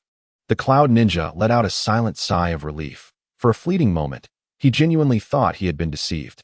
Just then, disturbances emerged from beneath the ground. The Cloud Ninja chuckled coldly, raising his blade once more, employing it to strike downwards. TSK, how lewd. Kakashi, doesn't he resemble a dog? Indeed, quite lewd. Kakashi replied halfway, unwilling to validate his understanding of the latter half of the statement. At that moment, Ingshu and Kakashi stood at a distance atop a tree, observing the Cloud Ninja's repetitive movements with disdain in their eyes. Let us bring this to an end. Ingshu drew forth a kunai, its handle affixed with an explosive tag. His lips were slightly pale as he entrusted his shadow clone to execute the hydrogen release technique, unwilling to hold back in any manner. However, with Obito absent, this was the only recourse available to him. The explosive tag ignited, emitting a sizzling sound. The kunai sliced through the air. A cloud-hidden ninja, engaged in piston-like movements, sensed something amiss, glanced upwards, and his pupils constricted in an instant. He abandoned his weapon and fled. His reaction was indeed swift, but it paled against the meticulous calculations of a cunning opponent. The explosive tag failed to catch up with the fleeing ninja, detonating before it could reach him. Yet, before the Cloud Ninja could exhale in relief, a searing blaze erupted before him, accompanied by a thunderous roar. Boom! The explosions rang out in succession. The flames from the explosive tag engulfed in an overwhelming blast, and the unsuspecting ninja could scarcely fathom the magnitude of the explosion until he was hurled through the air, losing consciousness, believing that the blast was merely the power of a single explosive tag. Ingshu, are you all right? In the distance, Ingshu almost lost his footing. narrowly being steadied by Kakashi. Shu waved dismissively. I'm fine, just a bit drained, huh? Just as he began to speak, both he and Kakashi suddenly wore peculiar expressions. A voice echoed from afar. Shu. Kakashi. The tone was filled with anguish and hysteria, as if on the verge of collapse. The two quickly looked up, forgetting the past moment, only to see Obito, clutching a bundle of small twigs. Chapter 43. Artwork. Obito had just returned when he heard the explosion and saw an unknown ninja being blasted away. In a flash, he realized that Kakashi and Shu were facing an enemy. A battle had erupted, and although the foe had been vanquished, concern for his friends consumed him. Don't scare me. The little twigs in Obito's arms tumbled to the ground, his voice trembling with emotion as he sprinted toward the epicenter of the explosion. But what awaited him there? Only a charred lawn and 2 deep craters left by the Shadow Clone's decapitation technique, an empty scene. The craters had collapsed, and the sheer force of the detonation was no jest. Yet, Obito refused to succumb to despair, tears mingling with snot as he frantically began to dig with his bare hands. Shu. Kakashi. Don't scare me. Come out. In the distance, witnessing this scene, Shu and Kakashi fell silent. Clearly, Obito was unraveling. With such a violent explosion and no sign of his friends, he feared the worst. Yet, the more he panicked, the more the two felt compelled to stay hidden, not out of malicious intent, but in consideration for Obito's feelings. A proud individual like Obito, if he were to learn that this vulnerable moment was being broadcast live, they feared he might spiral into despair. Surprisingly, Obito was quite sentimental. Kakashi sighed deeply, finally uttering a thought. Shu remained silent, pondering why Madara had chosen Obito. Was it not for this very reason? It must be said, Madara's foresight was astute. While the world deemed Obito a mere laggard, only Madara recognized his potential. History has proven this. The double Tomo evolved into the Rinnegan. He mastered the wood release inherited from White Zetsu on the same night. He awakened his eyes and single-handedly instigated the 4th Great Ninja War, throwing the entire world into chaos. Wait. Shu's expression suddenly shifted. Sharingan? 5 minutes later, Shu and Kakashi created a commotion in the forest specifically to draw Obito's attention. Believing it to be the presence of another enemy, Obito channeled his grief into strength, seizing Kakashi's belongings and charging forward. However, upon seeing Shu and Kakashi leaning on each other, rather than displaying the expected shock or confusion, he launched an attack. Who do you think you're trampling upon? Obito roared, his eyes blazing with a chilling crimson fury as he swung Kakashi's short blade at them. Obito, calm down, Shu shouted, shedding his pretense of restraint. His voice resonated with strength. The sage body not only extended his chakra reserves, but also provided remarkable recovery capabilities. In no time, he regained enough strength to act normally. But Kakashi was truly exhausted. He lacked the sage body's benefits. As Obito charged with the blade, he lacked even the strength to dodge. Ultimately, it was Shu who yanked Kakashi away just in time, and Obito's blade nearly sheared off Kakashi's mask, merely taking a tuft of his white hair. I'm calm. You must be joking. Obito was relentless. Shu, though anxious, maintained his composure, forming a Rasengan in his hands. This was his final chakra, its power modest, and once unleashed, he would be left defenseless. Look closely, Obito. It's me, your Shu. This Rasengan saved both Shu and Kakashi, causing Obito to freeze in place, his mouth agape in shock, his expression gradually softening into one of sorrow. His eyes turning red once more as his lips quivered. Kakashi, still shaken beside him, wore a complex expression, guilt washing over him as he observed Obito's face, which seemed on the verge of tears. Yet, in the next moment, Obito shouted, I refuse to believe it, and charged at Kakashi once more. Shu attempted to intervene, but upon seeing Obito discard the short blade, he too realized something and breathed a sigh of relief, collapsing onto the ground. Shu, help me, Kakashi called out. But the number he dialed was out of service. Obito unleashed a flurry of blows upon Kakashi, seemingly intent on venting all his pent-up emotions. This went on for more than 10 minutes, until Obito was utterly spent, and Kakashi's face resembled that of a pig, before he finally ceased. The 3 youths lay sprawled on the ground. It was uncertain who laughed first, but soon all 3 were roaring with laughter. Kakashi, you pighead. Ha. You did it on purpose. Crybaby. Damn. Did you all see that? Shu, Kakashi, don't scare me. Damn it. You join in too. They spent nearly half an hour laughing before returning to the battlefield where it all began. There were no macabre tales of vanished corpses. The Cloud Ninja lay motionless on the ground, resembling a corpse. Had Shu not been familiar with the workings of Konoha's hospital, he might have concluded that the individual was truly dead, but a faint breath confirmed otherwise. Even so, the trio remained vigilant. They first stripped the tattered clothing off the Cloud Ninja, tearing it into strips with their kunai, and securely binding him. Shu worried that the ninja might awaken and unleash a torrent of strength to escape, so he soaked the strips to fill the gaps in the fibers with water, enhancing their resilience, a detail he was meticulous about. Don't ask why a liberal arts student knows so much. It's simply the product of 9 years of compulsory education. Yet, Shu was still not satisfied, wishing to bind every joint of the ninja, and even placed an explosive tag within the ninja's trousers. Is it really necessary to be this harsh? I feel like he probably wants to wake up, Kakashi questioned, puzzled. Shu gazed at the ninja, nearly transformed into a work of art through his bindings, and raised an eyebrow. Who cares? This guy's life isn't worth much. Moreover, the interrogation department's method seemed to only require a head to be left intact. Shu, you truly possess an abundance of knowledge. However, I believe I have heard my father mention that this is indeed the case. Speaking of which, Obito expressed his concern. Is this fellow's mind truly unharmed? It should be, right? The three of them caught a few fish by the riverbank, and the small branches Obito had previously collected finally proved useful. After grilling and consuming several fish, the trio then set off towards Konoha. As dusk approached, the sun dipped below the horizon. The three victorious youths cast long shadows behind them. Chapter 44. Worthless. What use are you? What? You found them? And even brought back a spy from the Cloud Village? In the Hokage's office, Sarutobi Hiruzen, who had been worried about the whereabouts of the three children, felt his beard grow 1 hair shorter. Yes, Hokage-sama. Minato felt both amused and exasperated. Who would have thought the three little rascals would dare to run out of Konoha just to evade Kushina? Even more absurdly, they returned with 4 instead of 3.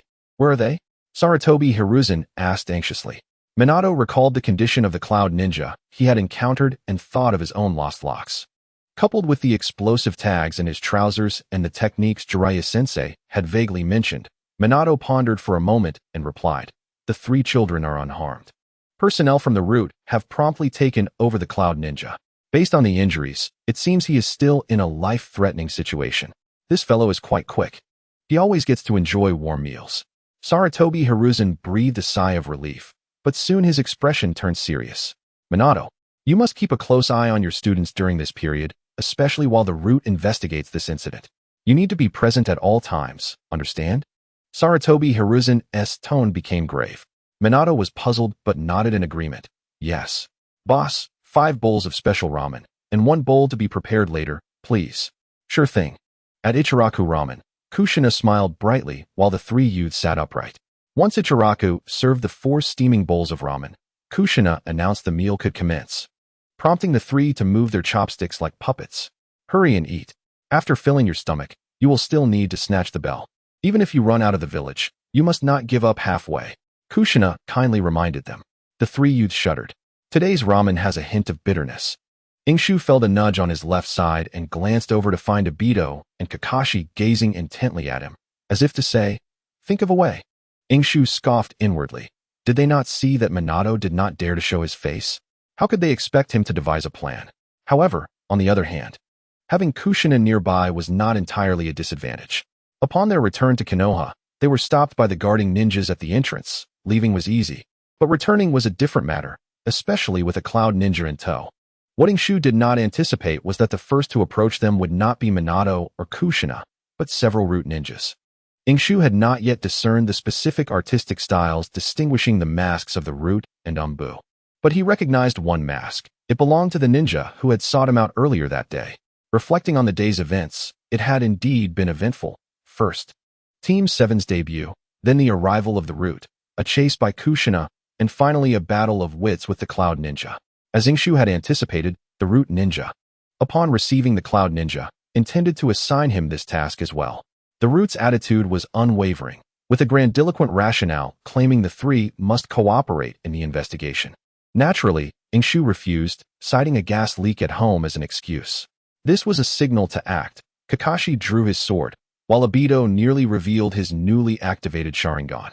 At 6 years old, Obito was still pushing his limits. After all, this was merely a blunder, an opportunity seized.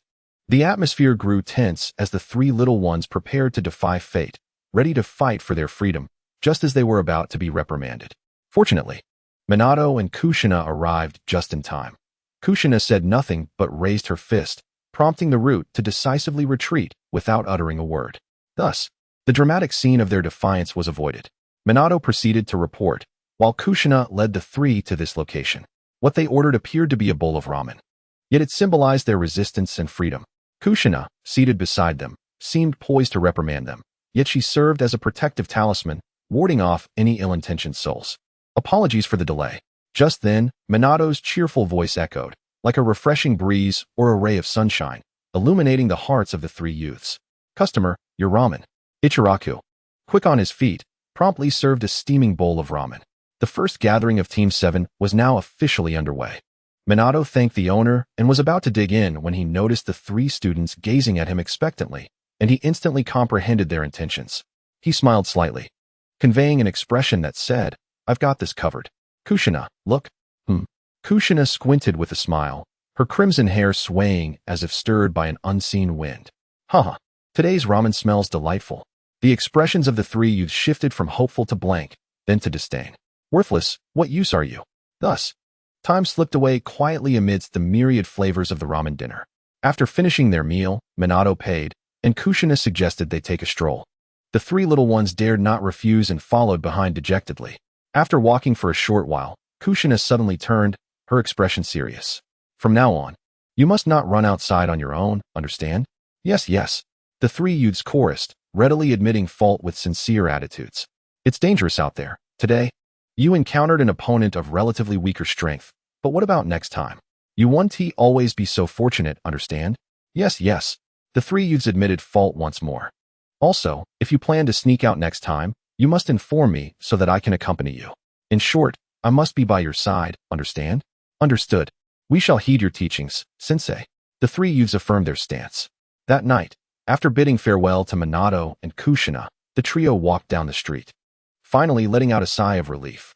Life was not easy. It would often deliver unexpected ambushes, catching one off guard.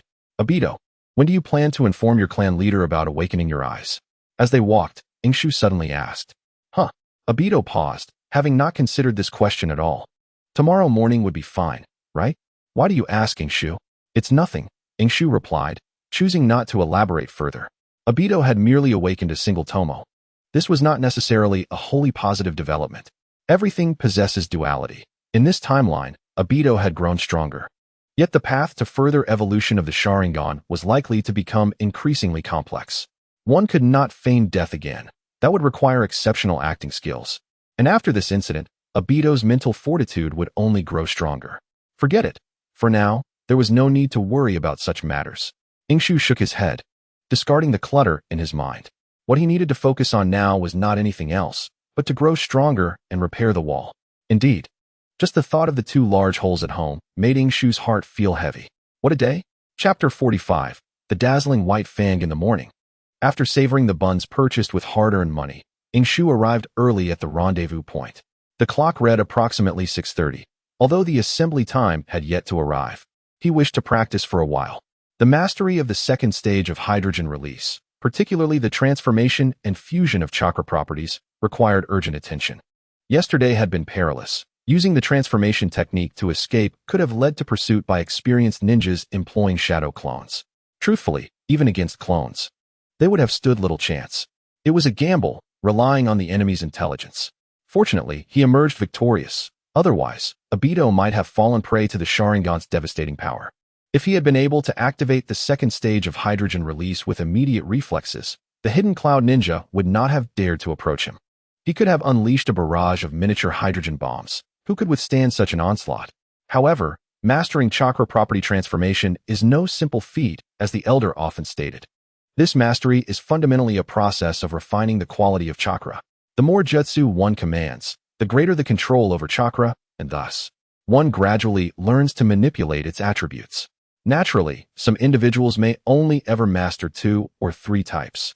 Ingshu, with his innate dual affinity, was already deemed quite gifted. He found this concept easy to comprehend. Chakra could be likened to a body of water. By controlling its temperature, it could freeze, boil, or even transform into gas.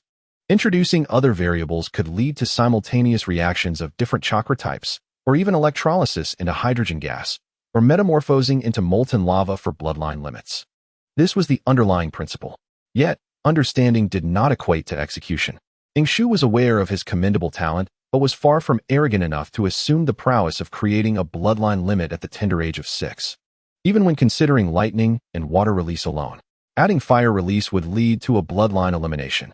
Thus, he decided to start with water release. Taking a deep breath, he recalled the contents of the scroll, mobilized his chakra, and formed hand seals. Before aspiring to become a nuclear ambassador, he aimed to achieve the minor goal of mastering water release. If that proved elusive, becoming a river release ninja would suffice. Water release, water dragon bullet. Just after 8, the sun rose to herald the day. Obito and Minato arrived in succession, while Kakashi nearly arrived late. Engrossed in practice, Shu was momentarily oblivious. However, upon witnessing Kakashi apologizing to Minato, he was taken aback. He could understand Obito not being late. Women often influence the speed of morning routines, but Kakashi's near tardiness was quite astonishing. Shu discreetly observed Kakashi, and indeed, something seemed amiss. The dead fish eyes had regained their soul, yet Kakashi appeared lost. It seemed that White Fang had once again retreated into solitude, Shu mused. He had long foreseen that greater hopes breed greater disappointments. The teammates he had fought valiantly to save did not express gratitude, but instead joined the ranks of the ungrateful. A heavy blow, indeed. However, the issue remained rooted in Kakashi. White Fang's vulnerability lay not in fragility, but in his overwhelming pride. Kakashi, after today's mission, Obito and I plan to visit your home to settle some matters. Shu casually remarked, patting Kakashi's shoulder. He initially intended to inquire about White Fang, but reconsidered, mindful of Minato's presence. Kakashi, still dazed, initially failed to grasp the significance of the money involved. For him, it was merely a trivial matter. The affluent Kakashi did not dwell on such concerns. However, Obito, who was a bit boastful, chimed in, I want to be joining. The clan leader is personally guiding my training. You know, as the Uchiha's premier genius. D-class missions are often both tedious and simple. Assisting an elderly gentleman in pruning trees, Kakashi and Shu completed the task in a mere half-day. Meanwhile, the self-proclaimed Uchiha genius diligently practiced standing parallel to the ground on a tree. Of course, Obito was not entirely idle, as clearing branches was assigned to him. In the afternoon, around 4 o'clock, Team 7 finally earned their first bounty, 6,000 Ryo. Minato claimed none, leaving 2,000 Ryo for each of the 3 members. Kakashi expressed contentment, noting it felt satisfactory, albeit a bit meager, but it was earned through their own efforts. Yet, Shu and Obito could hardly contain their excitement. Shu, strike me. Am I dreaming? 2,000 Ryo in half a day. Incredible. Obito exclaimed, repeatedly counting the money, each time convinced he had miscounted. Uft. Just 2,000 Ryo. Look at your attitude. Shu scoffed at Obito, unimpressed by his exuberance. At 4:30, Shu followed Kakashi back home. I'm back. Father. We have a guest, Kakashi greeted as if nothing were amiss. Coming. A robust male voice resonated from within, differing from Shu's expectations. It was hearty, not the gentle warmth of Minato's voice, but rather deep and reassuring. Suddenly, Shu's eyes widened. A tall, silver-haired man, sporting a ponytail, burst into the room. Bearing a striking resemblance to Kakashi, yet with a jovial demeanor that evoked the image of a friendly neighbor. However, from the neck down, the appearance was bewildering. Clad in an apron, wielding a kitchen knife in one hand and a spatula in the other, the apron bore the comical image of a pink-headed Sharpei. Delightfully absurd, yet somewhat jarring. Fortunately, White Fang's attire concealed the muscles beneath, or else Shu might have needed an eye wash. I am Kakashi's teammate, Shu. A pleasure to meet you. Shu bowed, allowing his eyes a moment of respite. No need for formality, young Shu. I often hear Kakashi speak of you. He considers you a reliable companion. White Fang bellowed with laughter, showing no signs of any emotional fragility. Kakashi, take young Shu inside to rest, wash up, and prepare for dinner. Today, I've prepared grilled fish just for you. White Fang hummed a tune that Shu did not comprehend as he moved about, leaving behind a composed Kakashi and an expressionless Shu. Come on, Let us fetch our ninja tools, Kakashi beckoned. Okay, Shu responded, perplexed. With White Fang's exuberant demeanor, Kakashi hardly seemed melancholic. Had something transpired that he was unaware of? Surely not. For he had heard plenty of complaints earlier that morning while purchasing buns. Relinquishing his curiosity, Shu followed Kakashi forward.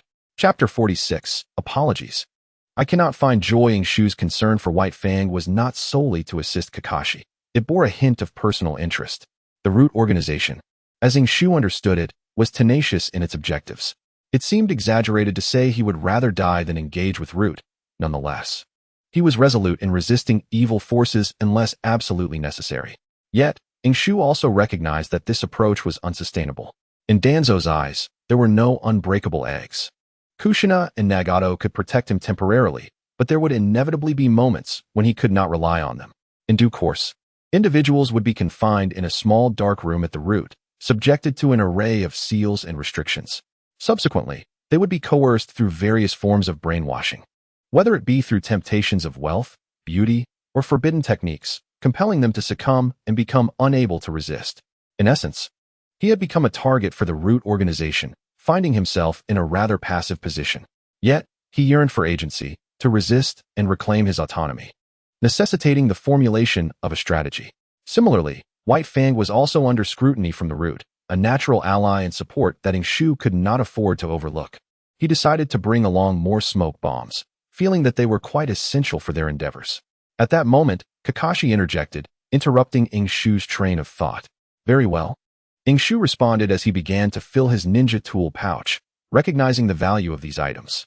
Cautiously, he inquired of Kakashi, is Uncle White Fang always this accommodating? Kakashi's body stiffened noticeably, as if the smoke bomb in his hand had malfunctioned. My mother passed away early, and with his frequent missions, he tends to behave this way whenever he is at home, Kakashi explained, turning his face slightly as if to grab a kunai from the other side.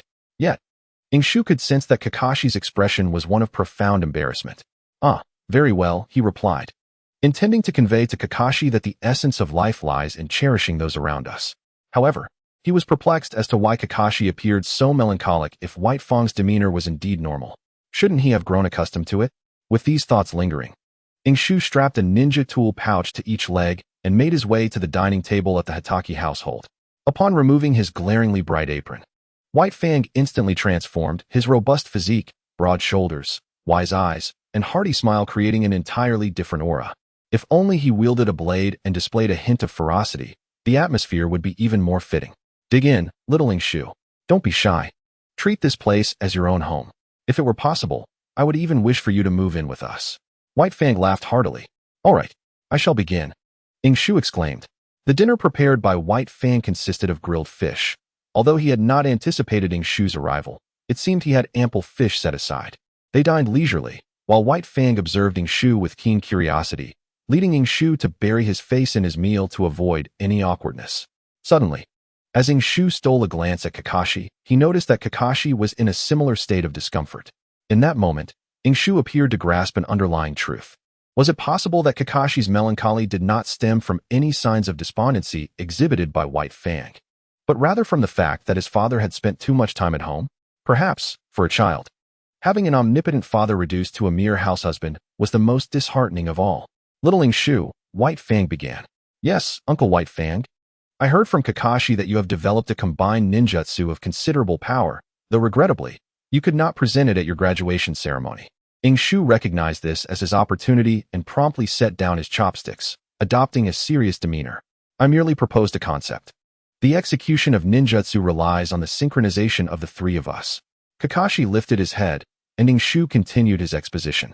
I am fortunate to have two excellent companions. Kakashi's lightning release and my water release complement each other splendidly. Additionally, Obito, our other teammate, possesses impeccable timing with his fire release, creating a remarkable synergy among us. No. You are being overly modest, little Shu. White Fang interjected, waving his hand. Synergy and bonds can be cultivated over time, but the concept you proposed is not something everyone can envision. You are truly a genius, child. White Fang's sincerity overshadowed any semblance of politeness. After all, he was a man whose vision could rival that of Madara. The outcome of their respective choices was evident. Yet, Shu discerned an alternative implication. The notion of bonds being gradually nurtured suggested that severing them could occur in an instant. Had White Fang already begun to lose faith in Konoha? As these thoughts swirled within him, Shu's expression bore an unmistakable disappointment. He sighed, realizing that even Uncle White Fang shared this sentiment. This remark, paired with Shu's melancholic aura, immediately captured the attention of the Hideki father and son. White Fang, puzzled, mused, "This child appears to harbor some concerns." Kakashi, equally bemused, questioned, "Shu, are you diverging from the topic?" Once more, Shu sighed and began to perform. "It seems everyone believes I have accomplished something extraordinary. Uncle White Fang thinks so, and even Elder Danzo does. Yet, in reality, without Kakashi and Obito, this combined ninjutsu would not have been possible." Sighing again, Shu seized a glass of juice from the table, raising it to his lips in a single gulp. Feeling a sense of unfulfilled ambition, gazing skyward with a heavy heart. This revelation left Kakashi utterly stunned. He had thought he understood Shu well, only to discover through this dinner of grilled fish a side of him that was so theatrical and emotional. Meanwhile, White Fang's neighborly smile gradually faded. The two words unfulfilled ambition caused White Fang's gaze to turn icy. Shu's carefully crafted, seemingly accidental remark had struck a chord. Indeed, the efforts of his companions should not be overshadowed.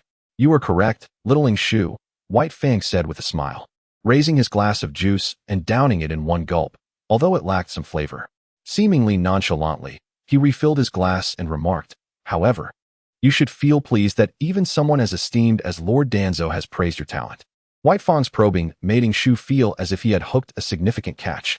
"I'm afraid, Uncle White Fang, I cannot feel happy," Shu replied immediately, a flush of red rising to his cheeks, revealing a hint of excitement. "Lord Danzo wishes for me to join the Root organization. But the condition is that I sever ties with Kakashi and Obito. I cannot do that, nor do I comprehend why Lord Danzo fails to recognize their efforts." Having broached this sensitive topic, Shu hoped White Fang grasped the severity of the situation. If you were to perish, Lord Danzo would swiftly deceive your son into joining the Root. He would even send him after the third Hokage. If you wish to protect your son, you must cooperate with me without any tricks. Otherwise, I could easily sell Kakashi to Lord Danzo. Shu's heart screamed in desperation. Chapter 47. The Root. Rebirth at 8 o'clock in the evening. Despite White Fang's earnest attempts to persuade him, Shu resolutely chose to return home to rest. His wall remained unrepaired, merely taped over, serving as a makeshift window. It would be unfortunate if a thief took an interest in his home. After traversing a winding mountain path and passing through a park where elderly folks were exercising, Shu felt inspired to engage in some late-night training. His physical exertion for the day had been mediocre, and he had scarcely practiced his water release. While the plan to resist the Root organization had made some progress, with positive feedback from White Fang, Shu understood the necessity of strengthening himself. At 8:30, he arrived at training ground number 3. Though it was not the closest training ground to his home, he still made his way there, only to find that the old man was absent. Shu, not entirely unfamiliar with the seals, continued to perform the hand signs for the water dragon bullet technique, discovering an astonishing number of variations. The old man had provided him with no fewer than 25 seals, including several from the flying thunder god technique, which had been refined to 21 seals. If he did not pay close attention, he could easily overlook the intricacies involved. It is perplexing why, in the midst of a water dragon jutsu, one would produce 44 seals, especially when the opposing Kakashi merely replicates the technique, creating an awkward scenario. The technique currently employed by Shu is a refined version of the water dragon jutsu bestowed upon him by the second Hokage. There are two modes of initiation. One involves manipulating the surrounding water to coalesce into a water dragon, while the other utilizes his own chakra to expel a water dragon. Shu certainly holds disdain for relying on the water's momentum. The Senju clan possesses its own pride. He intends to do it by his own means. Drawing upon his recollections of chakra manipulation, Shu adeptly forms the necessary seals, channeling chakra with a sense of ease and confidence. A flicker of hope igniting in his eyes. This might just work. Yet, as he attempts the water release, water dragon bullet, a considerable amount of saliva escapes his mouth, only for the final step to falter, costing him over 20% of his chakra. What a waste of a night. Why not return home to sleep instead? Irritated, Shu glances at the two figures in his line of sight, boys of approximately 11 or 12 years. They appear suddenly and stare at him intently, reminiscent of specters, unsettling his focus and almost leading to a repeat of Obito's tragic misstep.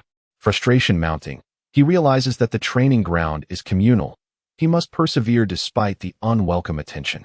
Turning to survey his surroundings, he discovers he is encircled. 8 youths, all around 11 or 12, lack headbands, yet sport ninja tool pouches strapped to their legs. Ingshu deduces that they must be ninjas, given the current 3-year curriculum in the Ninja Academy. Their absence of headbands undoubtedly signifies a nefarious intent. Are they from the Uchiha clan? A gang assault? He searches for his cousin, Uchiha Beiying, recalling the harsh words previously spoken by Uchiha Lai.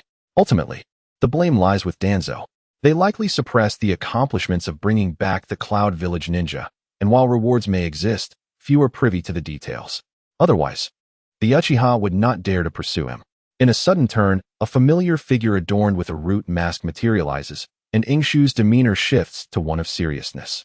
The persistence of the root organization exceeds his expectations, having sought him out 3 times within 2 days. Yet, he finds it absurd that such a group, devoid of masks, could be taken seriously. With a slight smirk, he calculates that this encounter is manageable. Approaching him, a root ninja proclaims, "I am Ingshu." A genin representing the elder Danzo of Konohagakure. His tone remains icy, yet Ingshu discerns an uncharacteristic calmness, signifying a sense of assuredness. Regret washes over him for not having been more assertive in front of White Fang, whom he should have invited to stay the night. Nevertheless, he feels no anxiety over visiting Kakashi's home for supplies. Besides an array of ninja tools, White Fang had instructed Kakashi to provide him with several signal flares. As White Fang aptly put it, being prepared is essential for ensuring swift communication with the village during outings. In that moment, White Fang exhibited the poise expected of an Umbu captain, causing Kakashi's typically indifferent gaze to sparkle, revealing his deep affection for his father. As Ingshu notices the encroaching circle, he places a hand on his tool pouch, fixing his gaze on the root ninja while donning an innocent smile brimming with excitement and hope. Is it true? Has Lord Danzo granted my request? Can Kakashi and Obito also join the root? The root operative responds coolly. One is the son of the root's primary target, and the other is a member of the Uchiha clan. While Elder Danzo may desire this, it is not so straightforward. My answer remains the same. Ingshu, you are still a genin. The root ninja's gaze remains unfaltering, even colder than before.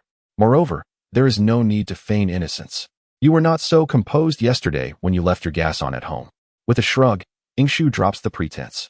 Then my answer is also unchanged. If you wish for me to join the root, Kakashi and Obito must be included. You need not rush your response. The root ninja interjects. Elder Danzo has stated that you possess the right to refuse, but such rights only activate post-joining. Once you have comprehended the true nature of the root, Ingshu finds himself at a loss, whether or not these are Danzo's exact words. The sentiment encapsulates his ideology perfectly. To understand the root is a prerequisite for refusal. One must join before gaining insight, creating an inescapable cycle. The root organization only permits entry, not exit. Once a root member, always a root member, unless the third Hokage himself intervenes. Yet, Ingshu does not harbor the delusion that Sarutobi would confront Danzo on his behalf. This is not the era of the third Hokage, when their relationship was amicable. He cannot even disclose his identity as a member of the Senju clan, as it would only heighten his peril. Can I choose to remain ignorant? Ingshu attempts a final gambit, though one hand has already grasped the signal flare. The root ninja, however, merely scoffs, retreating slightly as he moves. The 8 older boys simultaneously draw their kunai, exuding an ominous aura. You may select one group of opponents. Only by defeating them will you have the luxury of choice. This statement compels Ingshu to relinquish the signal flare. Chapter 48. Daring to display inadequate skills in front of the experts? The mighty water dragon bullet. With instinct guiding him, Ingshu selects a group, unleashing a barrage of shuriken while simultaneously creating distance. As expected, the other root youths disperse, subtly sealing off his escape routes. Ingshu indeed wishes to flee, but not at this moment. 2 boys deftly evade the shuriken. One charges forward wielding a kunai, while the other begins forming seals. TCH. Ingshu clicks his tongue, realizing that they have always collaborated to overwhelm others, yet today, karma has caught up with them. Faced with close combat, He must remain wary of the ninjutsu from behind. Retreating recklessly would only place him at a disadvantage. In a moment of clarity, he resolves to leverage his strengths. Water release, water bullet barrage. Ingshu's hands fly through the seals with such speed that it seems as though sparks might ignite from his fingertips. The water bullets coalesce and surge forth, their frequency and coverage at an exceptional standard. Ingshu's chakra is abundant, and he intends to capitalize on his advantages. Earth release, earth flow wall. At that moment, the root boy at the rear alters his seals, pressing his hands to the ground. Just as Ingshu launches his counterattack, the earth trembles, and a wall of soil erupts, intercepting all of Ingshu's water bullets. Ingshu's expression darkens. He desperately wishes to inquire if he might select his opponents once more. This was clearly a planned response. As Ingshu concludes his ninjutsu and forms another seal, a shadow clone appears, forming a Rasengan within half a second and charging at the earthen wall. Boom! The wall finally crumbles under the strain. But the shadow clone dissipates alongside it. Ingshu furrows his brow, perplexed by the disappearance of his clone. As Ingshu observed the gradually retracting earth spikes on the earthen wall, enlightenment dawned upon him. Both were earth-style ninjas, employing a combination of techniques, the earth flow wall and the earth spike spear. This truly imparted a lesson to Ingshu. The combination of techniques was not his exclusive domain. Even within the same elemental affinity, such combinations could be executed. For instance, the earth flow wall, augmented with a rebound effect, became a formidable defense and offense. Ingshu could not help but glance at the other three pairs of root youths. If all went as expected, they too would possess similar synergies. He reminded himself to suppress any expression of surprise. After all, they were merely novice ninjas from the root, temporarily paired up for less than 2 days of practice. Behind him, a voice from a root ninja began to narrate the unfolding scene. As I mentioned earlier, the battlefield of the root is of a higher caliber. Rather than mere conventional brawls, we leverage every advantageous element, the enemy's habits, their weaknesses, even their ties. The root follows an elite path, emphasizing efficiency and coordination. While your two teammates may indeed exhibit a high degree of synergy with you, from the root's perspective, dismantling you all requires merely a well-crafted plan. As it stands, all your techniques have been laid bare from the moment you began to weave hand seals. They will swiftly implement counter-strategies to suppress and retaliate. This is the essence of the root. It was indeed a display of bravado, without a doubt. Ingshu felt a surge of defiance within him, yet he could not deny the efficacy of the root's methodology. He believed the words of the root ninja, but that did not imply he would concede. The root certainly wielded considerable power. If only my master were here, would you still dare to boast so brazenly? Ingshu scoffed softly, silencing the voice behind him. However, he had no intention of merely being obstinate with words. What he was about to do would be brutal, though it carried a certain risk. Setting aside the uncertainty of success, even if he triumphed, it would only deepen Danzo's avarice towards him. Ingshu began to weave his hand seals. At that moment, the root ninja suddenly shouted, "Interrupt him." It was somewhat unsportsmanlike, but Ingshu paid it no mind. He recognized that this root ninja's role was to rattle his composure. Regardless of whether he could emerge victorious, this very process exemplified the essence of joining the root. Ultimately, they would likely resort to coercion. He was already aware of everything. With a swift motion, the two root youths launched their assault, moving at astonishing speed. One from the left and one from the right. Yet, both simultaneously formed hand seals, and their seals were identical.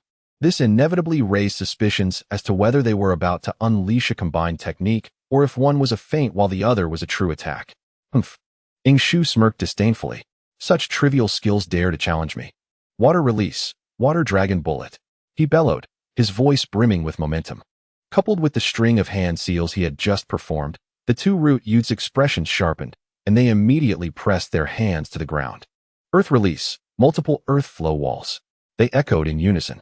The so-called multiple earth flow wall was not simply a matter of 1 + 1. It was 1 + 1 + 1 + 1, culminating in 4 earthen walls standing before Ingshu. However, the anticipated water dragon did not manifest. A broad grin spread across Ingshu's face, revealing his gleaming white teeth.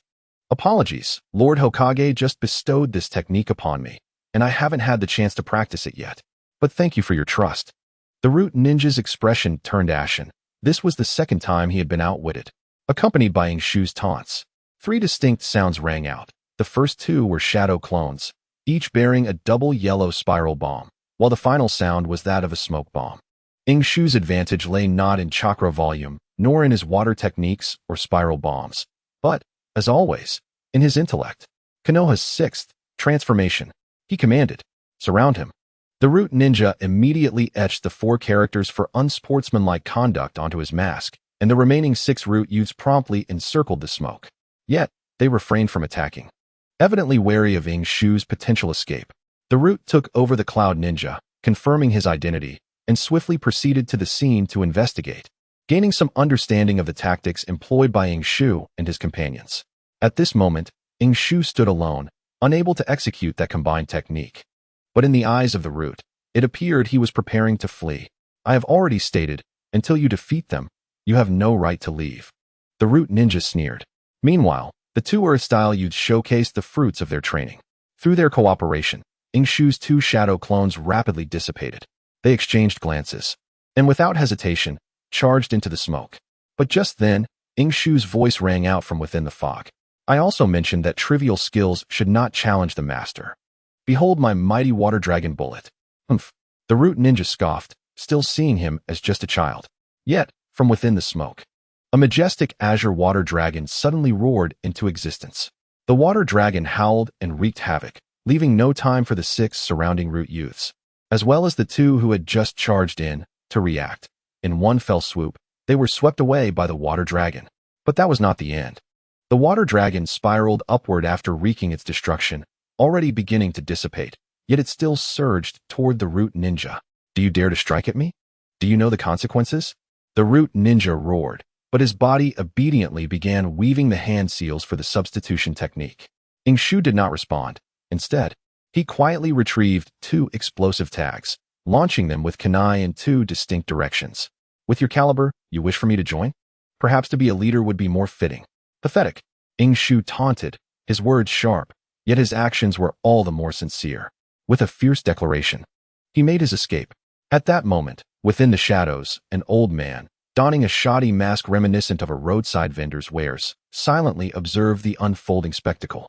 The old man chuckled softly, his gaze shifting from the water dragon that struck the substitute wooden post to the root ninja facing imminent explosion. He raised his eyes to the bright moon above. "So much like you." Chapter 49. Ultimately, I have become like a Beto at 9 in the evening. Shu, reluctant to return home, wandered the streets, the cold wind whipping around him. All right, perhaps that was an exaggeration. He was not truly lost on the streets. And it was summer after all. His main concern was hunger, having exhausted considerable chakra during his earlier display, even successfully executing the water release, water dragon bullet. Yet, Shu was not afraid to return home. Although the root appeared brazenly lawless, the likelihood of them capturing him today was considerably lower than their display of strength.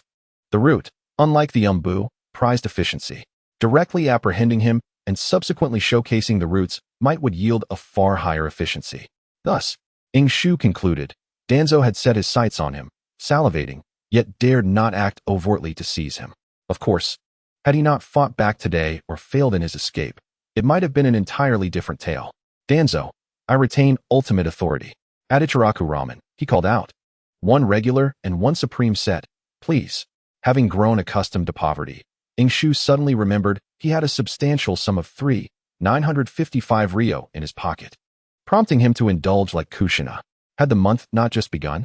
His living expenses seemed to reproduce. Failing to splurge a little would simply be a disservice to himself. "All right, just a moment, young customer," the Ichiraka chef responded warmly. Returning to the matter at hand. Ilu is in his early 20s this year, and is at the age where marriage is anticipated. Shu is contemplating whether to give a gift. Perhaps to secure a lifelong discount coupon, thus making a small profit. While waiting for the noodles, Ilu, striving to make the most of his time, found himself in a daydream. Just then, 2 new guests entered the shop. What would our young guests like to eat?" "Oh, young Master Asma has arrived as well. Please take a seat." "What would you like, young Master Asma?" 2 bowls of supreme ramen." Ili's enthusiasm surged, and the warmth of his welcome made Shu acutely aware of the disparity in treatment between a regular member and a supreme VIP. One can only wonder if Ilu, in his youth, had not yet found his footing and was still somewhat bent beneath the weight of life.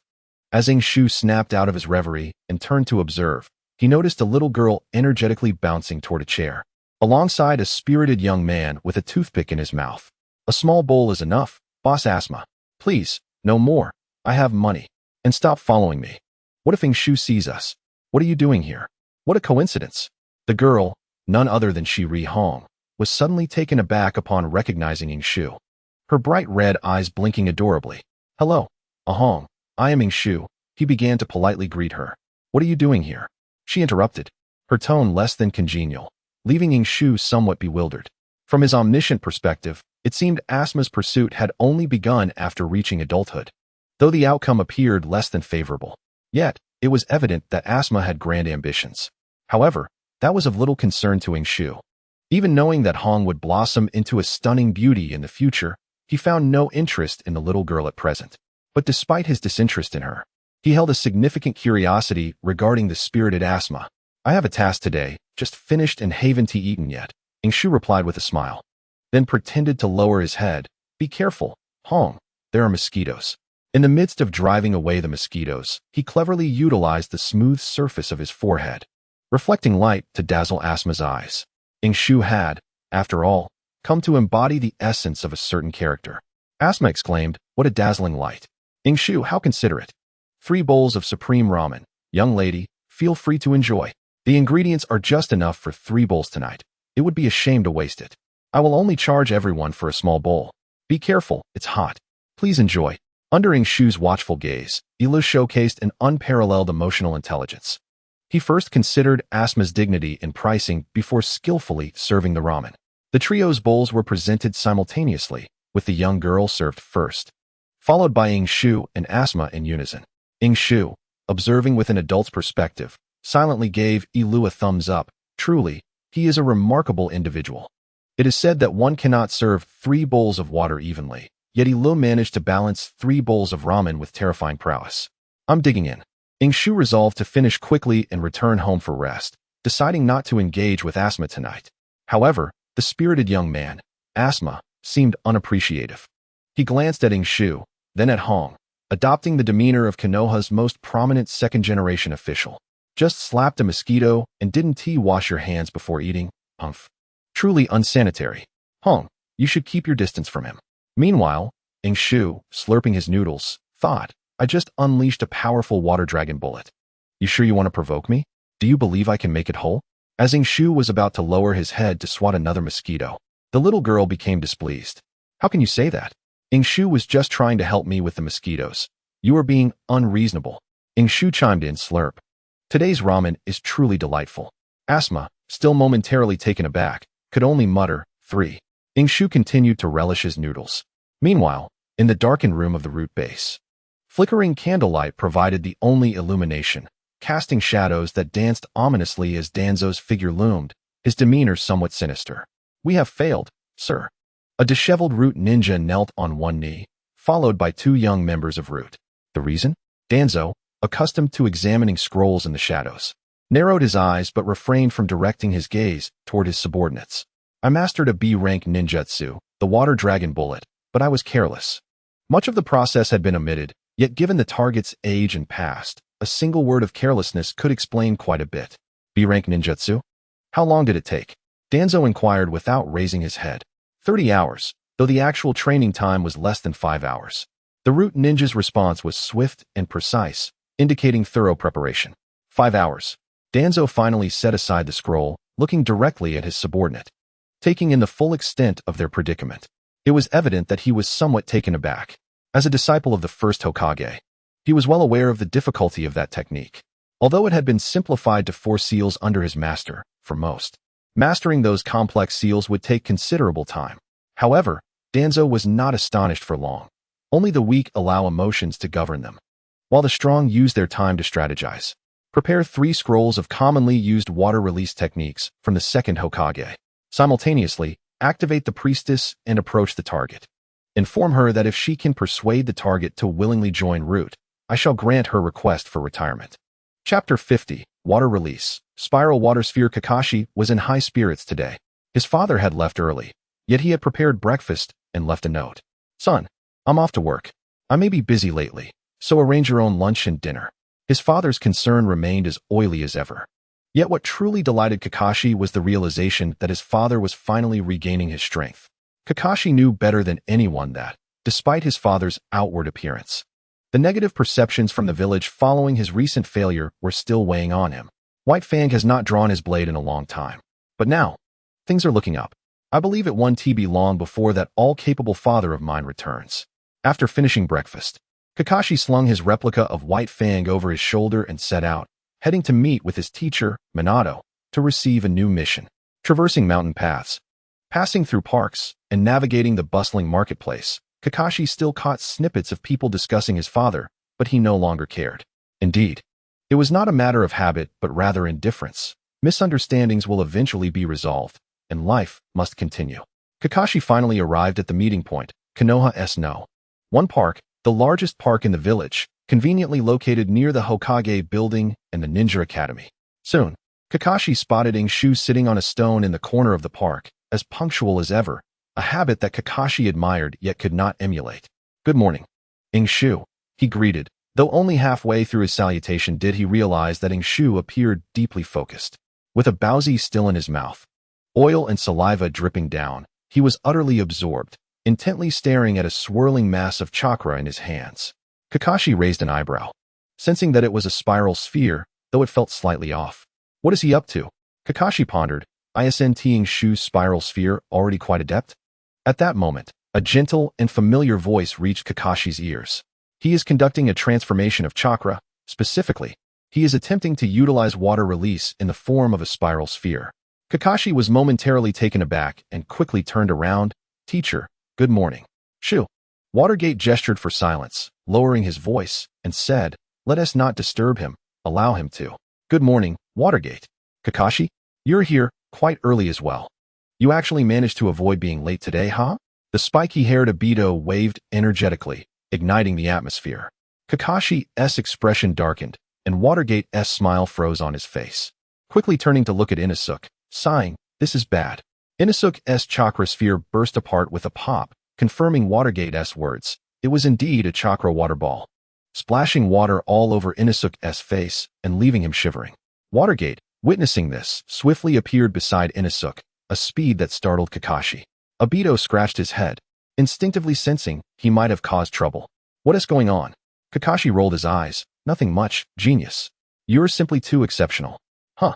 Obito looked at Kakashi with suspicion. "You know something?" "Know what?"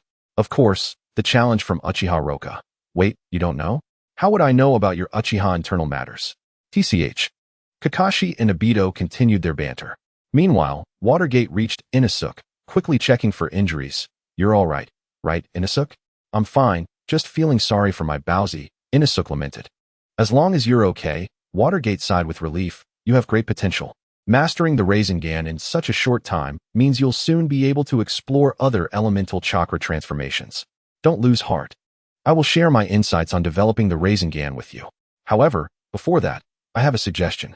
As Watergate spoke, he opened his palm, forming a Rasengan instantly. He didn't notice Inosuke's eyes flicker. The Rasengan's principle is to transform chakra's form, allowing it to flow in a specific manner while being compressed, thereby unleashing tremendous power. You want to manifest water-style chakra through the Rasengan. That's a good direction. However, I suggest you start by perfecting your own Rasengan first. Watergate's teaching abruptly halted. Before him, Inosuke also opened his palm, and the dissipated water sphere reformed, spinning rapidly into shape. It was unmistakably a miniature spinning water ball. Watergate was taken aback. Though still somewhat crude, there was no doubt that Inosuke had succeeded. "You found a method?" Watergate exclaimed. Inosuke raised his brow, letting the water ball dissipate, sighing, "It's not quite what you think, teacher. I can only integrate water-style chakra, and it doesn't seem very powerful." After using the water dragon bullet last night, Inosuke felt as if his mind had been illuminated. This morning, inspiration struck, prompting him to try to replicate Naruto's wind release Rasen Shuriken using water-style techniques. The process went relatively smoothly. Being able to use the water dragon bullet indicated that his control over water-style chakra was at least passable, or so he believed. Yet, the outcome was disappointing. Naruto's Rasengan, infused with wind-style chakra, had become a forbidden technique. The Rasengan infused with water-style chakra didn't seem to work either. He couldn't tell whether it was due to his incorrect approach or some other flaw. Overall, it felt no different from a spinning water ball technique. Inosuke also attempted to see if he could leap straight into the second phase of hydrogen release. The yang release, being a versatile chakra type, posed no significant challenge. But he couldn't produce lightning release no matter how hard he tried, which left him feeling quite dejected. After all, having learned the Rasengan in less than a month and successfully used the water dragon bullet in fewer than 10 attempts, he had thought of himself as a prodigy. Reality, however, offered him a lesson. The success of the water dragon bullet was likely entirely due to his abundant chakra, achieved through sheer effort. The Rasengan was an even greater challenge, as he had watched Shippuden and Boruto, making him a seasoned learner. Indeed, it was wise to remain grounded. Inosuke mused. Some ambitions should best be left unpursued. Chapter 51. Teacher, please give me another chance. After much deliberation, Watergate decided to proceed with the original plan, leading Team 7 to undertake a mission. The duty of a guiding jonin is to inherit the ninja way, impart ninjutsu, and teach the skills of a ninja. The path of ninjutsu cannot be rushed, it requires gradual instruction. Team 7 had ninjutsu, personally selected by the third Hokage, sufficient for them to digest for a while. Of course, in Watergate's eyes, Inosuke was the exception. Inosuke's water-style Rasengan from that morning nearly overturned Watergate's worldview. He could scarcely imagine how this young boy had managed to grasp something typically reserved for seasoned ninjas, even those who had reached the Chunin or Jonin ranks. Watergate was more than willing to enlighten his student, helping Inosuke refine his understanding of chakra transformation theory. However, with 3 members in the team, while Kakashi might grasp the concepts, Obito. In the Hokage building, first floor, mission hall, a pensive Watergate meticulously selected a mission. The 3 youths were engaged in lively conversation. What did Watergate-sensei just say? Why does it feel like the mood is off? He mentioned that I might need to practice alone. Perhaps my training direction is mistaken. Inosuke replied vaguely, not wanting to elaborate, knowing Obito wouldn't understand. By the way, what is your situation? Inosuke retorted, did Uchiha Roka trouble you? Does he even have the right? Obito replied, brimming with pride. I'm now the key talent being cultivated by the clan. The clan leader has high hopes for me. It's a miracle I'm not causing him trouble. But this guy is so arrogant, insisting on a duel and even issuing a challenge letter. What a fool. A challenge letter? Kakashi's expression turned peculiar. Is there anyone in Uchiha more foolish than Obito? You better give it your all. Don't embarrass Team 7. Inosuke encouraged, having only a favorable impression of Obito among the Uchiha, as they shared a deep bond. Of course, you should see who I am. Obito declared confidently, his eyes flashing with crimson. Though only a single tomo, few Uchiha could awaken their eyes at such a young age. Which was why Obito was so highly regarded by Fugaku, frequently receiving personal training in his cultivation. In this era, the Uchiha clan was severely restricted. The policies of the second Hokage had left a lasting impact. The entire clan was on the verge of expulsion from Konoha. From Inosuke's perspective, in recent years, only Shisui and Obito had emerged as prodigies, both undoubtedly epic-making figures. It was unfortunate that both were playing the role of traitors. One merely wished to use genjutsu to prevent war, while the other was far worse, aiming for utter destruction. Inosuke couldn't help but wonder if Obito could grow up healthily, how he would stand against Shisui and Itachi in the future. Moreover, would Madara abandon Obito, opting to select another spokesperson? However, those were discussions for another day. At least 5 years would pass before such events unfolded. Inosuke patted Obito on the shoulder, saying, whenever you start, Kakashi and I will cheer for you. It should be just a few days from now. We shall see what tasks Master Minato assigns us. If it's like last time, we might even commence tomorrow, remarked Obito. Let's do it. Inosuke cheered them on. Let's go. Kakashi was reluctantly drawn into the fray. The steady Minato had brought Team 7 a second D-rank mission, which involved acting as a guide for a local nobleman from the land of soup, starting immediately. The remuneration was a considerable 35,000 ryo, quite a generous sum for a D-rank task, though the duration was somewhat lengthy, 7 whole days. Excellent. Master Minato likely deems this trifling sum beneath him. That means each of us receives 16,660 ryo, leaving just 20 ryo for a skewer of 3 colored dumplings, 1 for each. Inosuke, who had once served as the class representative in mathematics, calculated the figures as soon as he read the mission scroll. Damn it, a week-long task? What a bargain for that scoundrel. Obito grumbled, wiping drool from the corner of his mouth. Kakashi remarked, a little past 10, Team 7 awaited the client's arrival at the designated location. The atmosphere was tranquil until two ENBU members suddenly appeared and whispered something to Minato. His expression turned serious, and once the two ENBU departed, he solemnly announced to the trio, "I apologize, children, but a special situation has arisen that requires my attention. We cannot proceed with this mission." Inosuke and Obito exclaimed in dismay. "We're truly sorry." Minato sighed, "We must leave it for today. Let us reconvene at our usual spot tomorrow, and I will select a more suitable task. Now, we shall disperse." Minato ordered with reluctance. "Perfect, Obito. You can apply to battle today. My father is out, so I can go watch," Kakashi added, relishing the moment. Being a guide is such a hassle, it would be better to tend the woods. Moreover, the pay is meager. 16,000 ryo is merely a fraction of what my father earns in a single mission. Obito hesitated upon hearing this. Minato shook his head with a smile and was about to depart when suddenly, "Wait." Inosuke shouted, wanting to negotiate further. "That's 16,660 ryo. I haven't spent that much since I arrived here." "What's wrong, Inosuke?" Minato sensed an ominous premonition. "Teacher, perhaps you could let us attempt it? It's simply a guiding task. We can handle it." Inosuke's face was filled with eager greed, utterly sincere. Minato felt conflicted, but Obito is in danger. Inosuke abruptly pulled Obito close, covering his mouth in confusion. Obito was being challenged by a member of the Uchiha clan, a formidable opponent he likely could not face. Obito protested. Inosuke continued to weave his tale. "Obito needs ample time to prepare, otherwise he could be defeated. Please, Master Minato. I have grown up in Konoha. Being a guide will be a breeze for me. Trust me." Obito. Kakashi remained silent, watching Inosuke's performance with quiet interest. Minato felt a wave of embarrassment. He longed to refuse Inosuke's request out of concern. However, seeing Inosuke's fervent desire for the task and recalling his background softened his heart. After much deliberation, Minato sighed, "Very well, but do prioritize safety, especially etiquette. Do not take the client wandering until noon. I'll ask my colleagues to assist in the afternoon." Minato's first instinct was to call Kushina, but he quickly reconsidered that option. Ultimately, he reluctantly handed the mission scroll to Inosuke and left in haste. "You've gone too far, Inosuke," Obito expressed with a glum face.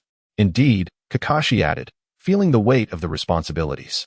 Inosuke, frustrated, insisted, completing the task independently should give you a sense of accomplishment. With that, Inosuke opened the mission scroll wide-eyed. The first sight that greeted him was two photographs, a portly middle-aged man and a girl who seemed to be on the brink of adolescence. The man had an unremarkable appearance, named Nishizawa, the financier of this mission. However, the girl, presumably his daughter, named Nishiyu, with her brown hair and adorable features, caught Inosuke's attention, prompting him to gaze a moment longer. The more he looked, the more familiar she seemed. Chapter 52. As a ninja. I am professional on the bustling streets of Konoha. The young girl held the hand of an adult, her large, curious eyes blinking adorably. "Young lady, from now on, you must refer to me as father. We are to play the role of father and daughter," the portly middle-aged man said with a gentle smile, his voice low enough for only the two of them to hear. Even passers-by could not discern their conversation as they brushed past. "Father, what is that bright building over there?" the girl asked innocently, her youthful curiosity drawing the attention of several onlookers who recognized the duo as outsiders. Yet, the seasoned mist village spy, Kame Kinjiro, remained composed, ruffling his daughter's hair with affection. "I'm afraid even this father does not know, but fret not. We shall have a guide soon, and they will provide you with the answers, Yuchan." "Really? Where are they?" the little girl continued, her naive inquiries prompting more glances from the crowd. They should be just ahead, waiting for us." Upon arriving at their lodging, they found only 3 young shinobi waiting. As the two approached, one of the slightly older boys stepped forward, scrutinized the pair, and compared them to the scroll before retracting it and nodding slightly. "Good day, Mr. Nishui. I am Inosuke, the Konoha ninja assigned to your commissioned task." Each gesture and word from the boy exuded professionalism as he gestured to his two companions. "These two are my associates. For the next 7 days, we shall serve as your guides and ensure your safety while in Konoha." "Hello." Kame Kinjiro greeted the young shinobi politely, though a hint of doubt flickered in his eyes. "If I may ask, are there only the 3 of you?" "Yes." Inosuke responded quickly, avoiding any glance at the girl. "I see," Kame Kinjiro thought, feeling satisfied with the answer, yet a trace of disappointment crossed his face. 3 young shinobi, all genin. For a spy, this was an optimal scenario, but for a wealthy merchant from a small country, he could not openly express his approval. Rest assured, Mr. Nishui. Mistook continued, as Konoha ninjas, we are professionals. Having grown up on the streets of Konoha, you can trust us completely. Emphasizing the words Konoha ninja, his emotionless gaze conveyed utmost professionalism, which was quite commendable. Very well, thank you for your hard work. Kame Kinjiro acquiesced after a brief moment of hesitation. As a merchant from a small country entering a great ninja village, he had portrayed the necessary mindset flawlessly. Then, please follow me, and welcome to Konoha. Mistook turned, resembling a robotic guide devoid of emotion. Yet, in that fleeting moment of turning, he couldn't help but steal another glance at the girl. As the saying goes, a girl transforms significantly by the age of 18. Perhaps I am overthinking it, Shu murmured to herself. The land of soup is not far from Konoha, and many nobles frequently traverse this route. However, Shu has attended the ninja academy, and the nation closest to the land of soup is none other than the land of water. Coupled with her striking resemblance to what Shu recalls, and her perfectly matching age, she has ample reason to suspect that this girl is likely to be the future 5th Mizuki, Terumi Mei. Yet, without evidence, and feeling that her suspicion lacks logical foundation, Shu hesitates. Terumi Mei is a renowned bloodline ninja who survived the Blood Mist era, and even Obito, with his tripled intelligence post-darkness, could not eliminate her. Moreover, she was recommended for the position of Mizuki by a host of veteran Mist ninjas, indicating that her family's influence within the Mist is likely vast, and her own status is certainly formidable. Given that it is a time of war, her venture to Konoha seems illogical. However, Shu cannot rule out the possibility that this may be a trial for a prominent family. Nonetheless, even if this girl is indeed Terumi Mei, Shu does not intend to meddle. Such involvement could bring unnecessary trouble. After all, it is not as if she can claim to have seen what Terumi Mei looks like over 20 years from now. Her aim is merely to earn some money, without the need for complications. In the Hokage's office, the esteemed Hokage, Minato, stood before his desk, astonished as he examined the lengthy scroll in his hands. Could this possibly be a fabricated memory? The alliance between a Wagakure and Kumogakure is quite alarming. I do not dismiss the possibility you propose, Minato, Sarutobi Hiruzen replied, his gaze contemplative as he puffed on his pipe. Memories can indeed be obscured by ninjutsu, and there are multiple routes into Konoha beyond the Kamizumi Bridge. However, if this is the case, the ninjas on the front lines are in grave danger. With multiple engagements, it is inevitable that there will be oversights. Enemy ninjas could inadvertently penetrate the heart of the Land of Fire, even reaching Konoha itself, a scenario that has occurred before. The crux of the matter lies in the intelligence extracted from that Kumogakure ninja. Their team had traveled a long distance from the Land of Earth, intending to circumvent defenses and ambush the Konoha forces at the Kumogakure front line, but they were ambushed en route, resulting in their fragmentation. Ultimately, this Kumogakure ninja fortuitously found themselves near Konoha. Hokage-sama, please issue your orders, Minato urged, his astonishment still evident. Yet as an elite shinobi of Konoha, he remained composed. Hold on for now, Minato, Sarutobi Hiruzen waved a hand, yet tacitly acknowledged that the investigation would fall to Minato. This matter is of great significance, fraught with danger and likely a trap from the enemy. The situation on the front line is delicate. A single misstep could have far-reaching consequences. The elders and I must deliberate further. Do you understand? Minato nodded, understood. Please allow me to proceed to the interrogation department. I wish to learn more about the Kumogakure ninja brought back by those 3 children. Certainly, Sarutobi Hiruzen readily agreed, a hint of relief in his serious eyes. At a critical juncture, it was indeed reassuring to have his own disciple stepping up. Interestingly, this Kumogakure ninja was apprehended by the trio due to confidentiality. Public accolades were not permissible, yet the 3 children did not cause any disturbance, which was a relief. What more could one ask for from such a promising disciple? By the way, what are those 3 little ones up to? I recall they completed a D-rank task yesterday. Are they resting today? Not quite, Minato replied, momentarily taken aback before offering a wry smile. They are currently engaged in executing a new mission. Chapter 53, The Spy's Classroom at noon, lunchtime arrived. The father-daughter duo of Hinata and her father proposed to indulge in the most quintessential Konoha cuisine. They found themselves before a barbecue restaurant, but Shu, bearing in mind her youth and the 3 prohibitions, as well as considerations regarding digestion, nutritional balance, and fat absorption, deemed such a lavish meat-centric meal unsuitable. Thus, she suggested they dine at Ichiraku Ramen, affordable, delicious, and distinctively local. Observant Terumi Kinjiro promptly declared, "My treat." Consequently, Team 7 enjoyed a hearty meal. After lunch, Team 7 diligently escorted the father and daughter to their lodging, where they claimed to be fatigued from their journey and wished to rest in the afternoon before exploring again that evening. Thus, Team 7 remained in the hospitality area of the inn, showcasing their professionalism. After all, that barbecue had cost them nearly 10,000 ryo, and even Kakashi felt a tinge of guilt.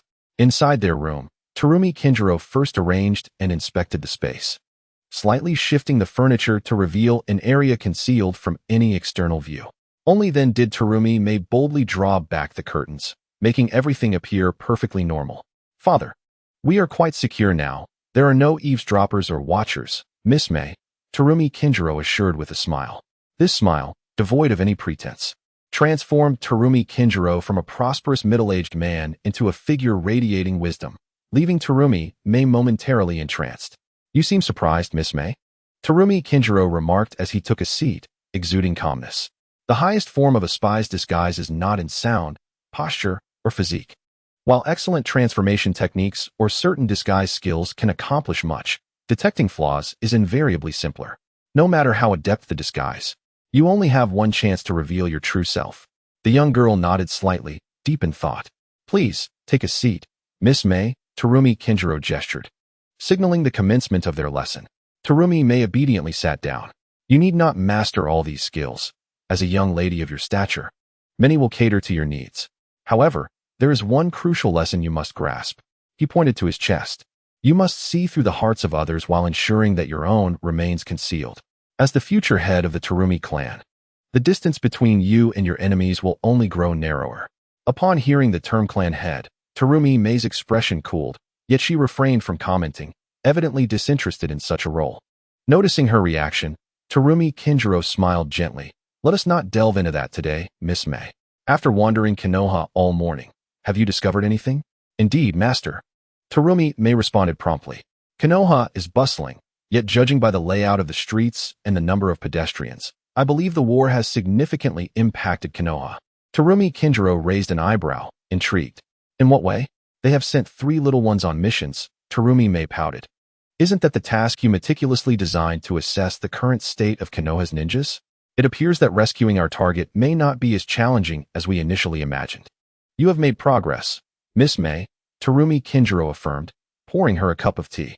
However, just as she was about to take a sip, he added, "Yet, you have committed a grave error."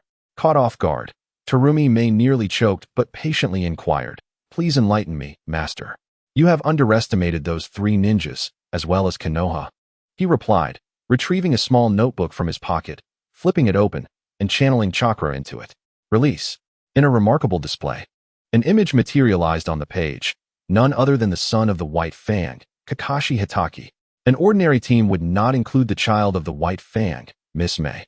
2 ordinary team members would not allow the offspring of White Fang to walk behind them. And has the young lady ever noticed that their ages are not significantly different? Kimi stared incredulously at the white-haired boy in her notebook, her eyes wide with disbelief. She did not know the child of White Fang, but she was well aware of White Fang's status, equivalent to that of the head of the Kimi clan in the Hidden Mist. At this moment, Kimi's thoughts did not dwell on anyone else but the boy who had greeted them at the beginning. Who could be the person that made the child of White Fang willing to follow behind? The son of the 3rd generation? If a small team is thus, what more can be said for Konoha, my lady? Kimi Kinjiro interjected appropriately. "We have ample time, but the opportunity is singular.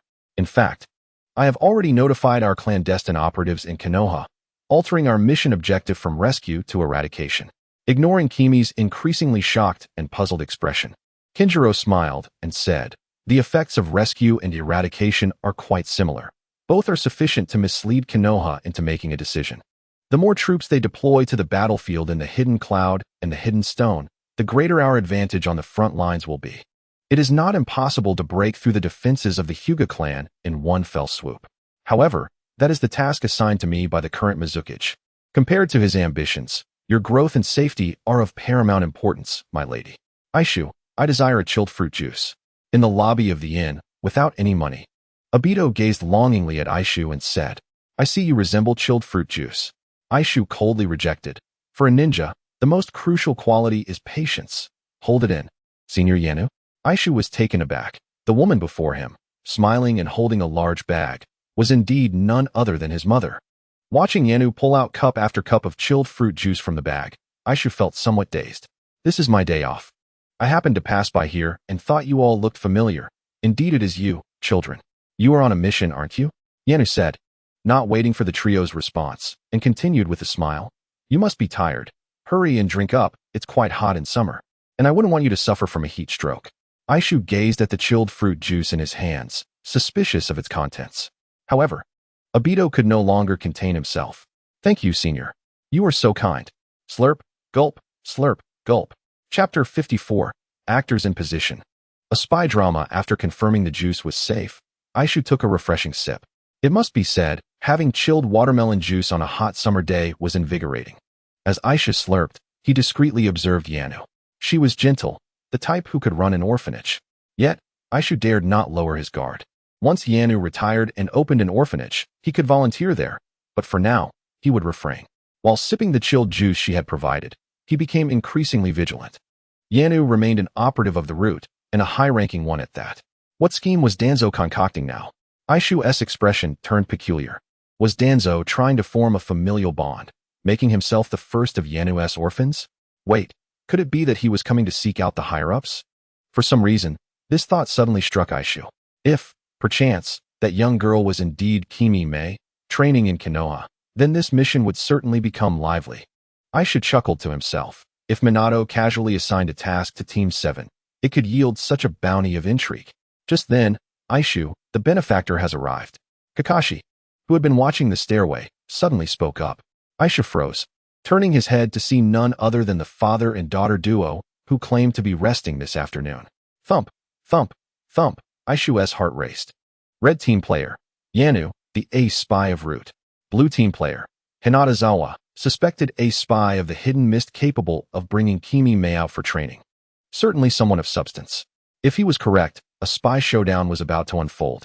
Ah, you are still here. That is excellent. Kimi Kinjiro spotted the trio from afar, but pretended to be surprised as he approached. Holding his stomach and appearing in great distress, he feigned pain. This is our duty. Mr. Hinata, why does your complexion appear so poor? Aishu immediately noticed Hinatazawa's unusual condition and inquired with concern. Setting aside the assumptions for now, he couldn't afford to lose the mission bounty. Perhaps he had an upset stomach. I have been experiencing cramps since earlier. Kimi Kinjiro grimaced. Aishu, would you kindly escort me to the nearest hospital? To the hospital? Aishu raised an eyebrow. Although uncertain of the person before him, he had seen enough spy films in his previous life. Hospitals are the easiest places to stir commotion. Could this fellow truly be a spy? Aishu's heart raced again as he replied. Certainly, Mr. Hinata, the hospital is not far from here. Please bear with me for a moment. Then I must rely on you. Aishu. Kimi Kinjiro, still unaware that the genin before him was merely a facade, expressed gratitude, saying, I am fortunate you have not left. Otherwise, I would truly be at a loss for what to do. Ah, yes, the Konoha Hospital is indeed one of the locations Kimi Kinjiro wished to inspect personally. Additionally, the Ninja Academy, the security department, and even the barrier department were all part of his plan. The three genin before him would serve as his finest guides, and the Konoha Hospital was merely the first stop. Just as Kimi Kinjiro believed he had secured this wave, let me take a look. A gentle yet slightly stiff voice emerged, prompting Kimi Kinjiro to turn and see a woman wearing glasses approaching him. Her face bore a serious and concerned expression. Given Kimi Kinjiro's years of experience, he surmised that this woman was likely a medical ninja. Why did that little brat just call her senior? Could it be that this child is also a medical ninja? Is Konoha now placing such importance on medical ninjas that even the child of White Fang must heed their command? A flurry of questions raced through Kimi Kinjiro's mind, and he held on to the fantasy that perhaps this woman was merely well-meaning. However, this illusion was swiftly shattered when Yanu produced a stethoscope from her bag. Sir, please sit down over here. Rest assured, I am a medical ninja from Konoha, Yanu said gently. Kimi Kinjiro felt an urge to curse but quickly composed himself and strategized his response. Then I must trouble you. Truly, Konoha is astonishing. Kimi Kinjiro first praised Konoha, using the opportunity to discreetly crush and swallow the pill hidden within his specially designed tooth. As a highly professional spy, attention to detail is paramount. Beside him, Kimi May appropriately expressed concern, asking, "Father, are you all right? I told you not to eat so much greasy food." It must be said, Kimi May had a natural talent for espionage. 3 parts concern, 3 parts reproach, and the remainder pure innocence of a young girl. Even with traces of performance, it was inconsequential. At least it managed to deceive Aishu and his companions. But let us not forget, the woman before them was not an ordinary medical ninja. She was the head nurse of Konoha Hospital. No, I misspoke. Let me rephrase. She was the ace spy of Root. Code name, the Wandering Priestess, a 5-character code. Who else in the entire Root organization is worthy of such an honor? Yano Yu not only discovered the flaws in Terumi May's demeanor, but these were indeed trivial, inconsequential matters. What piqued Yano Yu's suspicion was a peculiar, subtle movement of Terumi Kinjiro's jaw. This maneuver is often employed by spies from the Root. Yano Yu immediately became wary, yet maintained composure, activating her espionage mode, thus gaining the upper hand. Please lean back a bit and follow my breathing instructions. Do not be anxious. Yano Yu exhibited the professionalism of a medical ninja. As she pressed the stethoscope against the abdomen, she evaded the keen gaze of Terumi Kinjiro, the ace spy of the Terumi clan. Moments later, a grave expression graced Yano Yu's face. It appears to be food poisoning. However, it has not fully manifested yet. Merely a warning from the body that requires prompt treatment. Upon hearing this, Terumi Kinjiro felt a surge of joy within, though his facade remained intact. Oh, it hurts terribly. Father, Terumi May recited her lines. Meanwhile, Aishu was so engrossed in the scene that he momentarily forgot to assist, as his task required him to carry the patient to the hospital. However, at that moment, Yano Yu spoke again, rousing Aishu from his trance, while Terumi Kinjiro's heart sank. However, with food poisoning, one should not move about carelessly. Aishu, please head to the Konoha hospital and find Nurse Kumi, bringing her the necessary medications for food poisoning. Utilizing treatment plan number 1. I shall remain here to treat this gentleman. Chapter 55. All predictions proved true. Swish, swish, swish. 3 figures darted through the path toward the Konoha hospital. Aishu's heart raced with excitement. Plan number 1, a gamble on the honor of the Senju clan, was undoubtedly a covert signal, a notification to the Root organization. Yet, he remained uncertain about Kumi's circumstances. Sigh. Aishu pondered why Yano Yu wanted him to find Kumi. Perhaps she too was a member of the Root, her gentle and alluring facade merely a disguise. Or it could simply be that he was familiar with her. Who could say? Shortly after Aisha's departure, Terumi Kinjiro, supported by Yano Yu and the innkeeper, returned to his room. Yano Yu surveyed the room's layout and made a mental note. Let us rest for a moment. The Konoha hospital is not far, and you will receive treatment soon. How troublesome, Terumi Kinjiro replied weakly, then turned to Terumi May. Yu-chan, my stomach hurts. Quickly prepare some fine tea for this esteemed doctor. Terumi May's pupils slightly contracted, understood. Father. Subsequently, she seemingly unguarded, opened her luggage before Yano Yu and retrieved a jar, heading towards the tea table. Yet, Yano Yu instantly sensed something amiss. Rising to intercept Terumi May. No need, young lady, I shall not partake in your offerings. As her words fell, ping. Yano Yu swiftly sidestepped and incapacitated the young girl with a palm strike. A kunai appeared in her hand, just in time to block another kunai as Terumi Kinjiro launched a sudden attack. The harmonious doctor-patient relationship shattered in an instant, as the 2 spies laid their cards on the table, abandoning pretense. When did you begin to monitor me? Terumi Kinjiro coldly inquired, exerting pressure. Us. Yano Yu chuckled lightly. It seems your luck has run out. You merely crossed paths with me. Yano Yu had not anticipated that her identity would be activated so swiftly, returning to her previous duties in such a short span. Perhaps it was a form of repayment for the favor Lord Danzo had extended to her. Oh. Terumi Kinjiro's eyes remained icy. And how did you discern my flaws? I believed I had been entirely inconspicuous. Is it useful to dwell on this? You cannot escape now. Yano Yu dismissed, unperturbed. Just then, water release. Water prison technique. A crisp voice rang out, and Yano Yu's pupils constricted, realizing her oversight. She attempted to evade, but it was too late. Indeed, it is useful. The transparent water prison technique enveloped Yano Yu, trapping her within like a magnified dewdrop. Terumi Kinjiro withdrew his hand. His expression pained. He extracted some powder from beneath his fingernail and ingested it, alleviating the excruciating pain in his abdomen. Subsequently, he formed hand seals to create 2 shadow clones, taking over Terumi Mei's water prison technique. From within the crevice of his luggage, he produced several explosive tags and handed them to another shadow clone. Miss, regrettably, we have been exposed. My clone can buy us some time. We must flee. Terumi Mei's eyes grew serious. Understood. I shall assist Senior Yanoyu. Go. And remember to bring me some chilled drinks upon your return. I am parched. Love you. To Aishu's astonishment, after he relayed Yanoyu's instructions to Nurse Kumi, she did not merely toss aside her nurse's attire and transform into a long-legged ninja, but also playfully teased him. Surprised little brother? Everything seemed perfectly normal. Nurse Kumi was prepared with the necessary medical tools and medications, evidently ready to administer treatment. Lead the way, my little Aishu. Aishu, bewildered, felt his hair stand on end, internally sighing as he turned to lead the way. Perhaps he had overthought it? 10 minutes later, the 4 arrived at the inn. Aishu, accompanied by Nurse Kumi, was about to ascend the stairs, but upon reflection, he realized he was unaware of the patron's room number. Aishu suddenly felt embarrassed. It seemed he still had much to learn professionally. Hastily, he approached the innkeeper at the front desk. Excuse me, which room is the guest with the stomachache resting in? Oh, 3rd room on the left, 3rd floor. The innkeeper promptly replied, but then added, however, that doctor and the young girl have already left, saying they were going to buy some medicine. Aishu's brows furrowed at this revelation. Something's not right. He turned to Kakashi, only to find Kakashi's expression equally grave. I'll go. Aisha nodded. Kakashi, as expected, was unflappable, even before going offline. Yet, beside them, Obito was performing as normal. Huh? Kakashi, why are you cursing? Get going with him. Aishu exclaimed, kicking Obito, who grumbled as he exited the conversation. But when Aishu turned back, he discovered that Nurse Kumi had vanished. Gazing at the small medical kit left behind on the floor, realization dawned upon him, and he inwardly cursed his negligence. He had failed to notice the transformation of the investigation scene.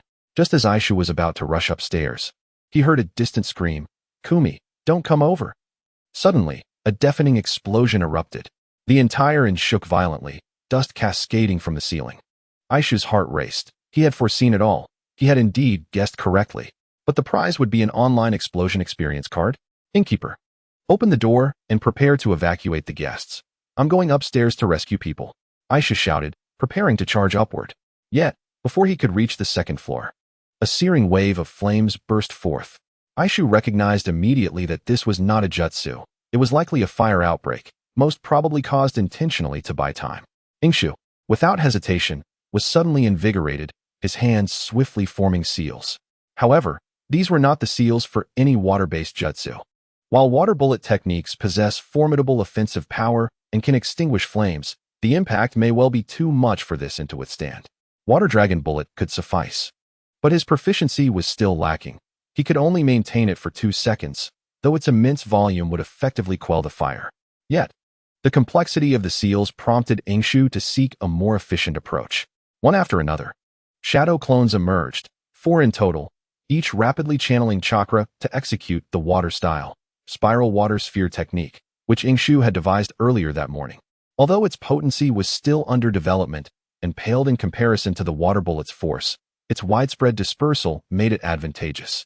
With sufficient chakra, a single spiral water sphere could generate an effect equivalent to a bucket of water being thrown. 2 of the shadow clones dashed towards the staircase, already manipulating their spheres, launching them at the flames on the 2nd floor. Leave this to us, Ingshu declared, as he and the remaining 2 clones ascended. At this moment, Ingshu felt a surge of anger. That insidious Mist Village spy dared to harm his beloved Kumi, although it was likely she had been compromised by the rude organization. Her beauty, kindness, and fair legs warranted his concern. If she were indeed in peril, he would have to capture Conan and sell her to Root as a form of equivalent exchange.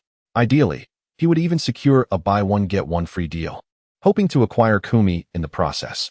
With shadow clones combating the flames behind him and others forging ahead, Ingshu swiftly reached the 3rd floor staircase. What he encountered was nothing short of chaos. The fire scene was even more chaotic than the 2nd floor. The explosive tags had wreaked havoc in this confined space. leaving the entire third floor in ruins, a veritable sea of flames.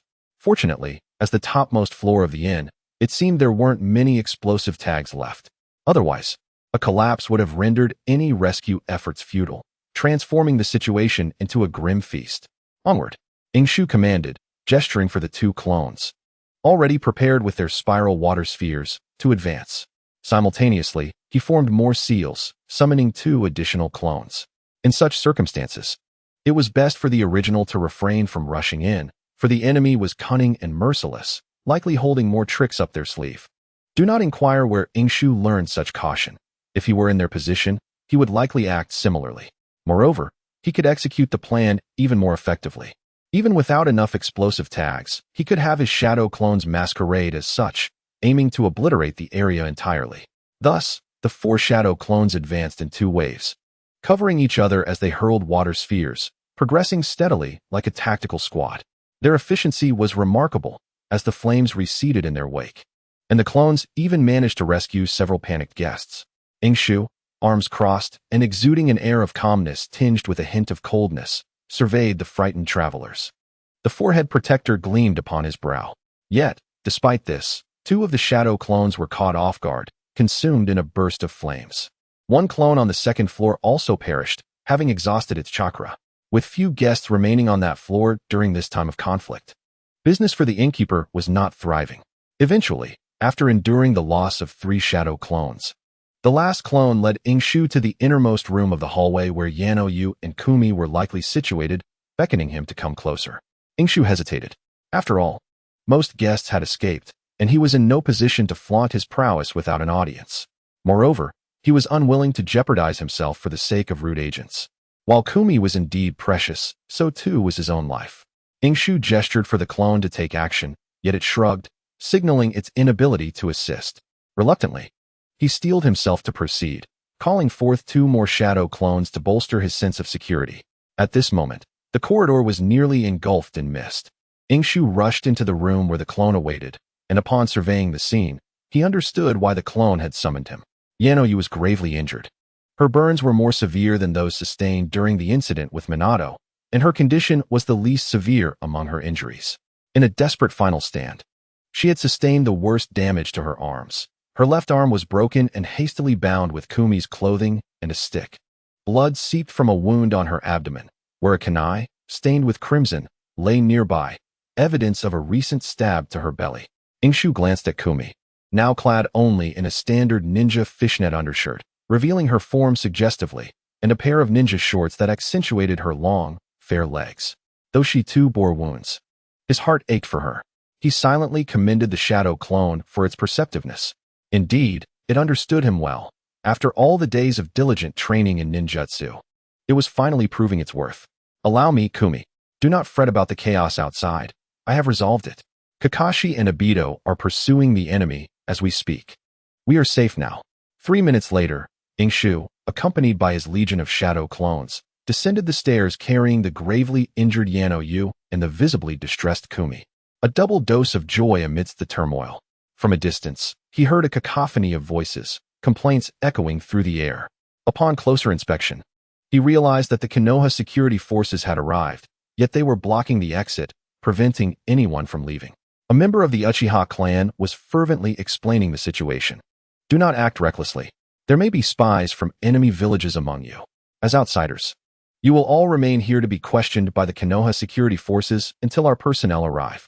The Uchiha's tone was cold, revealing an air of dominance and ruthlessness. Local villagers pointed fingers, while frightened travelers protested vehemently.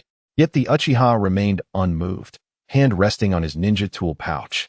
And Ingshu sensed that the next moment might see him activating his Sharingan. At that moment, someone in the crowd finally noticed Ingshu's arrival. "Ah, it's that valiant young ninja," a voice rang out, and the recognition instantly drew the attention of everyone present. In that instant, Ingshu, cradling the injured beauties, appeared somewhat disheveled, standing in stark contrast to the imposing Uchiha at the entrance. Is the young man unscathed? Truly, the disparity between Konoha's ninjas is remarkable. Thank you, young man. Though all were ninjas of Konoha, the differences in treatment were stark. Ingshu stepped forward, casting a glance at the Uchiha, feeling a moment of sympathy. He cleared his throat and declared, "Everyone, the danger has passed. Please cooperate with our security forces. Rest assured, Konoha will compensate for your losses. There is nowhere for you to go now, and you may fall prey to spies hiding among you. Trust me, Konoha's security forces will guarantee your safety." Though Ingshu held a negative impression of the Uchiha and had intended to take a jab at him, he reconsidered and chose to take a more diplomatic approach instead. In a few days, Obito is set to confront Uchiha Kakashi, and Inosuke is eager to spectate and cheer him on. However, he harbors concerns about the hostile Uchiha clan that may pose a threat. Thus, he seeks to offer some kind words to alleviate public discontent, treating it as a form of insurance for Obito's future endeavors within the Uchiha clan. This could yield beneficial effects as the conflict escalates, placing increasing pressure on Konoha. With the Uchiha clan poised to enter the battlefield, Itachi is soon to be born and will appear on the battlefield by the age of 4, which is approaching rapidly. Inosuke is strategically laying the groundwork, perhaps even finding a way to legally acquire a Sharingan in the future. After Kakashi obtained the Sharingan, he became a unit of chakra measurement, but Inosuke does not possess such capabilities. In fact, he doubts he could even mimic Danzo's arm technique without issue. A sudden yearning fills Inosuke's heart. If he could indeed procure a Sharingan, the issue of chakra fusion would be effortlessly resolved. Splendid. Chapter 57.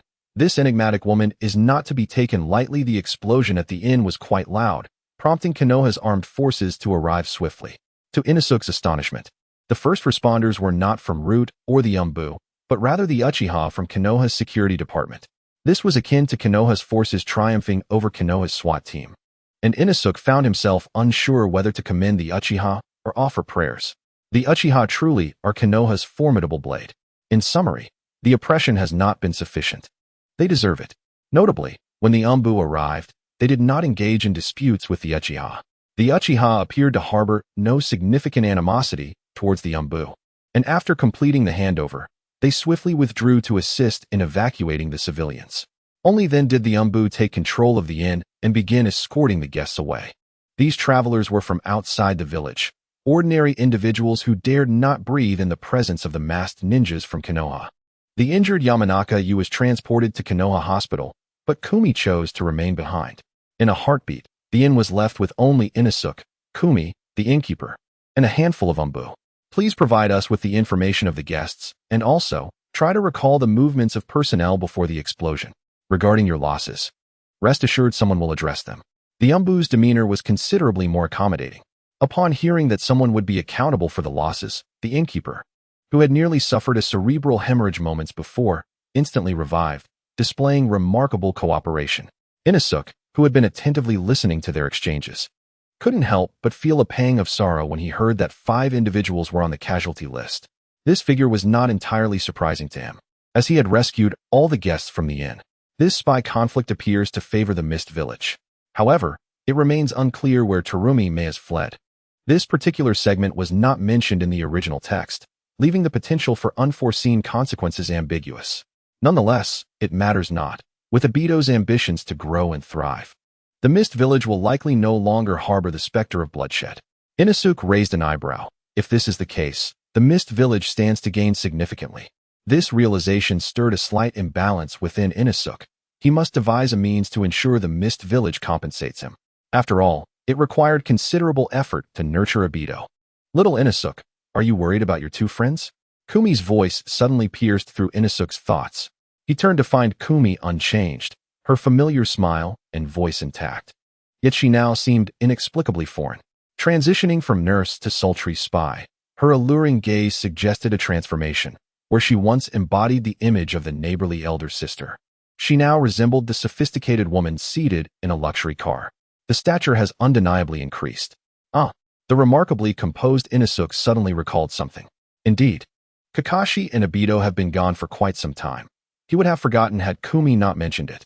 They have been away for so long. Could it be? Excuse me, are you both well? If your health is not in jeopardy, we kindly request that you accompany us. An Umbu approached, his tone straddling the line between request and command. Inosuke was about to speak when Kumi abruptly stood. I am a root ninja, codename Juan, currently executing a mission. You may verify my identity with Elder Danzo, but I apologize. I am accountable only to Elder Danzo. Inosuke observed Kumi in silence until she subtly turned and winked at him, prompting him to feign surprise. That is acceptable. But prior to the arrival of my colleagues from Root, I must ask that you refrain from moving freely. To his surprise, the Umbu appeared rather accommodating. Perhaps he had recently been selected from Root and was still unaccustomed to the role, or perhaps he retained fondness for his former employer. It could also be due to Kumi's beauty, or perhaps he simply recognized her. Regardless, he did not linger on Kumi. After Kumi asserted her identity, the Umbu turned his gaze to Inosuke, saying nothing yet conveying everything. May I wait a while longer before departing? Inosuke raised his hand. I would like to await my teammates' return. They have gone in pursuit of the spies. That is not permissible. Even when they return, you must accompany us to the Umbu. You may wait there. The Umbu's tone had indeed grown colder. This disparate treatment left Inosuke feeling disgruntled, his youthful countenance darkening. He had just heroically rescued so many, receiving accolades from numerous villagers. Is this how you treat a hero? Unexpectedly, Kumi interjected. She leaned slightly, resting her weight against Inosuke's head, forcing him to bear it all. Are you certain? His teammates are the son of the White Fang. Inosuke felt the pressure. He had not anticipated Kumi's strength to be so formidable. He also did not foresee her speaking up for him after revealing her identity as a root ninja. This prompted Inosuke to ponder Kumi's true motives. On the surface, Kumi's revelation appeared to protect Yamanaka-yu, but her current defense of him was far from straightforward. If this Umbu was not affiliated with Root, any subordinate under pressure from a superior would likely harbor resentment. Inosuke was uncertain if this Umbu felt any animosity towards the White Fang, but he certainly would resent the charming young man before him, possibly leading to some foolish decision. Gradually, Inosuke began to understand. What a bewitching woman, and rounding up. She was cleverly maneuvering him towards Root. I suppose I shall wait with the Umbu, then, senior. Inosuke cleverly countered, shedding tears as he locked away the memories of the former sister figure.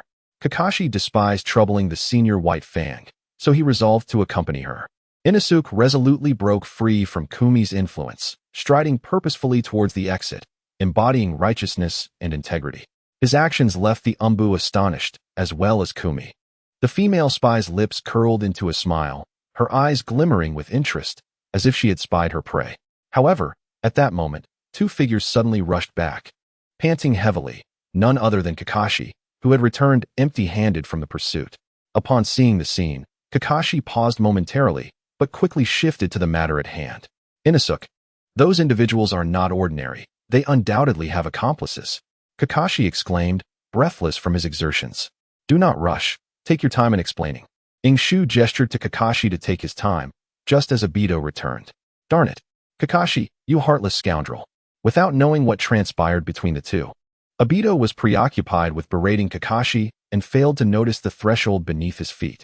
He stumbled spectacularly, crashing to the ground and shattering a vase outside the owner's door, leaving him utterly embarrassed. The owner, upon witnessing the disaster, cried out in anguish, lamenting, I just bought that vase for 3,000 taels. In that moment, as Shu was about to help Obito to his feet, his expression suddenly turned peculiar. The owner's lamentation struck a familiar chord within him. Chapter 58. A decision to change rooms with questions lingering in his mind. Shu and his companions followed a member of the Umbu as they departed. Along the way, Kakashi and Obito engaged in a relentless banter. Do you know what this is? Obito exclaimed. The Sharingan. The Sharingan, my brother. You don't believe what I saw, do you? Kakashi retorted. Then why didn't you catch them? Obito shot back, huh? As if you caught them. Kakashi replied, I don't have the Sharingan. If I did, I would have caught them. Shu interjected, enough of this. Obito, fired up, exclaimed, fine. Here, take my eyes and go fetch them back. Kakashi, equally incensed, responded, I'm scared of you. Whoever loses has to crawl home. Unable to endure the squabbling any longer, Shu unleashed his trump card. The teacher is coming. Both Obito and Kakashi instantly halted their bickering.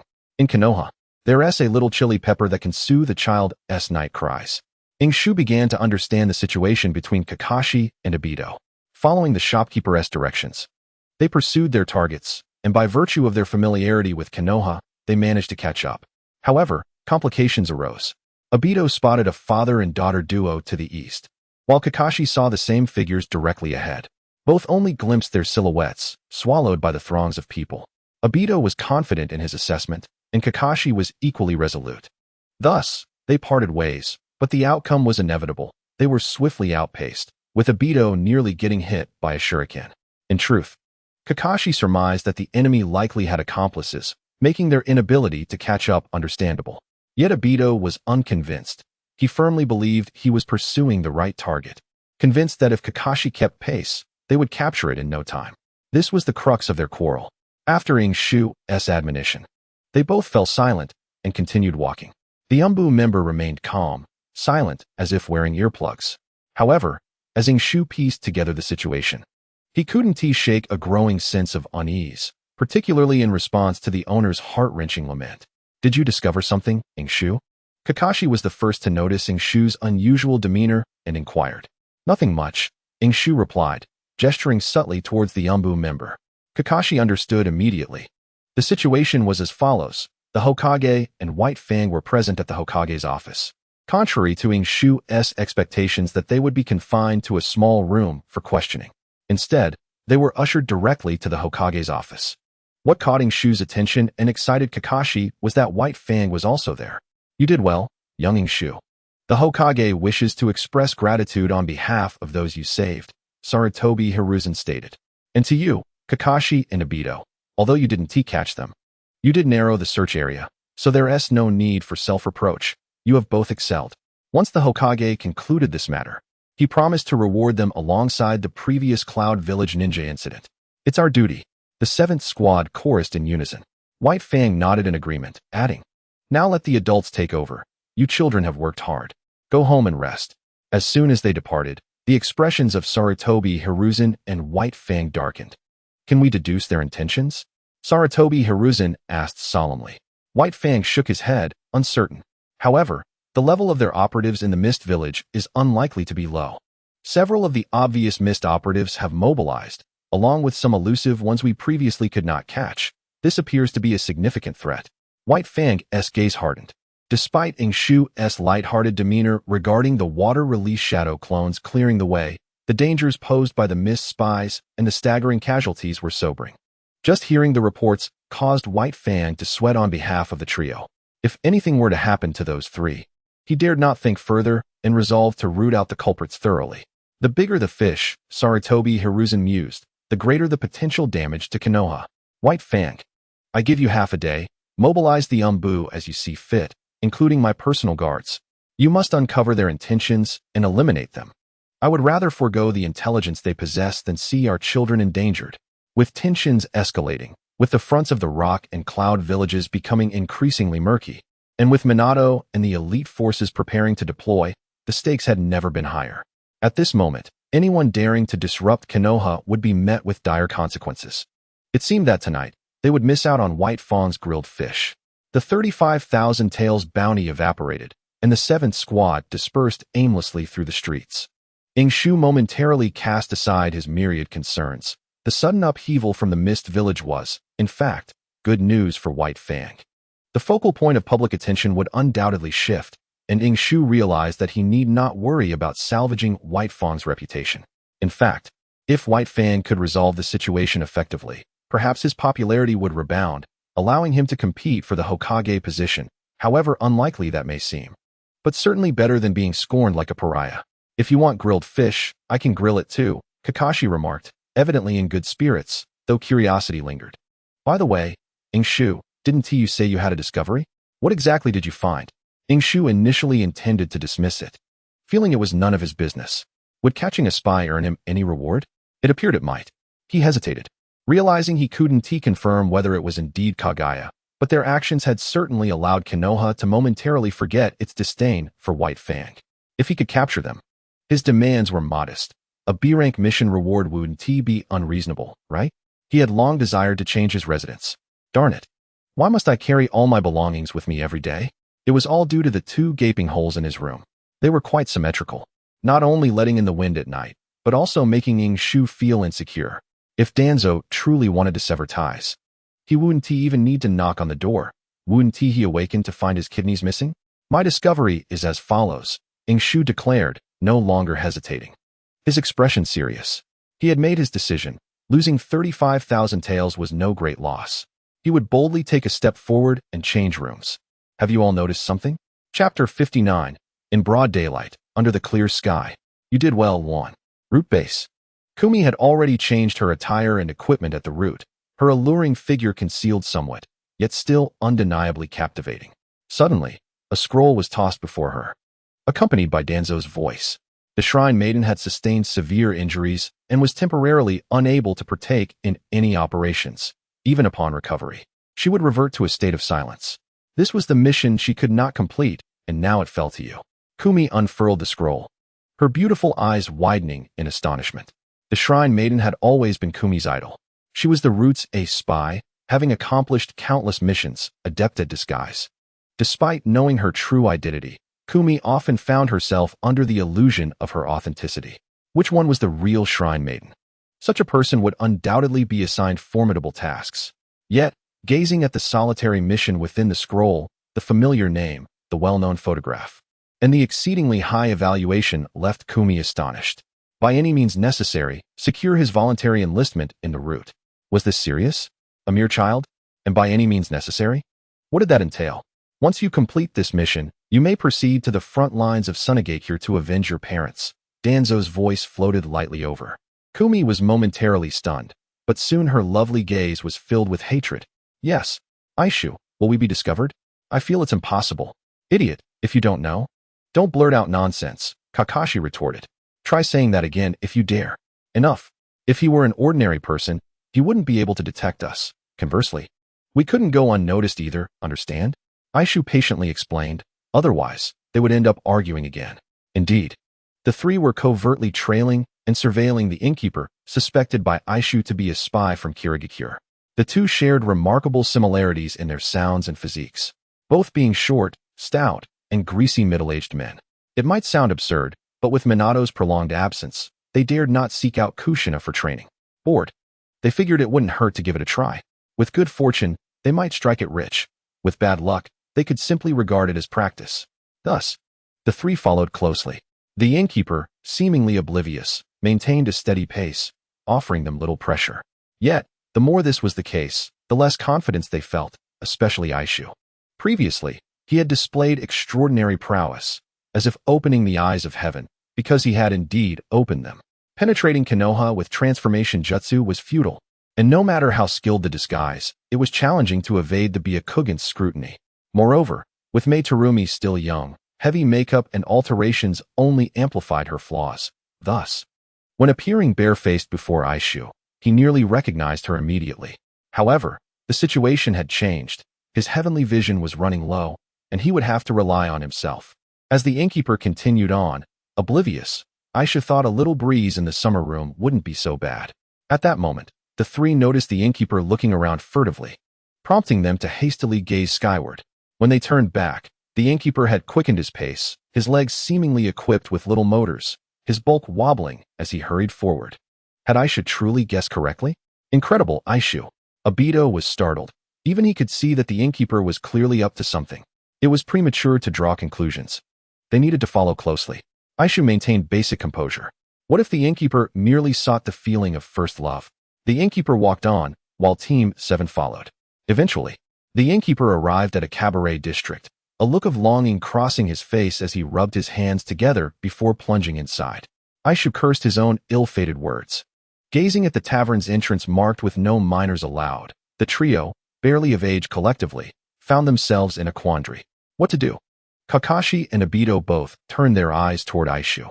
Struggling with a furrowed brow, Aishu contemplated whether to transform into Minato to infiltrate. Just as he hesitated, a hurried figure darted past his peripheral vision. Short in stature but quick in pace, the figure wore a hood, concealing their form in a mysterious fashion. Aishu swiftly turned to look, but could not discern the person's face, only catching a glimpse of brown hair. Chase, Aishu decided within 2 seconds. This brief moment served as a testament to his cunning while simultaneously reflecting his wariness of the enemy's potential traps. However, upon remembering that he had several signal flares in his pocket, he calmed himself. This was Konoha, under the bright sun. Could he truly fear an ambush?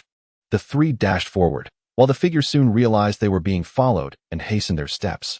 It was afternoon, with the sun shining brightly. The streets of the residential area were not overly crowded, leading to a direct confrontation. They leaped into action, transforming their pursuit into a chase. Before long, a sunlit park came into view, vast and seemingly devoid of people. However, this park was connected to a dense forest. The figure persisted without pause.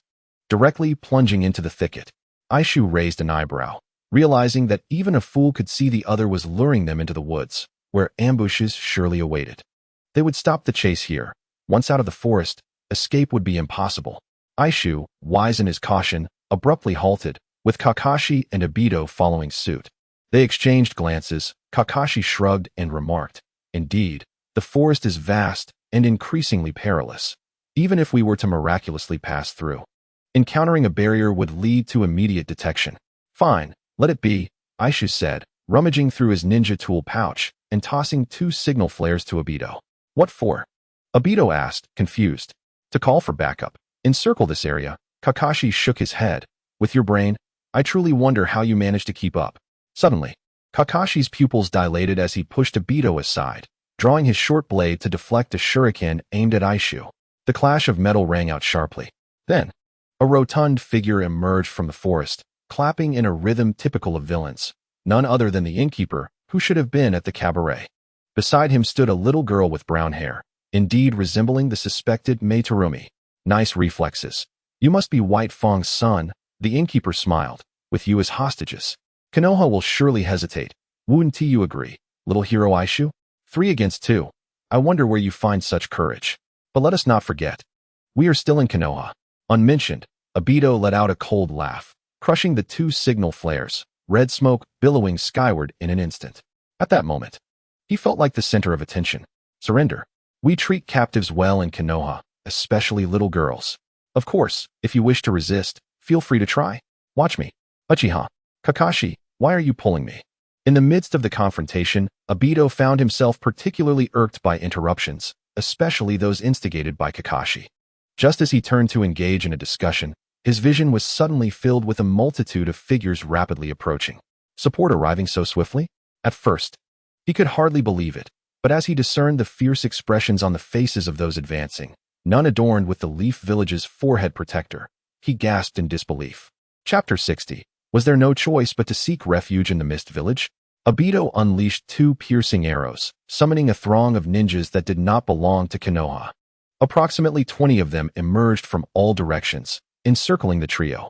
Idoku's sixth sense was in overdrive, calculating the danger, but the conclusion was singular. Peril lurked everywhere. The adversaries before them were not merely ninjas, they were spies, adept in manipulation and deception. Obito's various tactics would likely prove useless against such foes and could potentially provoke their wrath. The sheer audacity of so many spies managing to conceal themselves within Konoha was outrageous. Confronting 3 minors was akin to using a dragon-slaying sword to butcher a chick, leaving no remnants behind. It seemed that a life of espionage was not meant for him. Perhaps it was wiser to focus on mastering ninjutsu instead. Idoku sighed inwardly, lamenting his misjudgment. This was a moment where greed had clouded his judgment, and he wished for a cooler breeze during the summer. Raising both hands in a gesture of surrender, Idoku declared, "You win. I capitulate. Please, do not take my life." Observing Idoku's concession, Kakashi raised an eyebrow and similarly dropped his weapon to the ground, lifting his hands in a gesture of compliance as well. "And me, I am the son of White Fang. My father oversees the entire Umbu. So please spare my life too. Thank you." For a swordsman, such an act was profoundly humiliating. Yet, his father had once said that if laying down one's weapon was for the protection of comrades, then it was a different matter entirely. Kakashi understood well that although the enemy appeared to hold the upper hand, Konoha's reinforcements would soon arrive. The urgency lay with the adversaries before them. In such a situation, maintaining composure without provoking them was the wisest course of action, waiting for them to reveal their vulnerabilities. As for the discarded weapon, acquiring a new one was simply a matter of time. Obito, however, struggled with the notion of surrendering as the esteemed Uchiha prodigy. It was a considerable challenge to raise a white flag in such a manner. He chuckled, thinking it was merely a gesture of goodwill towards Idoku and Kakashi. "You recognize this, right? Uchiha, the strongest clan in Konoha. Just spare my life, or you shall know the consequences." With a defiant spirit, Obito brandished his white flag, only to be swiftly kicked to the ground. The camaraderie of Team 7 extended beyond mere combat. Their synchronized surrender was a testament to their unity. Thus, Team 7 officially capitulated. I had not misjudged you, young ninjas of Konoha, the innkeeper remarked, his tone shifting, revealing a familiarity with Idoku as the former benefactor, Nishui. Idoku felt a sense of inevitability wash over him, not particularly surprised. After all, both individuals had already been marked as spies in his mind. Yet, upon further reflection, he chose to dismiss the thought. Shaking his head, he resolved that espionage was beyond his comprehension. As a member of the Senju clan, his path lay in resistance. Preserving his life took precedence. At that moment, a diminutive, wiry ninja approached, his sharp features exuding a rather unsavory aura. Strangely, Idoku felt a flicker of recognition. Within the group of travelers he had rescued was indeed a figure resembling this very spy. Incredible!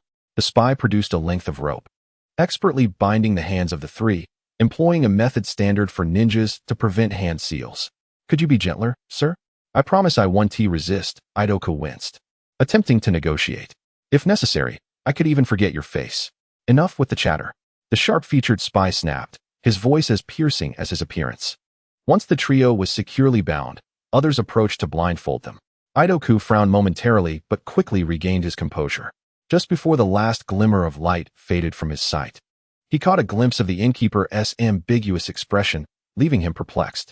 Was the innkeeper following them merely a decoy? Yet Nishui was right in front of him.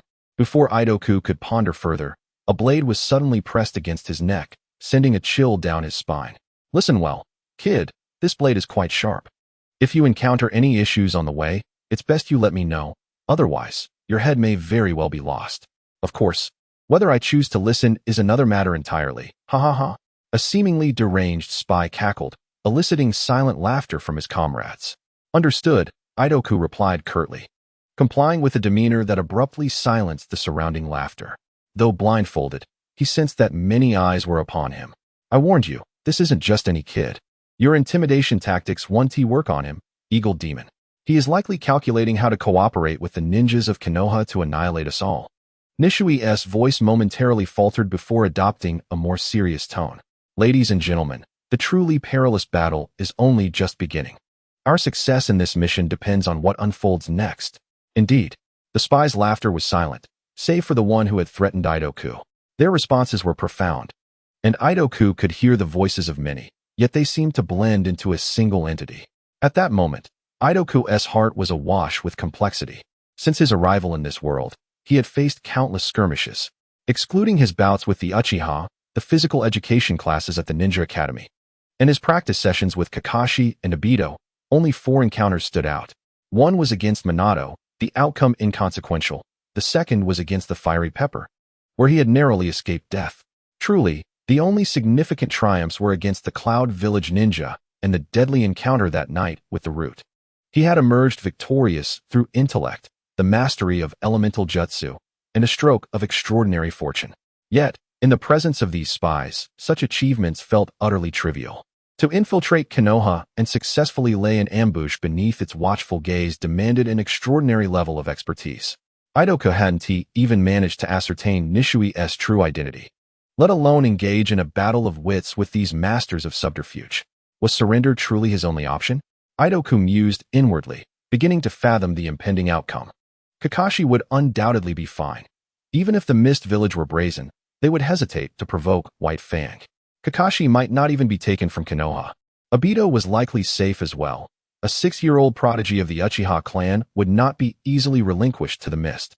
The Mist ninjas wouldn't dare to gouge out Obito's eyes, for the Uchiha were, in many respects, more feared than White Fang.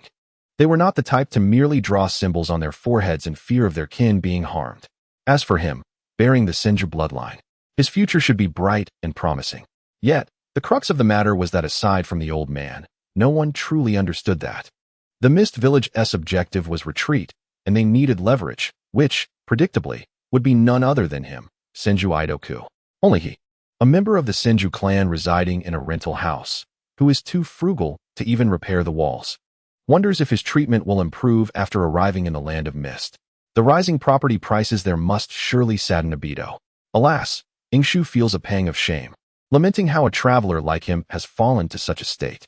But just then, as he walks in the darkness with a blade pointed at his neck. His foot unexpectedly kicks something. He stumbles and nearly falls.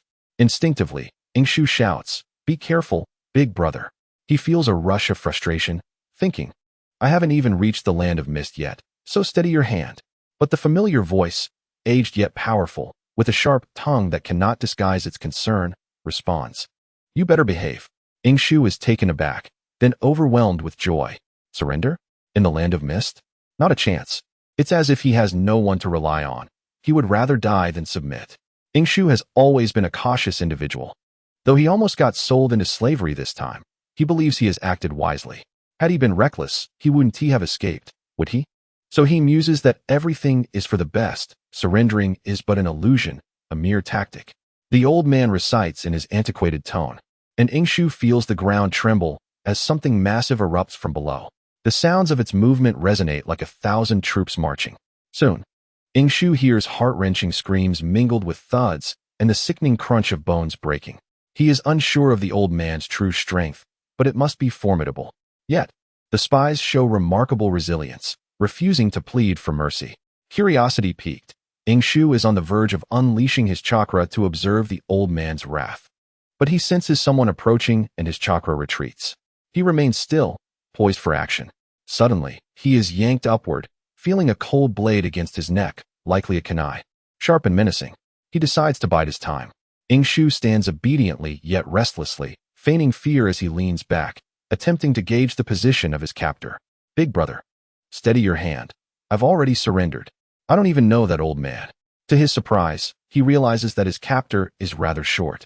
As his neck bumps against their head, "Don't move," a young girl's nervous yet clear voice warns. Ingshu raises an eyebrow, intrigued. "Ah, a new acquaintance, how delightful." Meanwhile, it seems the old man has finished dealing with the situation. The tremors cease, the screams fade, and all Ingshu can hear are the rapid beats of the girl's heart behind him and the old man's heavy breathing. This feels ominous. Ingshu understands the old man is powerful, yet he has never witnessed him unleash his full potential.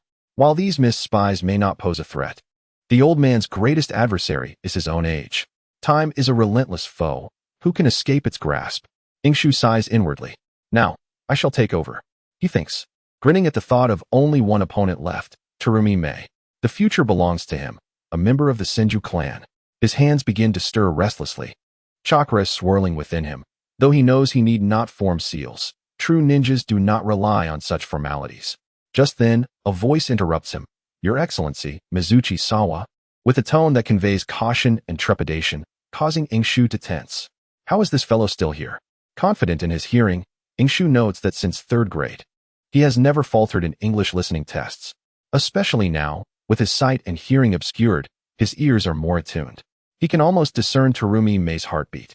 Yet he remains oblivious to Mizuchi Sawa lurking behind him. "Your earth style is truly impressive, but your chakra is running low, isn't it?" The old man does not respond, his heavy breathing betraying his exertion. Ingshu senses movement from the girl beside him, and Mizuchi Sawa's voice suddenly appears in front of him, stealthily closing the distance without a sound. "Our demands are simple. We wish to leave Konoha. If you insist on keeping us here, I will have no choice but to take this young one with me to the grave. Your Excellency, I propose a deal, if I can ensure. Get lost.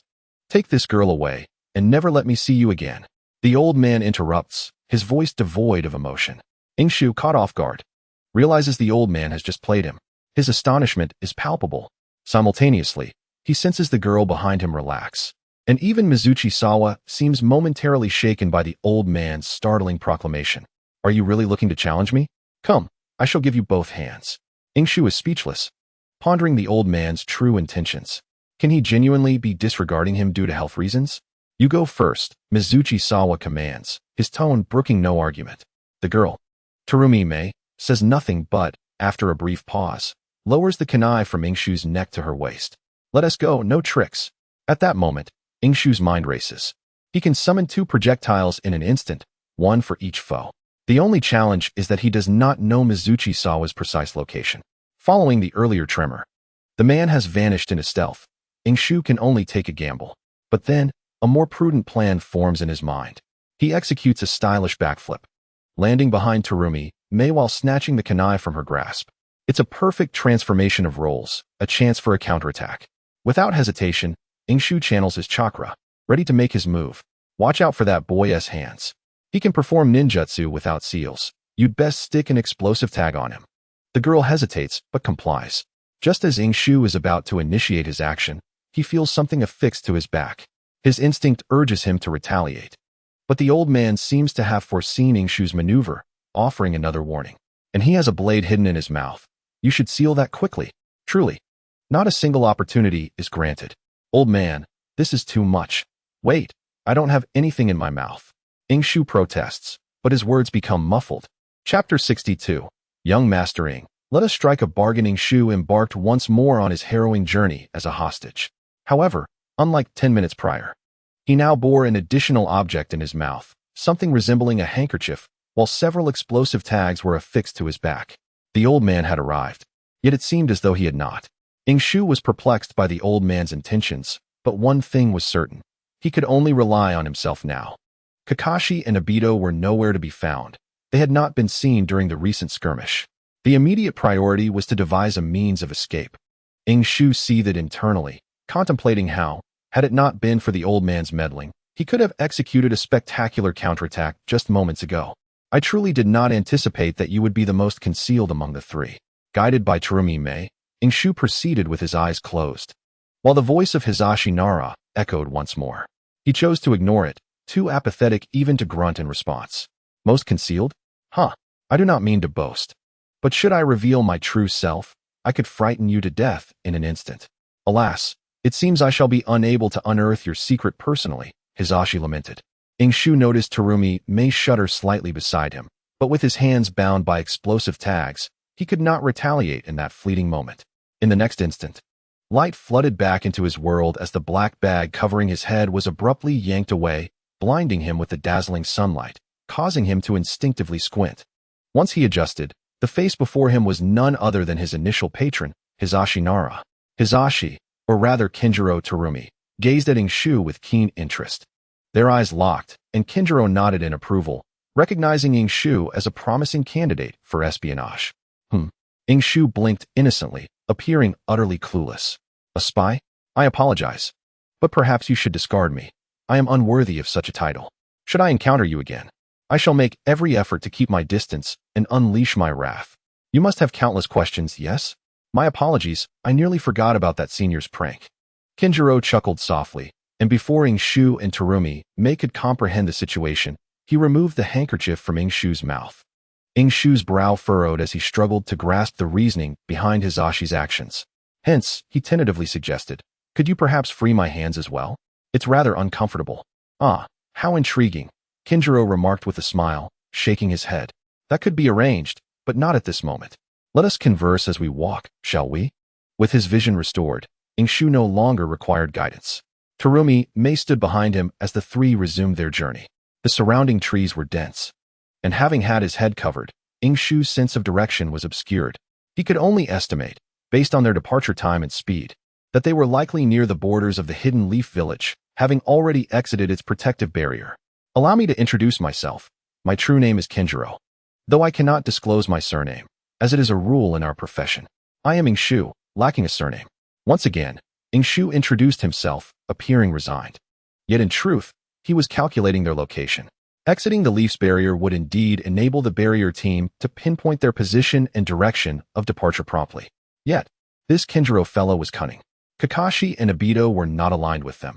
Ingshu surmised that Kinjiro had orchestrated multiple groups to mislead the barrier team.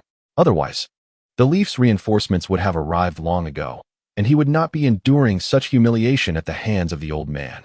The mere thought incited further frustration within him. Ingshu inwardly cursed, only to suddenly realize the absence of sound beside him. He turned to glance at Kinjiro, only to find a peculiar expression upon his face, akin to someone who had just discovered their betrayal, with the betrayer standing directly across from them. Yes, that was precisely the sensation. Kinjiro murmured to himself, then chuckled lightly and shook his head. Young Master Ing, I wish to propose a bargain. A bargain? Ingshu's face displayed confusion, his mind equally perplexed. What trickery was he concocting this time?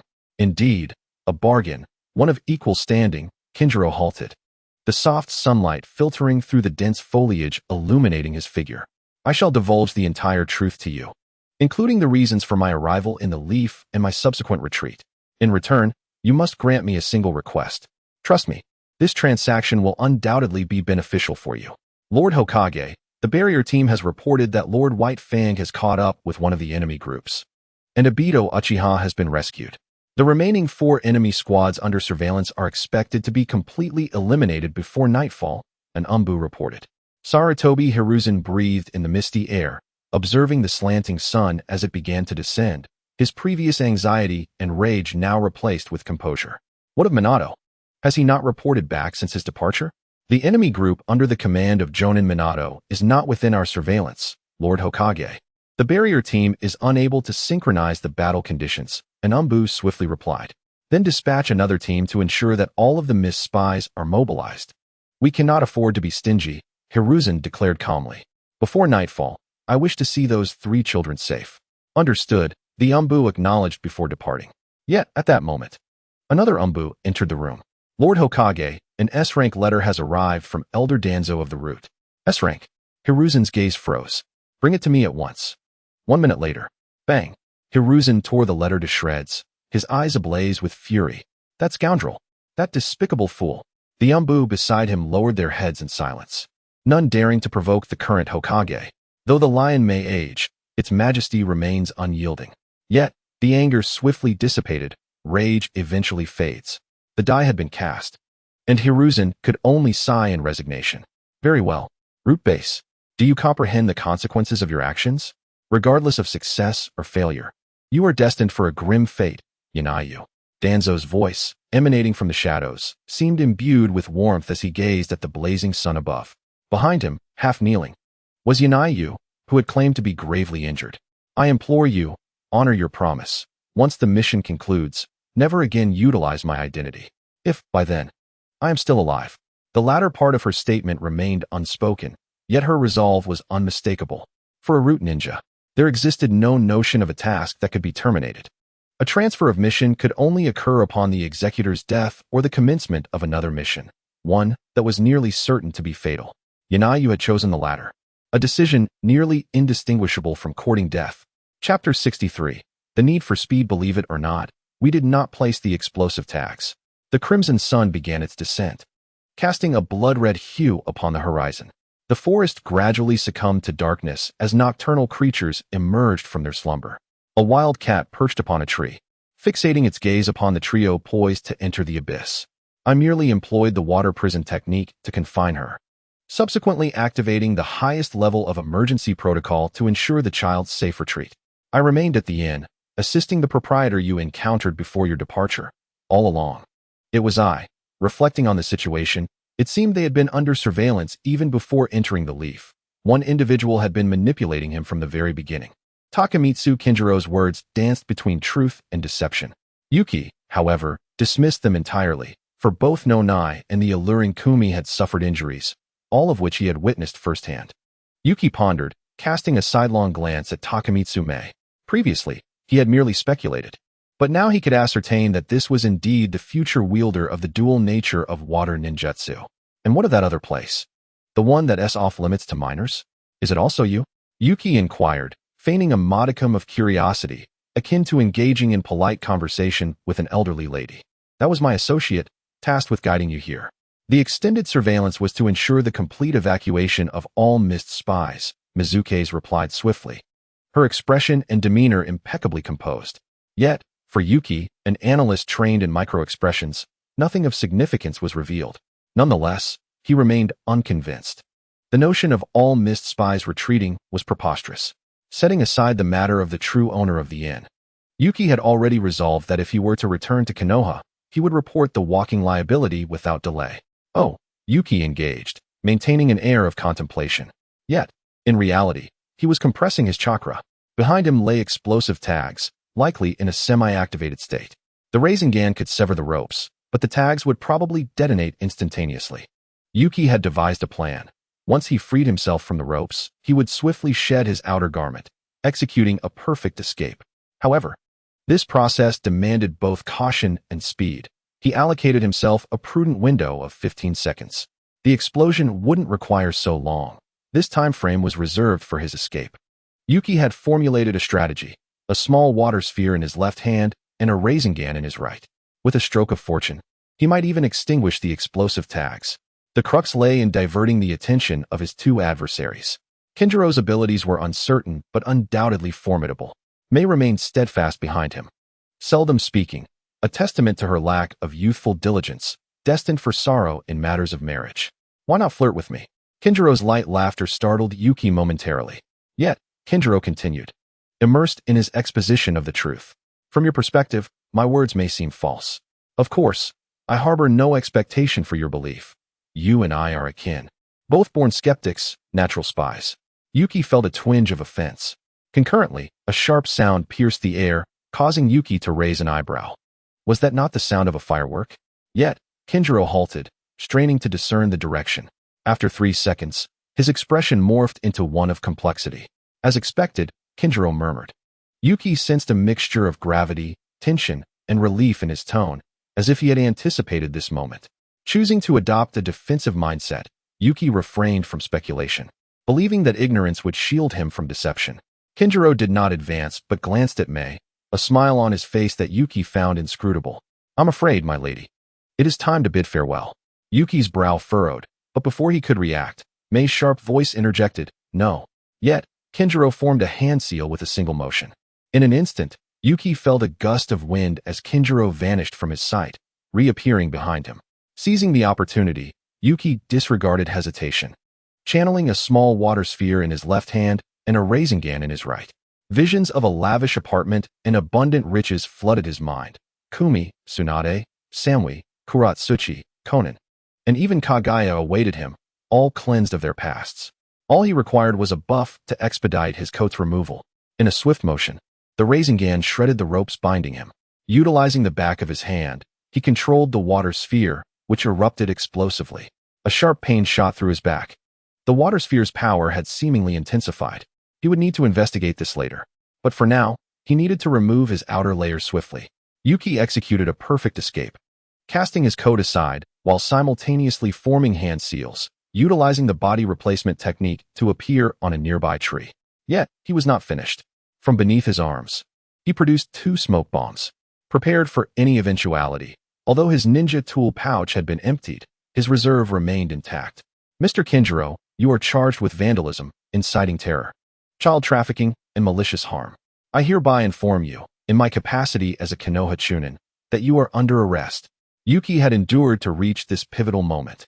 In that instant, Kinjiro, cradling the bewildered Mei, bore an expression of astonishment, as though witnessing a prodigy, especially as he gazed at the smoke bombs in Yuki's hands. Child, do you take those for explosive tags?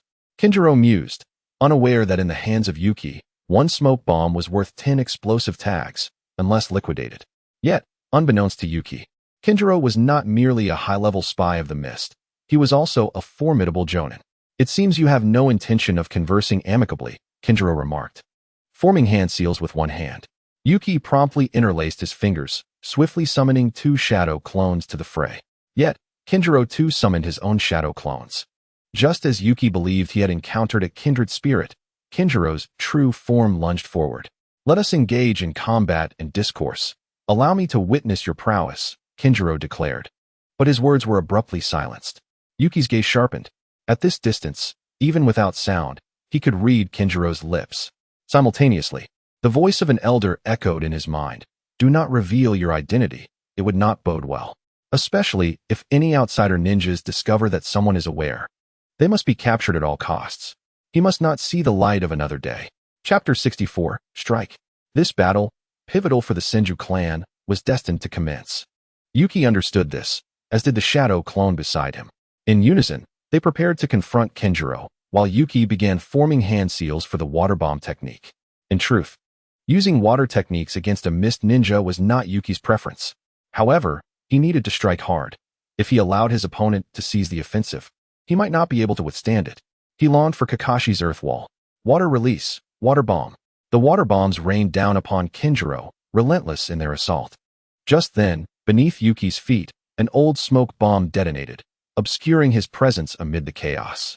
Yuki entered his old 6 mode once more. However, he didn't linger long this time. The water bombs temporarily suppressed Kinjiro, but his true target was that clone. If I'm not mistaken, your lady friend holds a significant identity, does she not? Yuki launched a verbal attack. To orchestrate the withdrawal of all mist spies concealed within Konoha is no small feat. But does this not reveal your affiliations? As he spoke, his second wave of assault readied itself. Am I correct, Mei-san? Inshu refrained from directly mentioning Terumi Mei's name. A subtle gesture of reciprocity towards Kinjiro, who had inadvertently fallen silent. However, this had the same effect as calling her out explicitly. Inshu's smokescreen might have obscured the direction of his attack, but Kinjiro was already aware, poised to return and support his shadow clone. Yet, upon hearing Inshu's voice, Kinjiro found himself momentarily stunned, questioning how the boy knew. Was it merely the term young lady? But this was the first time the clan head's daughter had ventured beyond the village for training. Could it be that the espionage network within Kirigakure was already in disarray? Just as Inshu had been startled by Kinjiro's silence, a myriad of thoughts flooded Kinjiro's mind. The distinction lay in that Inshu instinctively recalled the elder's words, swiftly transitioning into combat mode, while Kinjiro's thoughts were too myriad for him to cease pondering, even amidst battle. For that fleeting second, Kinjiro's state was akin to being ensnared in a ninjutsu. Though merely a heartbeat in duration, it sufficed for Inshu. A man must act swiftly. With a crackle of lightning, the jutsu erupted. The thunderous light flickered within the smoke, yet it did not exhibit an intention to attack. Kinjiro finally grasped the situation, realizing the peril. This boy was cunning, and he accelerated towards Terumi Mei. However, just as he surged forward, the smoke began to dissipate. The issue with the sixth smoke bombs was that, when trapped with sweat for too long, the quality diminished. Shadows emerged from the haze, revealing several figures of Inshu, ready for action. Kinjiro's pupils constricted, a mix of surprise and curiosity washing over him. The figures were arranged in 3 orderly rows, a total of 11. The first row knelt, hands raised high, holding crackling orbs of lightning, the lightning release squad. The second row stood behind, each wielding spiraling water spheres, while the last row was forming hand seals, potentially the original. Or perhaps not. Who could decipher the sixth formation? Finally, as Kinjiro reached Terumi Mei's side, his shadow clones commenced their hand seals, preparing for defense. Crush those scoundrels. A voice shouted from the ranks. The second row, with no reservations, hurled their water spheres at the target. The first row of the lightning release squad was not idle either, unleashing a torrent of lightning that precisely intersected the trajectory of the water spheres, amplifying their momentum. The lightning intertwined with the water, yet this time, there was no electrolysis. With 10 shadow clones and 15 techniques, adding yang release would drain Inshu entirely. There was no time. Move. Kinjiro bellowed, rapidly forming hand seals, water release, water barrier. From the simplicity of his seals, it was evident that this was not a high-level water release technique. Inshu had a scroll hidden beneath the trash can next to the toilet in his home, containing a B-rank technique known as water release, water formation wall, vastly superior to this barrier. A flicker of disdain crossed Inshu's eyes. You wish to witness it? Then behold. The water wall indeed rose just in time, substantial in scale, seemingly capable of blocking everything. Yet, the moment the lightning-infused water spheres collided with the barrier, splash. The spheres detonated, transforming into swirling whirlpools as the lightning surged forth, shattering the water wall into fragments. This was not the end. A few remaining spheres, unengaged in the assault, flew in, only to find the wall obliterated. One struck Kinjiro directly, the overwhelming current rendering him limp and euphoric. The gates swung wide, water splashing amidst the colossal electrical surge, leaving Kinjiro collapsed on the ground, convulsing. The remaining spheres did not go to waste, crashing to the ground and affecting Kinjiro's shadow clones, which dissipated into white smoke. And Terumi Mei fell to the earth as well. The ranks of the sixth Inshu clones began to vanish one after another, with the original being the last, leaving uncertainty in its wake. Ironically, Inshu had intended to summon another wave, fearing a lack of firepower. As 10 shadow clones simultaneously dissolved, a wave of fatigue washed over Inshu, yet his chakra replenished slightly. Observing the incapacitated Kinjiro and Terumi Mei, both still twitching, Inshu instinctively checked his thigh. Realizing the absence of his ninja tools, this posed a dilemma: to strike while the iron was hot, risking delay, or to assume they were merely feigning incapacitation. waiting for him to approach for a counterattack. He had come this far. He could not afford to falter now.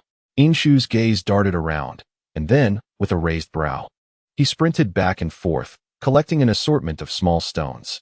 "Mr. Kinjiro?" Inshu called tentatively, tossing a small stone aimed at his groin. He exerted considerable force, ensuring that if he truly awakened from pain, he would be unable to retaliate immediately. Yet, Kinjiro remained unresponsive, whether due to extraordinary endurance or genuine incapacitation remained unknown. As Inshu continued to approach, he soon reached Terumi Mei's side, showing no mercy, as his foot pressed down upon her, suppressing any possibility of resistance. Even as he restrained Terumi Mei, Kinjiro remained motionless. Inshu's brow arched in triumph. This time, it seemed he had emerged victorious. Yet, at that moment, whoosh, crackle. The sound of rockets echoed through the air, prompting Inshu to glance up, spotting distant fireworks. Simultaneously, he heard the unmistakable sound of numerous footfalls nearby, drawing closer. A sigh of relief escaped him. Reinforcements had arrived. Chapter 65. The enemy's enemy is still an enemy. Someone is ahead. It's the adults and that esteemed one. Damn it. Why are they here? They should have retreated by now. Alert. The leaf scoundrels must not be far behind. We cannot advance recklessly. Curse those bastards for catching up. Kenji, your chakra isn't too depleted. Take the esteemed one and retreat. Tell Haruko I loved her. If we flee, we all flee together. Those words, you tell Haruko yourself. Then let's fight the leaf scum. Let us see if we can take down the son of White Fang. Let us go. It was a dire moment. Hanging from a branch like a scarecrow among a group of Kirigakure spies, Inshu dared not breathe. At this moment, he was profoundly grateful that his instincts had once again saved him. Had he delayed transforming by even a heartbeat, he would have been lost. Yet the situation was hardly better. He was suspended from a branch, having only intended to take a distant glance, but things had escalated rapidly. In desperation, he resorted to the transformation technique, one he was more familiar with than even the water balloon technique.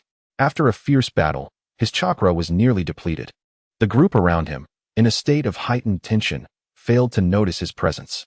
However, if he remained there for another 10 to 20 minutes, Inshu feared he might not survive.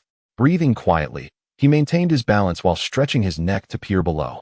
There, he spotted a lifeless figure resembling a fish on the ground, matching in height and build.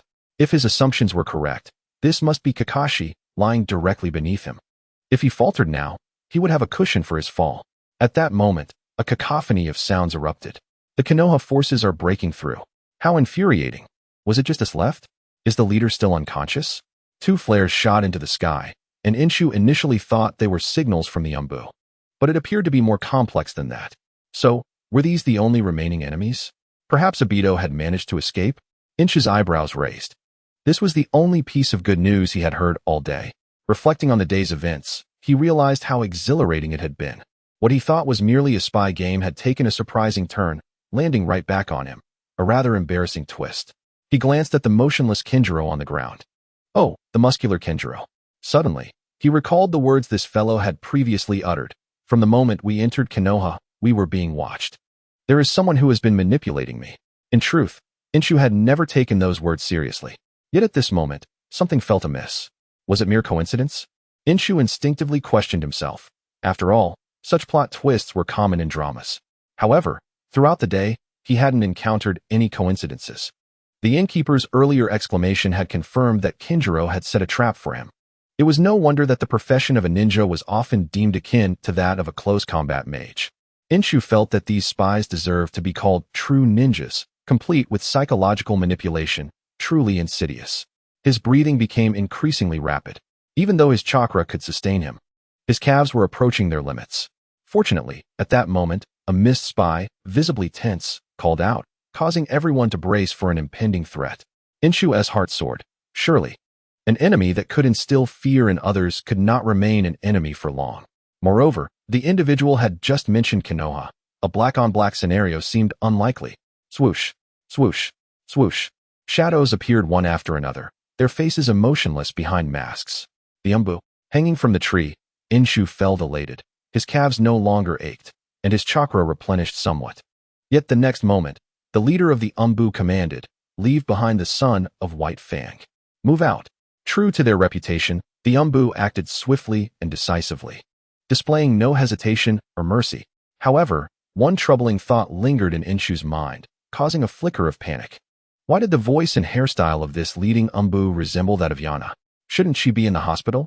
Inshu knew the severity of Yana's injuries. A fractured arm and abdominal stab wounds meant she should require at least 2 weeks to recuperate, if she was up and about so soon. For reasons unknown, Inshu recalled Kinjiro's words again. From the moment we entered Konoha, we were being used. Yana, Danzo, Kakashi. Could it be that they were headed for White Fang? Ping, bang. The battle raged fiercely below. The mist spies held their ground for a full 2 minutes, buoyed by their momentum. The difference between ninjas and close combat mage assassins was stark. The root operatives swiftly took control of the battlefield, leaving no one standing. Kinjiro and Mei, who had previously been lifeless, narrowly escaped disaster when a mist operative, in a last-ditch effort, shielded Mei from a fire jutsu. Kakashi showed no signs of struggle, likely having been knocked unconscious. Do not recover the bodies yet. Follow the plan. He has arrived. As Yana prepared for action, a root operative was about to release a signal flare. But upon hearing that he had arrived, all root operatives fell into a state of heightened alert, as if facing an imminent threat.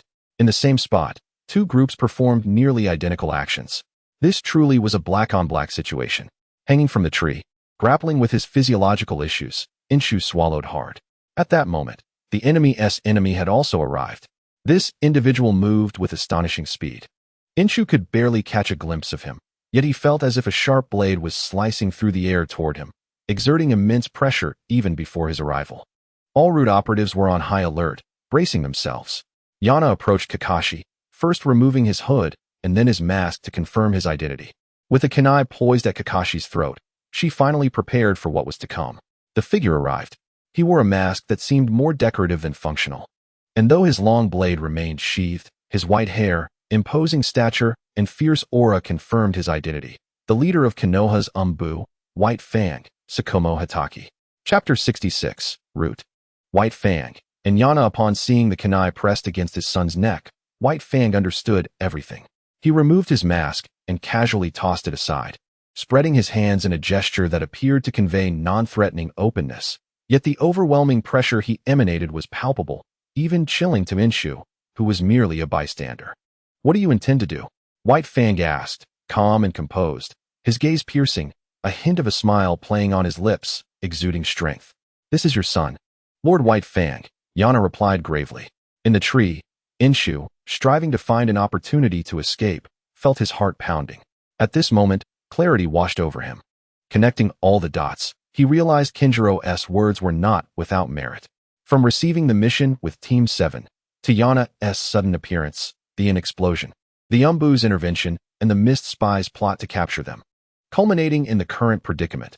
Was it possible that the Mist's sole role in this espionage conflict was merely to capture Kakashi and use him as leverage, ultimately turning the blade back toward White Fang? Inshu found this hard to believe. He suddenly felt a twinge of naivety, or perhaps a sense of having underestimated the situation. In the original narrative, White Fang's demise was treated with a light touch, devoid of detail. Only the image of a fallen figure and a bloodied blade remained, leaving Kakashi in a world stripped of color. Yet, the complexities and turbulent undercurrents behind the scenes could not be so simple. Inshu had thought White Fang had found his resolve, yet he overlooked the reasons for his despondence. Now, the answer had emerged. Despite external interventions, White Fang's spirit remained under the watchful eye of malevolence. Someone held a blade to White Fang's throat. Just what do you intend to do? White Fang's voice was devoid of joy or sorrow, his gaze growing colder, the intensity of his presence rising once more, as if a long blade were suspended above him. As a formidable individual, he possesses the ability to maintain absolute rationality. Yet, as a father, when his son's life is in peril, his actions can be deemed entirely justifiable. In this moment, Konoha's White Fang is on the brink of unleashing his murderous intent. However, such emotions are inconsequential to the Umbu. Inhumane training can render one oblivious to their primal instincts. In the eyes of the Umbu, death is merely a necessary cost to fulfill a mission. You have threatened the stability of Konoha, Lord White Fang. Yamanaka Ino's kunai draws ever closer to Kakashi. Despite this, she still feels no sense of security. Nevertheless, she must continue. Elder Danzo is willing to grant you a dignified conclusion as a reward for your years of service to Konoha. Huh. The scorn in White Fang's gaze clearly reflects his contempt for such words. Yet, the expression of the man hanging from the tree shifts from tension to something peculiar. He recognizes Yamanaka Ino. Although he does not know her well, after the journey with Uchiha Shinjin today, he has gained a new understanding of the profession of espionage. Language is an art. Even a seasoned veteran like him could be swayed by a simple phrase, illustrating the meticulous control this profession has over the human heart. Yet, the current Yamanaka Ino, he does not doubt that her words originate from Danzo. It is indeed characteristic of him. However, as a spy, if the objective is to complete the mission, such a statement should not be made. Threatening White Fang is one matter. Provoking him is another. At the very least, shouldn't there be a discussion about Kakashi? If threats must be made, a candid conversation could occur. For instance, if White Fang were to perish, would Konoha not provide a death benefit for Kakashi, exempt from taxes on a 3-bedroom apartment, with complimentary parking and covering the bride price and tuition fees? Yamanaka Ino does not even mention Kakashi, and even the novice spy finds it hard to overlook. However, a sudden thought arises in his mind. Is it possible that Yamanaka Ino is deliberately attempting to infuriate White Fang? He raises an eyebrow. Indeed, how could Yamanaka Ino, a future orphanage director, target someone as young as Kakashi? Yet, she seems so intent on provoking White Fang. Could it be a sign of madness or a death wish? Astonishingly, it appears to be true. The conclusion he reaches leaves him utterly stunned. Yet, just as his mind races, White Fang's calm, yet furious demeanor finally compels him to take action. The White Fang unsheaths his blade. Swish. Ino's eyes widen in shock. This is her first time witnessing White Fang in action. There is no process, no anguished cry from the Umbu. She hardly notices when White Fang strikes. By the time she comprehends what has transpired, the Umbu is crumpled on the ground, clutching his throat, convulsing, on the verge of death. Soon, muffled groans follow. And one by one, the Umbu collapse, leaving only one standing before Yamanaka Ino in mere moments. So what are you hesitating for? White Fang's voice resonates like a malevolent spirit risen from the depths of hell, cold, frenzied, laced with mockery and disdain. The kunai is but a finger's breadth away from Kakashi's neck. Yet, in White Fang's eyes, his distance from Yamanaka Ino is less than a finger's width. Act swiftly. The Umbu screams, and in a flash, a bright light gleams along his neck, blood spurts forth, and his head is severed. Yamanaka Ino sees a towering figure suddenly appear before her. She cannot see his face, only the short blade dripping with blood. Impressive. White Fang's display, though bloody, ignites fervor within Ino. To draw his sword in defense of his son is far superior to the self-sacrifice depicted in the original story. The current White Fang is no longer the man dubbed as having a fragile heart. He has learned to resist, to direct his blade at those deserving of it. Ino's plans to combat the Umbu now receive a significant boost, aided by a high-level ally, a formidable presence. Suddenly, his small hook hanging from the tree loses its strength and falls. Watch out. The descent is swift, and Ino's mind is blank, but as she regains her senses, she finds herself half a foot above the ground. She has been caught by White Fang. She also notices that Yamanaka Ino instinctively reaches out to catch him. And at this moment, a short blade rests against her neck. Leave Konoha. You are already dead. White Fang sheathes his blade, lifting Ino with one hand and Kakashi with the other, departing with grace. In the aftermath, Yamanaka Ino gazes at the kunai, now severed in two, unable to compose herself. Chapter 67. White Fang Must Rise. On Hokage Rock, Ino surveys the brightly lit village. Beside her lies a peacefully breathing Kakashi, while White Fang stands resolute against the wind. Quite an unforgettable day, isn't it? White Fang remarks, his tone surprisingly light. Indeed, it was exhilarating. Perhaps fatigue or the waning adrenaline is to blame at this moment. Ino's response feels somewhat numb. Her fervor has dissipated. Experiencing more is ultimately beneficial, White Fang softly states. You have seen it all, haven't you? His words take an unexpected turn, leaving Ino momentarily stunned. She turns to find White Fang's gaze directed toward the distant Hokage Tower, also aglow with light, where she can vaguely discern an elderly figure laboring diligently. You must have many questions, yet find yourself at a loss for how to ask them, White Fang continues. More or less, Ino wishes to express that she knows everything, yet she refrains, as she is a modest person. However, upon reflection, Does she truly possess the omniscient perspective? Not necessarily. What she observes are merely the outcomes, but the intricate dynamics and bonds between individuals cannot be encapsulated in over 700 episodes. Perhaps, therein lies the allure of this world. At that moment, White Fang turns his head, glancing at Ino. Then, as she looks back at him, he turns his gaze toward Kakashi on the ground. Kakashi sleeps soundly, a result of medication and ninjutsu, posing no harm to his body or mind, allowing for pleasant dreams to come. Kakashi is fortunate to have friends like you. White Fang smiles sincerely. This unexpected praise raises Ino's eyebrows. Who could disagree? In life, one must take pride when warranted. Ino believes her 9 years of compulsory education were sufficiently comprehensive, yet humility must be contextually appropriate. In this moment, to continue feigning modesty would be disingenuous. Huh. White Fang chuckles lightly. I thought better of it. Little Ino, you are quite astute. I have matters to discuss with you. You may attempt to understand, but do not. I will act as if I saw nothing. Tomorrow, upon waking, it will be a new day. Ino interrupts, decisively responding.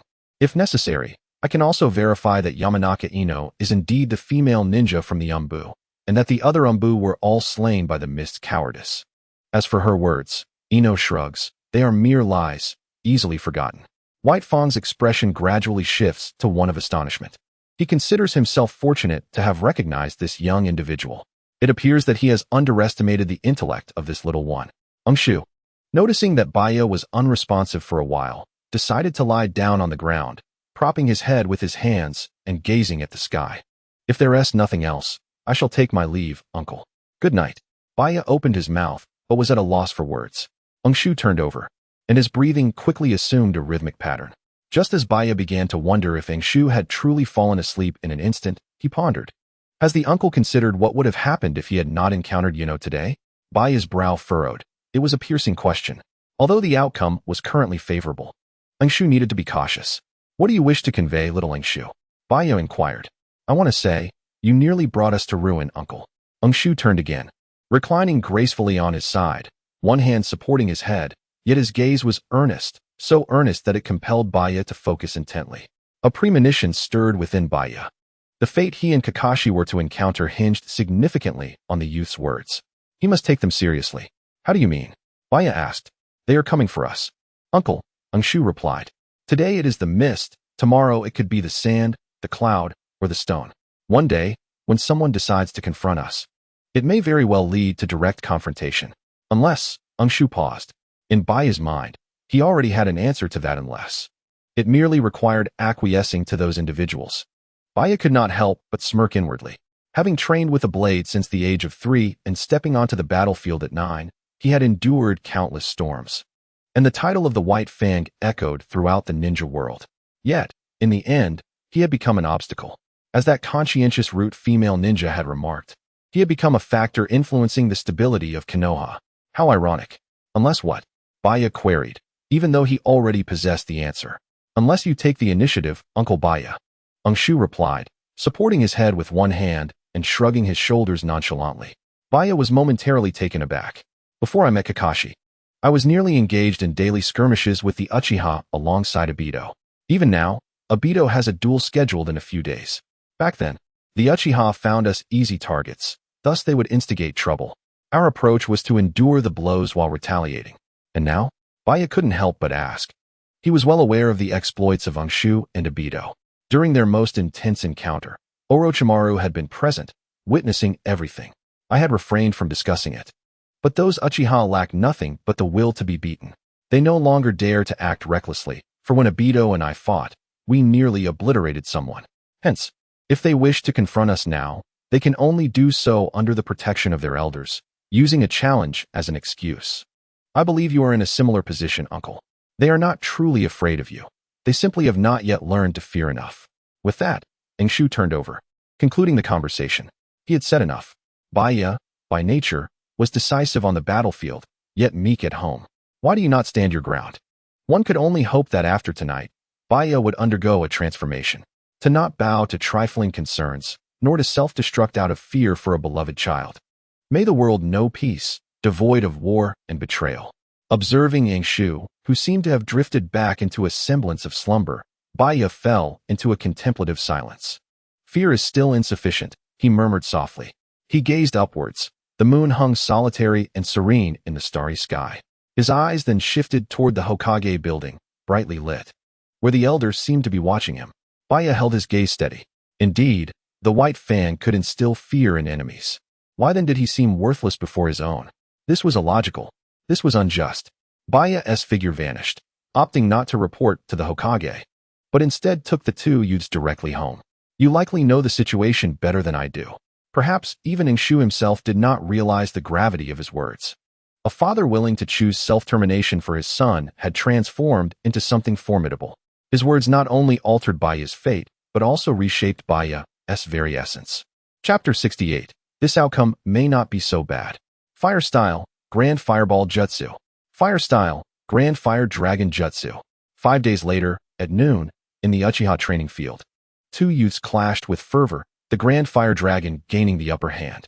Surrounding Uchiha displayed a spectrum of expressions, surprise, indifference, and everything in between.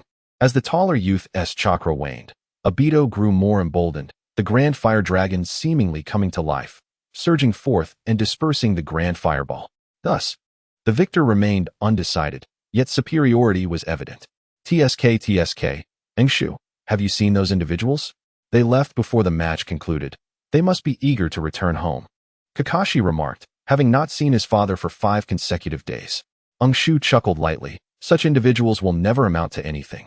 They will not congratulate the victor after the contest. Yet it is likely that Uchiha Ruwa will receive a scolding upon returning home. Remarkably, Obito has made significant progress. Their voices were neither too loud nor too soft. Many Uchiha nearby displayed odd expressions. Several attempted to glare menacingly at the duo before departing, but the two met their gazes with unwavering defiance. The 7th team had experienced 3 brushes with death, belonging to a squad that danced on the edge of a blade. The most recent incident with the mist, the previous encounter with the Cloud Ninja, and the earlier chase by the Spicy Pepper. All these experiences had forged the 7th team into one of considerable strength. Do you think this is my limit? At that moment, Obito, holding absolute dominance, suddenly shouted. The remaining Uchiha on the field regarded him with approval. It seemed that his brash demeanor resonated well with them. For the Uchiha, this was the way to be. Your ninja techniques are but at the first tier. A single Grand Fireball has exhausted all your capabilities. And I, Obito, swiftly form hand seals, the crimson in my eyes finally blooming. Engshu and Kakashi remained unperturbed. Huh, what a show-off. And in the next instant, Fire Style, Fire Dragon Flame Bullet. Obito emerged victorious, triumphing over Uchiha Ruwa with an overwhelming display of skill. 2 months prior, he had been left battered and bruised, drawing concern and reprimand from the lovely Kumi. Now, 2 months later, Kumi had transformed into a formidable kunoichi. Yet Obito had reduced his opponent to a mere caricature of a pig, were it not for the timely intervention of the Uchiha Jonin. Uchiha Ruwa would have been rendered a charred husk. In the final moments, he unleashed the Sharingan, elevating his chakra manipulation to unprecedented heights. Others might assume Obito was a perfectionist, as mere victories could not satisfy his ambitious palate. However, Engshu understood that Obito merely sought to display his prowess, while also conserving chakra for larger maneuvers. The Fire Dragon Flame Bullet consumed significant resources. Although Obito appeared to win easily, his tactical approach was commendable. After the match concluded, Obito received accolades from the current Uchiha clan leader and several elders. Engshu and Kakashi quietly departed from the Uchiha clan's territory. There was no other reason. Their arrogance during the day was one thing, but the night held its own dangers. Once their disguises were complete, they hastily made their exit. For it was not a matter of shame, but rather one of provocation. I returned to my training, as my father was scheduled to return tomorrow to assess my swordsmanship. Kakashi bid farewell. Watergate had been particularly busy these days, yet the training of Team 7 had not waned. And do not forget about lightning release. If you wish to surpass your father, merely inheriting sword techniques will not suffice, Engshu reminded him. Kakashi waved his hand dismissively without turning back, acknowledging Engshu's words. Watching Kakashi's retreating figure, Engshu fell into a long silence. The events of that day were still vivid in his mind, although several days had passed. It felt like just a fleeting moment. Kakashi and Obito had indeed grown considerably stronger. Obito, without a doubt, had avenged himself against those who sought to humiliate him. erasing all traces of his shame and returning it manifold. Kakashi, too, had discovered his own path of training.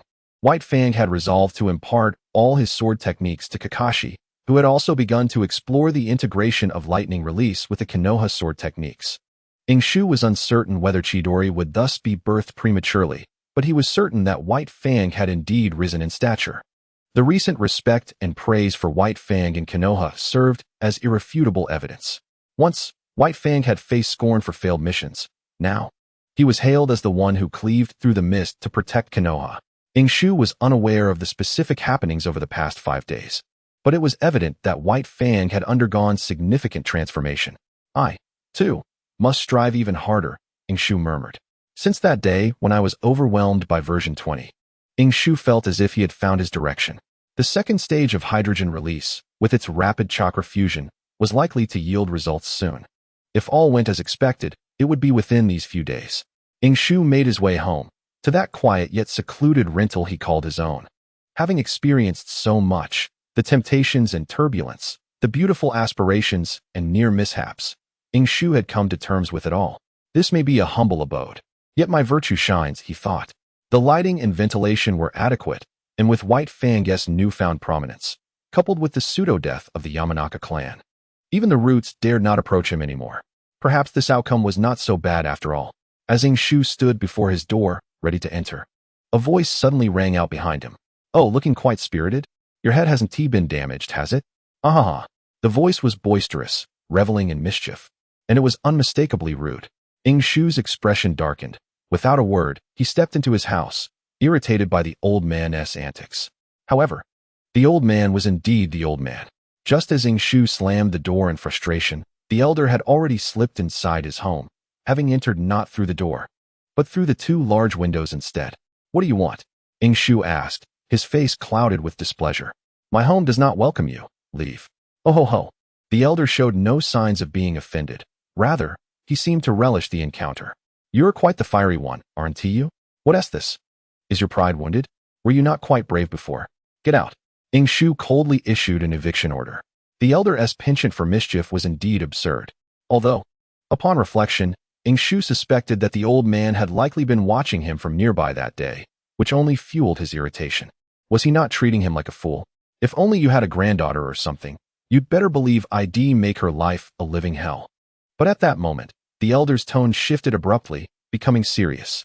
Kid, do you know you've made a grave mistake? Since someone has discovered your identity. I told you how to handle it. Huh? Who revealed that? Shu turned to confront the threat, but found the room empty. His expression turned peculiar. Did he just leave after a single jab? That's not his style. Just then, a knock echoed from outside. Shu-kun, are you home? The sweet voice made Shu's eyebrows rise. He recognized it. It was either from a theme song or an educational film. However, he quickly steeled his expression. This voice belonged to someone he was all too familiar with, Kumi from the Roots, who had shown up punctually 3 times a day for 5 days straight. Chapter 69. Please do not overthink. Shu still had no idea what transpired that day. The elder wreaked havoc, and then Nara Shikamaru learned of his identity. The Senju clan's bloodline limit bore no distinct characteristics. One had to observe diligently until realizing that these individuals were incredibly persistent before the truth dawned upon them. Oh, he-s a Senju. Was the old man doing this on purpose? A trial? Shu's expression turned odd as he opened the door. What greeted him was a pair of lovely legs. As Kumi stood there holding 2 bento bags, she had come to deliver lunch. Kumi's identity as a root member had indeed been exposed, yet she seemed to be in a unique situation. She did not need to don the cold, emotionless mask for missions. Instead, she wore a forehead protector and casual attire, her long wavy hair making her appear more lively than before. Transitioning from nurse to spy gave an impression akin to a flight attendant. Of course, Shu held no inappropriate thoughts towards this older sister, who was a full decade his senior. He had to maintain decorum, as he still had much growing to do. Oh dear, it's just as hot today as ever. But look what I've brought you, Kumi exclaimed, pulling out a long item from the bento bag. Shu's pupils dilated. Are you really using this to test the personnel? Tada, it's a popsicle. But first, you need to eat your lunch. Otherwise, it'll be bad for your stomach. Here's your ramen. No, thank you, Kumine. Shu chose not to resist, acquiescing to her kindness. He had already instructed Kakashi and Obito. If there came a day when he vanished, they must seek out Little Pepper and White Fang to dismantle the roots. I'm digging in. Shu picked up his chopsticks. After all, to refuse free food would be foolish. Just then, a heavy knock echoed at the door. Shu-kun. The Hokage has issued a directive. The knocking was firm, though it had not yet escalated to the point of breaking down the door. The visitor's voice was cold and unyielding. Shu, having barely taken a few bites, glanced at Kumi, who was mindlessly enjoying her popsicle. Then at the bowl of ramen. There was no choice. He picked up the bowl and walked to the door. He couldn't let food go to waste, could he? Ah, senior from the Umbu. Greetings. Shu greeted politely, slurping a noodle. You should finish your meal quickly, then come with me. As he slurped, Shu didn't catch everything, but he grasped the general idea. All right, senior, I'll be right there. To his surprise, the Umbu seemed quite understanding. Had White Fang begun to adopt a more authoritative demeanor? How wonderful. Shu mused, hastily finishing his ramen. Meanwhile, Kumi's expression turned grave as she stared intently at the Umbu member, her gaze piercing. What was most astonishing was that the Umbu actually averted his eyes, unwilling to meet Kumi's gaze. Of course, Shu, engrossed in his meal, remained oblivious to this tension. He had almost finished his meal, with just the last spoonful of soup remaining. However, Kumi suddenly dashed over, blocking Aishu and snatching away his soup, then promptly stuffed 2 popsicles down his collar. Oh, refreshing. Aishu quickly took the popsicles out, but was met with Kumi's concerned expression. One for the road, and one for later, got it? Aishu was baffled, but nodded nonetheless. The Umbu agent let out a huff. Let's move. The two set off immediately, and as they walked, Aishu was eager to share the popsicles, fearing that eating both might upset his stomach. However, the Umbu agent declined. Keep them. They may be useful later. Aishu was truly bewildered. He examined the popsicles, finding nothing abnormal about them. Was it him who was strange, or them? With this question lingering, Aishu followed the Umbu into a building not too far from the Konoha Hospital, situated 3 intersections away and nestled within a forest park, occupying a third of its area. They entered through the back door. Prepare yourself mentally. If you can't handle it, just hold the popsicle in your mouth to calm down, the guiding Umbu remarked. Aishu nodded, beginning to grasp the meaning behind those words. They weaved through twists and turns, passing through countless security checkpoints and iron gates. Notably, the interior was quite well furnished and appeared recently constructed. Finally, the Umbu halted in front of a room, glancing at Aishu, who was still sucking on the popsicle. You may enter. Got it. As the door swung open, a pungent odor assaulted Aishu's senses. The scent was complex. Predominantly a metallic tang of blood mingled with the stench of excrement. Aishu pinched his nose, took a bite of the popsicle, and decided to discard the remainder, deeming the air too filthy. Stepping inside, he found the lighting dim and the ambience a deep crimson. As he surveyed the surroundings, he noted that the walls appeared soaked in blood. In the room hung a figure, disheveled and grotesque, bloodied beyond recognition. This sight triggered a grim thought in Aishu's mind. Do you believe I would skin you alive? The gruesome scene seemed to pale in comparison to the figure before him. Just then, a familiar slurping sound echoed from a corner, nearly breaking Aishu's composure. He turned sharply to see a bald, muscular man voraciously slurping noodles.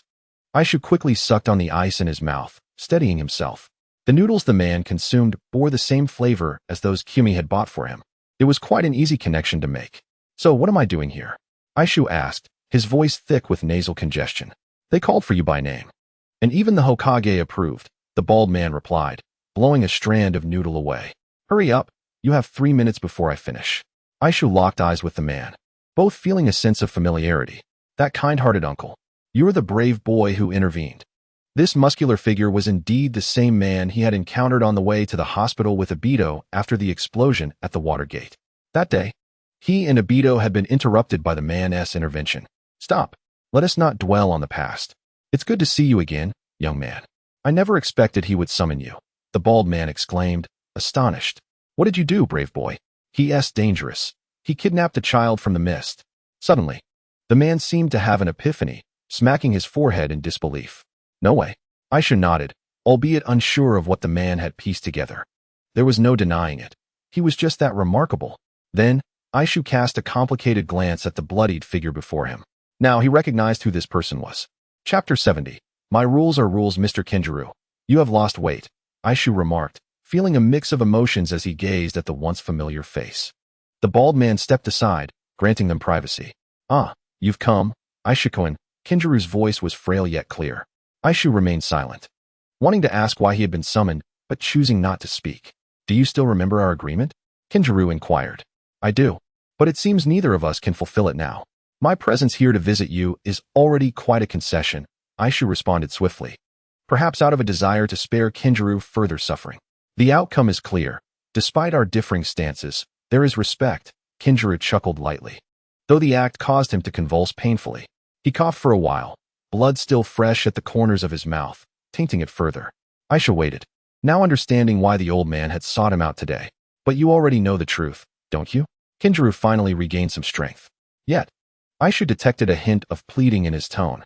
Aisha understood. It concerned Konoha's fate. "Do you truly believe I can know?"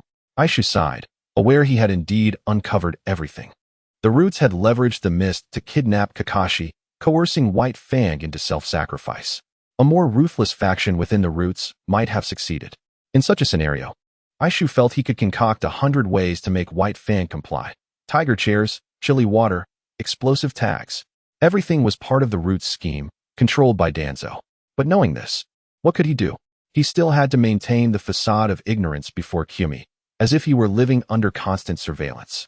As for the so-called agreement, rest assured, I merely wish to confirm whether you still remember it. Nothing more. Kinjuru seemed to regain some vitality. Aisha sensed this could be a brief moment of clarity. This man was nearing his end. Indeed, Kinjuru lifted his head slightly, just a mere centimeter, expending all his strength. Aisha noted that he had but one eye left, yet it still gleamed with clarity. "Do not show such an expression, Aisha-kun.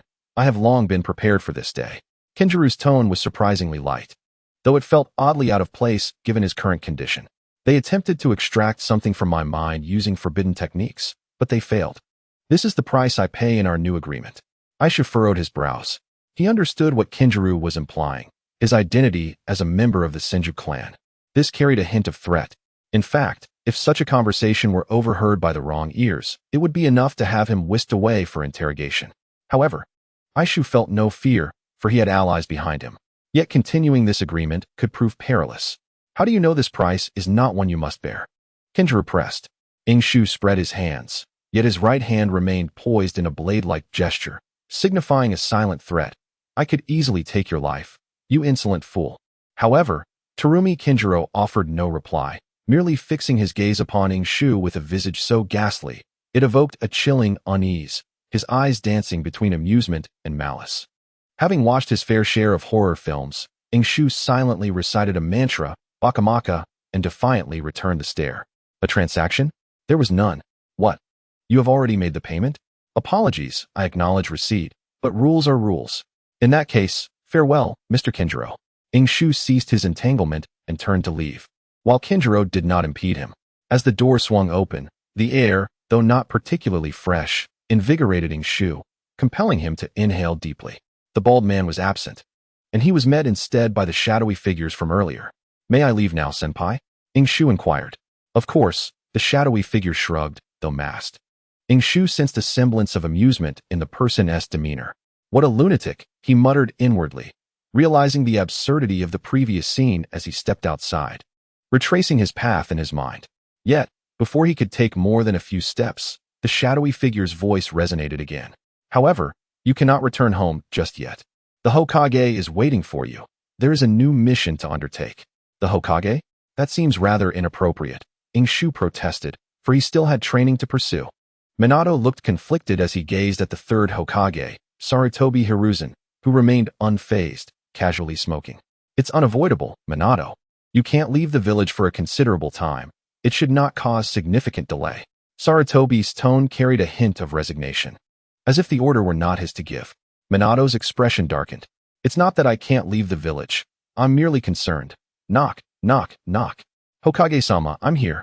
A voice rang from outside, innocent and exceedingly polite. Sarutobi's face instantly brightened. "Little Ingshu, come in." "Okay."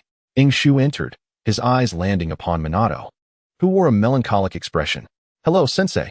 "Ah, long time no see, Ingshu-kun." Minato managed a strained smile. Indeed, it had been quite a while since Team 7 had gathered, especially after the intricacies of their last mission. Little Shu is here, he replied. But as he observed Sarutobi's kind smile, something felt amiss. You have truly worked hard lately. I had promised to reward you. And now it's time to fulfill that promise. Speak, what is it that you desire? Ninjutsu, or perhaps living expenses, anything is possible. Shu's smile grew radiant. Yet internally, he felt a surge of frustration. Are you attempting to deceive me like the big bad wolf luring Little Red Riding Hood? Really? Hokage-sama? You're not pulling my leg, are you? Shu asked, his eyes gleaming. Of course, I am the Hokage. When have I ever deceived anyone? Sarutobi assured him with a thump of his chest. Shu's eyes sparkled, yet his mind raced. He didn't need ninjutsu at the moment. The scrolls the old man had given him were still hidden beneath his bathroom trash can. Forbidden techniques were also off limits. He wouldn't dare learn them, let alone use them, and who knew if he would even be allowed to. Stealing a glance at Sarutobi's expression, he sought to gauge the significance hidden behind that benevolent smile. In that case, I wish to exchange for a larger house. Is that permissible, Hokage-sama? Chapter 71. She is the adopted daughter of the daimyo of the Land of Water. Isn't that infuriating? As soon as those words left his lips, Sarutobi's smile faltered. And even Minato's expression grew peculiar. A chill ran through Shu. Had he overstepped? Yet, he truly wished to leave that dwelling behind. It was summer, and he could console himself with the notion that it was well ventilated and well lit. But what would happen in winter? Would he have to spend money on repairs? That seemed worse than death. Moreover, with the 2 gaping holes in the walls, it was hardly safe. Despite the fact that Jumi had knocked before entering that day, bringing food and drink, he had awoken to find that alluring woman lying there. Shu was a man, with a man's spirit. There were certain things he was uncertain he could control, yet his body was still that of a boy. Thus, for the sake of his future happiness and the healthy growth of little Shu, he believed that since hope had emerged, he must hasten to implement his moving plans. This was even more crucial than developing hydrogen release. This concerned the future well-being of his wife, or perhaps wives. Shu thought to negotiate further. If a large house was unattainable, then perhaps a smaller one would suffice. Primarily, the walls of his current home were crumbling. If it's not feasible, Hokage-sama, perhaps you could provide me with funds for repairs? His voice dwindled to a whisper as he attempted to play the sympathy card. A story named The Little Match Girl rapidly formed in his mind. In summer, he saw children from other families enjoying popsicles beneath complete walls. In winter, he observed them standing beneath those same walls, while he could only strike matches. Obito, I can too. But unexpectedly, another knock resonated. Sarutobi gestured for the door to be opened. Shu did not turn, assuming it was another dark figure coming to report. However, Sarutobi's expression grew more serious as he addressed him. Little Shu, I keep my promises. Your request for a larger house is not out of the question. Huh. Shu's eyes lit up, truly illuminated this time. Yet, as expected, an unexpected twist soon followed. Sarutobi drew out his words, and Shu sensed a figure approaching him. Slight in stature, were the Umbu now recruiting children? Casting a glance, he was startled. Wasn't that his new house? Wait. Shu quickly turned to Minato, only to find him covering his face, unable to bear watching his student leap into the fire pit of despair. And at that moment, Sarutobi continued, allow me to introduce. This is a noble from the Land of Water, the adopted daughter of the daimyo of the Land of Water. Due to the current circumstances, she is unable to return home, and for the time being, you will be responsible for this task. The advance payment for this mission is the large house you desire, and you will also receive sufficient living expenses each month. As Sarutobi spoke, he beckoned towards the door. Come in, Luan. Shu was utterly dazed. Knowing she was the eldest daughter of the Terumi clan, what was there to hesitate about? It was a matter of exchanging wealth. Wait, the adopted daughter of the daimyo of the Land of Water? What on earth? Hold on. Responsible for what? The information Sarutobi had disclosed was overwhelming, and Shu felt his head spinning. Simultaneously, an ominous premonition surged within him. Sure enough, the next moment, Jumi, clad in short sleeves and hot pants, made her entrance. Hokage-sama, she greeted with respect before seamlessly positioning herself beside Shu, fortuitously placing herself between him and Terumi Mei. This is the ninja I have brought from the roots, tasked with attending to your daily lives. You two should be quite familiar with matters concerning the relationship between our two nations. Little Shu, do not let grandfather down. In that moment, the light in Shu's eyes faded. Sir, the target has been located. They are currently in the Land of Fire. Should we proceed with elimination? At the root base, The voice of Shimura Danzo was devoid of emotion. At that moment, another member of the Roots arrived. Lord Danzo, identity has been verified. They hail from the Kirigakure's Kajimiya clan, codename, and the commander of the infiltration plan against Konoha. Shimura Danzo pondered for a moment, questioning whether the information in his mind had been extracted. We are still making efforts. That individual has too many restrictions in their mind, draining their spirit. More time is needed. After the report, the member of the Roots vanished without a trace. Meanwhile, yet another member arrived. 3 members of the Roots were responsible for 3 different matters, each unrelated and accountable only to Shimura Danzo. Such is the nature of the Roots organization. They usually perform their duties, yet sometimes, even a minor personnel change can stir up great upheaval. Sir, Juan has successfully engaged the target, comprising a total of 6 members. Should we replace them? Not for now. Understood. As this member was about to take their leave, Shimura Danzo tossed a scroll. Effective immediately. The Roots will enter a semi-silent mode, suspending all internal investigations and avoiding the forces of the Umbu as much as possible until Hideki Tsukumo departs from Konoha. Understood. Wow. What a grand house. With a zombie-like expression, Ingshu gazed at the mansion before him, marveling. This so-called mansion was essentially a 2-story cottage, estimated to be around 200 square meters, with a sizable yard of about 50 square meters. Had it been a day ago, no, an hour prior. If Ingshu had known this house would soon belong to him, he might have felt he had reached the pinnacle of success. At just 6 years old, he possessed nearly 4,000 ryo and resided in such a grand house. What a ninja he would be. But now, he turned to the adopted daughter of the land of water and expressionlessly remarked, "You should choose your favorite room. I must return home to gather my belongings." Truly impressive. It was then that Ingshu realized how narrow his perspective had been. Konoha must surely be aware of Kajimiya Mei's true identity, and indeed, it was information he had provided. Yet now, Kajimiya Mei was not only unharmed but had transformed into the adopted daughter of the land of water's daimyo. How astonishing. One could not help but wonder whether Konoha truly lacked the funds or if there were other motives at play. So this is the rationale behind these scoundrels exploiting me? Those wretched beasts.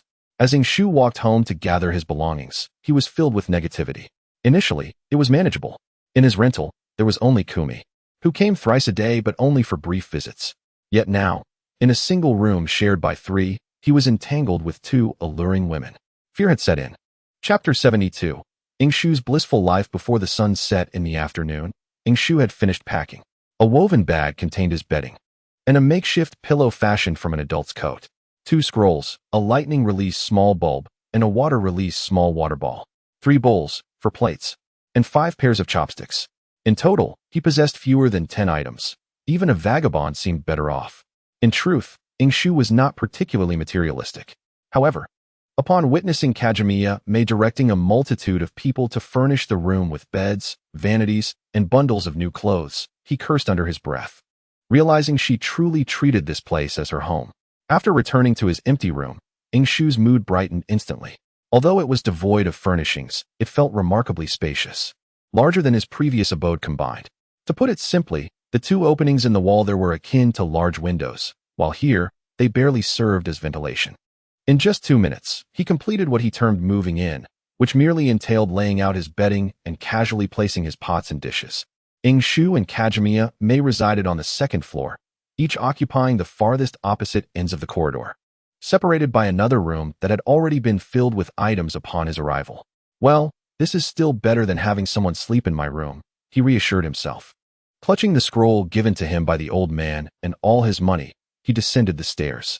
These were his most valuable possessions. Previously, he could hide them in the restroom, but now he dared not. The 1st floor was also quite spacious, with the living room, kitchen, and dining area all located here, albeit sparsely furnished. Ingshu had no intention of purchasing furniture, nor could he afford it. If possible, he would rather clear the space for his daily training. However, considering there were 2 people upstairs, he decided it would be better to practice outdoors, even if it meant going to Kakashi's house. Just as Ingshu was about to step outside to meditate, a waft of fragrant air blocked his way. "Little Ingshu, are you going out?" Kumi's hands were always restless. Ingshu replied with a blank expression, "I'm hungry. It's time for dinner. Just stay in. Sister will make you something to eat." Ingshu was about to decline, using the excuse of an invitation from White Fang to dine at the Hideki household, confident that Kumi would not dare stop him. But at that moment, Kajimiya May also came downstairs. Ignoring Kumi altogether, she approached Shu. "Take me to buy daily necessities." The little girl's voice was somewhat cold, reminding Shu of his classmate, Yuzuki Yugao, a cool swordsmanship girl. If he had not read the original work, he might have thought Kajimiya May would grow into a similar figure. They say a girl changes significantly by the age of 18. Yet they also say a leopard cannot change its spots. So, the question arises, which is the true Kajimiya May? Nevertheless, Shu could understand her current demeanor. Living as a guest in a foreign land, who would feel joyful, as he was about to decline. Citing that White Fang wanted to teach him swordsmanship and then treat him to dinner, he found himself unable to resist these two enchanting women. Surely White Fang could manage them, right? "Let us go together, little sister. Coincidentally, I have run out of supplies as well." Shu thought to himself. Are you two referring to the same thing? Kajimiya May is only 6 years old. She isn't old enough. He wagered internally that Kajimiya May would surely disregard Kumi, considering Kumi was the umbu publicly declared by Sarutobi Hiruzen. Thus, on the very first day of moving into his new home, he was faced with a choice: accompany the aloof Kajimiya May to purchase daily necessities or join the fiery Kumi for a meal. However, Shu was destined for disappointment. Suddenly, the little girl smiled slightly and took Kumi's hand. "All right then, Sister Kumi." Shu was left utterly speechless. Thus began the indescribable days of Shu. Initially, he was certainly unaccustomed to it. The vast house felt overwhelmingly empty. He wished to signal for help from Obito and Kakashi, but both rejected his pleas. Kakashi was somewhat reliable, stating that his father often did not return home at night, and he had to watch over the house. Yet he offered for Shu to stay at his place as a polite refusal. But Obito's reasoning was outrageous. Upon hearing about Shu's predicament, he burst into laughter. He boldly claimed that Shu was currently distracted by feminine allure, while he was making rapid progress under the guidance of the clan leader. Before long, he would become the most formidable man in Team 7. Shu retorted with a spiral sphere. Yet, in truth, after some time, he discovered that adapting was not as challenging as he had initially thought. Every day, Kamaimai immersed herself in books, occasionally practicing in the courtyard, and sometimes sparring with Kumiko. Their relationship flourished beyond Shu's expectations, so much so that they would even head to the bathhouse together. Of course, they had invited Shu to join, but he declined, citing his preference for cold baths. The two had become as inseparable as sisters. However, Shu observed their bond with a cynical smile, for if they were truly sisters, their connection would be nothing more than a facade. One was a little spy, the other a female operative. Let the charade unravel. I shall not serve, but rather dedicate myself to refining my ultimate techniques. Since Shu's companionship with Kamaimai was essentially a long-term mission, Team 7 was not supposed to take on additional tasks. However, Sarutobi Hiruzen made an exception, allowing them to undertake the most basic D-rank missions, which were simple and stress-free, with rewards sufficient for their needs. Initially, Minato was quite concerned, fearing that this would impede Team 7's training and growth. Yet, his worries proved to be unfounded. Kakashi was personally mentored by White Fang, and Fugaku took it upon himself to instruct Obito. Indeed, Minato was an exceptional teacher. Despite his busy schedule and absence from Team 7, he remained an elite jonin in Konoha, frequently executing high-risk A-rank and even S-rank missions during wartime. To compensate for Shu, the only civilian in Team 7, Minato devoted considerable effort to his training, even seeking Kushina's assistance during his occasional absences. In response, Team 7's reactions were surprisingly uniform. Kakashi remarked, "My dad is teaching me swordsmanship." Obito chimed in, "My clan leader is instructing me in Uchiha secret techniques." Shu simply stated, "I am Shu." Thus, Kushina's little classroom often had only Shu as her sole student. Initially, Shu resisted, exclaiming, "Teacher, be gentle. I'm only 6 years old. I'm still just a child." Yet gradually, he realized that despite returning home bruised and battered, the effectiveness of his training was undeniable. After all, facing Kushina allowed him to unleash his full potential. Engaging in life and death struggles, he certainly found it nearly impossible to harm Kushina. Even his hydrogen release would be futile against her. She was far too powerful. And his only advantage, his chakra, seemed trivial in her presence. It was inevitable that he would make significant progress when faced with such a formidable opponent. Thus, amidst the internal competition within Team 7, time ticked away. Chapter 73. 411 days later on June 4th, at 10 p.m., in the streets of Konoha. Team 7 had just concluded a D-rank mission, assisting a noblewoman in locating her lost pet. Including their meal, the task had taken 12 hours, with each member earning 10,000 ryo. Ingshu, the Chunin exams are approaching. How are you preparing? Obito inquired with a hint of disdain. How should I know? Probably not well, Ingshu replied with resignation. Their discussion was not about a man's capabilities, but rather concerning a woman's, specifically, Kamaimai's readiness. Her return to the land of water had been postponed once again. Although Hiruzen's reasoning remained that it was inconvenient, it wasn't entirely untruthful. Recently, Ingshu had heard some unsettling news. The eldest son of the Hyuga clan's elder, named Hyuga Aoi, aged 16, had lost an eye in battle. Of course, even without this incident, Kamaimai likely would not be leaving. Hiruzen had consented, and Shimura Danzo was still in the picture, with Danzo having made a questionable decision. The Hyuga clan was understandably displeased, especially given that the front lines were still embroiled in conflict, with the Mist Hidden Army primarily opposing the Hyuga clan. However, Ingshu was unaware of the circumstances that led to the loss of an eye. Aside from the fact that there were individuals outside the main family who had not been marked as caged birds. Sighing, Ingshu remarked, if it comes to that, we might as well. Obito began to jest, but suddenly, a stream of water shot past him, thick and long. Are you serious? He cursed inwardly, instinctively dodging the incoming attack with a swift motion, narrowly escaping disaster. He glanced back at the innocent tree behind him, which had been pierced through with a gaping hole the size of a bowl, and swallowed hard. Meanwhile, Kakashi blinked, feigning ignorance, though his heart raced with anxiety. How has Ingshu grown stronger again? What are you trying to say, Obito? Ingshu inquired, casually blowing on his fingers. No, I mean, we are brothers. We must both pass the Chunin exams together. Obito stammered, a nervous grin plastered on his face. The three of them returned to their respective homes. Though collectively they could hardly fill a mother's shoes. Yet, Ingshu was greeted at home by two delightful seashell maidens. As soon as he entered, the aroma of a sumptuous meal enveloped him, and the two maidens exclaimed in unison, "You're back." Yes. Ingshu rushed to the dining table, where a lavish spread of 5 dishes and a soup awaited him. Nothing could lift one's spirits more than returning home after a long day of toil to the warmth of family, with a hearty meal and hot water prepared. Ingshu acknowledged that he had indeed adapted to this lifestyle. Drink more soup. It'll help you grow, Kumiko cheerfully said, serving him a bowl. Thank you, Ingshu responded quietly, taking a sip while glancing at Kamaimai, who was a head and a half shorter than him. This is quite delicious. You should have some too. He found it hard to believe that after turning 7, he had measured his height and discovered he was already 144 centimeters tall. With this height, one could easily mistake him for a 10-year-old. Kakashi and Obito were relatively tall, measuring 120 centimeters and 121 centimeters, respectively.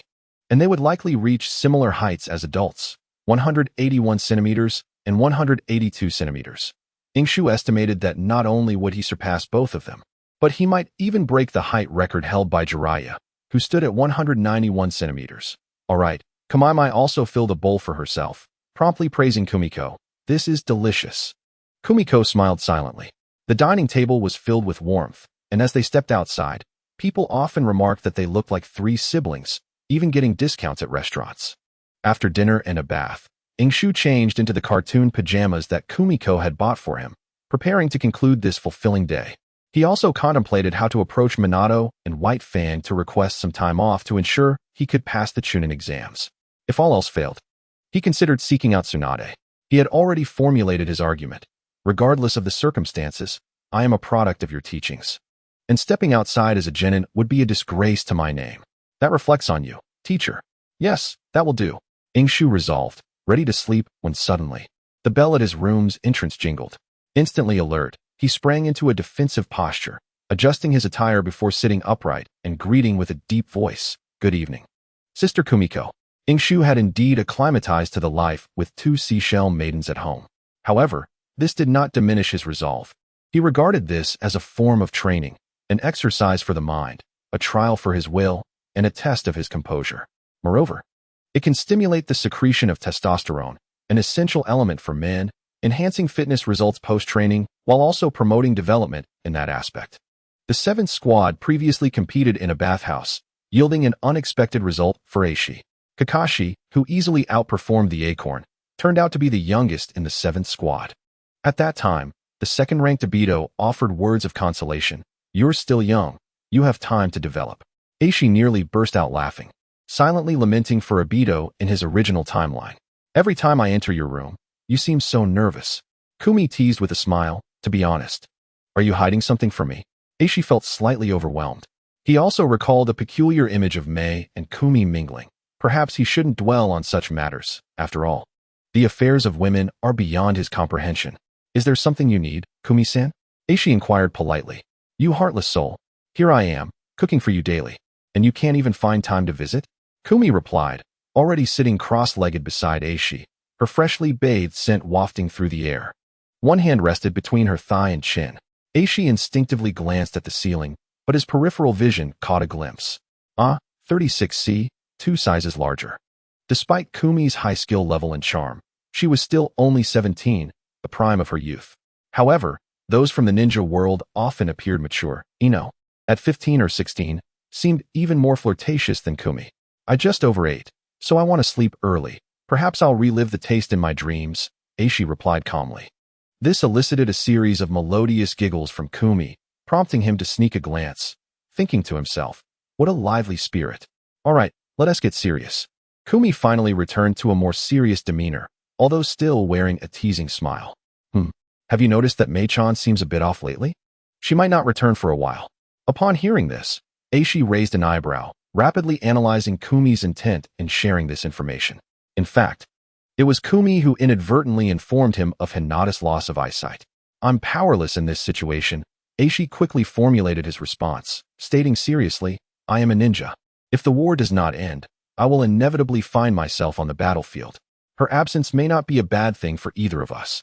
This response was commendably sound, and Aishi felt satisfied. However, Kumi frowned, exclaiming, you fool? Confused, Aishi thought his answer was flawless. What I meant was for you to comfort Mei-chan, not for you to understand. Kumi playfully ruffled Aishi's hair, turning his sleek black locks into a disheveled mess. Under Kumi's guidance, Aishi reluctantly made his way to Mei's room. The last time he visited, he was there to catch a mouse, though he never found one.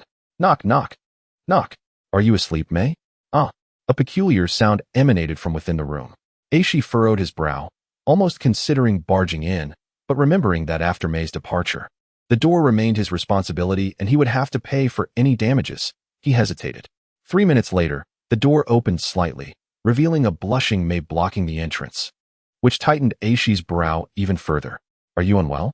Aishi asked with concern.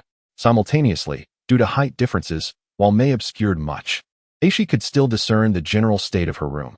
There was no one else present. The theme was a youthful pink, but what were those crumpled papers scattered about? How strange. Chapter 74. The Raven's tongue brings forth wishes? The next day, Aishi awoke earlier than usual, perfectly avoiding Mei's morning greeting. His primary concern was the possibility of catching her cold, even though the likelihood was minimal. It was normal for a young girl to catch a cold and have a runny nose, right?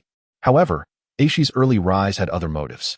Minato had mentioned he would announce a surprise for the three of them today. Consequently, the assembly time was changed from 8 o'clock to 7:30. Aishi, already an early riser, arrived at 6, skipping breakfast. He then began to mold some dumplings. Yes, he was genuinely crafting dumplings. One hand formed a small water sphere, while both hands flickered with lightning, rubbing together as bubbles gurgled within the small water sphere. This process continued for a full 3 minutes. The small water sphere had expanded into a sizable balloon, significantly larger than before. Excellent. Chakra compression is becoming increasingly proficient, Aishi remarked, raising an eyebrow as the balloon abruptly vanished. Do not underestimate this balloon. While it may appear similar to one from a year ago, it has indeed improved. However, it is essential to note that throughout this process, Aishi never formed any hand seals. This technique is known as the spiral hydrogen balloon, and its greatest difficulty lies not in the technique itself, but in chakra compression and transformation. Finding a method took Aishi a considerable 6 months. Aishi began forming hand seals. Wind release, wind scattering technique. A simple wind release ninjutsu dispersed the hazardous gases in the air, simultaneously serving as a perfect testament to Aishi's year of diligent training. Following the spiral hydrogen balloon, He had mastered chakra nature transformation. In truth, it was not particularly remarkable. Eishi's chakra attribute was highly compatible with the water element, overshadowing his affinity for other attributes. While Minato was teaching the three about chakra nature transformation, Eishi discovered that his compatibility with lightning chakra was surprisingly similar to Kakashi's. This inspired a bold thought. Perhaps it was not Kakashi who pioneered the Chidori, but rather the future version of himself who witnessed Naruto. Yet, it was a commendable thought. He had indeed studied the transformation of lightning chakra, integrating it with the spiral bomb, thus officially launching the second phase of hydrogen release. He even found the final piece to the puzzle between transforming chakra into lightning and water attributes, discovering methods for altering other chakra attributes. Yes, he had already acquired the fire release. He had attained the freedom to ignite. Applause. However, he was still somewhat unpracticed, and aside from lightning and water techniques, the consumption of chakra for other ninjutsu, particularly earth release, was quite substantial. This was also the reason Eishi had yet to report to that old man. The wind release persisted for a brief moment. Eishi waited a while longer. Over the course of a year, his progress was not limited to this. Water release served as the foundation for all his advancements: chakra nature transformation, form transformation, and the second stage of hydrogen release were all reliant on the application of water release. In the midst of various experiments and trials, Eishi inadvertently discovered new territory. Confirming that the hydrogen in the surrounding area had likely dissipated, Eishi finally began his training practice for the new domain of water release. He raised his fingers, aiming at a distant large tree, already riddled with wounds. Today, he intended to give it a swift end as a farewell. At his fingertips, a miniature water sphere whirled furiously. If one were to identify Eishi's most significant advancement over the past year, it would undoubtedly be his mastery over chakra manipulation and the increase in his chakra reserves. The old man was utterly astonished, and during that meeting when he apologized to Shu for the trouble he had caused, he spoke the truth. Shu's talent, even during the glorious era of the Senju clan, was indeed exceptional. At that time, Shu paid little heed to these remarks. The old man's foul temper was so uncharacteristically softened that it led him to associate it with various unpleasant thoughts. However, when Shu discovered that the savings he had painstakingly accumulated over the past 6 months had vanished, he felt a sense of devastation. Focusing intently, his gaze sharp, Shu recalled Kushina's words, "A ninja's battle relies heavily on one's aura." This may be of little consequence to other ninjas, but for their lineage of sages, it proved to be profoundly true. Water release, spiraling water blade. A torrent of swirling water surged forth, striking the heart of the great tree with pinpoint accuracy. With a thunderous crash, the tree succumbed to the weight and fell. Noticing no one around, Shu departed with grace. The spiraling water blade, a hybrid of water chakra transformation, was derived from the principles of the Rasengan and the water release, hard vortex water blade, marking it as Shu's innovative weapon. The mechanics behind the hard vortex water blade share striking similarities with the Rasengan, both utilizing rotation to enhance kinetic energy. While the Rasengan excels in destruction, the hard vortex water blade is designed for penetration. The fusion of the two resulted in the spiraling water blade, akin to an armor-piercing projectile within the realm of water release. It bears resemblance to the second Hokage's secret technique, the water iron cannon. Yet Shu's intention was to serve as a prototype ninjutsu for the second stage of hydrogen release. Fusion, launch, ignition, Shu accomplished it all. At 7:05, Kakashi arrived early, bringing buns for Shu. By 7:10, Obito arrived, and Team 7 was officially assembled. Yet their teacher, Minato, was conspicuously absent. The trio waited for 5 minutes. At 7:15, it became apparent that their teacher was unlikely to show. Kakashi, intimately familiar with Minato's punctuality, shrugged. Typically, Minato would arrive 15 minutes early, without fail. Even in the event of an absence, he would notify them in advance. Yet today, it might be related to the surprise he had mentioned. Today is indeed a gathering, but it likely isn't for a mission, considering they just completed one yesterday. Shu noted. The third Hokage had granted Team 7 the authority to undertake missions, but the stipulation was that they could not be consecutive. As Koharu remained Shu's primary task, Obito gasped, a look of unease crossing his face. This surprise, could it be? Don't you dare jinx it. Shu quickly interjected. Training with that deity for a year has indeed yielded significant progress, but it has also cast a longer shadow. especially after he had demonstrated his recovery abilities. Kushina's punches had become significantly heavier. Obito fell silent, a look of trepidation on his face. However, it was too late. In the distance, a striking figure with flowing red hair was approaching. She donned the Leaf Village headband, having traded her usual long dress for the green vest of Konoha, which added an air of valor to her appearance. The sight of her, with hair billowing in the breeze, was nothing short of captivating, leaving the three boys' hearts plummeting. She's wearing the vest and the headband. Doesn't this mean we're in for a beating? In the Hokage's office, Sarutobi Hiruzen excitedly rubbed his hands together. Come quickly, Minato. Take a look, he exclaimed, though he seemed rather unserious about it. Meanwhile, Minato felt a twinge of anxiety. This battle would determine whether the three youngsters qualified for the Chunin exams, and naturally, he was apprehensive. Chapter 75, The Little Pepper of the Second War, Part 1. Though a smile adorned the face of the little pepper, with each step she took forward, Team 7 seemed to retreat. It felt akin to the sensation of not wanting to attend school, then sneaking money from home to buy explosive tags to blow up the school, only to face the inevitable consequences. The fury of their teacher's fists was indeed something that could cause genuine harm. What should we do, Ingshu? Obito stammered. You haven't done anything to anger the teacher, have you? Of course not. Ingshu rejected the notion. I've been working hard and performing exceptionally well. He turned the blame towards Kakashi and Obito, who often made excuses to skip class when Kushina substituted. As Little Pepper drew closer, Obito pondered, should we apologize now? Is it too late? It's too late, Kakashi declared in despair. The trio glanced behind them, realizing they were against the wall of the training ground with no avenue for retreat. What are you three doing? Is it too hot for you? Kushina approached, discontent evident in her voice as she observed the trio lurking in the shadows. She shook her finger at them. The essence of a ninja is patience, especially during training. Do you understand? Uffed.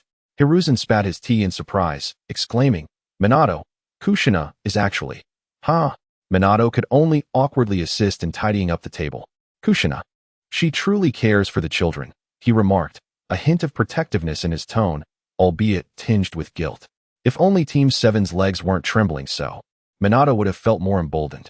Hiruzen, realizing his slip, quickly composed himself and shifted the topic. By the way, Minato, do you think they can last 10 minutes against Kushina? Upon hearing this, Minato, who was still cleaning, wore a peculiar expression. Enduring 10 minutes under Kushina's hands was far more challenging than the 5 minutes they had to endure during graduation assessments. But alas, their age rendered them too young. No one was willing to let them become Chunin, nor could anyone bear to expose them to the dangers of Chunin-level missions. Perhaps this was why the third Hokage had consistently refrained from allowing them to engage in tasks above C rank. Nonetheless, when it came to the answer to this question, Minato ultimately nodded. I believe in them, Lord Third. Although they are still young, their determination to grow is unrelated to age. They will strive hard. A confident, sunny smile spread across Minato's face. Hiruzen fell silent, observing the trio through the crystal ball, as he took a puff from his pipe. All right, don't be nervous. Just 10 minutes is all you need. Kushina smiled, thinking to herself, to draw out the children's potential, I even donned this unflattering vest. Truly, I am a wonderful teacher. In the eyes of Team 7, however, Kushina was perceived as merciless, cold, and unreasonable. Please, don't come any closer, they thought. Is it possible not to endure? I think I'm coming down with a cold, my stomach hurts. Obito weakly raised his hand. Ingshu and Kakashi shot him incredulous glares. Don't exhaust your excuses. Kushina furrowed her brow, sending chills down their spines. So, Obito doesn't wish to participate in the Chunin exams? You do realize that enduring 10 minutes is all you need to qualify for enrollment, right? This revelation left the three, including Ingshu, momentarily stunned for 3 seconds. Their surprise unmistakable. So, this is what Minato meant by a surprise. Well, that certainly changes everything. Ingshu inwardly cursed, questioning why he had even signed up for the Chunin exam. Which family decreed that participants must engage in a 10-minute battle with the Nine-Tails Jinchuriki? Was this truly a Chunin examination? Even 30 or 300 Chunin would be powerless against the fury of the fiery little pepper. Well, you all better prepare yourselves. Fear not, for I shall show mercy, provided you do not attempt to flee. Kushina winked, subtly pointing to the sky, before turning away, humming a cheerful tune as she skipped off. Ahem. Sarutobi Hiruzen cleared his throat, glancing at the awkward expression on Minato's face, thinking to himself, I did not see that. What to do? Should they take the plunge? The pre-battle meeting of Team 7 commenced, and Shu was eager for action. The learning experiences of the past year had granted him a degree of resilience. How to proceed? Kakashi retorted, equally eager to bravely attempt something. After all, it was the Chunin exam. Of course, they were going for it. Obito was excited but quickly turned to glance at Kushina, cranking up the volume, exclaiming, taking a beating for a Chunin, and our pay could multiply several times, brothers. Then let us do it. Shu declared, his eyes sparkling. To be honest, even though I've been taking hits these days, I have devised numerous strategies specifically targeting our teacher. I have named this strategy a multi-layered integrated assault encompassing land, sea, and air, requiring your cooperation. 10 minutes later, Team 7 finally emerged from the shadows into the sunlight. Whether it was the warmth of the sun granting them strength or the calming effect of their strategy, the trio, though still tense, were no longer trembling with fear. Now this is more like it. If you're ready, let us begin, Kushina said with enthusiasm, her knuckles cracking audibly. This nearly extinguished the courage they had just mustered. But fortunately, they persisted. Especially Obito, who, as the centerpiece of the plan, bravely took the first step. I'm awesome, I'm not afraid. I'm not afraid. I'm a genius, Obito muttered, layering psychological buffs upon himself. Smack. In the Hokage's office. Sarutobi Hiruzen patted his prized possession, puzzled. Had it broken from disuse? A reboot of the crystal ball was necessary. When the image returned, Obito had already launched an assault. Prepare to perish. Chapter 76. The Second World War of the Fiery Little Pepper, Part 2. Everything felt so familiar. Obito, leading the charge, advanced without hesitation. The tragedy of a year ago seemed poised to repeat itself. Yet time had passed, and people could change and improve.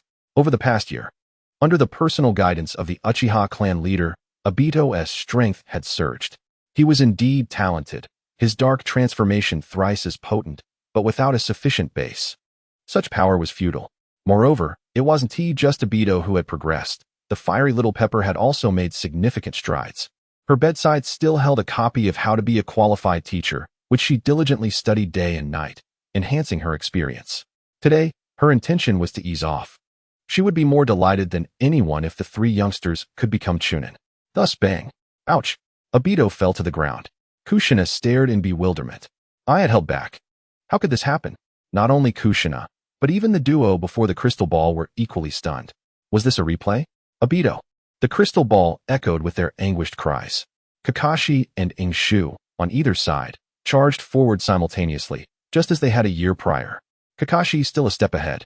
This time through a multitude of shurikens instead of wielding a short blade. Whoosh, whoosh, whoosh. The shurikens sliced through the air, and Kushina felt a sense of déjà vu.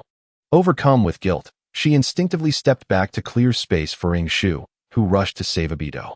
One must admit, as a teacher, Kushina poured her heart into her students. Yet, just then, a turn of events unfolded.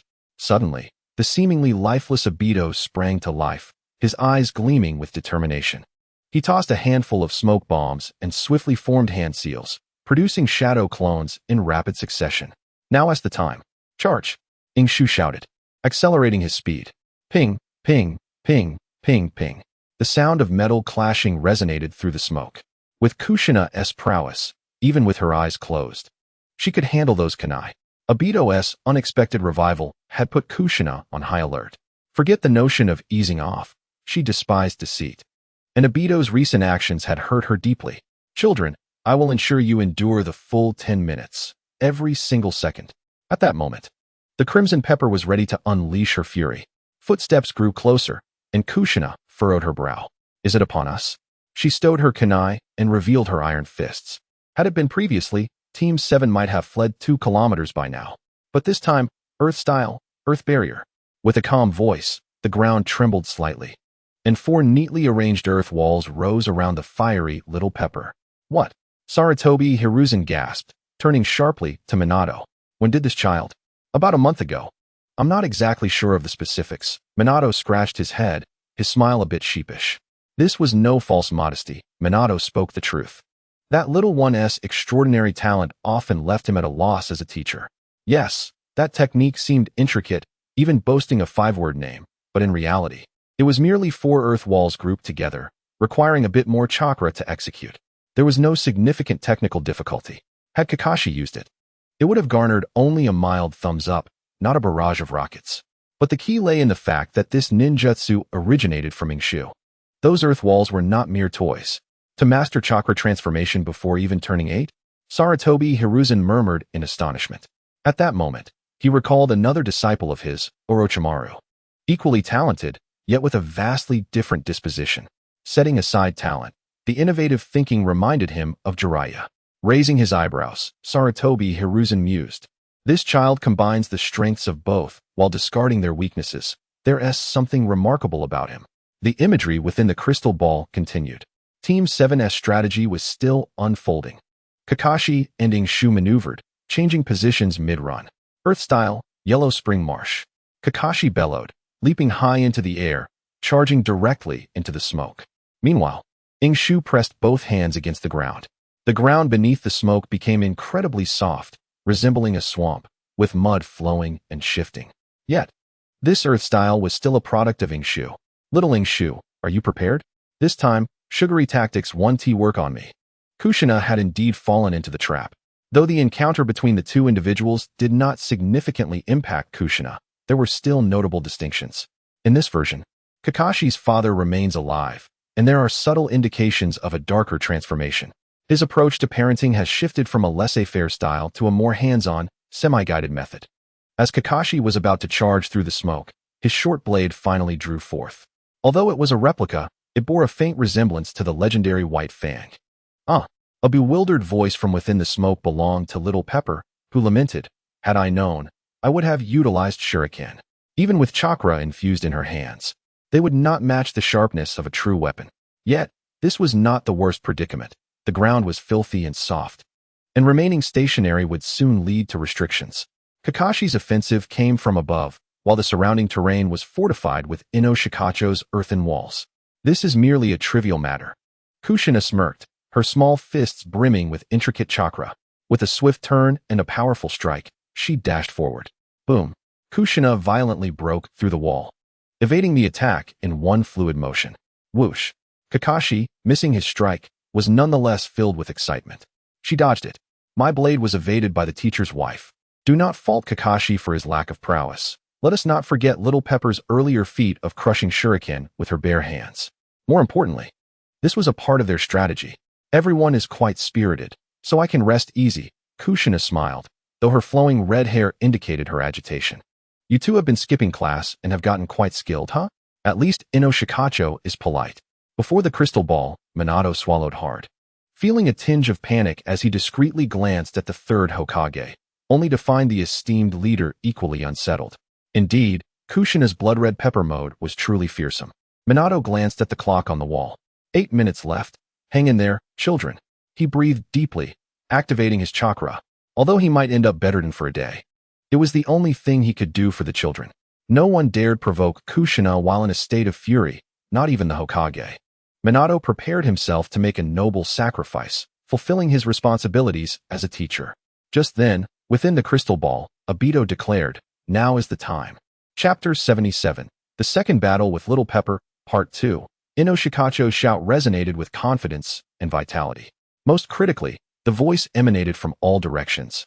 As 8 Ino Shikacho emerged from the sides, all of them formed hand seals, their brows knitted in serious expressions, akin to a tense pre-battle atmosphere. Soon after, Obito, who had been motionless since his earlier resurrection, finally made his move. A small hand erupted from the ground beneath Kushina, seizing her ankle. Earth release, heart-cutting technique. Obito's voice bore a hint of awkwardness, for the move was originally intended for Kakashi, and he had not anticipated its failure on the first use. But just when everyone, including the esteemed figures before the screen, believed Obito would falter again, his small hand transformed into a cloud of white smoke. In the next moment, a figure burst forth from the earth 5 meters behind Kushina, leaping into the air with eyes aglow in crimson brilliance. Concurrently, the surrounding Ino Shikacho completed their ninjutsu preparations, while Kakashi, who had just missed his strike, formed hand seals, lightning crackling around him. This was neither Raikiri nor Chidori, but a simple B-rank lightning release, designed to complement the water release. The latter originated from the assembled Inoshikacho. Water release, water surge wave. With a unified shout, the 8 Inoshikacho generated swirling torrents of water that interconnected, rapidly enveloping Kushina in a colossal water sphere. Subsequently, streams of water surged forth, propelled by Kakashi's lightning enhancement, hurtling towards Kushina. But that was not all. Obito, positioned at the forefront, soared into the air, forming seals with his hands. Was that not the fire release, fire dragon flame bomb he had mastered a year ago? Over the span of a year, while Obito's Sharingan appeared unchanged, his chakra manipulation and proficiency in ninjutsu had advanced significantly. Lightning release, lightning burst, fire release, fire dragon flame bomb. The 3 ninjutsu formed a triad, sealing off all 4 directions, with no escape for Kushina as they unleashed a relentless barrage. Inoshikacho's eyes sparkled with excitement. This was their strategy, and despite being a truncated version of the second stage of hydrogen release, the essence of this combined ninjutsu was astonishing in its own right. Oh no! Before the crystal ball, Minato's expression shifted, and he began to form hand seals, determining coordinates. But Sarutobi Hiruzen interjected, "Minato, do not worry too much. That is Kushina. She can handle this with ease. Do not forget how little time it took her to become an elite ninja." Though Sarutobi appeared calm and composed, the slight tremor in his hand holding the cigarette betrayed the turmoil within. What a perfect collaboration, such astounding talent, and such intricate combinations. If only I had offered a bit more guidance. Sarutobi reveled in his thoughts, grateful he had not acquiesced to Danzo back then. Yet, while Sarutobi reveled in his thoughts, he failed to notice Minato's grave expression. "Third Hokage, I must apologize. My concern is not for Kushina. Have you forgotten why the Konoha interrogation department underwent renovations?" Minato's smile bore a hint of bitterness. Sarutobi's expression grew increasingly vacant as unsettling memories surfaced. 3 years prior, a descendant from the land of whirlpools arrived at Konoha but was labeled an enemy spy and confined to the interrogation department. Little Pepper, acting on information from enemy spies, sought them out. Naturally, the Umbu would not allow her to proceed unchecked, leading to a swift confrontation where the Umbu initially gained the upper hand, suppressing Kushina. When Inoshikacho sought out Kinta, he found the facilities to be quite new and well refurbished. "Hurry, Minato, quickly. Those are my treasures," Sarutobi urged frantically. Minato, however, laid his hands down, wearing a bitter smile, a touch of fear in his eyes. "It is too late, Third Hokage." Sarutobi was taken aback, quickly glancing at the crystal ball, only to find chaos within. This situation was familiar. It was not that the crystal ball was malfunctioning, but rather that it was overwhelmed by a surge of chakra interference, losing signal. Oh no! Sarutobi finally voiced Minato's initial concern, hastily rebooting the crystal ball, and the image soon stabilized. Yet upon witnessing the unfolding scene, the ninjutsu instructor found himself surprisingly calm. "Let her cool down before we proceed. Minato, safety is paramount. Once the 3 little ones have recovered, let them participate in the exam without needing to fill out the registration forms. Just say it was my decision." With a sigh, Sarutobi acknowledged the challenges faced by the children. At this moment, 3 Konoha genin, bound by floating chains, were engaged in a profound self-reflection. The idea of the teacher's wife was not mine, it was Kakashi's. He forced me into this. I am innocent. Obito, true to his nature, has proven to be a steadfast brother since I crossed over, never letting me down in moments of danger. Wait, Obito, you have gone too far. I hold no grudge against you. Teacher's wife, please allow me to explain. Listen to me, please. Bang. Kakashi lowered his proud head, perhaps burdened by the weight of the injury upon it. Sigh, teacher's wife, please do not be angry. The fault lies with me for being too eager to prove my progress over the past year. But after all, it was you who taught me. I merely... Sigh. Ingshu sighed repeatedly, heartbroken, while Obito's expression gradually turned to admiration. As expected of you, Ingshu. You truly know how to handle the teacher's wife's temperament. Of course, my errors do not end here. I should have intervened when Kakashi and Obito devised this strategy, but alas. My fault. Obito's expression gradually stiffened. He even ignored the lethal glare comparable to Amaterasu and forgot how to argue. Oh, tears. Bang. Obito is finished. Ingshu sighed again in his heart. The Haven Tea even activated the double Sharingan. Have I truly stifled Obito's potential? Ingshu pondered. Yet, to return to the matter at hand, they should have passed this assessment. Time has become trivial. If they performed like this and still failed, Ingshu would suspect that the third Hokage had been possessed by a sage from the comment section. Chunin. Battlefield, Uchiha Madara. It seems they are drawing ever closer. Chapter 78. The Innocence of Youth at 2:30 in the afternoon. Two Yingshus walked along the streets of the Uchiha clan, one carrying a Beto on his back. Kakashi had already been sent home by another shadow clone. But Ingshu was uneasy about using a shadow clone to take Obito back home. In fact, things had improved significantly. When Obito first opened his eyes and gained notoriety, he faced considerable backlash, especially since they had sent the Grand Elder's grandson to the hospital. After a year of relentless effort, Obito had finally begun to make a name for himself, claiming to be the Uchiha's #1 genius, and the embellishments were gradually fading. Of course, this was also due to the recent paternal efforts of Fugaku. According to Obito's incomplete analysis, coupled with Ingshu's understanding, the Uchiha were roughly divided into two factions. One was led by Fugaku, the progressive faction that valued the Uchiha name over lineage, and the other was the conservative faction led by the clan's Grand Elder, who believed there were distinctions among the Uchiha, echoing the Hyuga's sentiments. Ingshu supported Fugaku in both public and private matters. Moreover, he boldly predicted that the conservative faction would soon be rendered obsolete, for the Uchiha were soon to take to the battlefield. Following his mental map, Ingshu arrived at Obito's home, but found a small boy standing at the entrance. "Who are you?" Ingshu asked, casting a peculiar glance at the boy with natural curls and then at the house behind him. This was undoubtedly Obito's home. Had he moved? Ingshu was baffled, as he seldom visited Obito's house in the outskirts of Konoha due to his laziness. "I am Shursui, Uchiha Shursui. This is indeed Big Brother Obito's home." The little boy sniffed and pointed at Obito, who was being carried by Ingshu's shadow clone. "Big Brother Obito promised to teach me the Great Fireball today." Ingshu. Shursui, seeking to learn the Great Fireball from Obito? Realizing this, Ingshu burst into laughter, recalling how Obito had failed spectacularly during his first attempt at the technique, ending up a bruised mess. Teaching others? Truly laughable. Ingshu suspected that Obito was attempting to mislead Shursui to secure his position as the Uchiha's foremost genius. "Big Brother, you are the teammate Big Brother Obito often mentions, right?" Maru? The little Shursui asked, pointing again at Obito. "What happened to Big Brother Obito? Did he get hurt protecting you?" Ingshu. Combat alert. Combat alert. Maru? He protected me? Ingshu was utterly bewildered, and the shadow clone behind him could barely contain itself, itching to throw Obito to the ground and give him a good kick. The innocence of youth, indeed. Ingshu took a deep breath, adjusting his mindset as he squatted in front of little Shursui. "How old are you this year, little Shursui?" 4. "I can go to school next year." "Going to school already? That's wonderful. Are you close with Big Brother Obito?" "Yes. Big Brother Obito takes good care of me. Whenever he sees those who bully me, he helps me beat them up." Ingshu paused for a moment. Obito and Shursui's family circumstances were quite similar. However, the Obito of this timeline seemed to have a healthier mindset and upbringing compared to the original, who was often preoccupied with dating. Quite remarkable.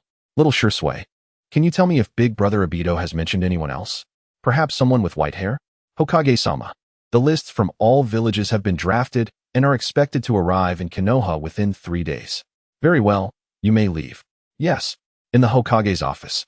After the morning's live broadcast, Sarutobi Hiruzen's good mood persisted.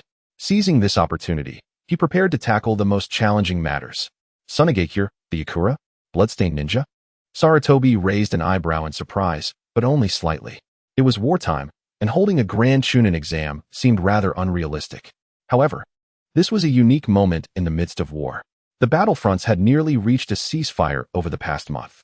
Orochimaru had repeatedly repelled Sunagakure's invasions, gaining significant merit, clearly aiming to bolster his candidacy for Hokage. On the Sunagakure front, there had been a ceasefire for over half a month. The Umbu had learned that Sunagakure had repeatedly requested peace talks, but they were intercepted by Orochimaru, likely seeking to accumulate more achievements. However, the issue of casualties was evidently overlooked by Orochimaru. Sarutobi did not expose this, as he hoped his disciple would come to this realization on his own. "Kumobikure him? The youngest is already 14? Sarutobi chuckled, displaying his composure. "Iwagakure? Heh, why hasn't Inoki sent anyone?" The battlefield between Iwagakure and Kumogakure was temporarily in a state of delicate stalemate. They had not united and had nearly come to blows. The reason was that Kumogakure attempted to take the water route to bypass Awagakure and invade Sunagakure. If successful, Kumogakure would flank Awagakure, something Inoki would never allow. This provided Konoha the opportunity to stabilize the front lines. Such large-scale Chunin exams typically showcased the younger generation from each village, especially for the host village, Konoha. However, during wartime, the Chunin exams naturally bore the characteristics of war. Deception is the essence of warfare. In summary, this Chunin exam resembled a microcosm of the ongoing war in the ninja world. In the midst of negotiations, Sunagakure sought to express their sincerity by dispatching their esteemed bloodline ninja. Conversely, Iwagakure and Kumogakure showed an inclination for conflict, sending an assortment of individuals unworthy of a shinobi's regard, essentially resorting to trickery. As for Kirigakure, Sarutobi Hiruzen's brow furrowed upon seeing a certain name on the personnel list. Had they truly included Kozakura Mei in the list for the Genin examination? Kirigakure's proposition was one of exchange, hostages, including but not limited to the captives from the battlefield. Hiruzen recognized Kirigakure's ulterior motive, to trade the Byakugan for Kozakura Mei. This presented a dilemma. The Byakugan was of paramount importance to the Hyuga clan, valuable enough to be destroyed, yet forbidden from dissemination. However, it was evident that Kozakura Mei's worth exceeded that of a mere exchange. Should he decline, the Hyuga clan stationed at the front lines of Kirigakure would undoubtedly feel disheartened. Just then, a series of knocks interrupted Hiruzen's contemplation. Initially, he assumed it was his old comrade, Danzo, for his friend's nature suggested he had concocted a multitude of unexpected plans by now. Yet, in less than a second, Hiruzen dismissed that thought. Danzo never knocked, and the route had remained unusually silent over the past year, leaving one to wonder what grand strategy they were brewing. Enter, he called. A towering figure entered the Hokage's office, exuding an aura of strength and confidence with every movement, his very presence radiating the essence of a formidable warrior. Despite not commanding the terrain or the populace, his presence subtly paralleled that of the lion before him, something only Danzo could achieve. However, this visitor was not Danzo. It was Kakashi's father, the White Fang of Konoha, Hideki Tsukumo. This is the list for the Chunin examination, Tsukumo. Given its significance, I have decided to entrust this responsibility to you, Hiruzen stated, sliding the documents toward him. Yet, Tsukumo did not hastily accept them. I have heard that Team 7 will also partake in this Chunin examination. What arrangements do you have for them, Third Hokage? Tsukumo's voice remained calm and measured, devoid of any discernible emotion. Hiruzen, while rolling tobacco for his pipe, paused momentarily at Tsukumo's inquiry, then lit it and took a drag. It seems Kakashi has informed you. Indeed, this was also Minato's request, Hiruzen replied, glancing at Tsukumo. I had initially planned for them to enroll next year, but as Kakashi's father, I believe this matter should rest in your hands. I can still notify Minato if need be. Their gazes met. Hiruzen embodying the majestic lion, an elder with a blend of authority and a hint of leniency. In contrast, Tsukumo's eyes were sharp and unwavering, reflecting an unperturbed demeanor, devoid of joy or sorrow, as if he had become indifferent to the world's tribulations. Once, there may have been respect and admiration in those eyes, but now it was time for them to witness the world's harsh realities. As a father, I worry, but children must grow up. I cannot control them for a lifetime. Tsukumo spoke softly, a slight smile gracing his lips. I trust in your arrangements, Third Hokage. Very well, Hiruzen replied. The three young ones are indeed striving hard. I will ensure they are monitored. After all, they are the future of Konoha. Then I shall convey my gratitude to the Third Hokage on behalf of Kakashi. I will begin making the necessary arrangements. Farewell. Indeed, Tsukumo responded before taking his leave. Hiruzen remained seated, gazing at the unaltered stack of documents on his desk, lost in thought. Do you not wish to escape control? You two were once under my watchful eye, he mused silently. On the 5th of June, at 6:15 in the morning, the Inuzuka family was gathered around the dining table, enjoying a balanced meal of steamed buns, fried dough sticks, millet porridge, and poached eggs. Eat more, Kumi urged, adding an egg to Inuzuka's plate, then casually inquired. Do you have a mission today? In that instant, Inuzuka's mind raced. What was her intent? What was she truly trying to uncover? Not that I know of, he replied cautiously. Yet, he could not allow himself to be complacent. As a ninja, vigilance was paramount. Well, if there's no mission, come home early, Kumi said with a gentle smile, which caused Inuzuka's defenses to wane. Alright, Kumine. At 6:30, Inazuka set off toward training ground 3. Having practiced 2 earth-style jutsus the previous day, he felt confident and wished to consult the old man before the Chunin examination for any potential breakthroughs. Meanwhile, after Inazuka departed, Kumi turned to Mei. You ought to tell him. If you don't, how will he know? Mei remained calm, possibly due to her maturity. He will find out eventually. Won't he? And I'm not certain if this is the right time. Kumi playfully ruffled Mei's hair, their bond akin to that of sisters. After a swift journey, Inazuka arrived at his destination, noting the absence of others. He took the opportunity to begin his practice. Today's training focused on Jinjutsu. The current Team 7 had developed a more refined combat approach. Kakashi specialized in close-quarters combat, influenced by his half-blackened father, who was nearly bold enough to challenge the Hokage himself. Jinjutsu was not his forte. Obito, on the other hand, managed mid-range combat due to the Sharingan's capabilities, making him far from ordinary. Although he occasionally employed Jinjutsu, he viewed it as a trivial trick reserved for the weak, preferring to wield fire techniques and unleash flames. Inazuka often reminded Obito of the merits of Jinjutsu, recognizing his latent talent in it. Yet, Obito stubbornly dismissed it. Inazuka's desire to master Jinjutsu stemmed from a wish to enhance his in-release abilities. This would ensure he possessed a complete arsenal of elemental mastery: wind, lightning, water, fire, earth. And yin-yang. Who wouldn't he aspire to be flawless? As a transmigrant, Inazuka held inherent advantages. His spiritual strength was formidable. He speculated that had he begun as a Uchiha, he might have awakened the Sharingan immediately, perhaps even manifesting 2 Tomo from the outset. Learning Jinjutsu offered further benefits. It could bolster his shortcomings in close combat. Admittedly, he felt embarrassed that he could not even best Kumi without resorting to ninjutsu. Kumi and Mei often sought to shop on weekends, dragging Inazuka along, who would always decline under the pretense of training. Kumi would then employ her exceptional taijutsu skills, ensnaring him until he complied. Of course, if he utilized chakra, even a basic technique like the Rasengan would allow him to seize control. Yet, that was not a sustainable strategy. If he could master Jinjutsu, the ability to create opportunities during direct confrontations would be invaluable. Just like the incident involving Kame Kinjiro, although it was an illusionary trick, the outcome was quite satisfactory.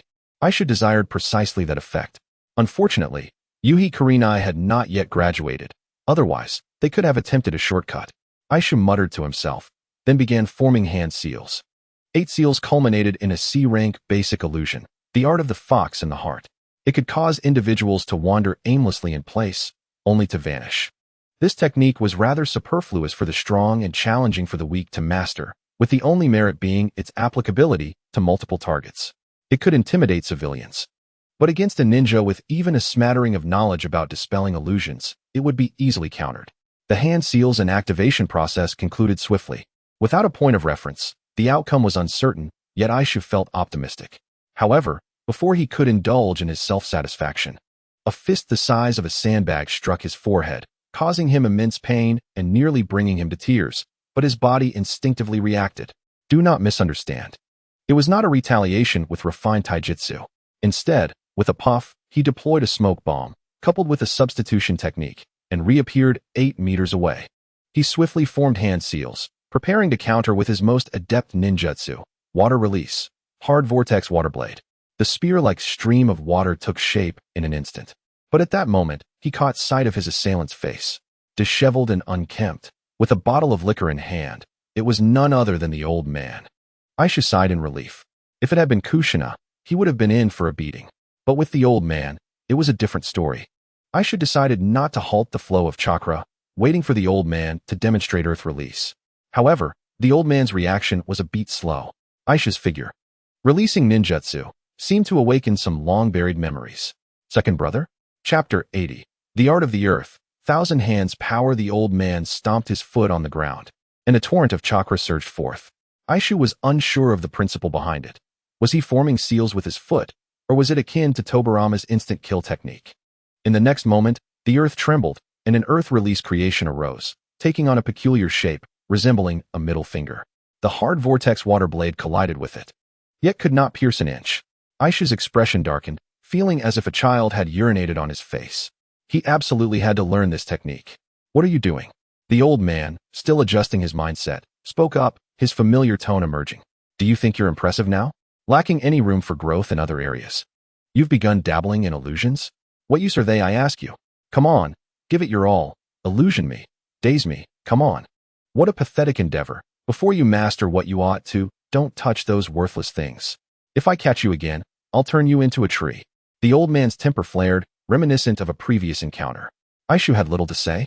Illusions were enigmatic in nature. The pinnacle was the god of the heaven, who had yet to awaken his Sharingan. For someone like him, devoid of the Uchiha's ocular prowess or the Jinjutsu bloodline of the Arima clan, the utmost attainable limit was likely Yuhi Kurenai.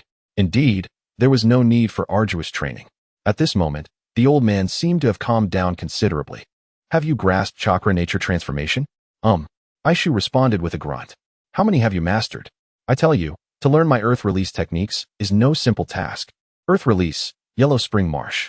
Aishu was already prepared, pressing his hands to the ground, and the earth beneath the old man transformed into a muddy quagmire. Oh! The old man's eyebrows lifted, unconcerned as his feet sank into the mire, an expression of interest flashing in his eyes. You've truly learned it?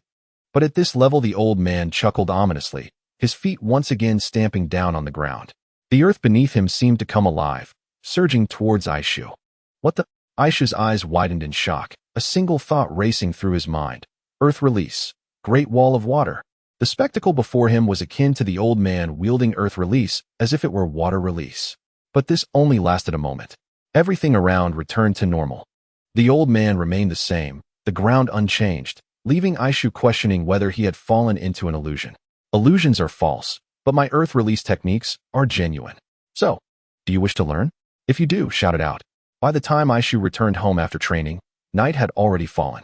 His stomach growled audibly. Yet today he had indeed garnered much knowledge. The old man had not taught him earth release. According to the old man's words, ninjutsu comes with scrolls. Even a dog could learn it. What he needed to learn was how to embody a member of the Senju clan. The old man imparted to him the foundational skills renowned as the strength of the Senju clan, a starting point for all taijutsu. An advanced version of chakra refinement exclusive to the Senju. The formal name, Senju-style chakra manipulation technique, also known as the Thousand Hands power. Aishu preferred to refer to it by another name he was familiar with, monstrous strength. The Senju clan's extensive chakra reserves stemmed from their robust physique. After all, chakra is an energy product released by cells, akin, yet distinct from mitochondria.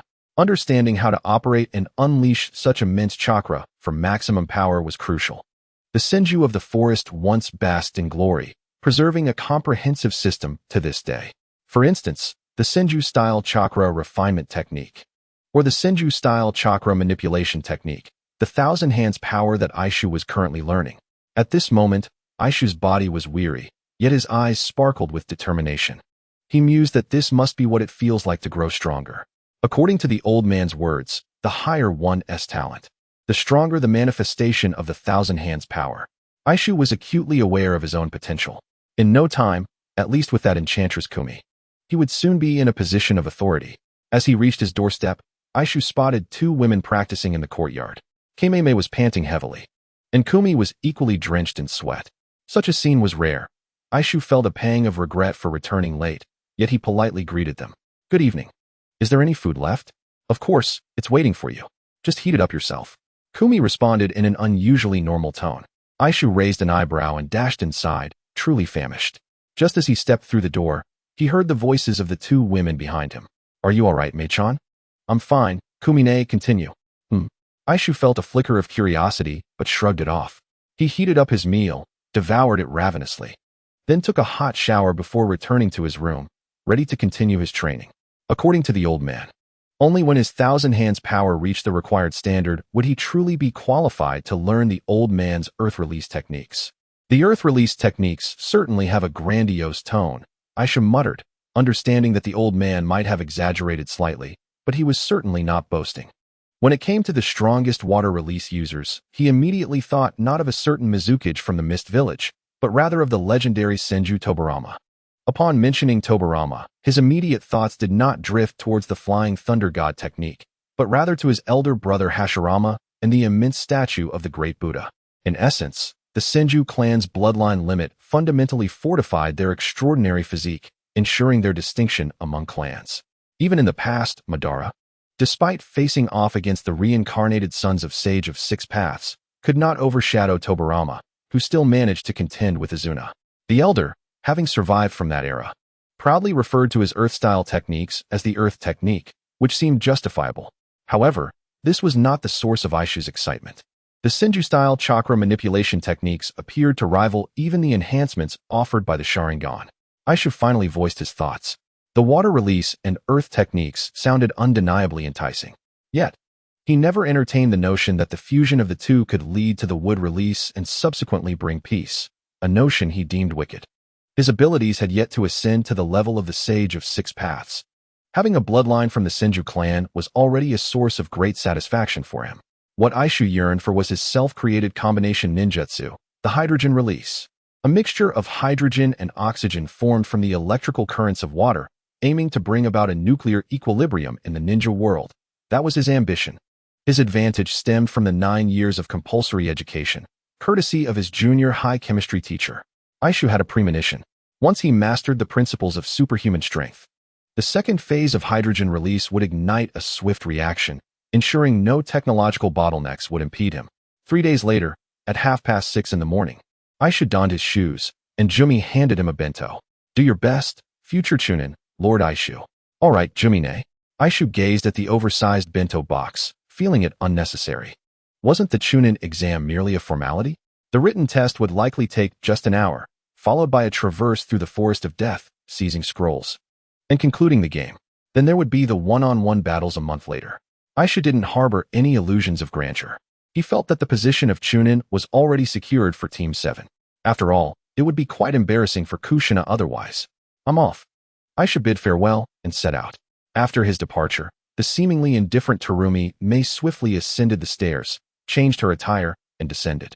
Clad in a white half-coat, Jumi-style hot pants, and a matching summer mesh top, she tied a ninja tool pouch to her thigh once more. "This is yours, Mei-chan."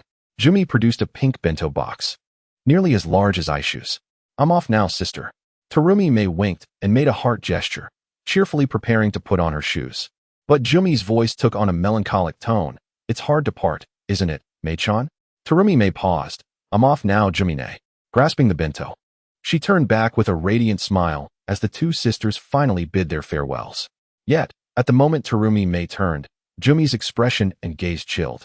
"Inform Lord Danzo that the target has departed. The Mist Village appears ready for extraction." Whoosh. A figure materialized, adorned with a blue-patterned hunting dog mask, half kneeling at the door. "Is there a marker?" "Here." Jumi tossed a small vial, containing a powdery, unknown substance. "Follow the scent, but do not alert the prey," Jumi instructed. "Understood." At 7:20, Team 7 assembled at the first examination site for the Chunin exam. Minato distributed application forms to the three. Notably, the signature section bore the Hokage's seal. "In the name of the Hokage, step into the Chunin examination arena. The preparations were complete. Go on, children, and good luck." Minato gave a thumbs up, his warm smile radiating like the first rays of morning sunlight. "Rest assured, Sensei," Aishu replied confidently. Beside him, Obito brimmed with confidence. "Sensei, don't wander too far. We'll be out soon." Such bravado was quintessentially Obito. Minato smiled as he bid them farewell. "I'll await your good news." Thus, Team 7 entered the examination hall. Upon crossing the threshold, they were met with several unfriendly gazes, scrutinizing them from a distance. Clad in the uniforms of the Cloud Village, their muscular frames averaged a height of 173 centimeters. "What the heck? Are these the genin candidates?" Obito frowned. Kakashi shook his head and gestured towards another side. "There are even larger ones." Aishu and Obito turned to see a lad towering at 5 feet, approximately 183 centimeters, dressed conservatively, in a Wagakure ninja with an innocent demeanor. "Have they no shame?" Aishu quipped. He had never ventured beyond the confines of Konoha, consumed by his own ambitions, oblivious to the ongoing battles in the ninja world. Yet, he understood the essence of this joint Chunin examination. Each village showcased their strength, flaunting their youthful talents to intimidate others. It was no wonder that their qualification for the Chunin exam required enduring 10 minutes under the Nine-Tails Jinchuriki. Aishu surveyed the other Konoha candidates, noting their ages were generally not insignificant. Although they were undoubtedly older than the three of them, he discerned that most Konoha candidates were likely over 15 years of age. In his original timeline, Obito's Chunin exam had been quite standard, yet he was only 12 years old then, with other candidates around the same age. This is quite competitive, Aisha mused. Thankfully, he had not boasted to Jumi before leaving, nor was he disappointed that she had prepared ample provisions. In the past few days, he had been shuttling between home and the training grounds, hardly realizing the influx of candidates from other villages. Nevertheless, it was fortuitous, by sheer happenstance. He had learned the art of superhuman strength from the old man, yielding promising results, perfect for practical application. When it came to ninjutsu, he was a true prodigy of the Senju clan. Hey, what are those Konoha brats staring at? Just as Aishu reveled in his own thoughts, a gruff voice broke the air, its tone hostile, easily mistaken for an adult man seeking trouble. Yet, upon following the voice, Team 7 recognized it was the very trio of cloud candidates they had initially spotted. How did Konoha allow a bunch of little kids to participate in the Chunin exam? Is there no one else available? Come here. Let me see if you've all grown up. One of the cloud candidates beckoned with a finger, pointing towards the ground. His disdainful gaze and provocative gestures bold and brazen. His voice echoed loudly, drawing the attention of nearly all nearby candidates. However, notably absent were the Konoha examiners. Aishu observed that a Konoha examiner in a green vest had been nearby, but vanished upon hearing the commotion.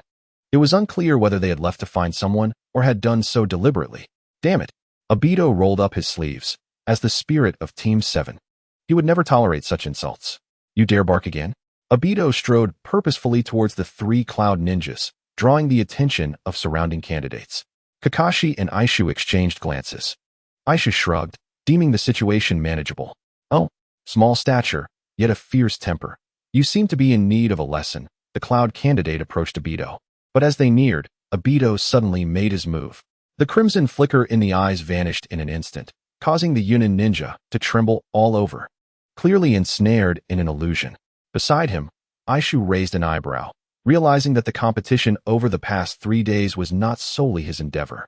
The next moment, with a resounding slap, Dato leapt up and delivered a sharp blow, the crisp sound echoing in the silence that enveloped the surrounding candidates.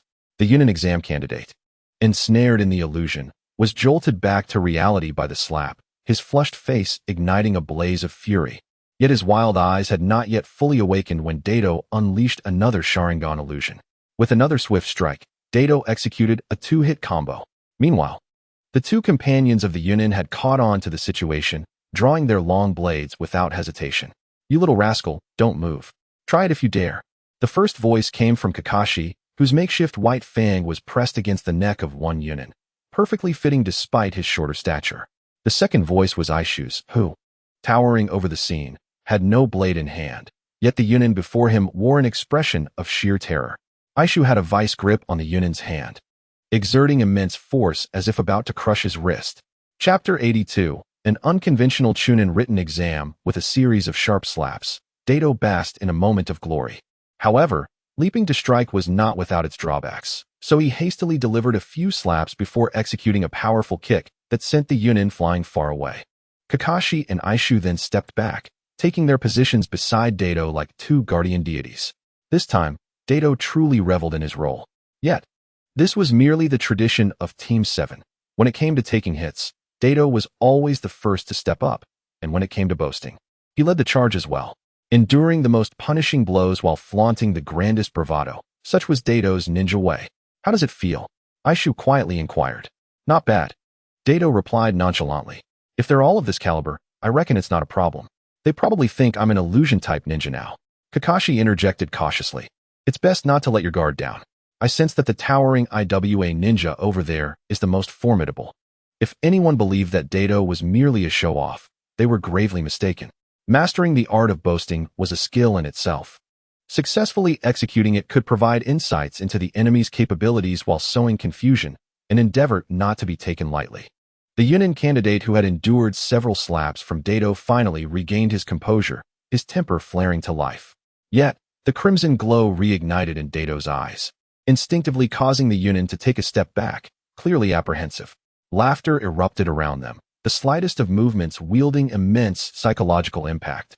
At that moment, the Konoha examiners, who had previously remained hidden, finally made their appearance. What are you doing? Are you here to take the exam or stir up trouble? Hurry inside. Arriving late will result in immediate disqualification. Several individuals clad in green vests appeared, fortuitously separating Team 7 from the Yunin squad. Aisha raised an eyebrow, and Team 7 strode toward the examination hall with the poise of victors. As they passed the 3 Yunin candidates, they all raised their middle fingers in unison. Don't let us encounter you in the upcoming assessments, or we'll turn you into trees. Dato's threats took on a distinctly villainous tone. Aishu found the remark familiar. While Kakashi appeared perplexed, trees? Aishu. The expressions of the Yunin candidates turned ashen, yet the Konoha examiners feigned ignorance. After all, they were on the same side. At 9:30 in the morning, the candidates settled into their seats, and the examination was about to commence. By sheer coincidence, Team 7 found themselves in the same examination hall as the 3 Yunin. Even more fortuitously, their chief examiner was a familiar face to Aishu, an affable bald man with a penchant for ramen, whose connection to their classmate, Mori no Ibi, remained unclear. The examination duration was set for 1 hour. The bald man grinned widely, revealing a smile that could frighten small children. During the examination, you must remain in your seats. Even if an explosive tag detonates right before you, you cannot move. Any movement will result in disqualification. Each candidate would only have one chance to submit their answer sheet, and any cheating would lead to immediate disqualification. After announcing the rules, the bald man began distributing the exam papers to the candidates. The examination's regulations bore a resemblance to the Chunin exams Naruto had experienced, albeit with a more rigorous tone. However, the content of the examination differed significantly. There were no century-old conundrums, only fundamental theoretical knowledge. Was the emphasis of the examination placed elsewhere? Aisha pondered, yet he swiftly began to write. Despite having attended only half a semester, his reputation as a scholar was not to be taken lightly. It was no exaggeration to claim that even the top student Kakashi could not match his stability in theoretical knowledge. Passing these questions was certainly a guarantee. As agreed, Aishu refrained from writing his name on the paper and began to write diligently. He needed to submit the exam paper to Dato and then complete another for himself. After all, it was everyone's responsibility to assist those with learning challenges. Not even 10 minutes into the examination, Aishu began to grasp the true essence of the competition. Be careful, the bald man suddenly called out. In an instant, a kunai embedded with an explosive tag fell onto a Konoha candidate's desk. The explosive tag crackled ominously, poised to detonate. The Konoha candidate panicked, but fortunately, the tag had not yet reached its explosive threshold.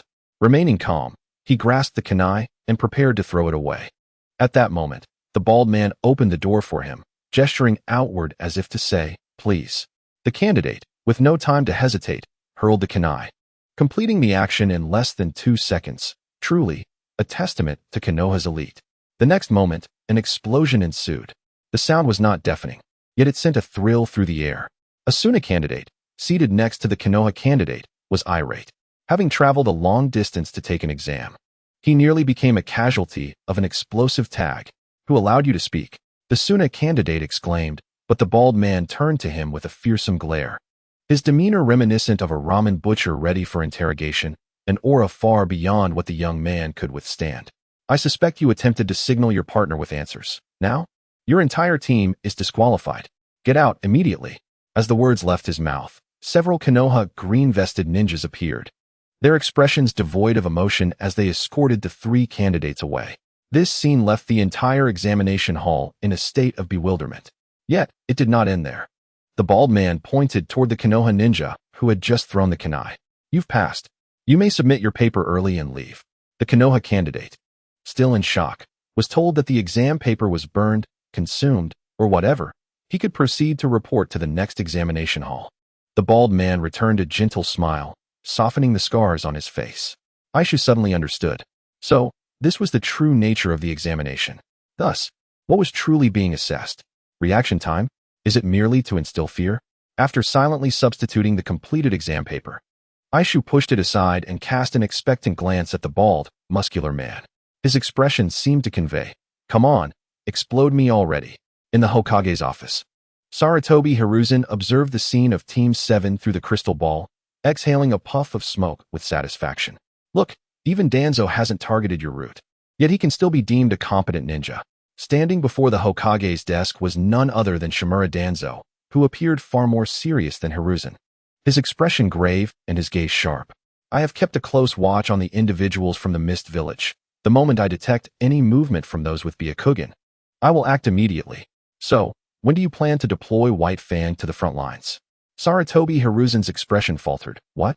Is there a necessary connection between the two? To me and my route, there is, Danzo replied coldly. Chapter 83. When the old six returns to his place over the past year.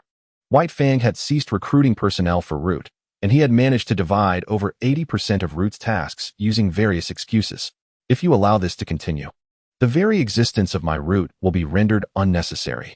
Hiruzen, I am prepared to take Root to the front lines personally, to offer the last flames of sacrifice for Konoha. Danzo spoke slowly, reminiscent of the fierce competition among Team 7 a year prior. No, it was even more tragic. Back then, they simply lamented their lack of manpower. Now, it was a direct march towards disbandment, aiming to expend their last energies. Hiruzen's expression turned peculiar. What are you scheming, Danzo? His gaze grew increasingly suspicious. Does he truly not comprehend the situation within Root? Just as Danzo is acutely aware of the Umbu, Hiruzen is equally informed about Root's condition. Are your missions being snatched away? You have relinquished them to the Umbu. Indeed, no newcomers from Root have joined the Umbu this past year. But that is because you halted the recruitment while secretly bringing in numerous individuals. White Fang may have severed most ties with Root, yet Umbu's casualty rate has escalated significantly, whereas Root has not lost many members, and instead, their numbers have increased. And you dare to play the victim? I am not as affluent as you. Remove White Fang from his position, or I shall go to the front lines myself. It is as simple as that, Danzo stated flatly, appearing unwilling to entertain any negotiations. Hiruzen contemplated for a moment. He wished to suggest that the situations at Awagakure and Kumogakure were quite challenging, and perhaps Danzo could take a look. However, considering their long-standing camaraderie and Danzo's advancing age, it was evident he was no longer the brash young man of yore. White Fang cannot leave for the time being. I have just assigned him to oversee all matters regarding the Chunin exams, Hiruzen declared seriously. I can wait a few more days, Danzo insisted, unwavering. After the Chunin exams, I will personally see him off. Hiruzen was at a loss for words. Danzo was resolutely obstinate today, impervious to reason. Yet, with matters having escalated to this point, reversing course would likely provoke Danzo's ire. Hiruzen rubbed his temples, exhaling in frustration before finally waving his hand. Let us wait until the Chunin exams conclude. At 11:25 in the morning, the candidates who passed the first examination arrived at an open area in front of a forest. Under the scorching sun, all available shaded spots had been occupied by the participating ninjas, and the candidates were required to finish their bento completely. Aishu voraciously attacked the large portion of bento handed to him by Kumi. Despite its size, the Senju clan's digestive capacity was remarkable. At 11:35, merely 10 minutes was allotted for the candidates to eat, and the second examination was announced. The rules of the exam were not disclosed, and each team received a scroll containing the regulations.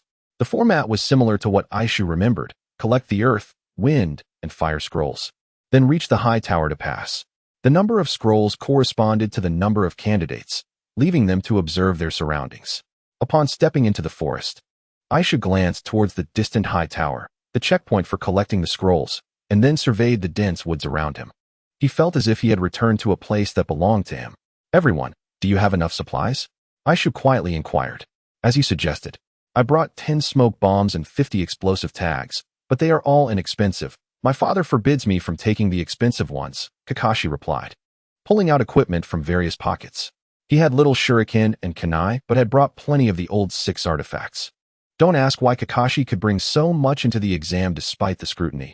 Just say my father is White Fang. Joking aside, Kakashi adhered to the principle of taking whatever he could, and indeed, no one seemed to mind what they brought for this examination, as long as they did not carry forbidden jutsu scrolls. Obito also produced his stock of 15 smoke bombs and several shuriken and kunai. Not enough, Aishu admitted, revealing 5 smoke bombs, 5 explosive tags, and a kunai, remnants from his previous visit to Kakashi's home. Good heavens. Now, Old Six has 30 smoke bombs and 56 explosive tags. Aishu had never fought with such an abundance. He felt confident enough, though he knew to suppress any malevolent thoughts. What are we planning? After distributing the gear, Kakashi inquired. I think we could take a risk, Aishu suggested. The essence of this examination is still about seizing the scrolls. I suspect there are plenty of Old Sixes. It would be premature to ambush at the endpoint, but we could certainly lure them out. You mean to send out bait and let others compete for it? Kakashi, the son of White Fang, quickly grasped the idea. Obito, however, was momentarily puzzled, wondering why the two of them glanced at him as soon as bait was mentioned. 10 minutes later, on a narrow path leading to the central tower, a spiky-haired ninja stealthily advanced. He turned his head every few steps, displaying a keen vigilance, occasionally darting into the bushes or shouting, "Come out! I see you." However, his route was somewhat peculiar. After reaching a certain distance from the central tower, he would not proceed any further but rather retrace his steps, returning to a suitable position before setting off again, repeating the cycle. Before long, he attracted the attention of a group of individuals. It's a lone ninja from Konoha. From the attire, he appears to be a Uchiha. Captain, should we? A young ninja clad in Tsunagekyu's garb, seemingly around 10 years old, appeared somewhat naive yet excited. Their leader, also a girl of similar age, sported dark green hair with orange streaks framing her face, exuding a blend of nonconformity and a cool, aloof demeanor. She was none other than the blood mist ninja, Yakura. The trap is too obvious. Let's wait. Yakura showcased an uncommon level of observation and decision-making for her age. Let us see which unwitting fools will take the bait. Yetsong's beautiful eyes sparkled with enthusiasm, exuding a primal wildness, while her two companions nodded in agreement. Indeed, on the opposite side of the path the hedgehog-headed figure was advancing, a few disgruntled ninjas revealed themselves. They might have seen through the clumsy act of the hedgehog-headed one, or perhaps they overlooked it for some unknown reason. In any case, at the moment they laid eyes on the hedgehog, one member of the squad sprang forth. Today shall conclude the humiliation of a year ago. Uchiha Obito. Chapter 84. A most deplorable water release. Uchiha Ruah, who could never forget that day. That worthless disgrace, that blemish upon the clan. The one who sullied the honor of the Uchiha by allying with the commoners, managed to defeat him in a one-on-one battle using his specialty, fire release. That disgrace even awakened the Sharingan. How could one of such a lowly status, a disgrace to his family, outpace him in unlocking the Sharingan? This was something Uchiha Ruah could not accept. He had trained diligently for a year, hardly stepping outside, shedding sweat and enduring pain, waking countless nights to the agony of his training injuries. All for this day, glaring at the hedgehog-headed figure before him. Uchiha Ruah felt as though a volcano was about to erupt within his chest, his anger unresolved, his fury unquenched. He longed to grind Obito into the ground. He never expected to encounter him here. Today, we shall determine our fates and settle the score. Uchiha Ruah's eyes glimmered crimson as he brandished his kunai, moving like the wind. Without awaiting Obito's response and disregarding his comrades behind him, he charged directly at Obito. Indeed, since that battle, since waking from the hospital a second time, Uchiha Ruah had finally awakened his bloodline. The single tomo in his eyes represented his hatred, his shame, and most importantly, his weapon for revenge. Ruah, let's talk this over. Don't come any closer. Obito's initial reaction upon seeing Uchiha Ruah was to step back in alarm, as if he had committed some grievous wrongdoing. So now you know fear? It's too late. Uchiha Ruah was not one to easily show mercy. Everything that transpired today, I shall return in full. As Uchiha Ruah drew nearer, his expression became increasingly fierce. Fear, regret. I shall grant you no opportunity. Today, you must die. It must be said that Uchiha Ruah had made significant progress over the past year. His sprinting speed was now nearly on par with Kakashi's. Of course, Kakashi would not be foolish enough to charge in without caution. The kunai was but a finger's breadth from Obito, and Uchiha Ruah could already envision the scene of Obito's blood splattering. Yet, at that moment, Obito stumbled and narrowly evaded the strike, while simultaneously, a certain ninja hidden in the grass completed a series of hand seals. Shu narrowed one eye, his fingers forming the shape of a pistol, as a water sphere coalesced at his fingertips. With a swift motion, a water release projectile struck Uchiha Ruah's thigh. Ugh! Uchiha Ruah lost his balance and fell, only to be met by Obito, who had prepared a stance below. A year ago, Shu had told him that against someone like Ruah, one must not hold back. As Uchiha Ruah fell, a look of terror gradually spread across his face. Fire release, great fireball. The searing flames engulfed Uchiha Ruah. In the ninja's battle, victory or defeat was determined in an instant. How cruel. Are they this ruthless even towards their own? Not far away, in the shadows, the Sand Village team watched this scene unfold, and the young ninja expressed his astonishment. Having long heard of the Uchiha clan's reputation, witnessing their power today was certainly no surprise. Yetsong also sighed in acknowledgement.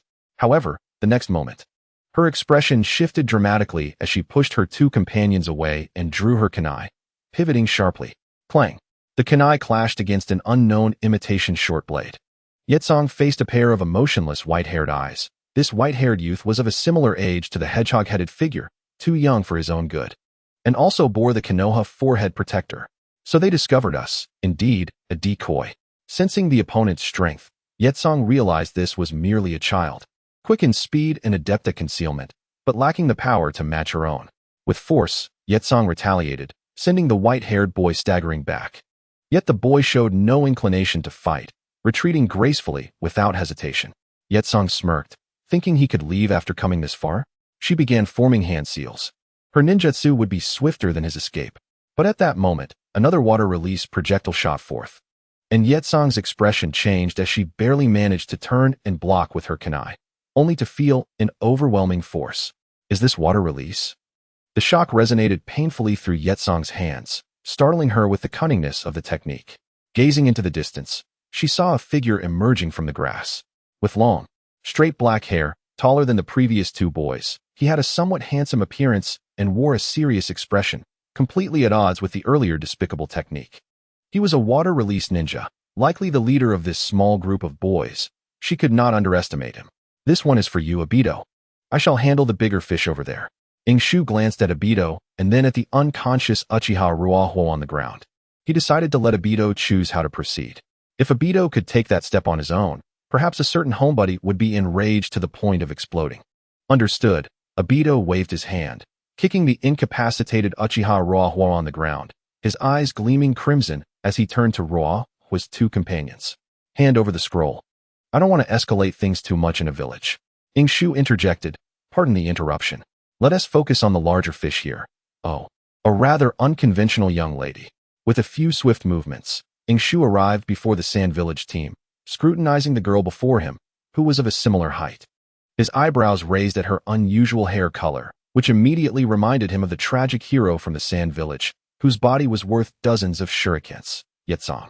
What left a lasting impression on Shu was not Yetsong's fate, but her bloodline limit, scorch release. The high-temperature bloodline shared a kinship with his hydrogen release. However, hers was a legitimate bloodline limit, while his current hydrogen release ought to be termed ninjutsu, officially known as the hydrogen release technique. Also referred to as the ninjutsu, hydrogen-oxygen mixed body ignition explosion technique. The mixed hydrogen-oxygen compound from the electric current was akin to the byproduct of altered chakra, fire release, ash accumulation burning, sharing the same nature. Currently, his hydrogen release technique had reached the end of its second stage, achieving rapid ignition with free combustion, leaving only mastery to refine. Theoretically, although this was not a bloodline limit, and the hydrogen-oxygen mixture was merely a byproduct of altered chakra, not true hydrogen release chakra, from the outset. Shu had no intentions of pursuing the bloodline limit route. His next step was to incorporate wind release into his hydrogen release technique, expanding its range and impact. One could not have an explosion radius of 10 kilometers with an attack range of merely 50 meters. The hydrogen bomb is beyond the capabilities of a humanities student to create. However, nuclear flattening is within their realm of possibility. As for the distinction between the thermal energy produced by nuclear fusion and that generated by the explosion of a hydrogen-oxygen mixture, who would know if they do not speak of it? Chapter 85. Yitsong was spinning in circles, while her roots were in action. Hello, Shu greeted politely. Activating his passive skill, the smile of Watergate, Yitsong raised her eyebrows. So handsome. Ugh. He asked the enemy. She lifted her arm to wield a kunai, while her two teammates rushed in, turning their backs to her, vigilant against Kakashi in another direction. What are you planning? Yitsong asked in a low voice. Shu glanced at Obito not far away. Obito had made arrangements, but had not yet taken that step. However, there was still progress. He pointed to the ground, indicating that they had obtained the Earth Scroll. With the scrolls from Team 7, they were perhaps only one Yitsong away from clearing the challenge. Shu decided to lay his cards on the table. Meeting is a matter of fate, so hand it over willingly. I dislike excessive foreplay. A man must always be prepared and act decisively. Then you are overestimating yourselves. Yi Song was not one to be trifled with.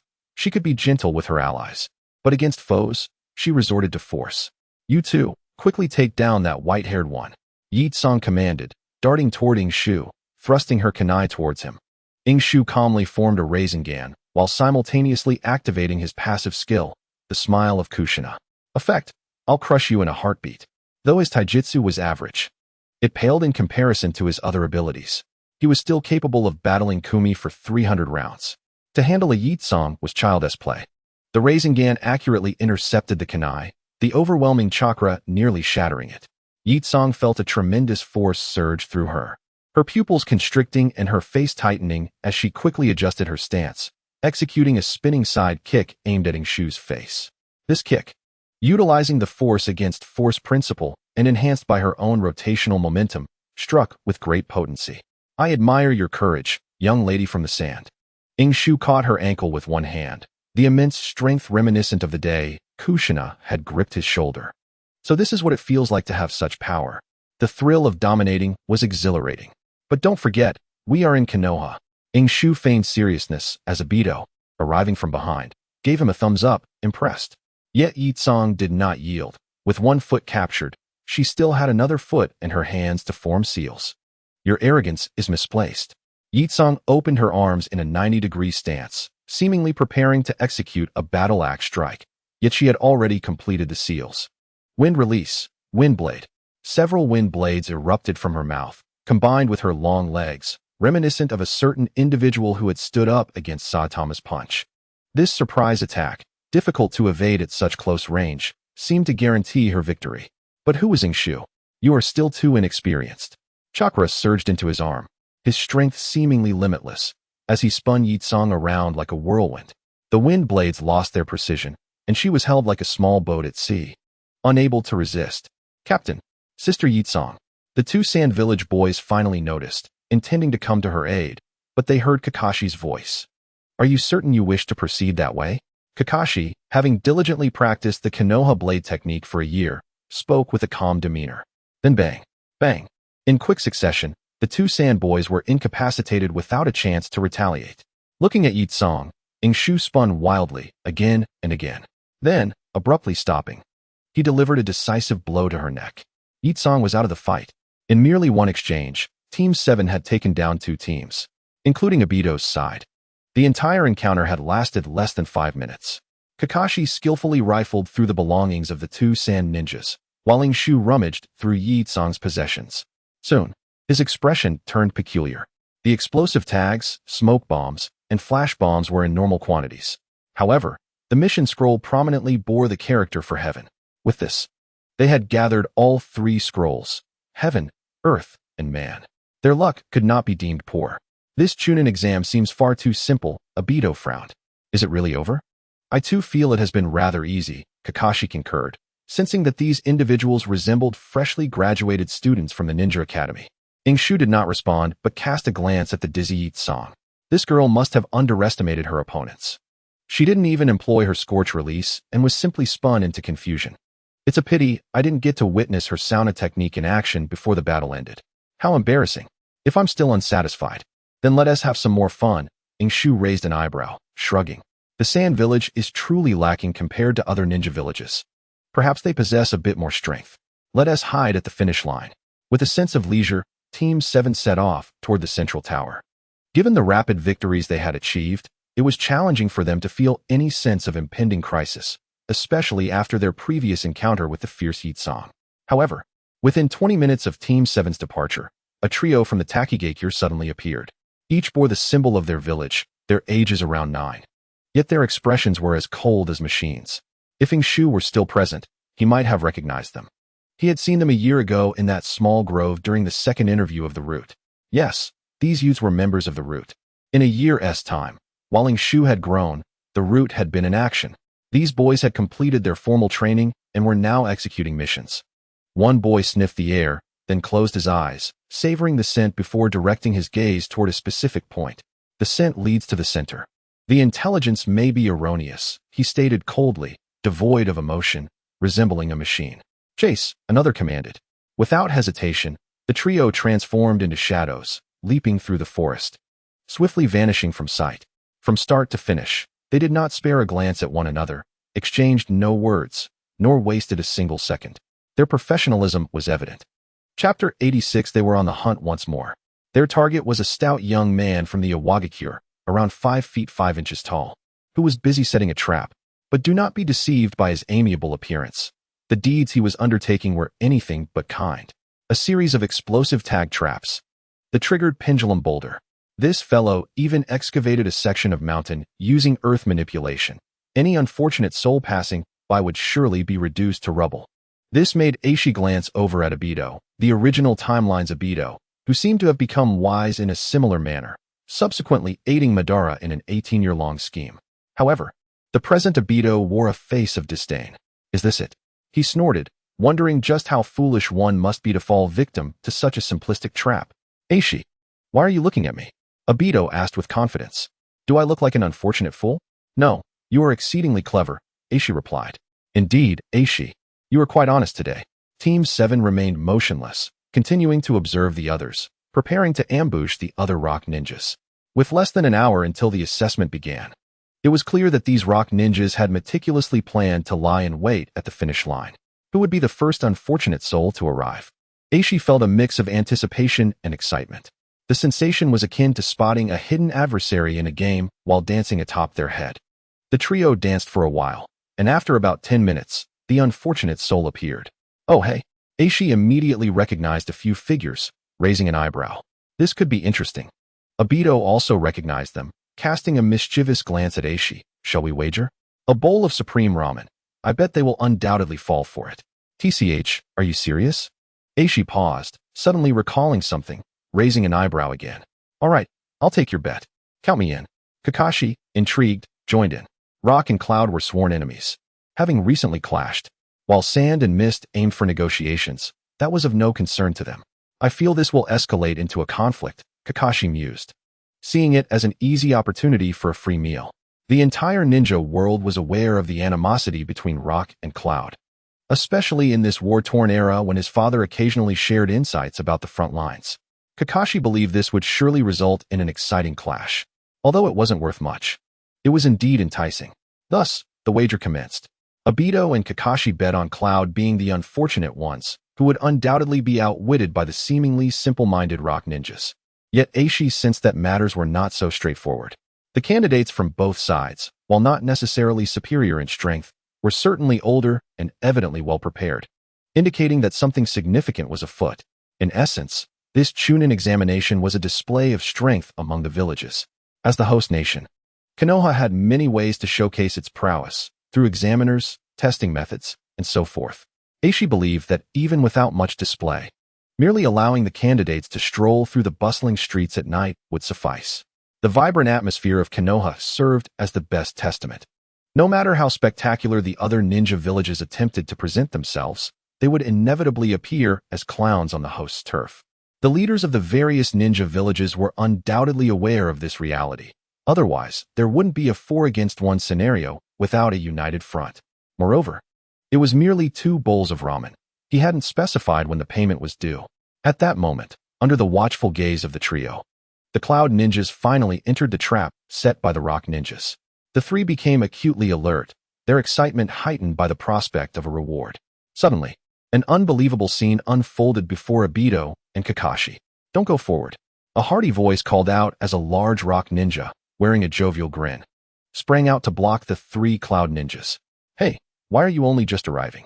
We've been waiting forever. Did you encounter any of those Konoha fools on the way? Did you gain anything? No, not yet. Are you guys thirsty? I have water and some delicious soldier pills, plum flavor. Obito and Kakashi exchanged bewildered glances. What on earth is happening? Are you serious? Are you really going to act like this? Hurry up and fight. Aishi, the victor of the wager, felt a small thrill of satisfaction, yet the camaraderie between the Rock and Cloud ninjas did not bode well. Aishi, are we waiting? Kakashi was the first to regain his composure, realizing it was just a small sum of his allowance at stake. Aishi hasn't made up his mind yet, Obito interjected, unable to contain himself. We can't just stand here and watch them set traps. Look at that trap, TCH. Is this even humanly possible? Can you tolerate this, Aishi? Obito exclaimed, his excitement mounting over the prospect of ramen. Aishi was at a loss for words. Rock and Cloud weren't exactly human, so what were they up to? Just then, well, Aishi suddenly cried out as a kunai connected to an explosive tag lodged itself directly between them. Run! Team 7 instinctively darted in different directions, followed by a series of explosive sounds and a flurry of smoke bombs. The hunters had ultimately been ambushed. Aishi rolled through the air, landing beside a stone. Quickly regaining his footing, he glanced at the approaching Rock and Cloud ninjas, confirming that they had indeed rushed towards the source of the noise. Without hesitation, Aishi formed hand seals, channeling his chakra. Kakashi, you take care of the situation below. Obito, find those sneaky bastards and take them down. Aishi commanded, his seals forming rapidly. It wasn't the hard water vortex technique he was most adept at, but his proficiency was commendable. From 44 seals to 11 was proof of his skill. Water release, water dragon bullet. In a barren land, Aishi conjured a water dragon from his mouth. Yet that was just the beginning. To cover the area with firepower, a single water technique would not suffice. Aishi swiftly formed more seals, and 3 shadow clones appeared amidst the fleeting smoke. He raised his arms, a frantically compressed water sphere materializing in his hands, flanked by shadow clones preparing lightning techniques. In no time, the water sphere expanded wildly, and Aishi wasted no time, hurling it downward. Simultaneously, another shadow clone retrieved kunai and explosive tags from Aishi's pocket. This was the current state of hydrogen release techniques. They allowed for rapid response, with reaction time dependent on the yield, and could ignite fire techniques at medium range. Aishi could keep this up for an entire day if he wished. However, when it came to long distances, Aishi's lack of proficiency with fire techniques became somewhat awkward. Moreover, the range of fire techniques was not the primary issue. The explosive power of hydrogen release was what truly troubled Aishi. It was not that the range was too small, but rather too expansive. It could endanger himself as well. At that moment, having just launched 2 massive balloons, Aishi quickly formed seals again. Earth release, multiple earth wall. Walls of earth rose sequentially. And then, the next instant, boom. Chapter 87, Energy Conservation. The sky exploded in flames, the sound of the explosion echoing throughout the heavens, shaking the entire forest. Hiding behind the earthen wall, Aishi yearned to turn around with the nonchalance of a true man, never glancing back at the explosion.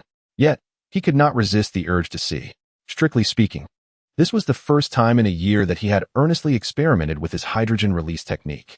This was the fruit of his labor. When the heat wave subsided somewhat, Aishu cautiously poked his head out. It felt akin to a mischievous child sneaking into another's home during the new year to throw firecrackers. However, this firecracker seemed rather large. Before his eyes lay a charred expanse, reminiscent of a meteor crashing to the earth. Black fragments floated through the air, remnants of flowers, grasses, and trees ravaged by intense heat and shock waves. Aishu had seen images of forest fires on television, as well as scenes in war films depicting the aftermath of shells striking the ground. The television had not lied. It was as if he could smell the acrid scent of smoke. It was the smell of roasting meat, slightly burnt. Aishu suddenly remembered that he wasn't merely throwing firecrackers. He was conducting a firepower cover. Following the aroma, Aishu finally spotted several figures amidst the darkness below. His eyes narrowed. Energy is conserved. Chakra can manifest energy, but fundamentally, it cannot violate the law of energy conservation. The hydrogen release technique he had just employed, if calculated rigorously, comprised 2 lightning releases and 1 water release, supplemented by an explosive tag. If employed correctly, it could easily dispatch 6 ninjas. The energy released appeared to be 11-13, yet in reality, it was merely a more efficient application. The total would not change. However, Aishu found himself pondering another question. Was the hydrogen-oxygen mixture derived from chakra-generated water equivalent in energy to that of ordinary water post-electrolysis? He had never considered this before.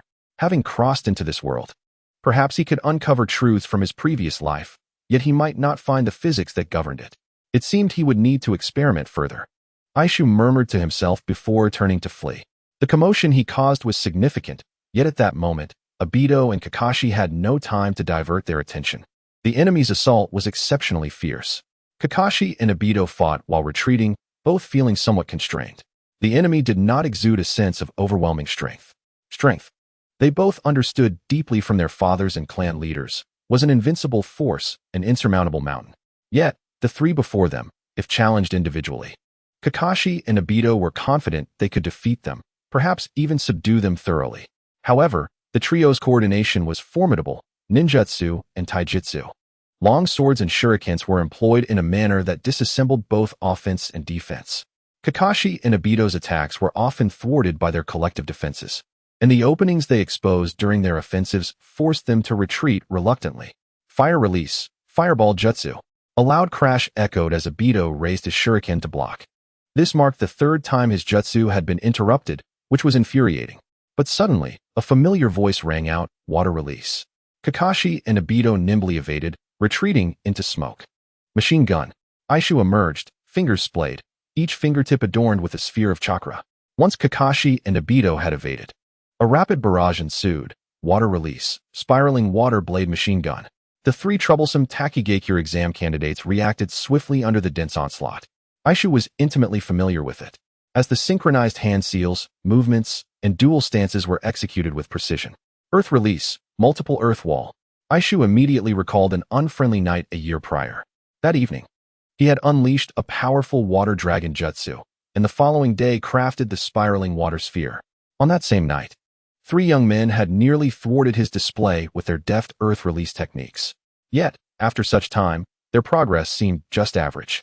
The water projectiles pounded against the earthen wall. The first impact almost instantaneously reduced it to powder. The second fared similarly, lasting merely 2 additional seconds.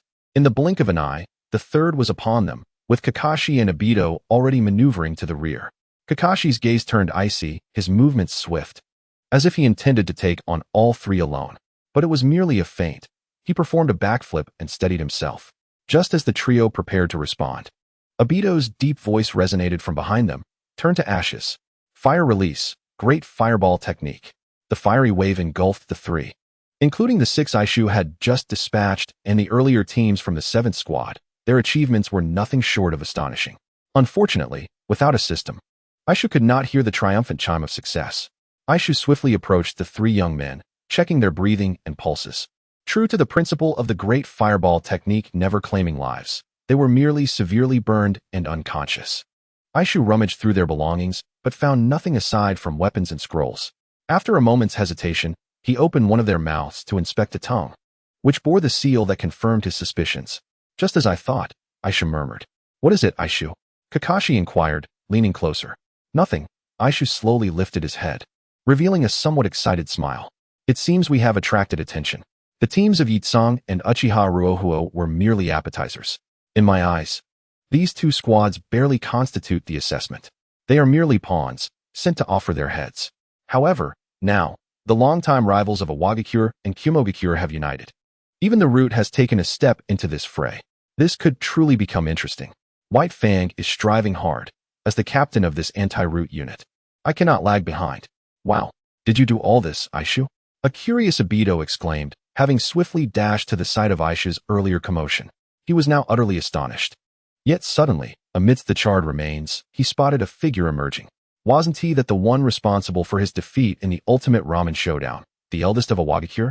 Damn, he's trying to escape. Obito shouted. Chase. Without a moment's hesitation, Aishu set off, while Obito had already dashed forward. Chapter 88. Ono Seiji lay with his eyes closed, utterly still, regulating his breathing to the lowest possible rhythm. This way, he could minimize the intake of sand and gravel into his lungs, allowing him to remain underground a while longer. Konoha was indeed terrifying. Thankfully, he had reacted swiftly. Ono Seiji thought to himself while also listening intently to the noises above. That technique was far too terrifying. He had been fortunate to witness the explosive unit executing a mission, yet nothing compared to the shock of that technique. Were it not for his immediate alliance with those few muscle-bound fools from the Cloud Village, his fate would surely have mirrored theirs. Alas, it is regrettable for those 2 companions. Young Yoshiyasu Ono found himself powerless in the face of such circumstances. After all, the muscles he inherited from birth, in such a dire situation, would only serve to increase his vulnerability if he did not find a way to evade danger. And should he attempt to shield his companions, there was no guarantee they would survive to escape. Sigh. This cumbersome physique is a burden. How he wished to possess the stature of the 3rd Hokage. He mused in resignation. To him, a true ninja ought to embody the essence of the 3rd Hokage, small in stature, yet brimming with energy. Petite hands and feet would reduce consumption, and the gestures for hand seals would be less cumbersome, allowing chakra to circulate more swiftly. He could even float. Those cloud ninjas, who only knew how to hone their muscles, would be better suited to the life of a wrestler. A ninja requires ninjutsu, strategy, not mere brawn. Surely they have departed? Yashiasa's heartbeat quickened. His shadow clone had yet to be pursued, but it had been chased for a good 5 minutes. They were all quite young. Surely they wouldn't suspect he had not yet fled? In terms of intellect, Yashiasu held a certain confidence. After all, the village would not entrust such a significant mission to him if he were not capable. He needed to ascend now, both for the sake of his breathing and to tend to the burns he had sustained moments before burrowing underground. Neglecting them could lead to complications. With hands forming the necessary seals and chakra flowing, the sandy soil around him began to push Yashiasu upwards. The earth release, underground navigation technique. His head broke through the surface, and indeed, he found the area deserted. Those 3 youngsters must have followed his shadow clone. They were still children, lacking in experience. Yashiasu exhaled a sigh of relief. Yet, as he inhaled sharply, pain shot through him. Ouch, that hurt. He twisted his body to assess the damage to his rear. The ground was scorched, and so too was he. Do you require a medical ninja? Healing jutsu, 50,000 ryo per use. A voice drifted from behind him. The 5'5" muscular man was startled, color draining from his face, instinctively turning to throw a punch. Terrified, he thought, you can die then.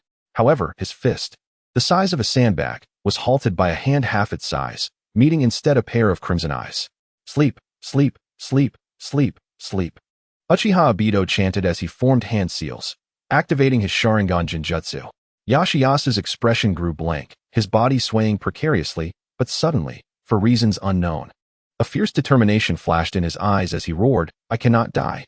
Struggling against the illusion without disturbing his chakra, he broke free. Bang! In the next moment, Inuki swiftly intervened, delivering a precise strike to Yashiasa's neck. The burly man crumpled to the ground with a thud. Your Jinjutsu is rather ineffective, I assenti it? Inuki remarked, casting a disdainful glance at the fallen figure. To attempt such a trick before me? Huh, when I was with Kakashi and the others. This fellow hadn't even begun to emerge. In summary, it was like showing off a great sword before the legendary warrior Guan Yu. What a joke. Damn it, Obito muttered, frustrated, and kicked Yashiasa's side. This guy was certainly no good. His Jinjutsu had only recently been practiced in secret, primarily in preparation for Kakashi's return. But it seemed he had yet to master it. All right, let us leave a few explosive tags and change locations. We can't linger here. Inuki interrupted the flustered Obito, his expression turning grave. This individual was no ordinary foe. He undoubtedly harbored secrets, and since we knew nothing, it was best not to rush into the examination. I concur. Kakashi raised his hand in agreement. This examination was no trivial matter. After all, he was the son of the White Fang. Kakashi had a keen sense for such things. Meanwhile, at the riverbank, a mist village youth bit his fingertip, forming hand seals and pressing them to the ground, summoning a spirit fish resembling an arrow. I entrust this to you, Terumi said, carefully handing over a scroll to the mist ninja. The youth inserted the scroll into the fish's mouth, forming seals once more, and in a puff of white smoke, the spirit fish vanished beneath the water. Thank you for your hard work, Lord Mei, the mist ninja exclaimed, excitement evident in his voice. The head of the family has persuaded the Mizukage. You will soon return to the mist. Yet, Terumi waved her hand dismissively. This is not your concern. Prepare yourself. While the examination is not the goal, we must maintain appearances. As a hostage, far from home and constantly watched. The situation was undeniably harsh for a young girl. Yet, such cruelty often fosters growth. Fortunately, the hardships she faced were not fatal. There was a fool who, despite his apparent dullness, genuinely encouraged her forward. Terumi glanced at the distant tower. That individual must have departed by now. I apologize for dragging you into this. Consider it a farewell. When we meet again, I do not know when or where that may be, nor whether we will meet with swords drawn. Take care of yourselves. Hey Ono, why not call yourself Inoki instead? A slap landed, and Inuki's eyes widened in fury. I am called Ono, not Inoki. Who could possibly be called Ono? Do you think you can deceive me? With another slap, Inuki's expression turned menacing. Bound and stripped, Yashiasu tightened his legs. In that moment, he realized that there were indeed things more terrifying than death. I am Yashiasu. I am Yashiasu Ono. That is my name. Believe me. Chapter 89. Inuki, Kakashi. Don't slander me. Inuki once thought that being a ninja meant embodying the resilience of someone like Terumi Kinjiro, having your skin nearly flayed yet remaining steadfast. He even considered that if he were captured, he would simply surrender. Konoha? Forget it. Senju? Long gone. A wise man adapts to circumstances. If one can conserve strength and bide their time, they would surely rise to greatness, right? Itachi had his own struggles. However, upon encountering Yoshiyasu, he realized he had underestimated the situation. A ninja is, after all, still a human being, each with their complexities and intricacies. Some fear death, while others embrace it. Yoshiyasu belonged to the former category. Those three used from the root would surely extract no information, even without the threat of cursed seals. They would likely remain silent until death. Yet, Yoshiyasu was different. My mission is to ambush the mist candidates. I have no intention of attacking Konoha, I swear. You must believe me. I only glanced up and was caught off guard by your presence. In the twilight of despair, a towering figure, standing at 6 feet tall, wept profusely, his emotional state unraveling. Shu, with eyes narrowed in skepticism, found it hard to believe the unfolding narrative. An ambush by the mist? What necessity could there be? Was it merely to divert attention from Konoha, redirecting enmity towards the hidden cloud and rock? Such a notion seemed far-fetched. Shu, Kakashi called, drawing him aside while Obito assumed the role of interrogator, brandishing a kunai with a sinister grin as he approached the unsuspecting Yoshiyuki. Do you recall the rumors about the Hyuga's Byakugan being lost on the battlefield? Kakashi's demeanor was grave, prompting a solemn nod from Shu. Do you also suspect it relates to the Byakugan?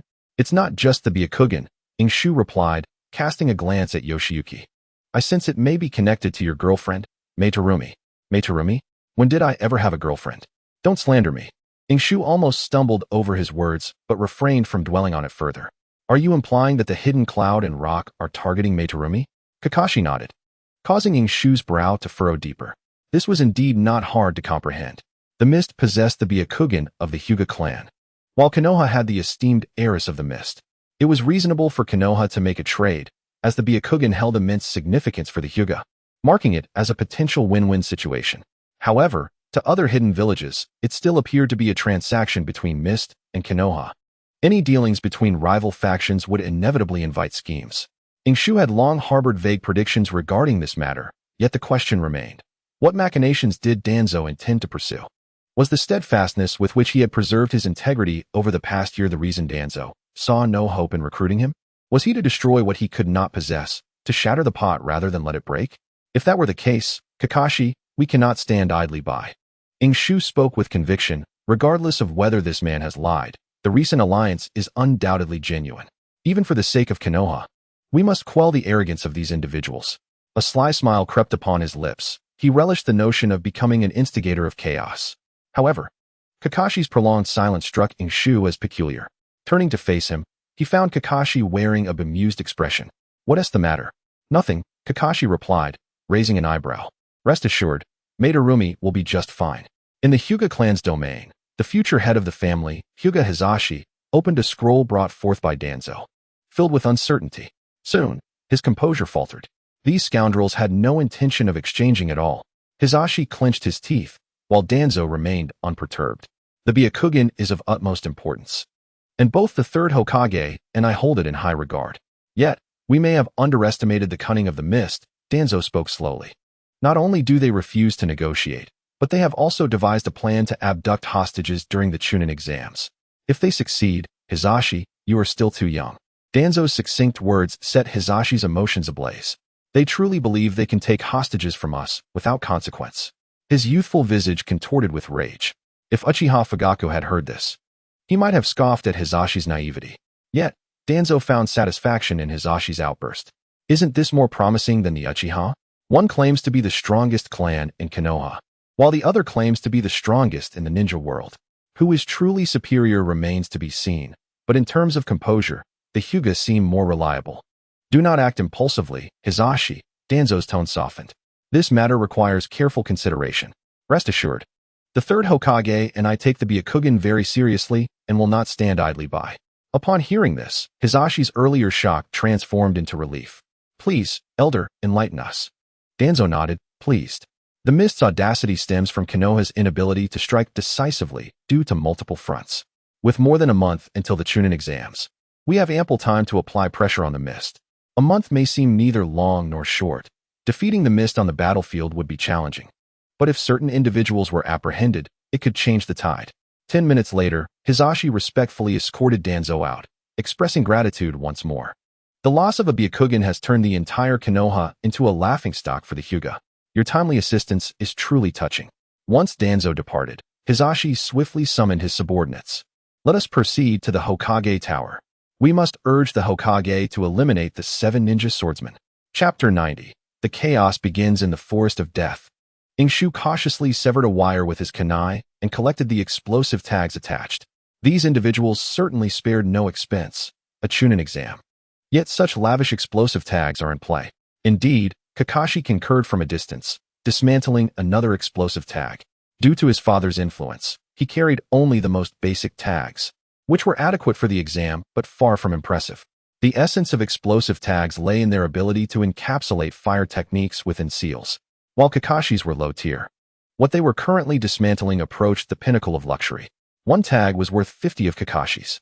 Though the power may not be exaggerated, it was still approximately tenfold. Ingshu was reluctant to squander such resources. Nevertheless, it confirmed that their instincts were correct. They were a fair distance from the tower, and the objective seemed to be to block the mist candidate's advance. After collecting all the explosive tags, Ingshu analyzed the situation. At that moment, distant sounds alerted Team 7, prompting immediate readiness for battle. Ingshu swiftly transformed into grass, while Kakashi and Obito leapt into the trees, concealing themselves among the dense foliage. As anticipated, a sizable team approached, moving cautiously, occasionally testing the air with shuriken, clearly alert. Watching this unfold, Ingshu felt a pang of regret, but quickly began to catalog the positions of potential wealth. Opportunities favor the prepared, and sometimes, the details dictate success or failure. However, Ingshu soon dismissed his plans for riches, as he discerned the identities of the approaching figures, all adorned with misty headbands and advancing in a well-coordinated formation. Ingshu found himself momentarily unable to identify the individual encircled by them. However, Kakashi and Obito perched in the tree above clearly recognized the situation. The two exchanged glances before simultaneously directing their gaze towards Ingshu, attempting to convey a message with their eyes. Your wife has arrived. Yet, just as Obito and Kakashi contemplated how to relay this information, an unexpected turn of events unfolded. A voice, resonant and composed yet distinctly mature, indicative of one who had long surpassed the phase of voice change, boomed from a mist ninja, announcing, "Protect the adult." Instinctively, Ingshu mobilized his chakra, fearing he had been detected. But the moment after, the ground erupted with sharp earthen spikes, impaling one mist ninja and leaving his body suspended grotesquely. The remaining mist ninjas reacted swiftly, retreating with remarkable composure. However, unbeknownst to them, another ambush awaited their escape route. Target confirmed. Capture that brown-haired girl, dead or alive. The battle ignited, and the clash was alarmingly close to Team 7. Ingshu's heart raced. It was evident that a Wagakure and Kumogakure had conspired to ambush the mist ninjas. Yet, Team 7 had just stealthily sabotaged numerous traps right under their noses. Eliminating the possibility of their opponents being blind, only one conclusion remained. Shuriken sliced through the air, prompting Ingshu to dispel his transformation technique. Dropping a smoke bomb as he swiftly formed hand seals. Earth release, heart decapitation technique. As the smoke billowed, all the shuriken missed their mark. An adversary charged towards him, a burly figure wielding a long knife crackling with lightning, clearly a Kumogakure ninja. Raising the blade to strike the ground, Ingshu emerged from behind the Kumogakure ninja, delivering a powerful kick that sent him flying, fulfilling a long-held aspiration. At that moment, Obito and Kakashi had each dispatched their foes and joined Ingshu's side. Just how many ninjas from Kumogakure are participating in this exam? Obito scoffed, his Sharingan locking onto an opponent before delivering a series of blows that provided immense satisfaction. If all goes as expected, candidates from the Mist, Cloud, and Rock villages should all be present, Ingshu analyzed, glancing at the unfolding battle nearby. There were 6 Awagakure, 3 Kumogakure, and 9 Mist ninjas. The Mist ninjas, facing exceptional circumstances, had likely gathered their forces immediately, considering the current and previous encounters. Ingshu surmised that aside from Konoha, each village could only field 3 teams for the exam. After all, These individuals were evidently not mere genin. If they were any more numerous, the examination would be rendered meaningless. I now understand why enduring 10 minutes under the guidance of our teacher is a prerequisite for this Chunin exam, Kakashi remarked gravely. Do not overthink it, Shu replied, casting a complicated glance at a particular figure. You too handle this swiftly. A year prior, Team 7 had exerted tremendous effort and mental strain to barely triumph against a Kumogakure ninja in a 3-on-1 scenario, with Obito shedding many tears. Yet, a year later, everything had changed. Against Kumogakure, Team 7 felt no pressure whatsoever, thanks to their teacher, a princess of the whirlpool and host of the Nine Tails. Go! Obito exclaimed, his eyes gleaming with excitement. Kakashi silently raised his blade, aiming at the 3 Kumogakure ninjas. The battle was imminent. The two youths charged toward the 3 robust Kumogakure ninjas. While Shu, with a calm demeanor and steady stride, approached another battlefield. Each step he took amplified his presence, attracting the attention of an Iwagakure candidate, who cursed the worthless clouds before advancing towards Shu. In response, Shu executed a 12-sign hand seal, water release, water dragon bullet. The Iwagakure ninja, displaying disdain, believed that those who entered this unique team would not fear water techniques. He formed seals and slammed his hands onto the ground, executing earth release, earth return.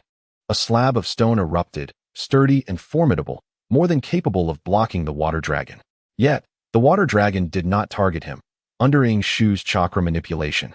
It circumvented the stone slab, heading directly toward the Kumogakure ninjas at another corner of the battlefield. As the Iwagakure ninja stood bewildered, Shu's voice resonated, clear even through the stone barrier. Your technique now belongs to me. Earth release, earth spike.